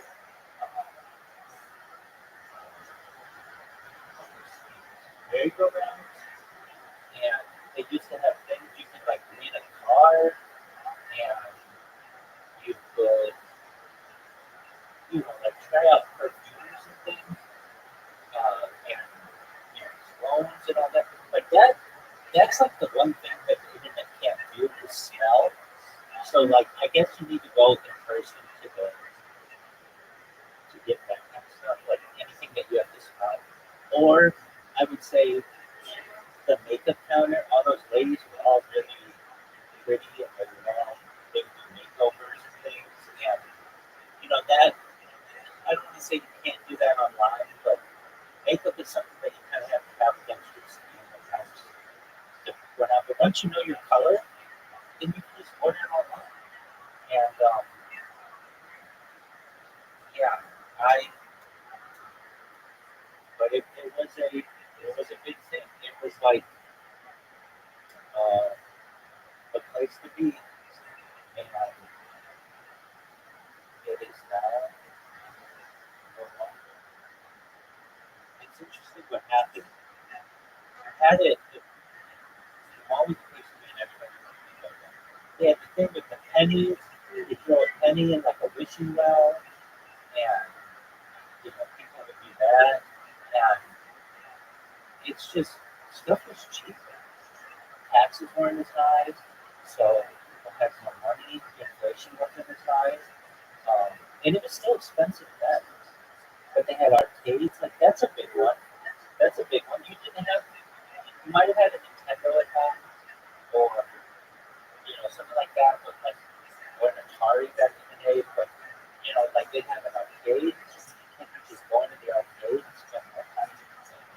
You know, like my parents did not do this. They never wanted me to go to arcades because they didn't think that the kids there would be good influences. So I never really got to go into arcades. But I always walked past it. Like there's a place called Atlantis Castle. I'm sure you have it. And they were always really dark and they had and parents would just literally give their kids $5 quarters or whatever, and then allow the arcade to be the babysitter, and then just walk around the mall and just do whatever, buy a bunch of stuff, and go get their kid, and then go and it was like the only place to buy anything. But now, again, the internet killed that, and then you have like it's called like big box retailers that killed it as well because like back in the day, a lot of places didn't have Walmart or like you might have Walmart or something like that. And like even way back in the day, like Kmart didn't sell groceries, or Walmart didn't sell, or Walmart didn't sell groceries. Like that's more a modern phenomenon. And now you can go to a Walmart and get everything that you need, or you could go and then on Kmart anymore, but you could go to one place and get everything you need. And the mall, like that ate into the mall's profits because Walmart's going to have, let's say you just need underwear, like white shirt or something like that. You can go to the mall and it's going to be $10. You can go to Walmart, it's going to be $8.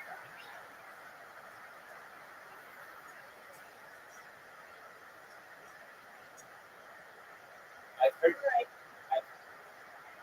heard as well the mall, the prices to rent places in the malls is the thing that kills everyone because every year they have to renew their leases and they have to pay per square foot. So, like back in the 80s, it wasn't that expensive, but nowadays it's extremely expensive. And let's say you want to start your store, the Miss Aquarius store. Okay, you could go and go into the mall, which has nowadays low foot traffic. It's kind of a pain because you have to park outside and walk to it. Or you can have the Miss Aquarius store that's next to a Marshalls or next to what was like once Bed Bath and Beyond. Where people can park right outside and walk in and the prices and you don't need to pay for a mall cop. You don't have to pay for all the lighting and all of the amenities in the mall. So if you're going to open up your own store, it's in your best interest to do it in a place that doesn't have so much overhead. What kind of store would you have, Mr. Brothers?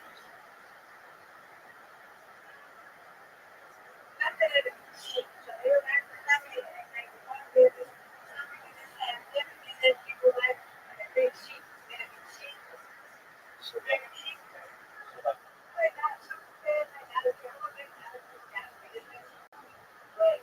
yeah, now that's one.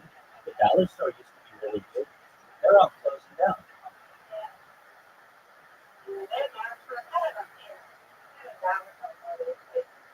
Right. Yeah.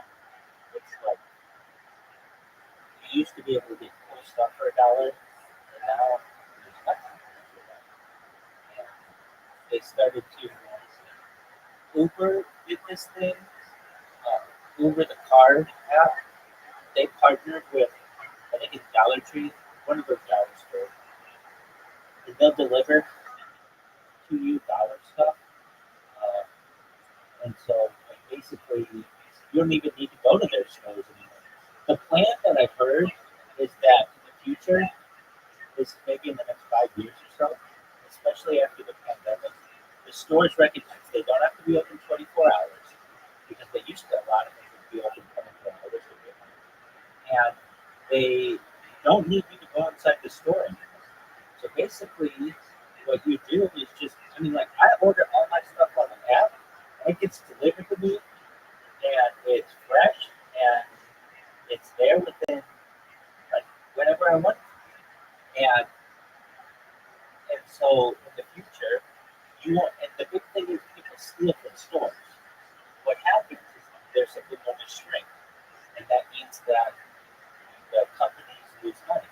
So instead of allowing people to go in the store anymore, you'll just go and pick your stuff up. You'll order it from an app. A machine will go and pick it all for you, and then prepare it for you. The goal of these places, including McDonald's, it's been this way for a long time, and Walmart, is to have no employees in the store.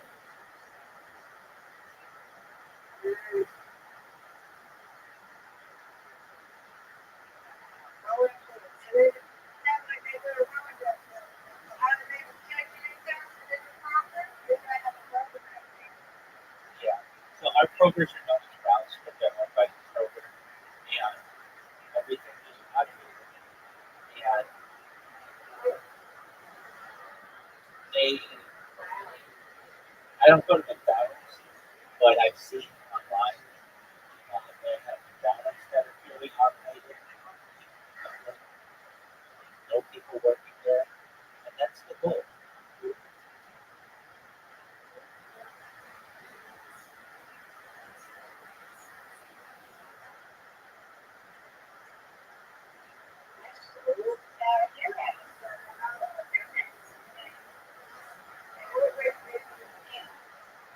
It's a great question.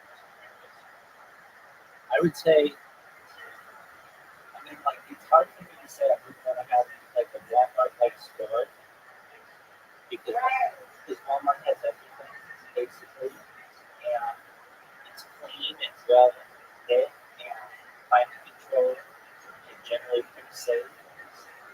So I mean, it would be something like that, probably. But if let's say, if we had that, if we had to specify what it would be, I would like to have. Um, I was gonna say like they used to have something called like electronics boutique, which is like GameStop, where you go in and you buy things, but all of that is just online. I'd like to have like a Best Buy, but all again like a music store or music store. Yeah, yeah, but like, what do you do? Like a record store?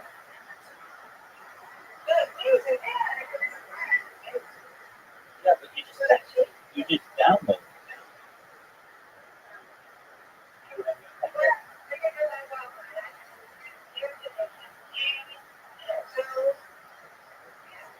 Yeah, okay, there's a good one. I can't. I would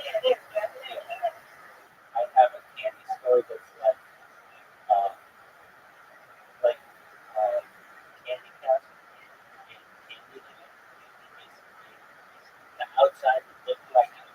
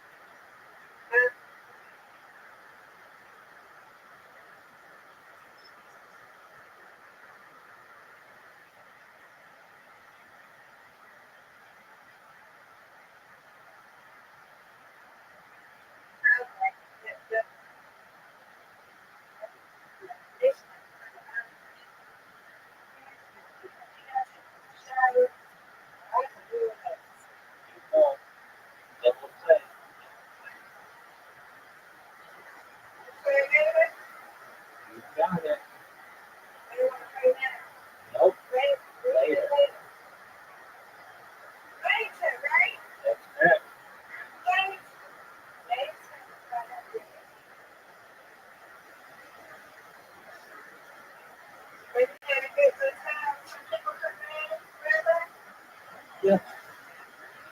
It usually gets busy. It gets busier.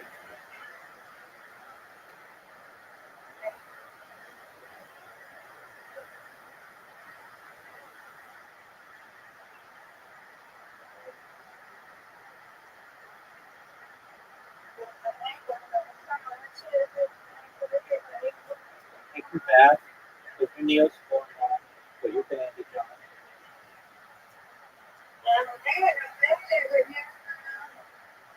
Okay, good.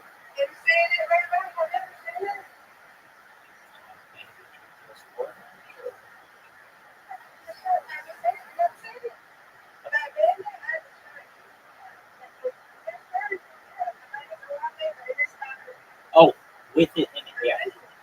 With it in it, yeah.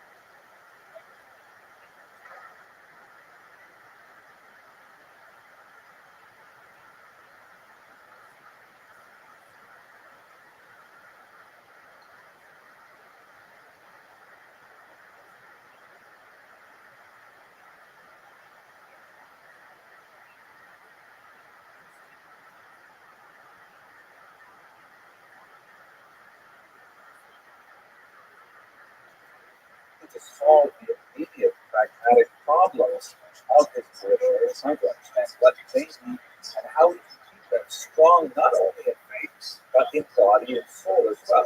In his basement, as the operator kitchen, for example, in his study hall, he definitely engaged in the material provision of his parishioners as well.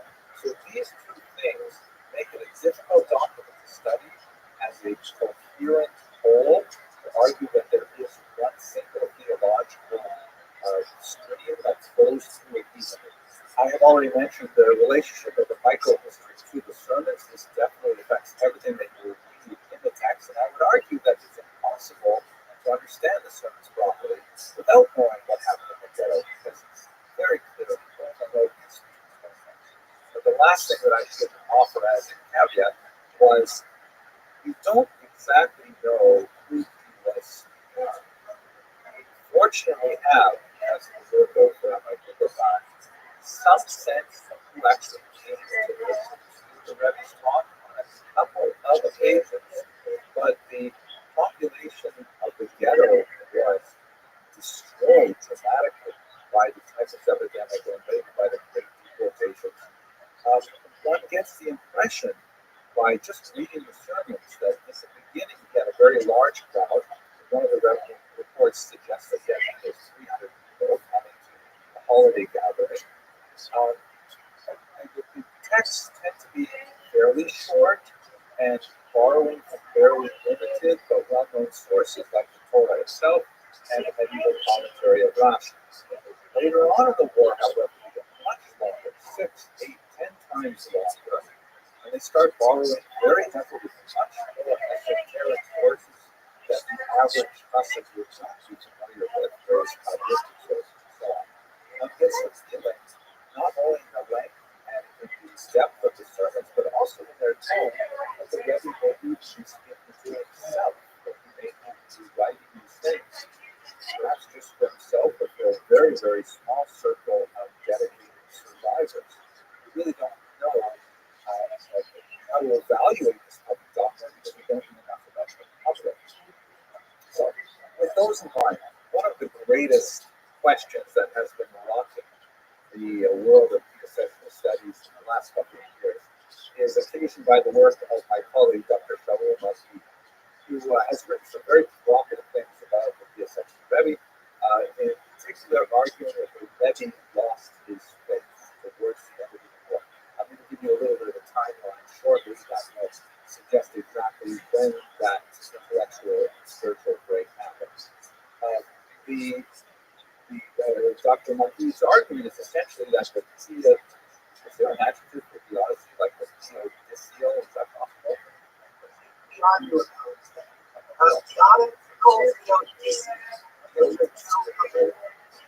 Okay, let's try with theodical. You can see how frequently I use this word. That the theodical challenge of the war became too much, particularly in the summer of 1942. At that point, there is distinct change in the tone of the Rebbe's writings. There's a distinct change in the theme of the way in which he explains or fails to explain cause justice rather than failing at it. And Dr. Rabbi is not alone in this approach. In many ways, he follows the Poland's path, who argued that when the summer of 1942 came around, the Rebbe essentially retreated into mysticism. That more conventional, theodical approaches are insufficient to meet the existential challenge. So therefore, he simply went back into this idea of God in inner chambers because he had no idea what else to say. For Dr. Marquis, that represented a dramatic break in his faith, and they might follow that particular line of argument. Others, on the other hand, including myself and Dr. Reiser and Rabbi Weinberger, argue that I think that's kind of like it's an argument that finds an audience because it sounds kind of intellectually lascivious, supreme Hasidic leader, man of faith, loses it at the end. That has a kind of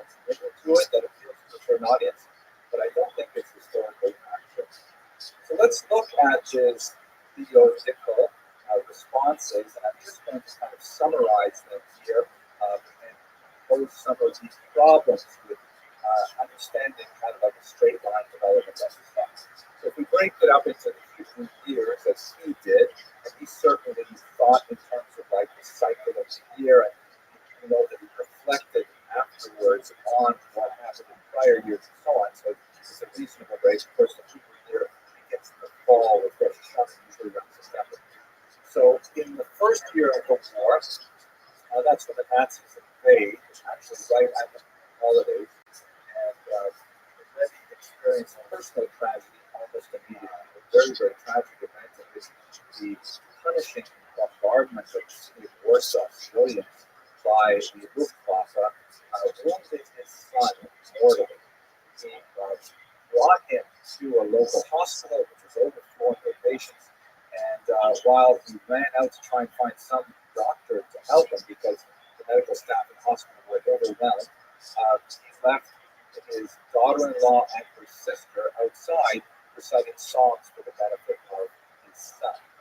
Another round of bombing came and killed the daughter-in-law and her sister standing outside the hospital gates, and then the Rebbe's son died a few days later as well. The Rebbe was already a widower at this point. He had one surviving daughter who was later taken into deportation in 1942. In fact, he didn't even know if she survived. One of the things he writes in his cover letter is, if anyone knows what happened to my daughter Rachel, please let me know. So the Rebbe suffered from the war immediately.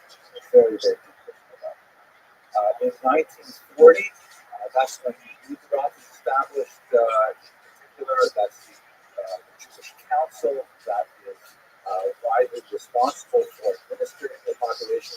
They built the walls. It was a horrible typhus epidemic that ravaged the ghetto. And then in 1941, perhaps the most important thing for us is the Boyanowski report. A young Jew escaped from the nearby death camp of Felmdor, which had been operational since the fall of 1941, and smuggled himself into the ghetto to tell the Jewish resistance how the Nazis were planning to gas the entire population of Jews in Poland. This was an overwhelming piece of news. Recall, of course, the Holocaust doesn't start with like September 1, the Nazis invade Poland and immediately start murdering all Jews. There is a process, there is a series of increasing persecutions. It really only gets underway in the summer of 1941 with the Eichsfeld murders, and then becomes especially acute with the creation of death camps at the end of that year and the deportations, which from Warsaw would occur in 1942. So when the Rebbe heard this report in early spring of 1942, you see a dramatic change in these writings. This is the breaking point for Rabbi and others. And of course, it follows through. The Nazis do deport the Jews beginning on Tisha B'Av, the National Day of Jewish Suffering, in the summer of 1942. 6,000 Jews a day are deported to the Bunker and gassed. The vast majority of them within 4 hours. For the Rebbe himself, he was held back in the ghetto, along with as many as 50,000 other Jews who were put to work in slave labor. He remained in that status when the ghetto was basically decimated with Jews. The uprising, the famous Warsaw Ghetto uprising, did not happen until 1943, and it was represented a tiny fraction of the surviving Jews in the ghetto. But the Rebbe was then deported to a labor camp called Travniki, and there he was murdered in the context of conflicts. So this is kind of like the historical progressions of the Rebbe's experience. Let us look at this theological response. So early in the war, you have an example of what I would like to call teleological suffering, which I'm sure you have studied tremendously in this class.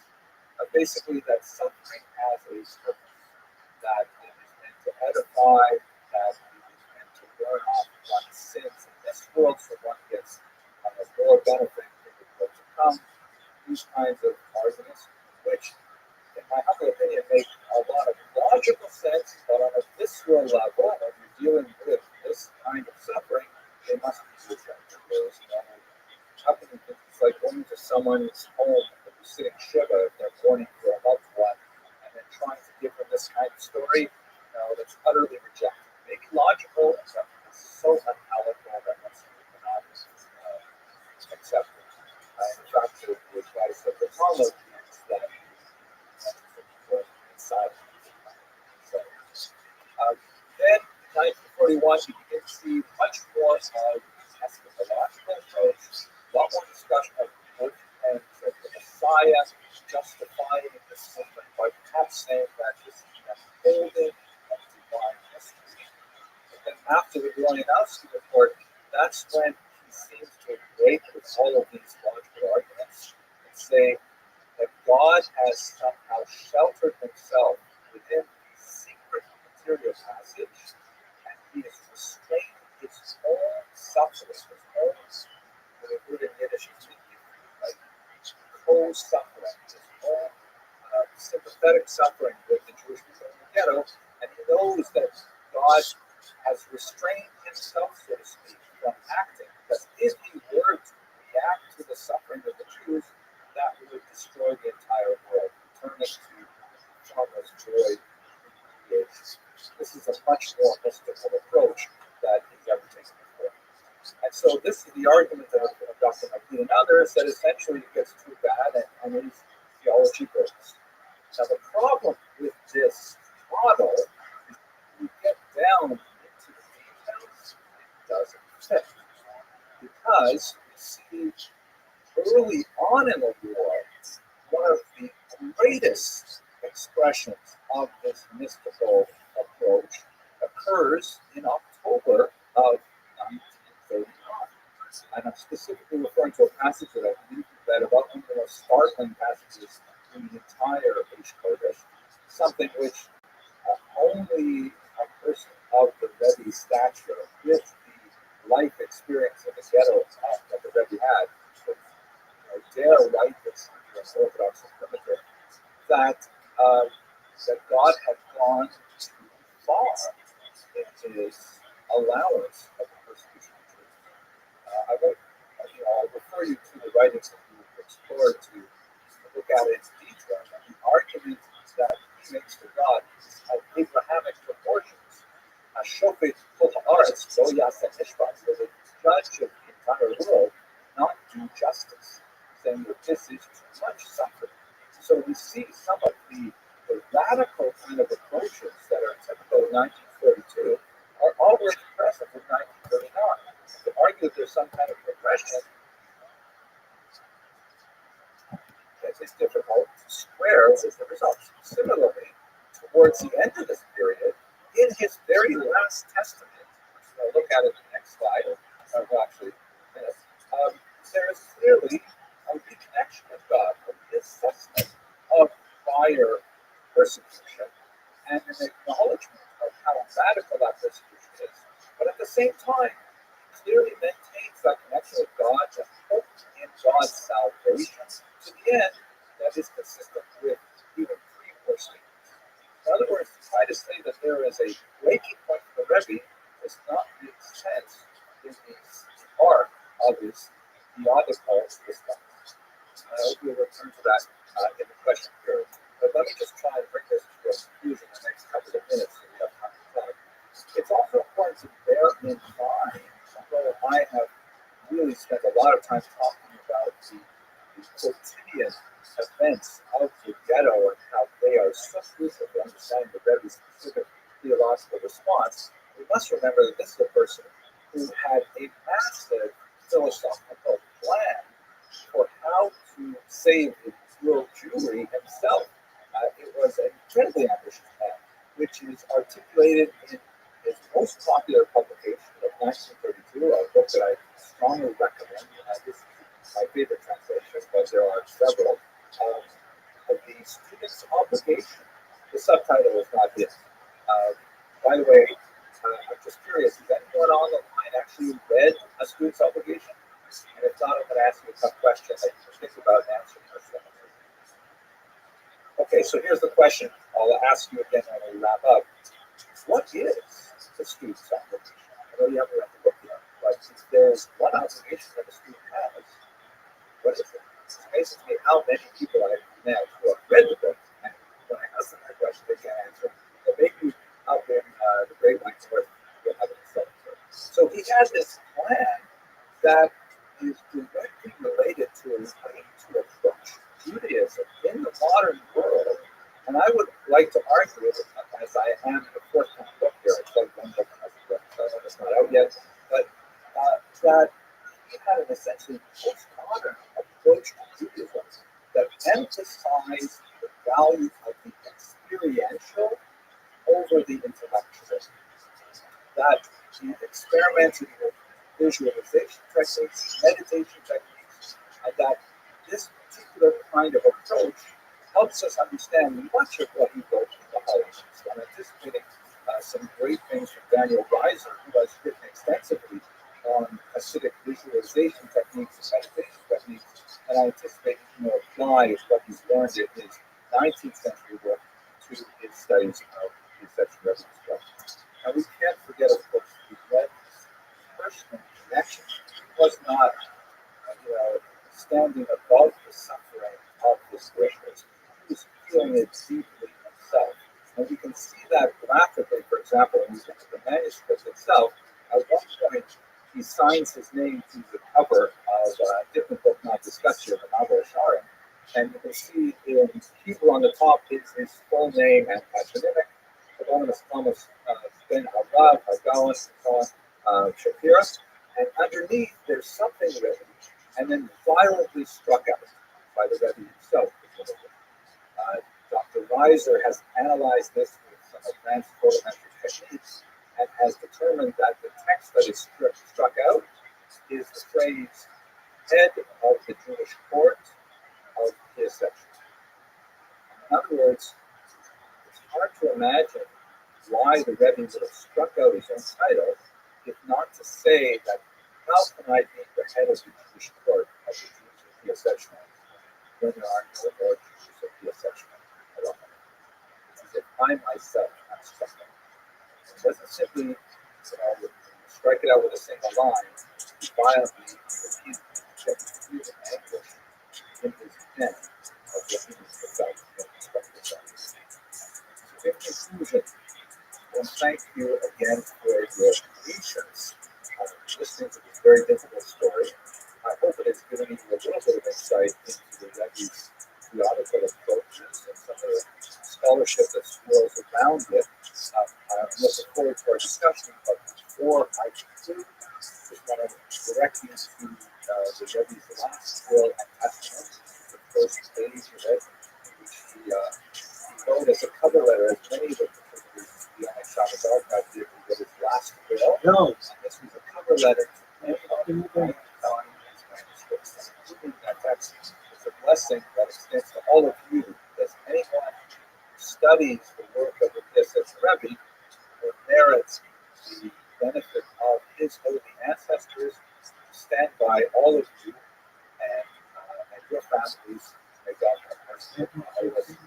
Thank you very much for listening to me. I look forward to hearing your questions.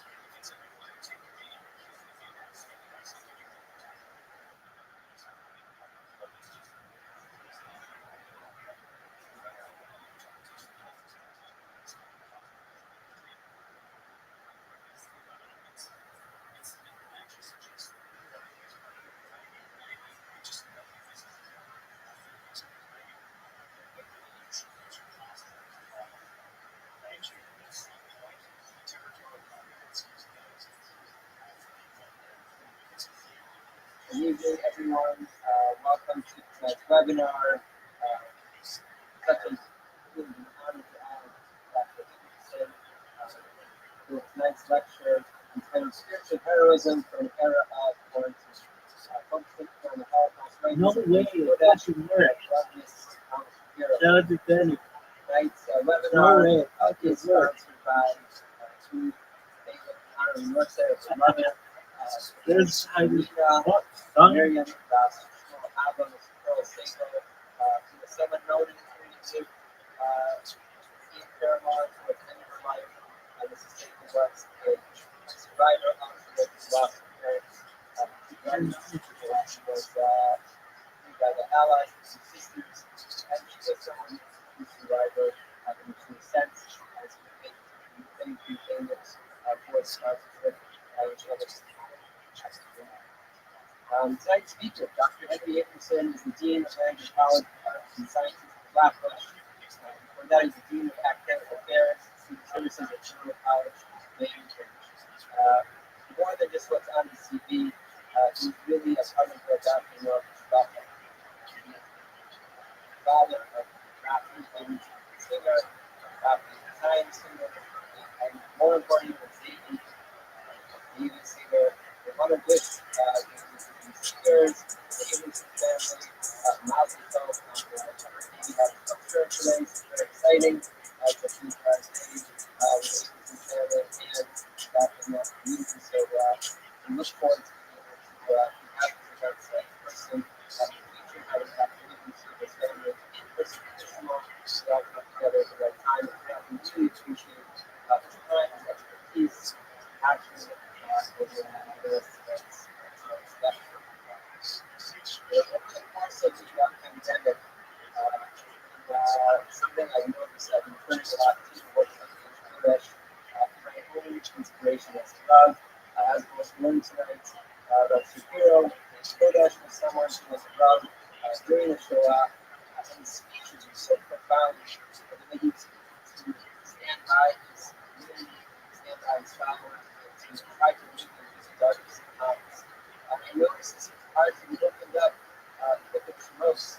In the book of Shemos, one of the most famous images of this staff in front of the bush, that God appears to Moshe, that person counter while Moshe's heading to the sheep. I was always wondering, why is this image that God appears to Moshe in this burning bush, Joshua has one on the mountain, on a tree, why this thicket, this thorny bush? Rashi makes a comment. Rashi says that the reason for the Torah staff and the kind of hair out of different trees is more and more power. The imagery of thickets, thorny bush, is to contrast the a powerful sending message specifically to Moshe and to the people that I with you in my side, with you preparing the situation. And the idea of the fire, which I think is about God that God is with us in something. The passage discussed in this has a slightly different interpretation, which is just profound, in which the interpretation that says that back actually fire up that was inside of that. It's symbolic of the rays, the back inside. Inside of our own hearts.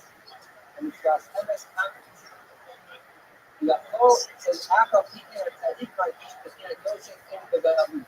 when the tzaddik feels that he has this as a side soul that's aflame, he feels that he is no longer in Galut. We are told to look at the facility, the strength, the swing, the capability. And that's just the fire inside of us. Not just that there's always been a thing in the heart, also symbolic of the challenge all of us have felt over the course of the last number of months. They mentioned that no matter what we face, we feel a passion, fire burning inside of us. Flame our inspire and inspire ourselves to be able to get through this connection with the field. But you have your safety difficulty. We have that Buddha, had that inner safety of fire. We have to be that big that as never could, as we're all trying to inspire. The way he was basically the horns of the Shoah to inspire this community. And I know that in the course of the last several months in our community, we've been learning more capacity. I'm learning from a community, I'm learning on the Torah of the Shkoda. We have to have Dr. Keaton to get with us, to share his fire,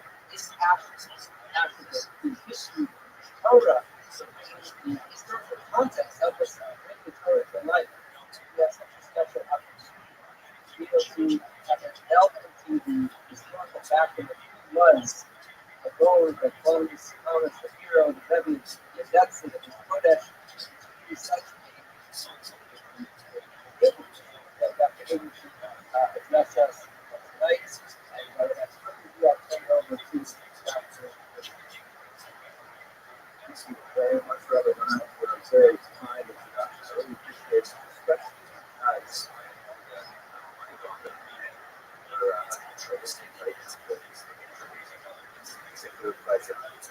and it's especially this book that touch on the topic of Galut, because as you see, it's a special project. It's precisely one of the questions that this looks at the concept of essential presentation. So let me just share my screen here. The plan for my presentation is to go through basically an introduction to the English, because I know there are many people in the field that are well versed with the thought of the English. We have many other people using the webinar who want to kind of general background why this rabbi, why this course is so exceptional. And I'd like to put one specific aspect of this work to the question of theodicy, that is justice and theodicy. Pursued by a lot of scholars in the last couple of years. But I'm going to like to delve in a little bit more to what you might have as a lesson for us. Far more anyway, probably obviously, and that's what's what is perhaps from the extremities of his suffering about emotions and such. He says some strength for relationships. My presentation will probably take about 20 minutes or so. And I've been remarks. I don't know questions and answers. I encourage everyone to write so I hope everyone can see the around like this. Okay. So, what is a codex? The document we're talking about. In December of 1950, a Polish construction worker was clearing the rubble of the Warsaw Ghetto and excavating under a particular building, and they found a number of these tin milk cans deeply buried underground.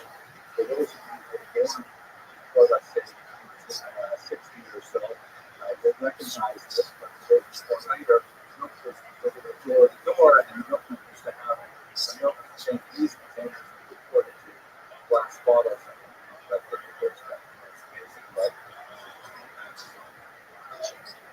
when we opened up these containers, hundreds of pages of each packed fish, easily writings, as well as memoirs, documents that you couldn't make anything of it, but you recognize they used a lettering, so you brought them to the historical museum where they language for a few years until they finally discovered that they were trying to do Irish agency to actually send their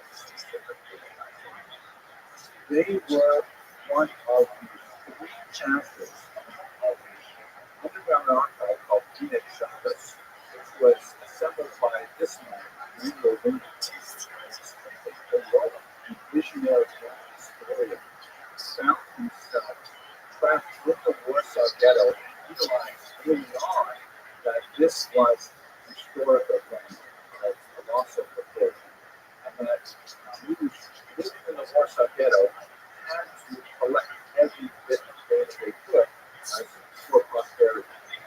He assembled a number of well-known amateur historians called Sammler, collectors, and he sent them out everything they could about life in the ghetto. As I mentioned, memoirs, letters, but also playbills and also programs and whatever they could find about what was going on in the ghetto. He had much larger reports about nightlife in the ghetto, the mafia in the ghetto, smugglers in the ghetto. But every underground medical schools, lending libraries, the theaters together, whatever we could do, we tried to collect it and put together the two when we realized that, of course, this ghetto was investigated and all the design, Zomler's largely wrote their own last bills and testaments, placed them in 3 different caches of documents, and buried them in 2 places. Only a handful of members of the Shabbos this organization survived, and they believed that they discovered many types of segments of one another, kind of like cells. So, of the handful who survived, they knew where one of the caches was buried. They went and they dug it up in 1946, and looked at water and penetrated big boxes that they said documents belonged to the story. It was only the second cache discovered by Nazi in the 1950s that contained the writings of the Bishop Rabbi Shapira, but the third cache is yet to be discovered. One of the most important of the Zomlers of this man, Rabbi Shimon Fugelsang, who was tasked specifically with chronicling the life of religious communities in Jerusalem. So his job was to try to calculate how many synagogues would get held on the Orthodox Church. How did they get around the ban on the Jewish congregation? How did they get around the ban on things like that? Basically, think lots of churches over the days. None of the members of the Shabbos survived, except some 55 was killed in deportation in 1942, and the point his son and his wife were betrayed when they were hiding there. But nevertheless, in itself, the archive provided for us this remarkable base holy fire, which were the wartime writings of the Hasidic rabbis, and they gave us a unique roll by roll description of what was happening in the world, more importantly, our purposes, how religious communities understood it within the overarching notion of folks. How would they live accommodate the mix of mass occupation, the phenomenal level of persecution that they bring, and how they remain strong as Jews. To very quickly how this documentation center is all work. We are very much excited time when a lot of this the volume, the printed volume of the manuscript was first released in 1960. It's the first one on the left there. The title is not title of the author actually used for the manuscript. Called it Torah from the Years of Wrath. Sometimes that's a Torah from the Years of Rage.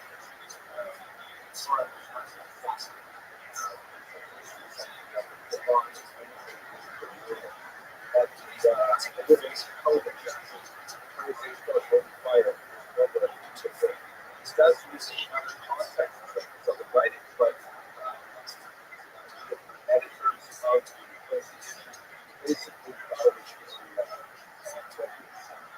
was wise enough to have it since applied. The author himself is called fire.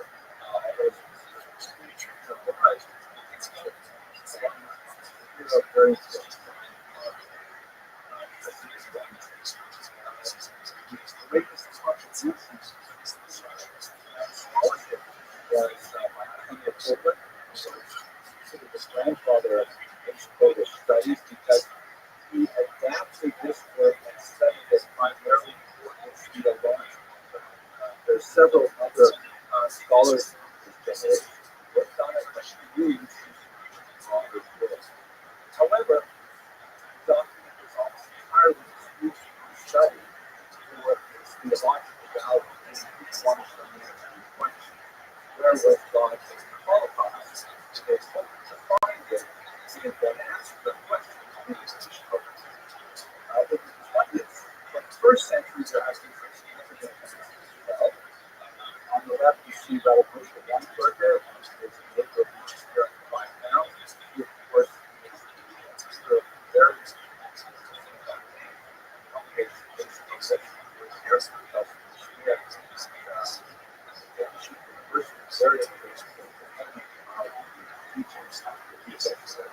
by the way, his name, as I mentioned, Shapira, but he is known primarily as followers by the name of support. So it's a little town about 14 kilometers outside Warsaw, which is pronounced the Polish Piaseczno. Since there's a couple of sounds there that are hard to produce both English and Hebrew, sometimes translate Piaseczno, but Piaseczno is the pronunciation. He's included on the right is my colleague Dr. Daniel. This is a discussion of history. Who did some absolute amazing work, which is going to occupy our study today as well. Here's the thing. Manuscript is almost illegible. You can see a page from the critical editions that Dr. Daniel has carefully put together. Today, we're working with the manuscript. On the right is the actual manuscript, the Savyad, the handwriting of the Piaseczno himself. On the left is the transcription that includes strikeouts, annotations, and sometimes it's pasted on top of the actual page, and information. And one of the amazing things that came out of Dr. Weiser's very, very difficult work was that the 1960 printed edition included all of the deeper texture of the actual manuscript.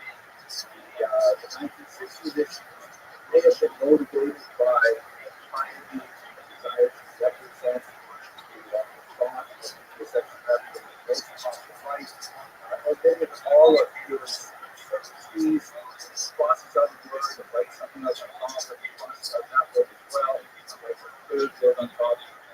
And a lot of time they want comprehension, so people might be listening to certain passages to read it, and the rest of it as well. So it's essential that modern students of the PSS study should work with the manuscript to the service that Dr. Rothschild has done by producing the manuscript. We also have some really exciting work, by the way, done by Sherman still a young scholar. He is working very hard on this. He's a biography of the section of benefit. And so my small contribution is to look at right now. I'm a historian rather than a religious studies specialist. What I did was I followed the thought on the young graduate student who wrote in 1965 a very nice paper, given surrounding the people that wrote a graduate paper on vivisection. You know, the PSS read his writings all daily. It's made through these sermons, according to the particular dates, or insights, just read a bunch of scripts. So it was talking with a map with an entry to a bunch of church from the 5700. And she wondered, wouldn't it be interesting if we sort of lined up the history with micro history of what happened in the ghetto that week? It's what we actually know. And that's essentially what I did to an idea. And I studied the various journals and memoirs and newspaper accounts, German records, Polish records, to try to understand what happened street by street in the ghetto. And then I looked at what the rest wrote, and I found amazing correspondence with one more important thing to understand. In the ancient English, someone wrote never ever mentions the word Nazi or German or war in the context of all when this book was written, you would think that it's just like a really depressing 19th century version of Hasidic thought, constantly asking questions. Why do you believe this? And we never have any kind of connection to real life historical events. So most historians, I thought it was kind of unusual and knowledge saying that we have this book, there's nothing else like it. The literature survived the Holocaust, but they basically said that the value of the historical data. But as this one graduate student pointed out, that's phenomenally value because when you study the actual words of the Kodesh, you see that he's unusual, he's specific events that happen together. Imagine this conversation violent into this message, it just was some terrible news, there was some collective conscience issue, or there was, a global massacre, or someone important died from typhus, and look into the Rebbe, and some lessons, and capture something from the Torah or from Rashi, and we would explain how this would illuminate their position, which strength the line.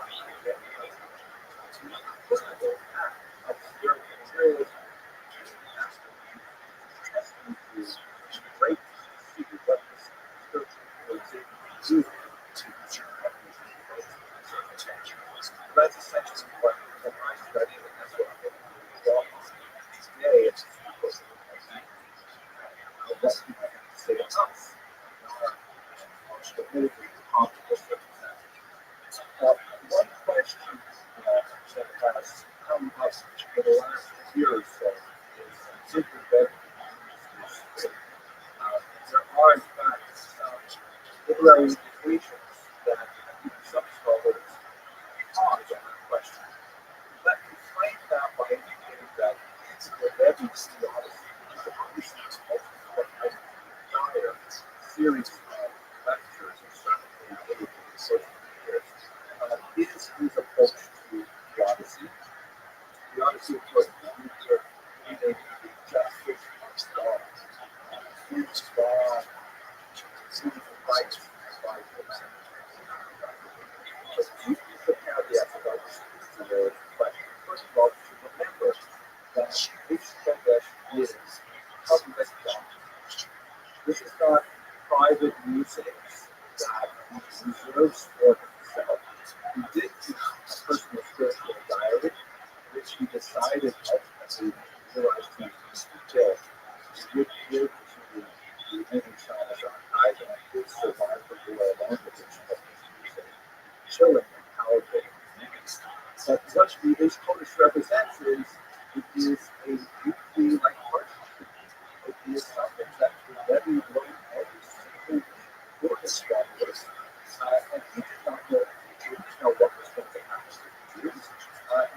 He was working through this just like everybody else was. So it's not like a monograph that has a thesis, a beginning, a middle, and an ending. There are moods, there are ebbs and flows.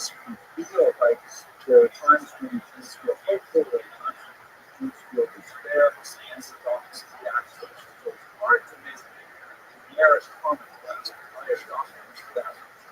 Another reason is because it's written in that place. It's written as these events are unfolding. Not with kind of like the benefit of hindsight, and not with kind of a profound version of the future. It's a real-time document. But when we look at the micro-history together, so let us turn to that question for a moment in that context. One last detail. We also don't know Jews. We don't know anything about Sonic design. That's the majority of Jews.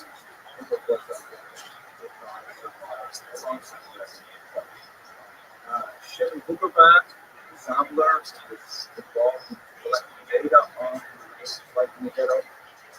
He did attend a few important meetings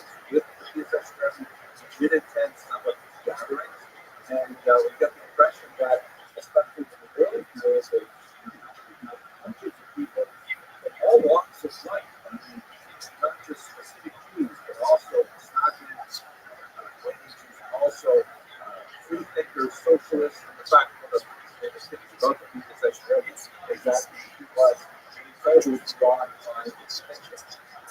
That greatest as a whole, when joins another organization, is offered the opportunity to experience the views of this community. Let me working with Rothschild was applying to see. He said he was only drawing the plans if every country within every person, including the agents, were also part of the plan. But when you look at the literature, the beginning of the text, it's actually very simple in nature. It's very Parsha and Rashi, which is kind of like something that's accessible to anyone with a sort of basic Torah education. So towards the end of 1942, much more complex, much more Kabbalistic sources, much longer drushes who try to indicate that he's speaking to a community of audience, perhaps even Christian himself. So my colleague Dr. Sheldon Rabbi is looking at the Eish Kodesh, argued that 1942 was that lost his faith. He wrote some articles that were quite extraordinary. A lot of people got very upset because Rabbi has many devotees from almost Boston expecting to see some with Rabbi as he was his strength. So Rabbi turned to me and said, "Would you please say something?" That's the tremendous respect for Dr. Rabbi's phenomenal skills and really amazing expert on consciousness. On this particular point, of course, there are many other scholars, but I'd like us to look at that question in the context of our answer. We'll understand a little bit about the history of the Jedi that will help us understand the future. So, as I mentioned, this is a document that takes place in the BDS Council over a scope of time every country in a particular context. The situation of Jews varies from each sheet. It's hard to know exactly what's unfolding. If you break it up into years, that's work. The first year, 5700 corresponds to what summarizing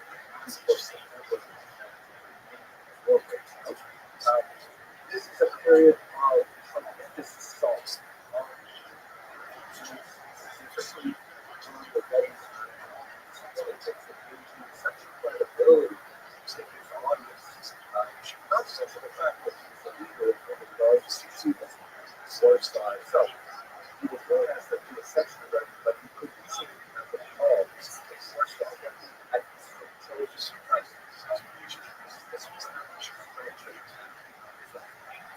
the group process this group way back today punishing bondage was not bondage civilian areas as a strength whatsoever. In the middle of the high holidays, a piece of shrapnel leaped from the window and struck the terrifying. The Rebbe gathered up his sons and together with his son's wife and their sister, they ran to the hospital and get treatment. The hospital was overrun. Also, there was no doctors anywhere. And by the way, there was still a very June Warsaw at this time. So we have actual photos of this time published in America describing this.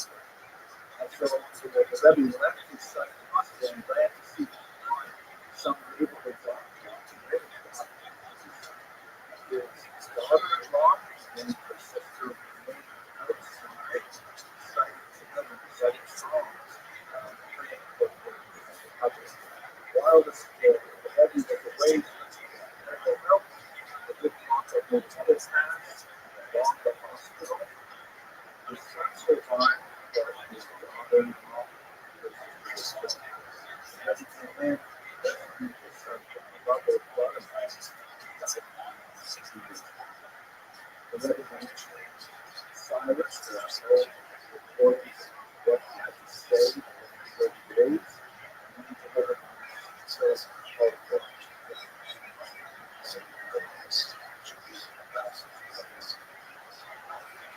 says he's gathered himself up, he regarded himself, and he's very useful to maintain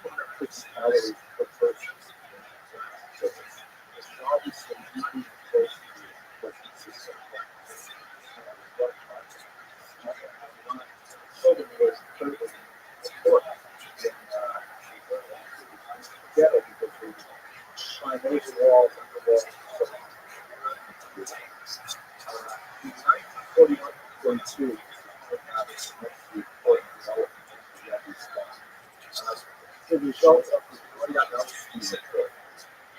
up until this time, he's had not yet touched over the the Nazis had experimented with so-called limited physics groups, organization, as we see in Europe and Warsaw, group places like that. Another group to control their state squads called such movement. That was the group of 1941. He was the fall of 1941. He began to experiment with the gas chambers. One of those experimental sites was from Mill, and we saw the report where they were experimenting with use of automobile exhaust. And the young Jewish men escaped from the and make his way back to Warsaw, where he connected with the Jewish underground resistance. And there he gave a chilling report that was down to the color of the tiles in the gas chambers. And he managed to smuggle to these Western girls. In fact, the essential report was Russian American the belief that he was shot. Literally, beyond belief.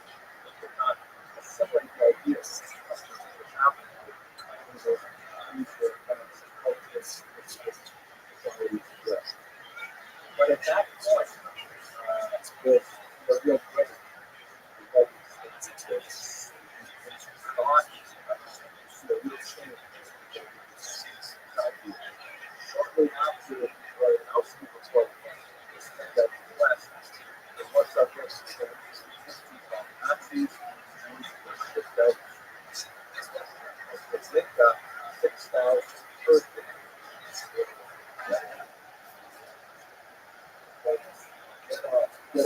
Warsaw ghetto uplanders were not against in 1973, under time those ghettos, those who either surrendered to the state,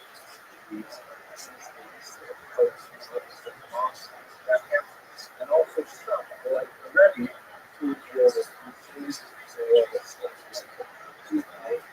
ghetto, Warsaw ghetto, food factory, later was sorted to slave labor camp called Stockholm. And there, in the context of another uprising, we saw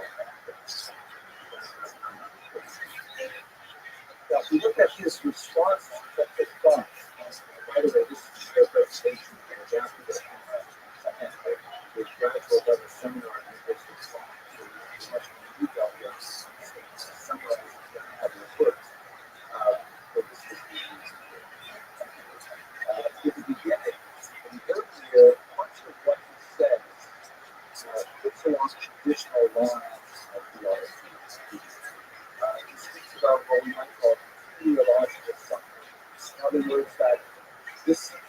But there's a reason for it.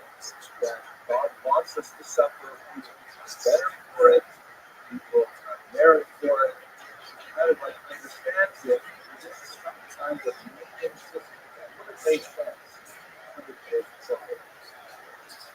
Then in 1941, the suffering increases, crashes up a notch, and we see more of the type of the Messiah here in the stuff. More the idea that, this is exceptional, but we need, so we must stay close to the field. We hear the report of the man who survived Elmo, then we get from that. So this is where Dr. Eats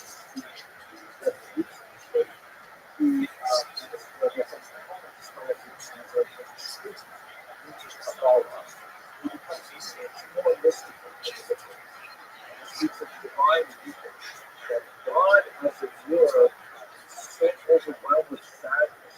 What is going on in the universe is nothing. What here changes it cannot be disturbed, and in that chamber, suffering.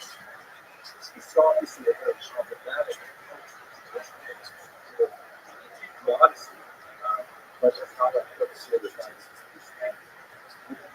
but so that's the argument that's a philosopher's thing. But it's a difficult argument. But the thing is why I would challenge it is because, mostly the maker's argument argues for a fairly straight line of development. As I have described it, which is very good. But in the some of the most profound, jolting, jarring, great, very early, such as for example, the first time we started, was the first time I spoke after his daughter and son killed. It's phenomenal, theological challenge. As he described he essentially argues God that suffering that he's allowed to happen are this exactly he places it within the same kind of phraseology that we see really Abraham says, with judgment, higher order, not due justice. It's a rhetorical question, but it waits for him to put his left. He says to them, essentially quoting the accomplice that says that, you have salt brings out the flavor of evil. So too said the Talmud, that suffering brings out carrots. And the person that never suffers in life has so much more than never has any challenges, always has the power of good fortune. These are perfect characteristics of a little bit of suffering brings out the character. That's what the Talmud says. Not a male humanized sort of that just like too much salt doesn't like flavor. So too there's not a bunch of stuff. Very essential parts of the body. It's never just the sun, the light, so imagine there's a science that says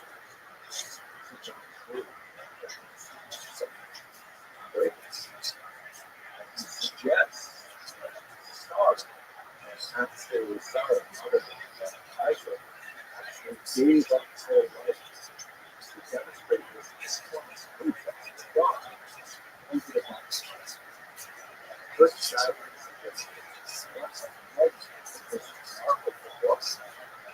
it occurs very early on because it's not told them.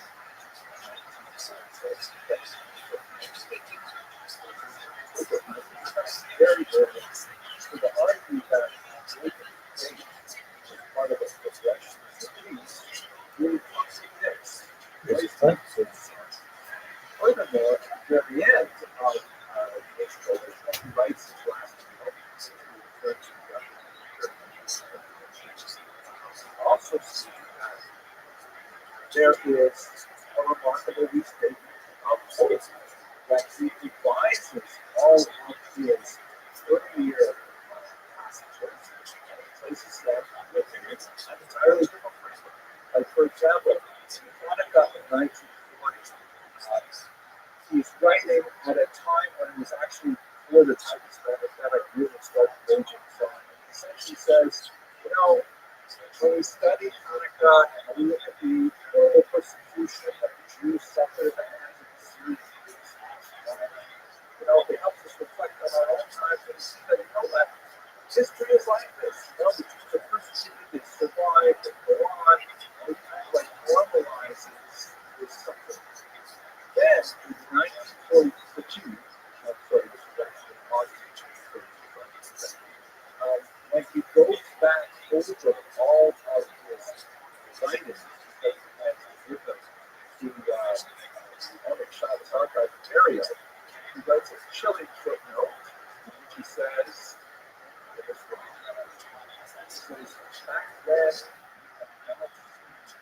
there were terrible things that happened, especially in 1942. And if you could not have imagined the horrible grotesque murders that they would do,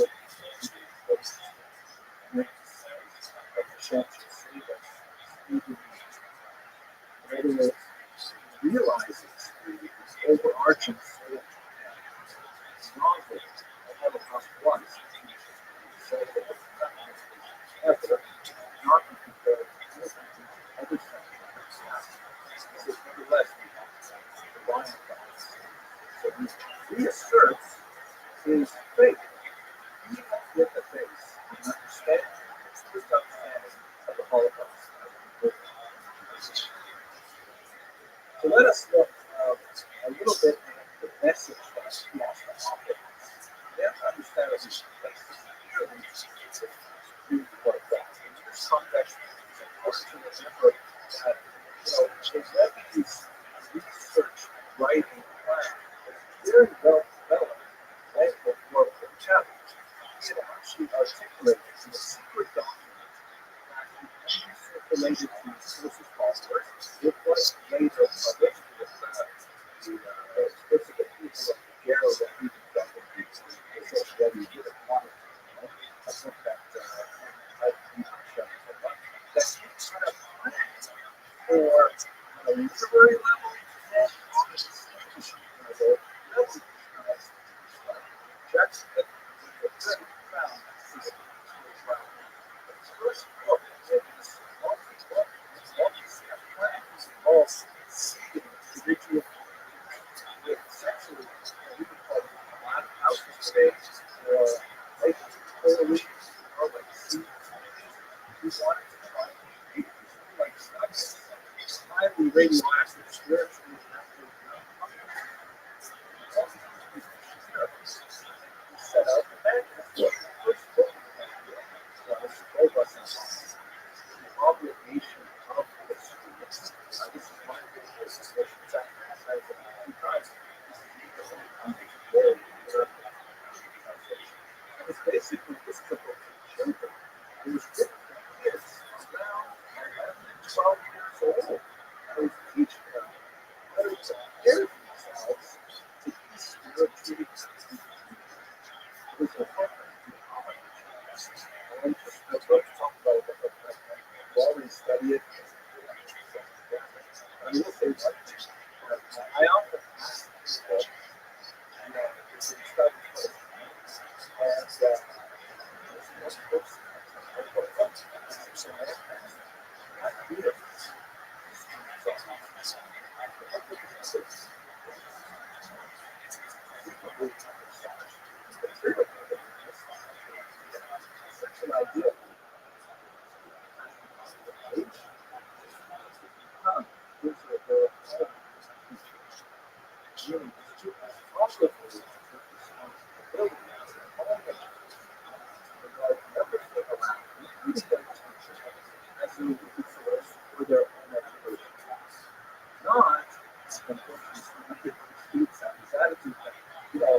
teach me this so I know it, and then I can put it to a test.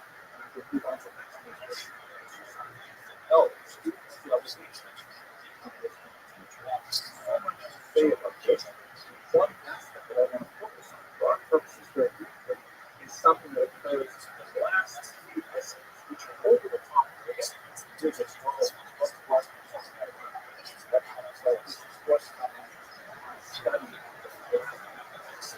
in which who are essentially the modern student spirituality that in absence of the really has intellectual capability, the best approach for 20th century music, and I would argue 21st century knowledge more so, is an approach that emphasizes the documentary, an approach that emphasizes the experience of groups. Much more to say there, but it's basically this. It's all about the children. The Rabbi, as a human being, struggled with so many of these issues. One small indication I want to share with you is this is something that was found in the manuscript that is probably something he wrote really before or inspired to the war. It's actually on a title page of the novel, another book that he writes his signature there. It's done with something that Rabbi and so on. And actually, it's something violently struck me. Not something wild, it's and frustration. Daniel Reiser is able to do some fancy modern technology and it's really that's good and that's great up. And he decided to see how they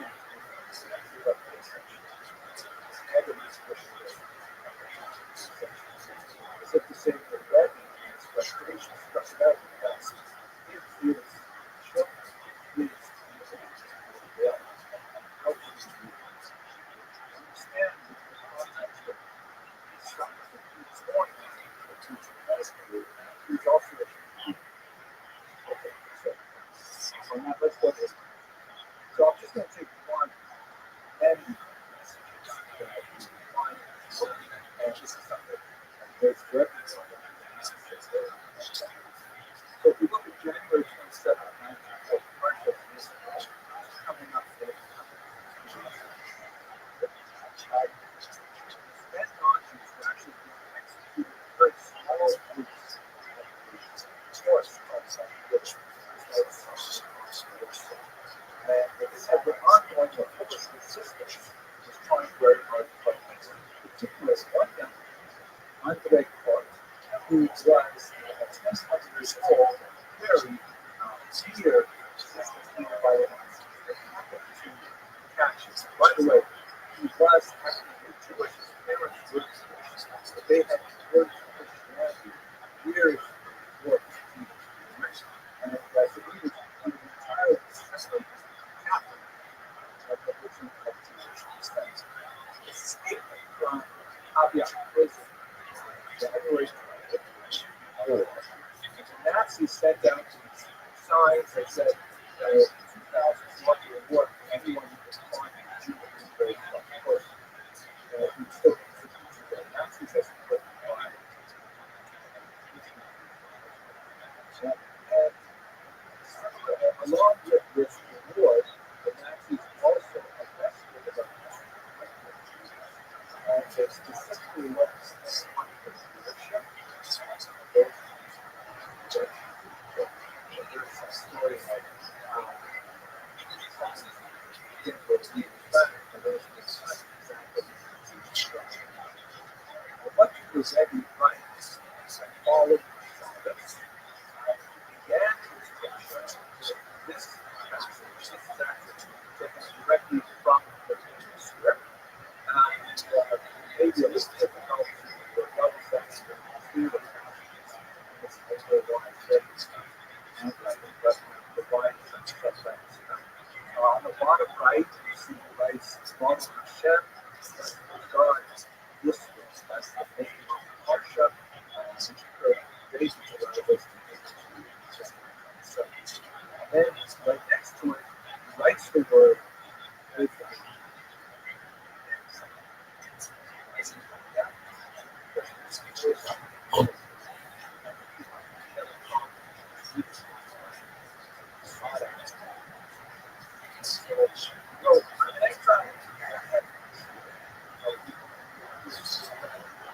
Delivered this worship to nobody or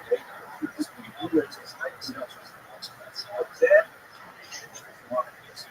struck out the word Rabbi, wrote a little kind of curved line over the top of the words Yisro, and he wrote and said, Shabbat said, Shabbat, it was words, exile. His first approach to this was, it's all over, I'm in exile.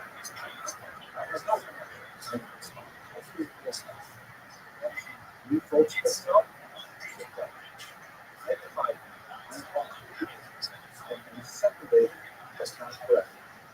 And in this context, let's look at what he actually does. Again, we don't do it. This is complicated enough. Here, he writes, the receiving of the Torah took place in the world. Right? The Torah was given.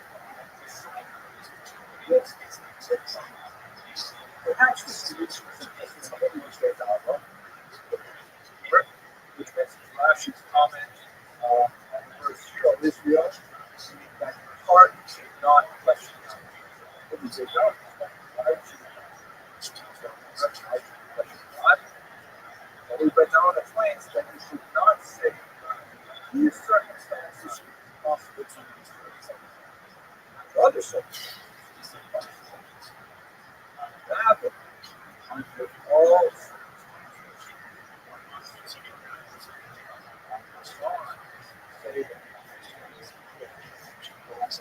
consequently, had the Jews received the Torah, no one speaks Israel, they were fought possible to deliver in all places. Okay. Comfort for Israel, marching, center of times, that's what we do.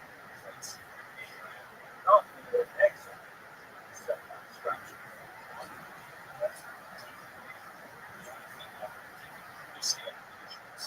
Therefore, in the wilderness, on the road, while traveling.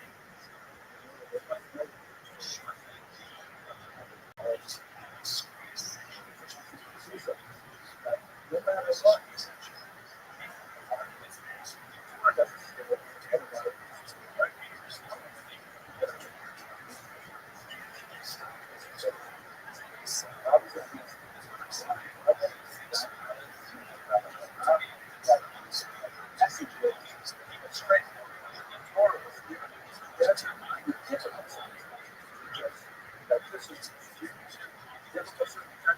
must be preserved. Well, it's specifically the story of Amalek and Yisro, but those are the message there that's especially useful to me.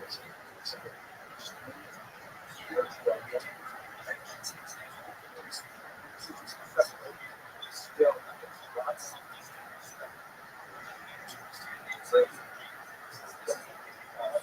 lesson is that this is actually covered. Message.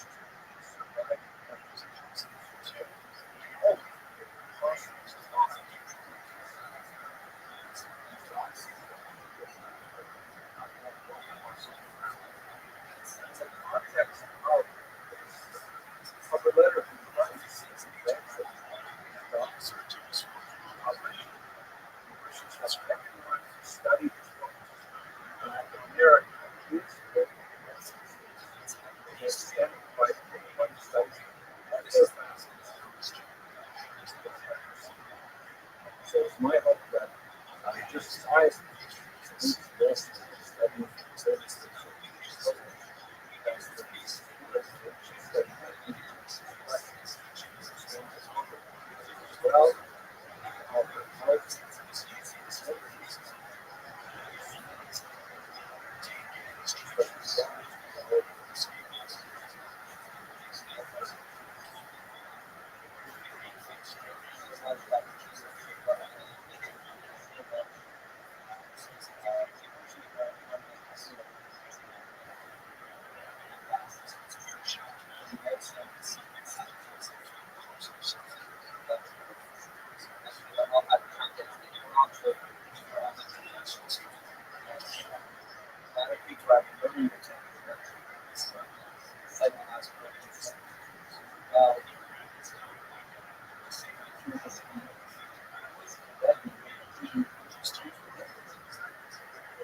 excellent question.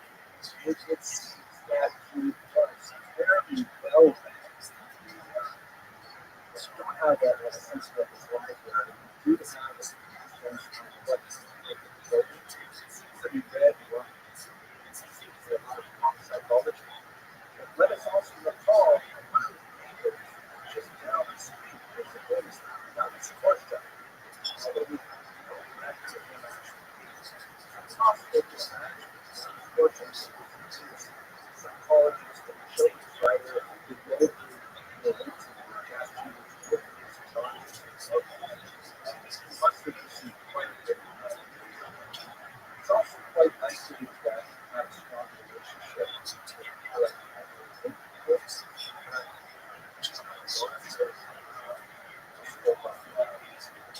Knowledge. Otherwise, it's very well understood. Logic techniques also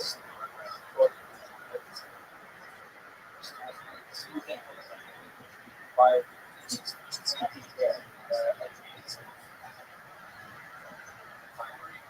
I want to take some questions from audience. The question of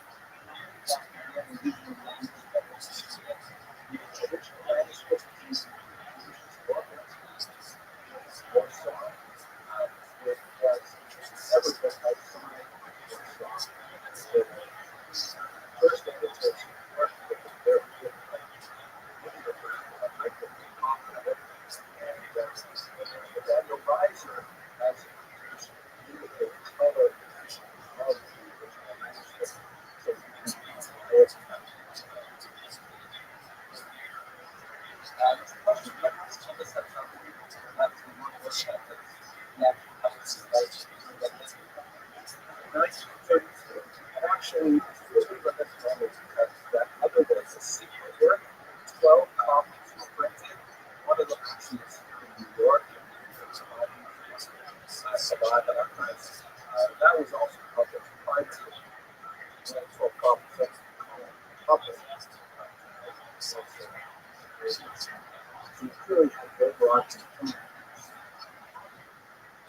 you know how I get hooked up with CL at the time.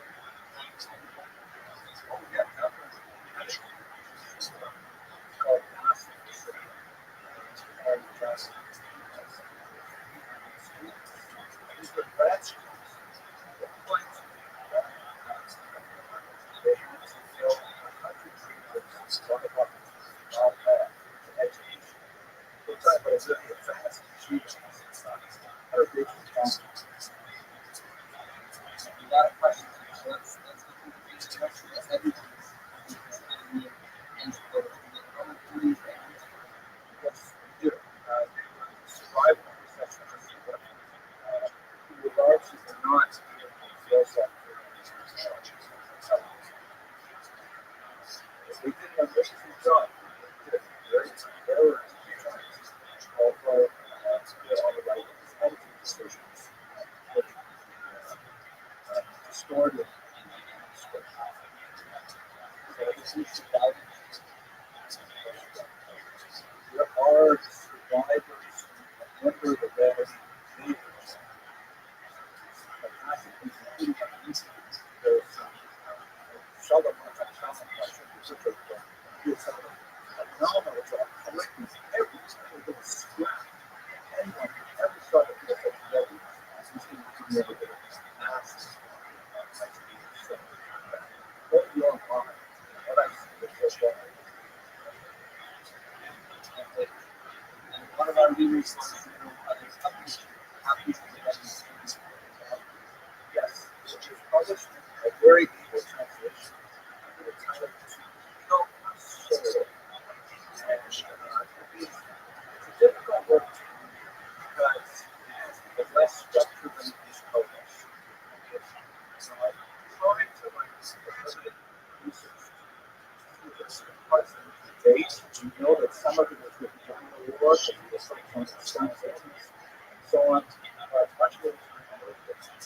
is a cylinder in which he shares with himself some guts and some experience.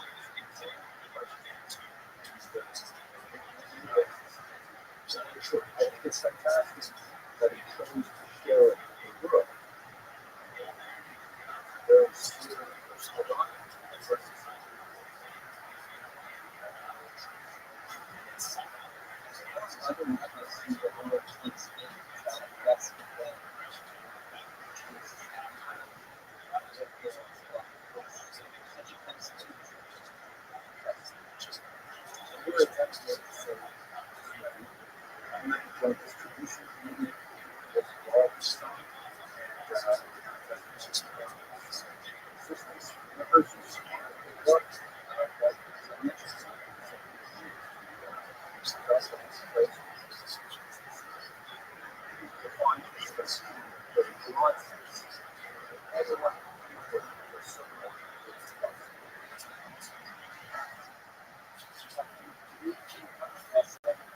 About these expert make about that.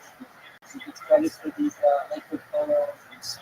These No, does he get credit for it? I mean, he unfortunately died before seven people that set them up.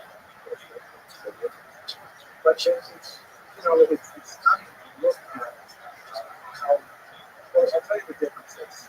I didn't imagine the shooters that provide these.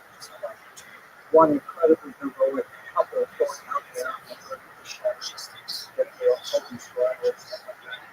Imagine small groups of about 6 to 10 couples all down to these cheeses. So couples are like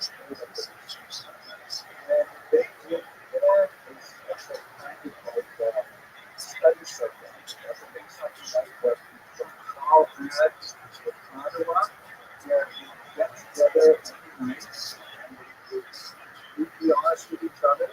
They have the job of giving each other focus on each other and have like a spiritual discussion and those activities for this time and what they have to do every night and get learn and how much alcohol they should be allowed to get. Everything's good. It's book. So it's different companies amongst the model and the outside how it but we clearly wanted to see Jewish people around Europe change inspired by their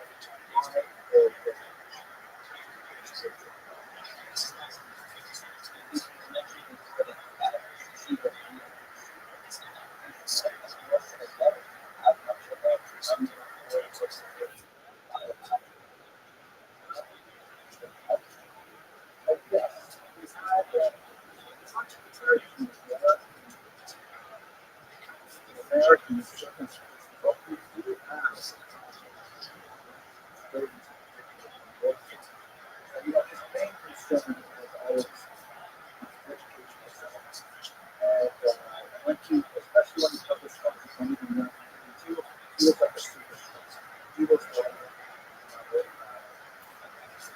he was definitely the, I think the same something that he was Jewish education. And he was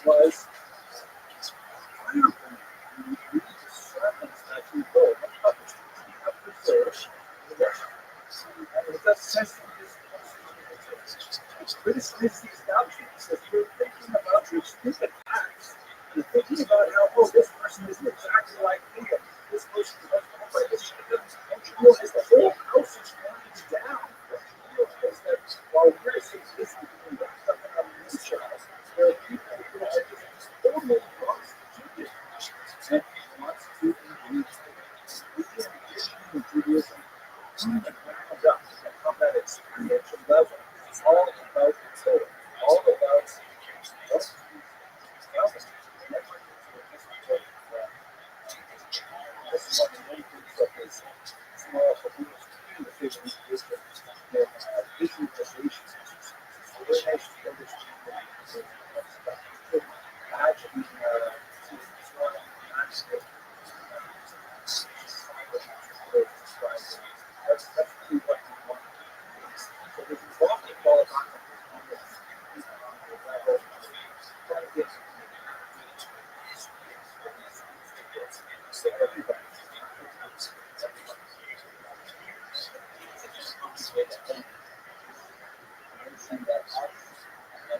about eating food, such things that will take them to the needs of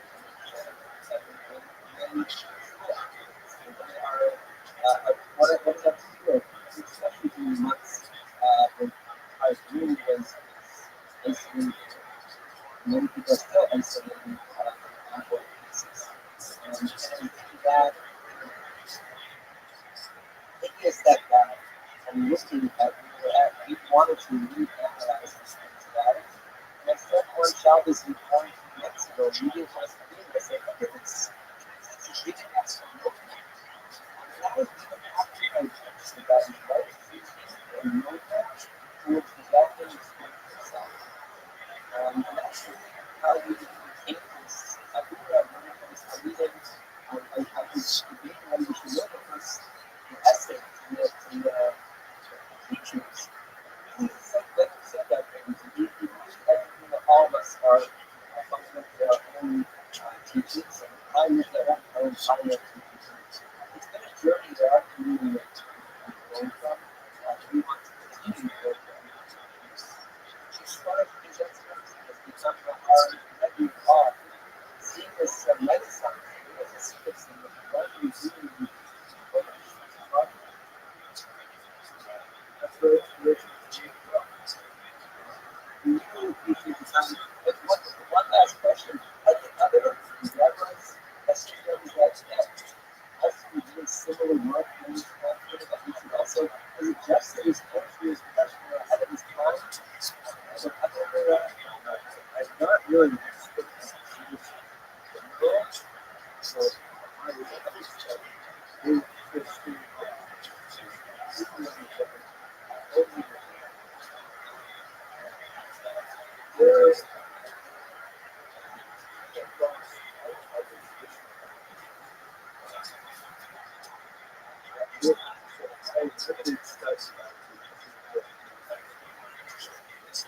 I guess we stumbled across the west person Rabbi during this time.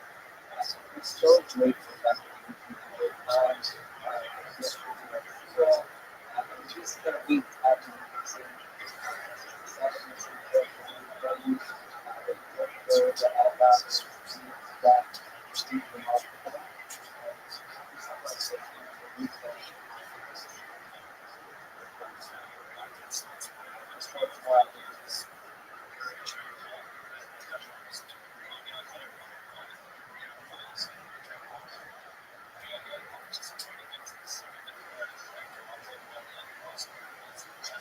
This video is intended for educational purposes. Its content is entirely originally from how people develop it is not the latter is what we're seeking. We'll have to look for a nice way to go better, not look for it. One sort of general concept that has to be laid out before we get to this. The reality that the history of exercise does not have to be sensitive, does not have to be logical. In other words, the you can't tie the ideas of hate to actual events or phenomena in society. They're often entirely divorced. It's not as the group that actually put it, a very important book is read right after World War II, Reflections on the Jewish Expression. If Jews did not exist, anti-Semitism would exist. In other words, anti-Semitism is looking for a excuse to express itself. The reasons for this are complex and enter more the realm of psychology than of history.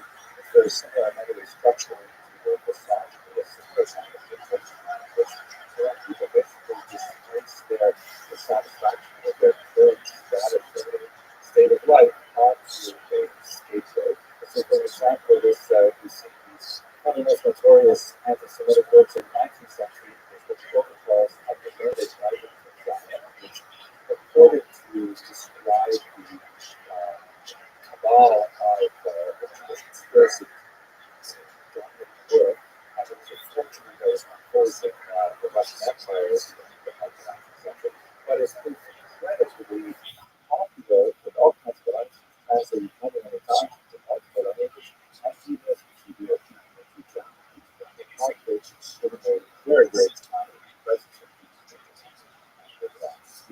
spelling of the word anti-Semitism. This is not only an advantage of it, but more importantly on the way we approach anti-Semitism.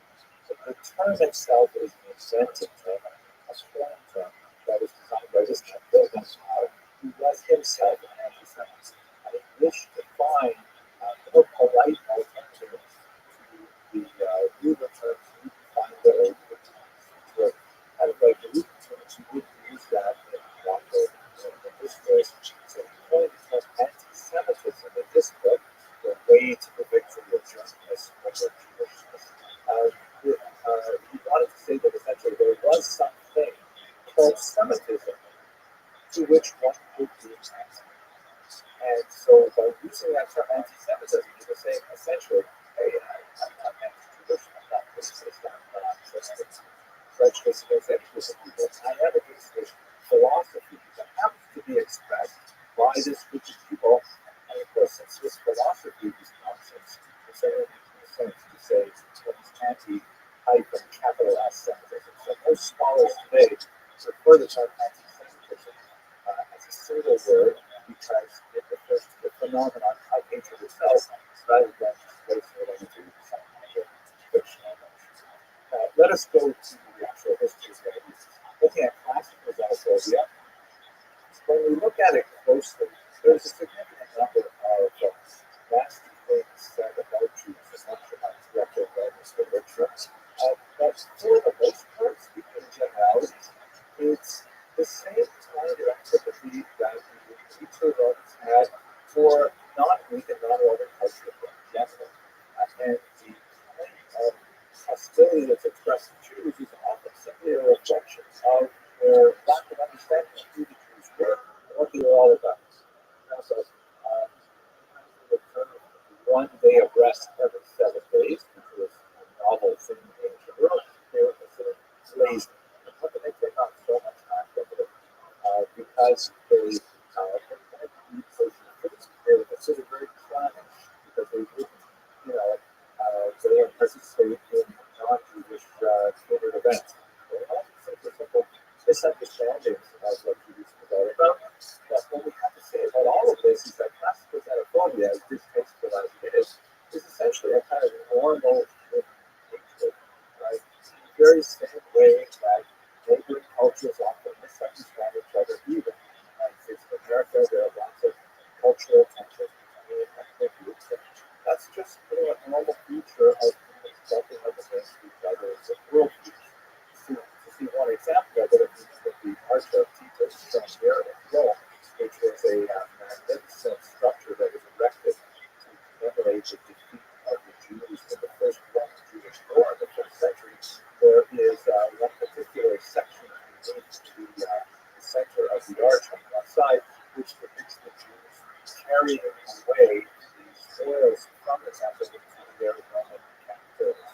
And this is sometimes interpreted as hatred, and anti-Semitism has really just pretty much run of the mill propaganda. It doesn't make me use the word, but it's not in any way special bias against Jews that you would see them celebrating any other barbarian tribe in the name of Jews. Here, by the way, was one of the original, because these images are garishly painted for statues, and which was reconstructed with chemical gases. And you see the character of Nora, very often places system. So anyway, that's what we can say basically about classical xenophobia, is that it is a kind of normal hatred that, Jews were looked at negatively primarily because they were different than Russians. On the other hand, when we come to Christian institutions, there's a very different kind of theological context, primarily because Christianity, which of course emerges in the 1st century, is an entirely Jewish phenomenon for the 1st century-odd activity of its existence. The early apostles were Jewish, and of course the founder was Jewish, and as they are separated, moving themselves away from the synagogue, and the synagogue is also taking steps ostracize people with Christian beliefs from the synagogue, there's a level of anti-Semitism being built up. But it is almost entirely theological, especially for expressed in Gothic art. Here's a remarkable structure that showed a trope that's hundreds of times throughout medieval art history. The ecclesia in synagogue on the left is a representation of the church. She's got her clothes done properly, she's wearing a crown, she's holding a staff that is unbroken, whereas she's contrasted with a synagogue that has no crown, it's literally in a posture of decline, falling away from the rock. Her staff is broken, she lost authority, and from her left hand falls the Ten Commandments. She can't hold on to the very faith, and she is, of course, blindfolded to the truth. And this was especially important for educated illiterate peasants about the theological underpinnings of Christianity and how it should be distinguished from the Jews who are still living among them in many of these villages and urban centers. Sometimes these images have had a more violent tone, such as in this 15th century stained glass window from Vatican, Germany, which shows, among other things, the hand descending from heaven to crown the church on the left, whereas on the right, representing synagogue with the same kind of images as in Strasbourg, there is a sword descending to the top of her head, so that's much more the first millennium or so of the common era, in which there is a theological overlay, with more of a debate between a priest and a rabbi, rather than between cultures bumping against each other. By the time we get to the 13th century, but especially by the 15th century, things go completely pathological. All kinds of new ideas are invented, such as this bizarre bloodline where the Jews somehow need to capture Christian children and reenact the crucifixion and then the life in those various ritual places. Absolutely absurd, with no basis in reality whatsoever. This evolves into images like the Newton South that depicts Jews. By the way, these are all of us Jews together in a small circle. The close, which was a part of the church regulations themselves, as the opposite of the Jews was supposed to have a kind of distinguished feature, like a badge on the foot. And even the devil here is shown wearing a Jewish badge, and they're involved in religious stuff. Again, no real theological content for this, and way beyond any period of classical xenophobia, but that's part of the medieval years. I should point out that, especially in this very brief presentation, I am basing this a large chronological plot, but there's a certain degree of overlap, such as, for example, painter in Italy, absolute horrific detail. Another example of the Rabbi,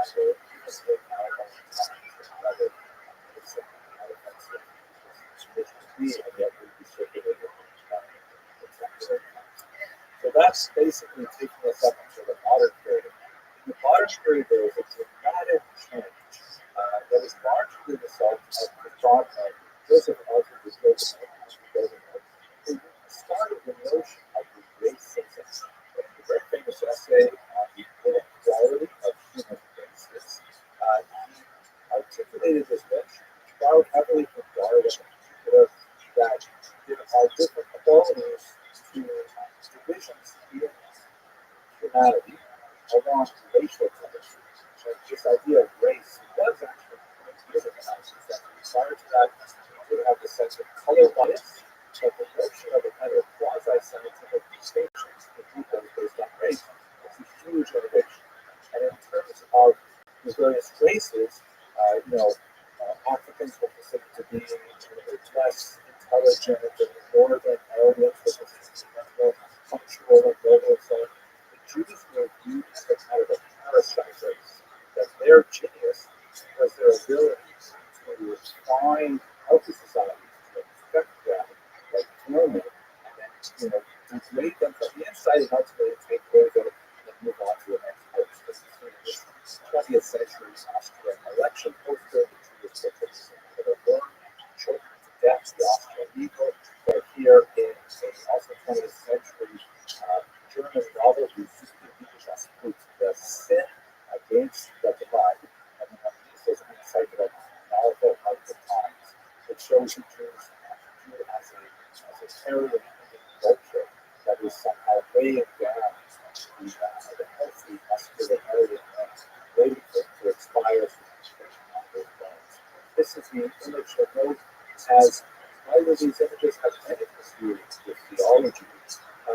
school with cultures popping up at each other and saying that Jews are somehow different.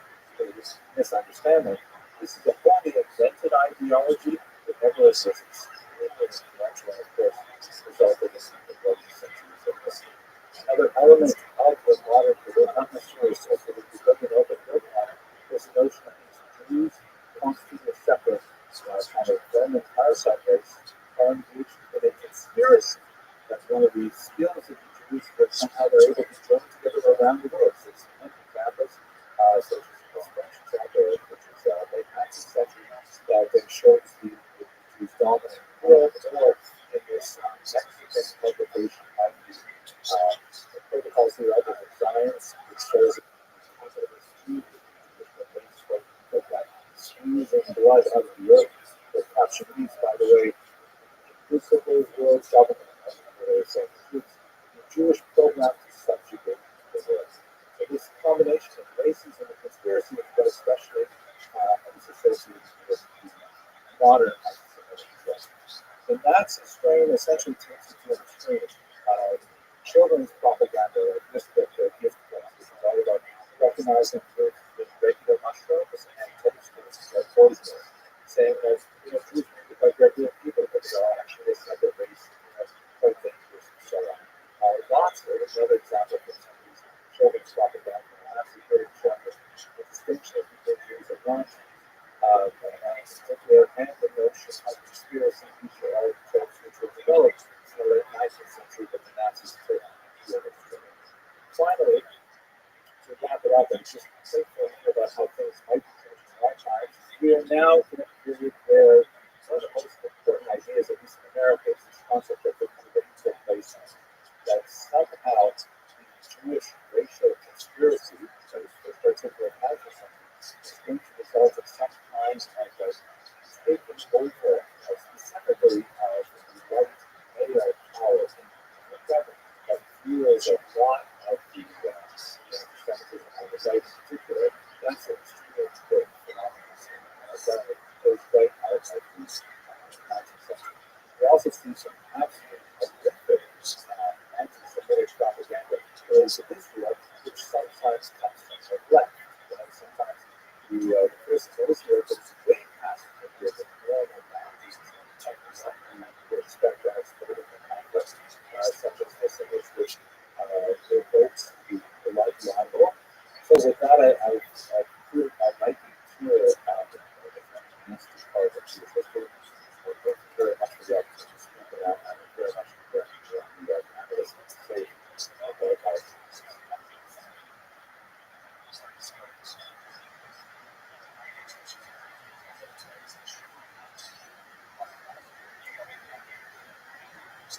Hello, fellow students of Jewish history. I'd like to invite you to participate in a new online course that I've created on the history of the Holocaust. I've received a lot of feedback that these lectures, which I put on YouTube some time ago, have been very well received by individuals who just want to expand their awareness of this dark period of Jewish history, but especially from middle school and high school teachers who have used these lectures in part or in whole to supplement their social studies curriculum and to give their young charges an awareness of what exactly happened in the middle of the last century and why it is relevant for us even today, unfortunately. So please have a look in the information box below. There's a link to this online site, and I hope you find it useful. Thank you very much for listening.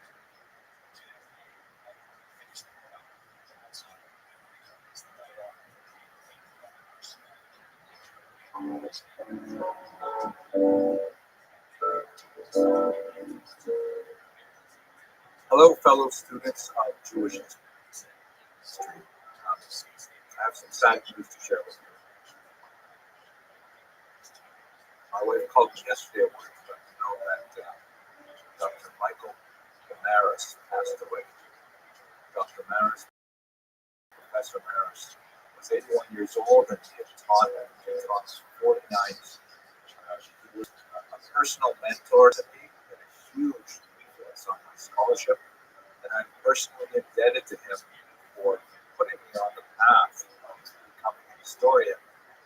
So the world has lost an extremely valuable scholarly voice, a voice of humanity, a tremendous individual who I think about in some frequency.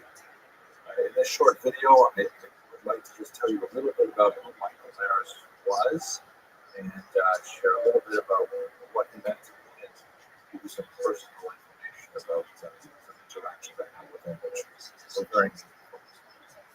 Thank you in advance for your indulgence. I first met Professor Maris in 1980s when I was an undergraduate at the University of Toronto. I took his course on the history of the Holocaust. I'm not sure, but I think when I was a graduate student, I may even have served as his teaching assistant as well. What was he like as a scholar? His books are phenomenal. His classics. I recommend in particular a book called The Holocaust in History. I'm going to put all links to a few of his books in the information box. This is a tour de force review of the major historiographic controversies surrounding the Holocaust. And it was published, several decades ago, but it has an evergreen quality because some of the most important issues are still ones that we work through on a philosophical and methodological level.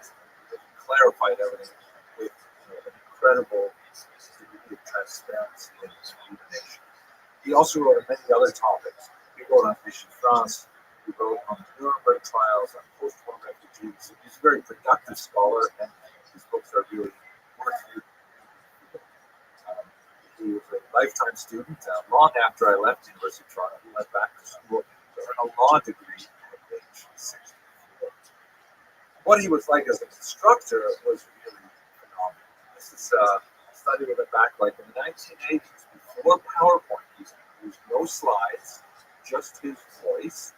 And there are a few YouTubes of him so you can actually see what it was like to study with this great scholar. He never read from his lecture notes, but he always had them, and they were packed with concrete detail.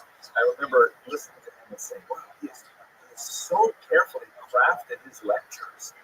He speaks directly and in conversational tone, but he's got his notes to provide the really important statistics and dates with tremendous precision. What I remember as a student was just how generous he was as an instructor. He was always deeply engaged, deeply concerned with our ability to absorb the complexity of the material he was presenting, and he was filled with a deep respect for all of his students. He listened to questions with his full attention. He considered questions very, very carefully, and he responded fully with great patience. I reflect on that part.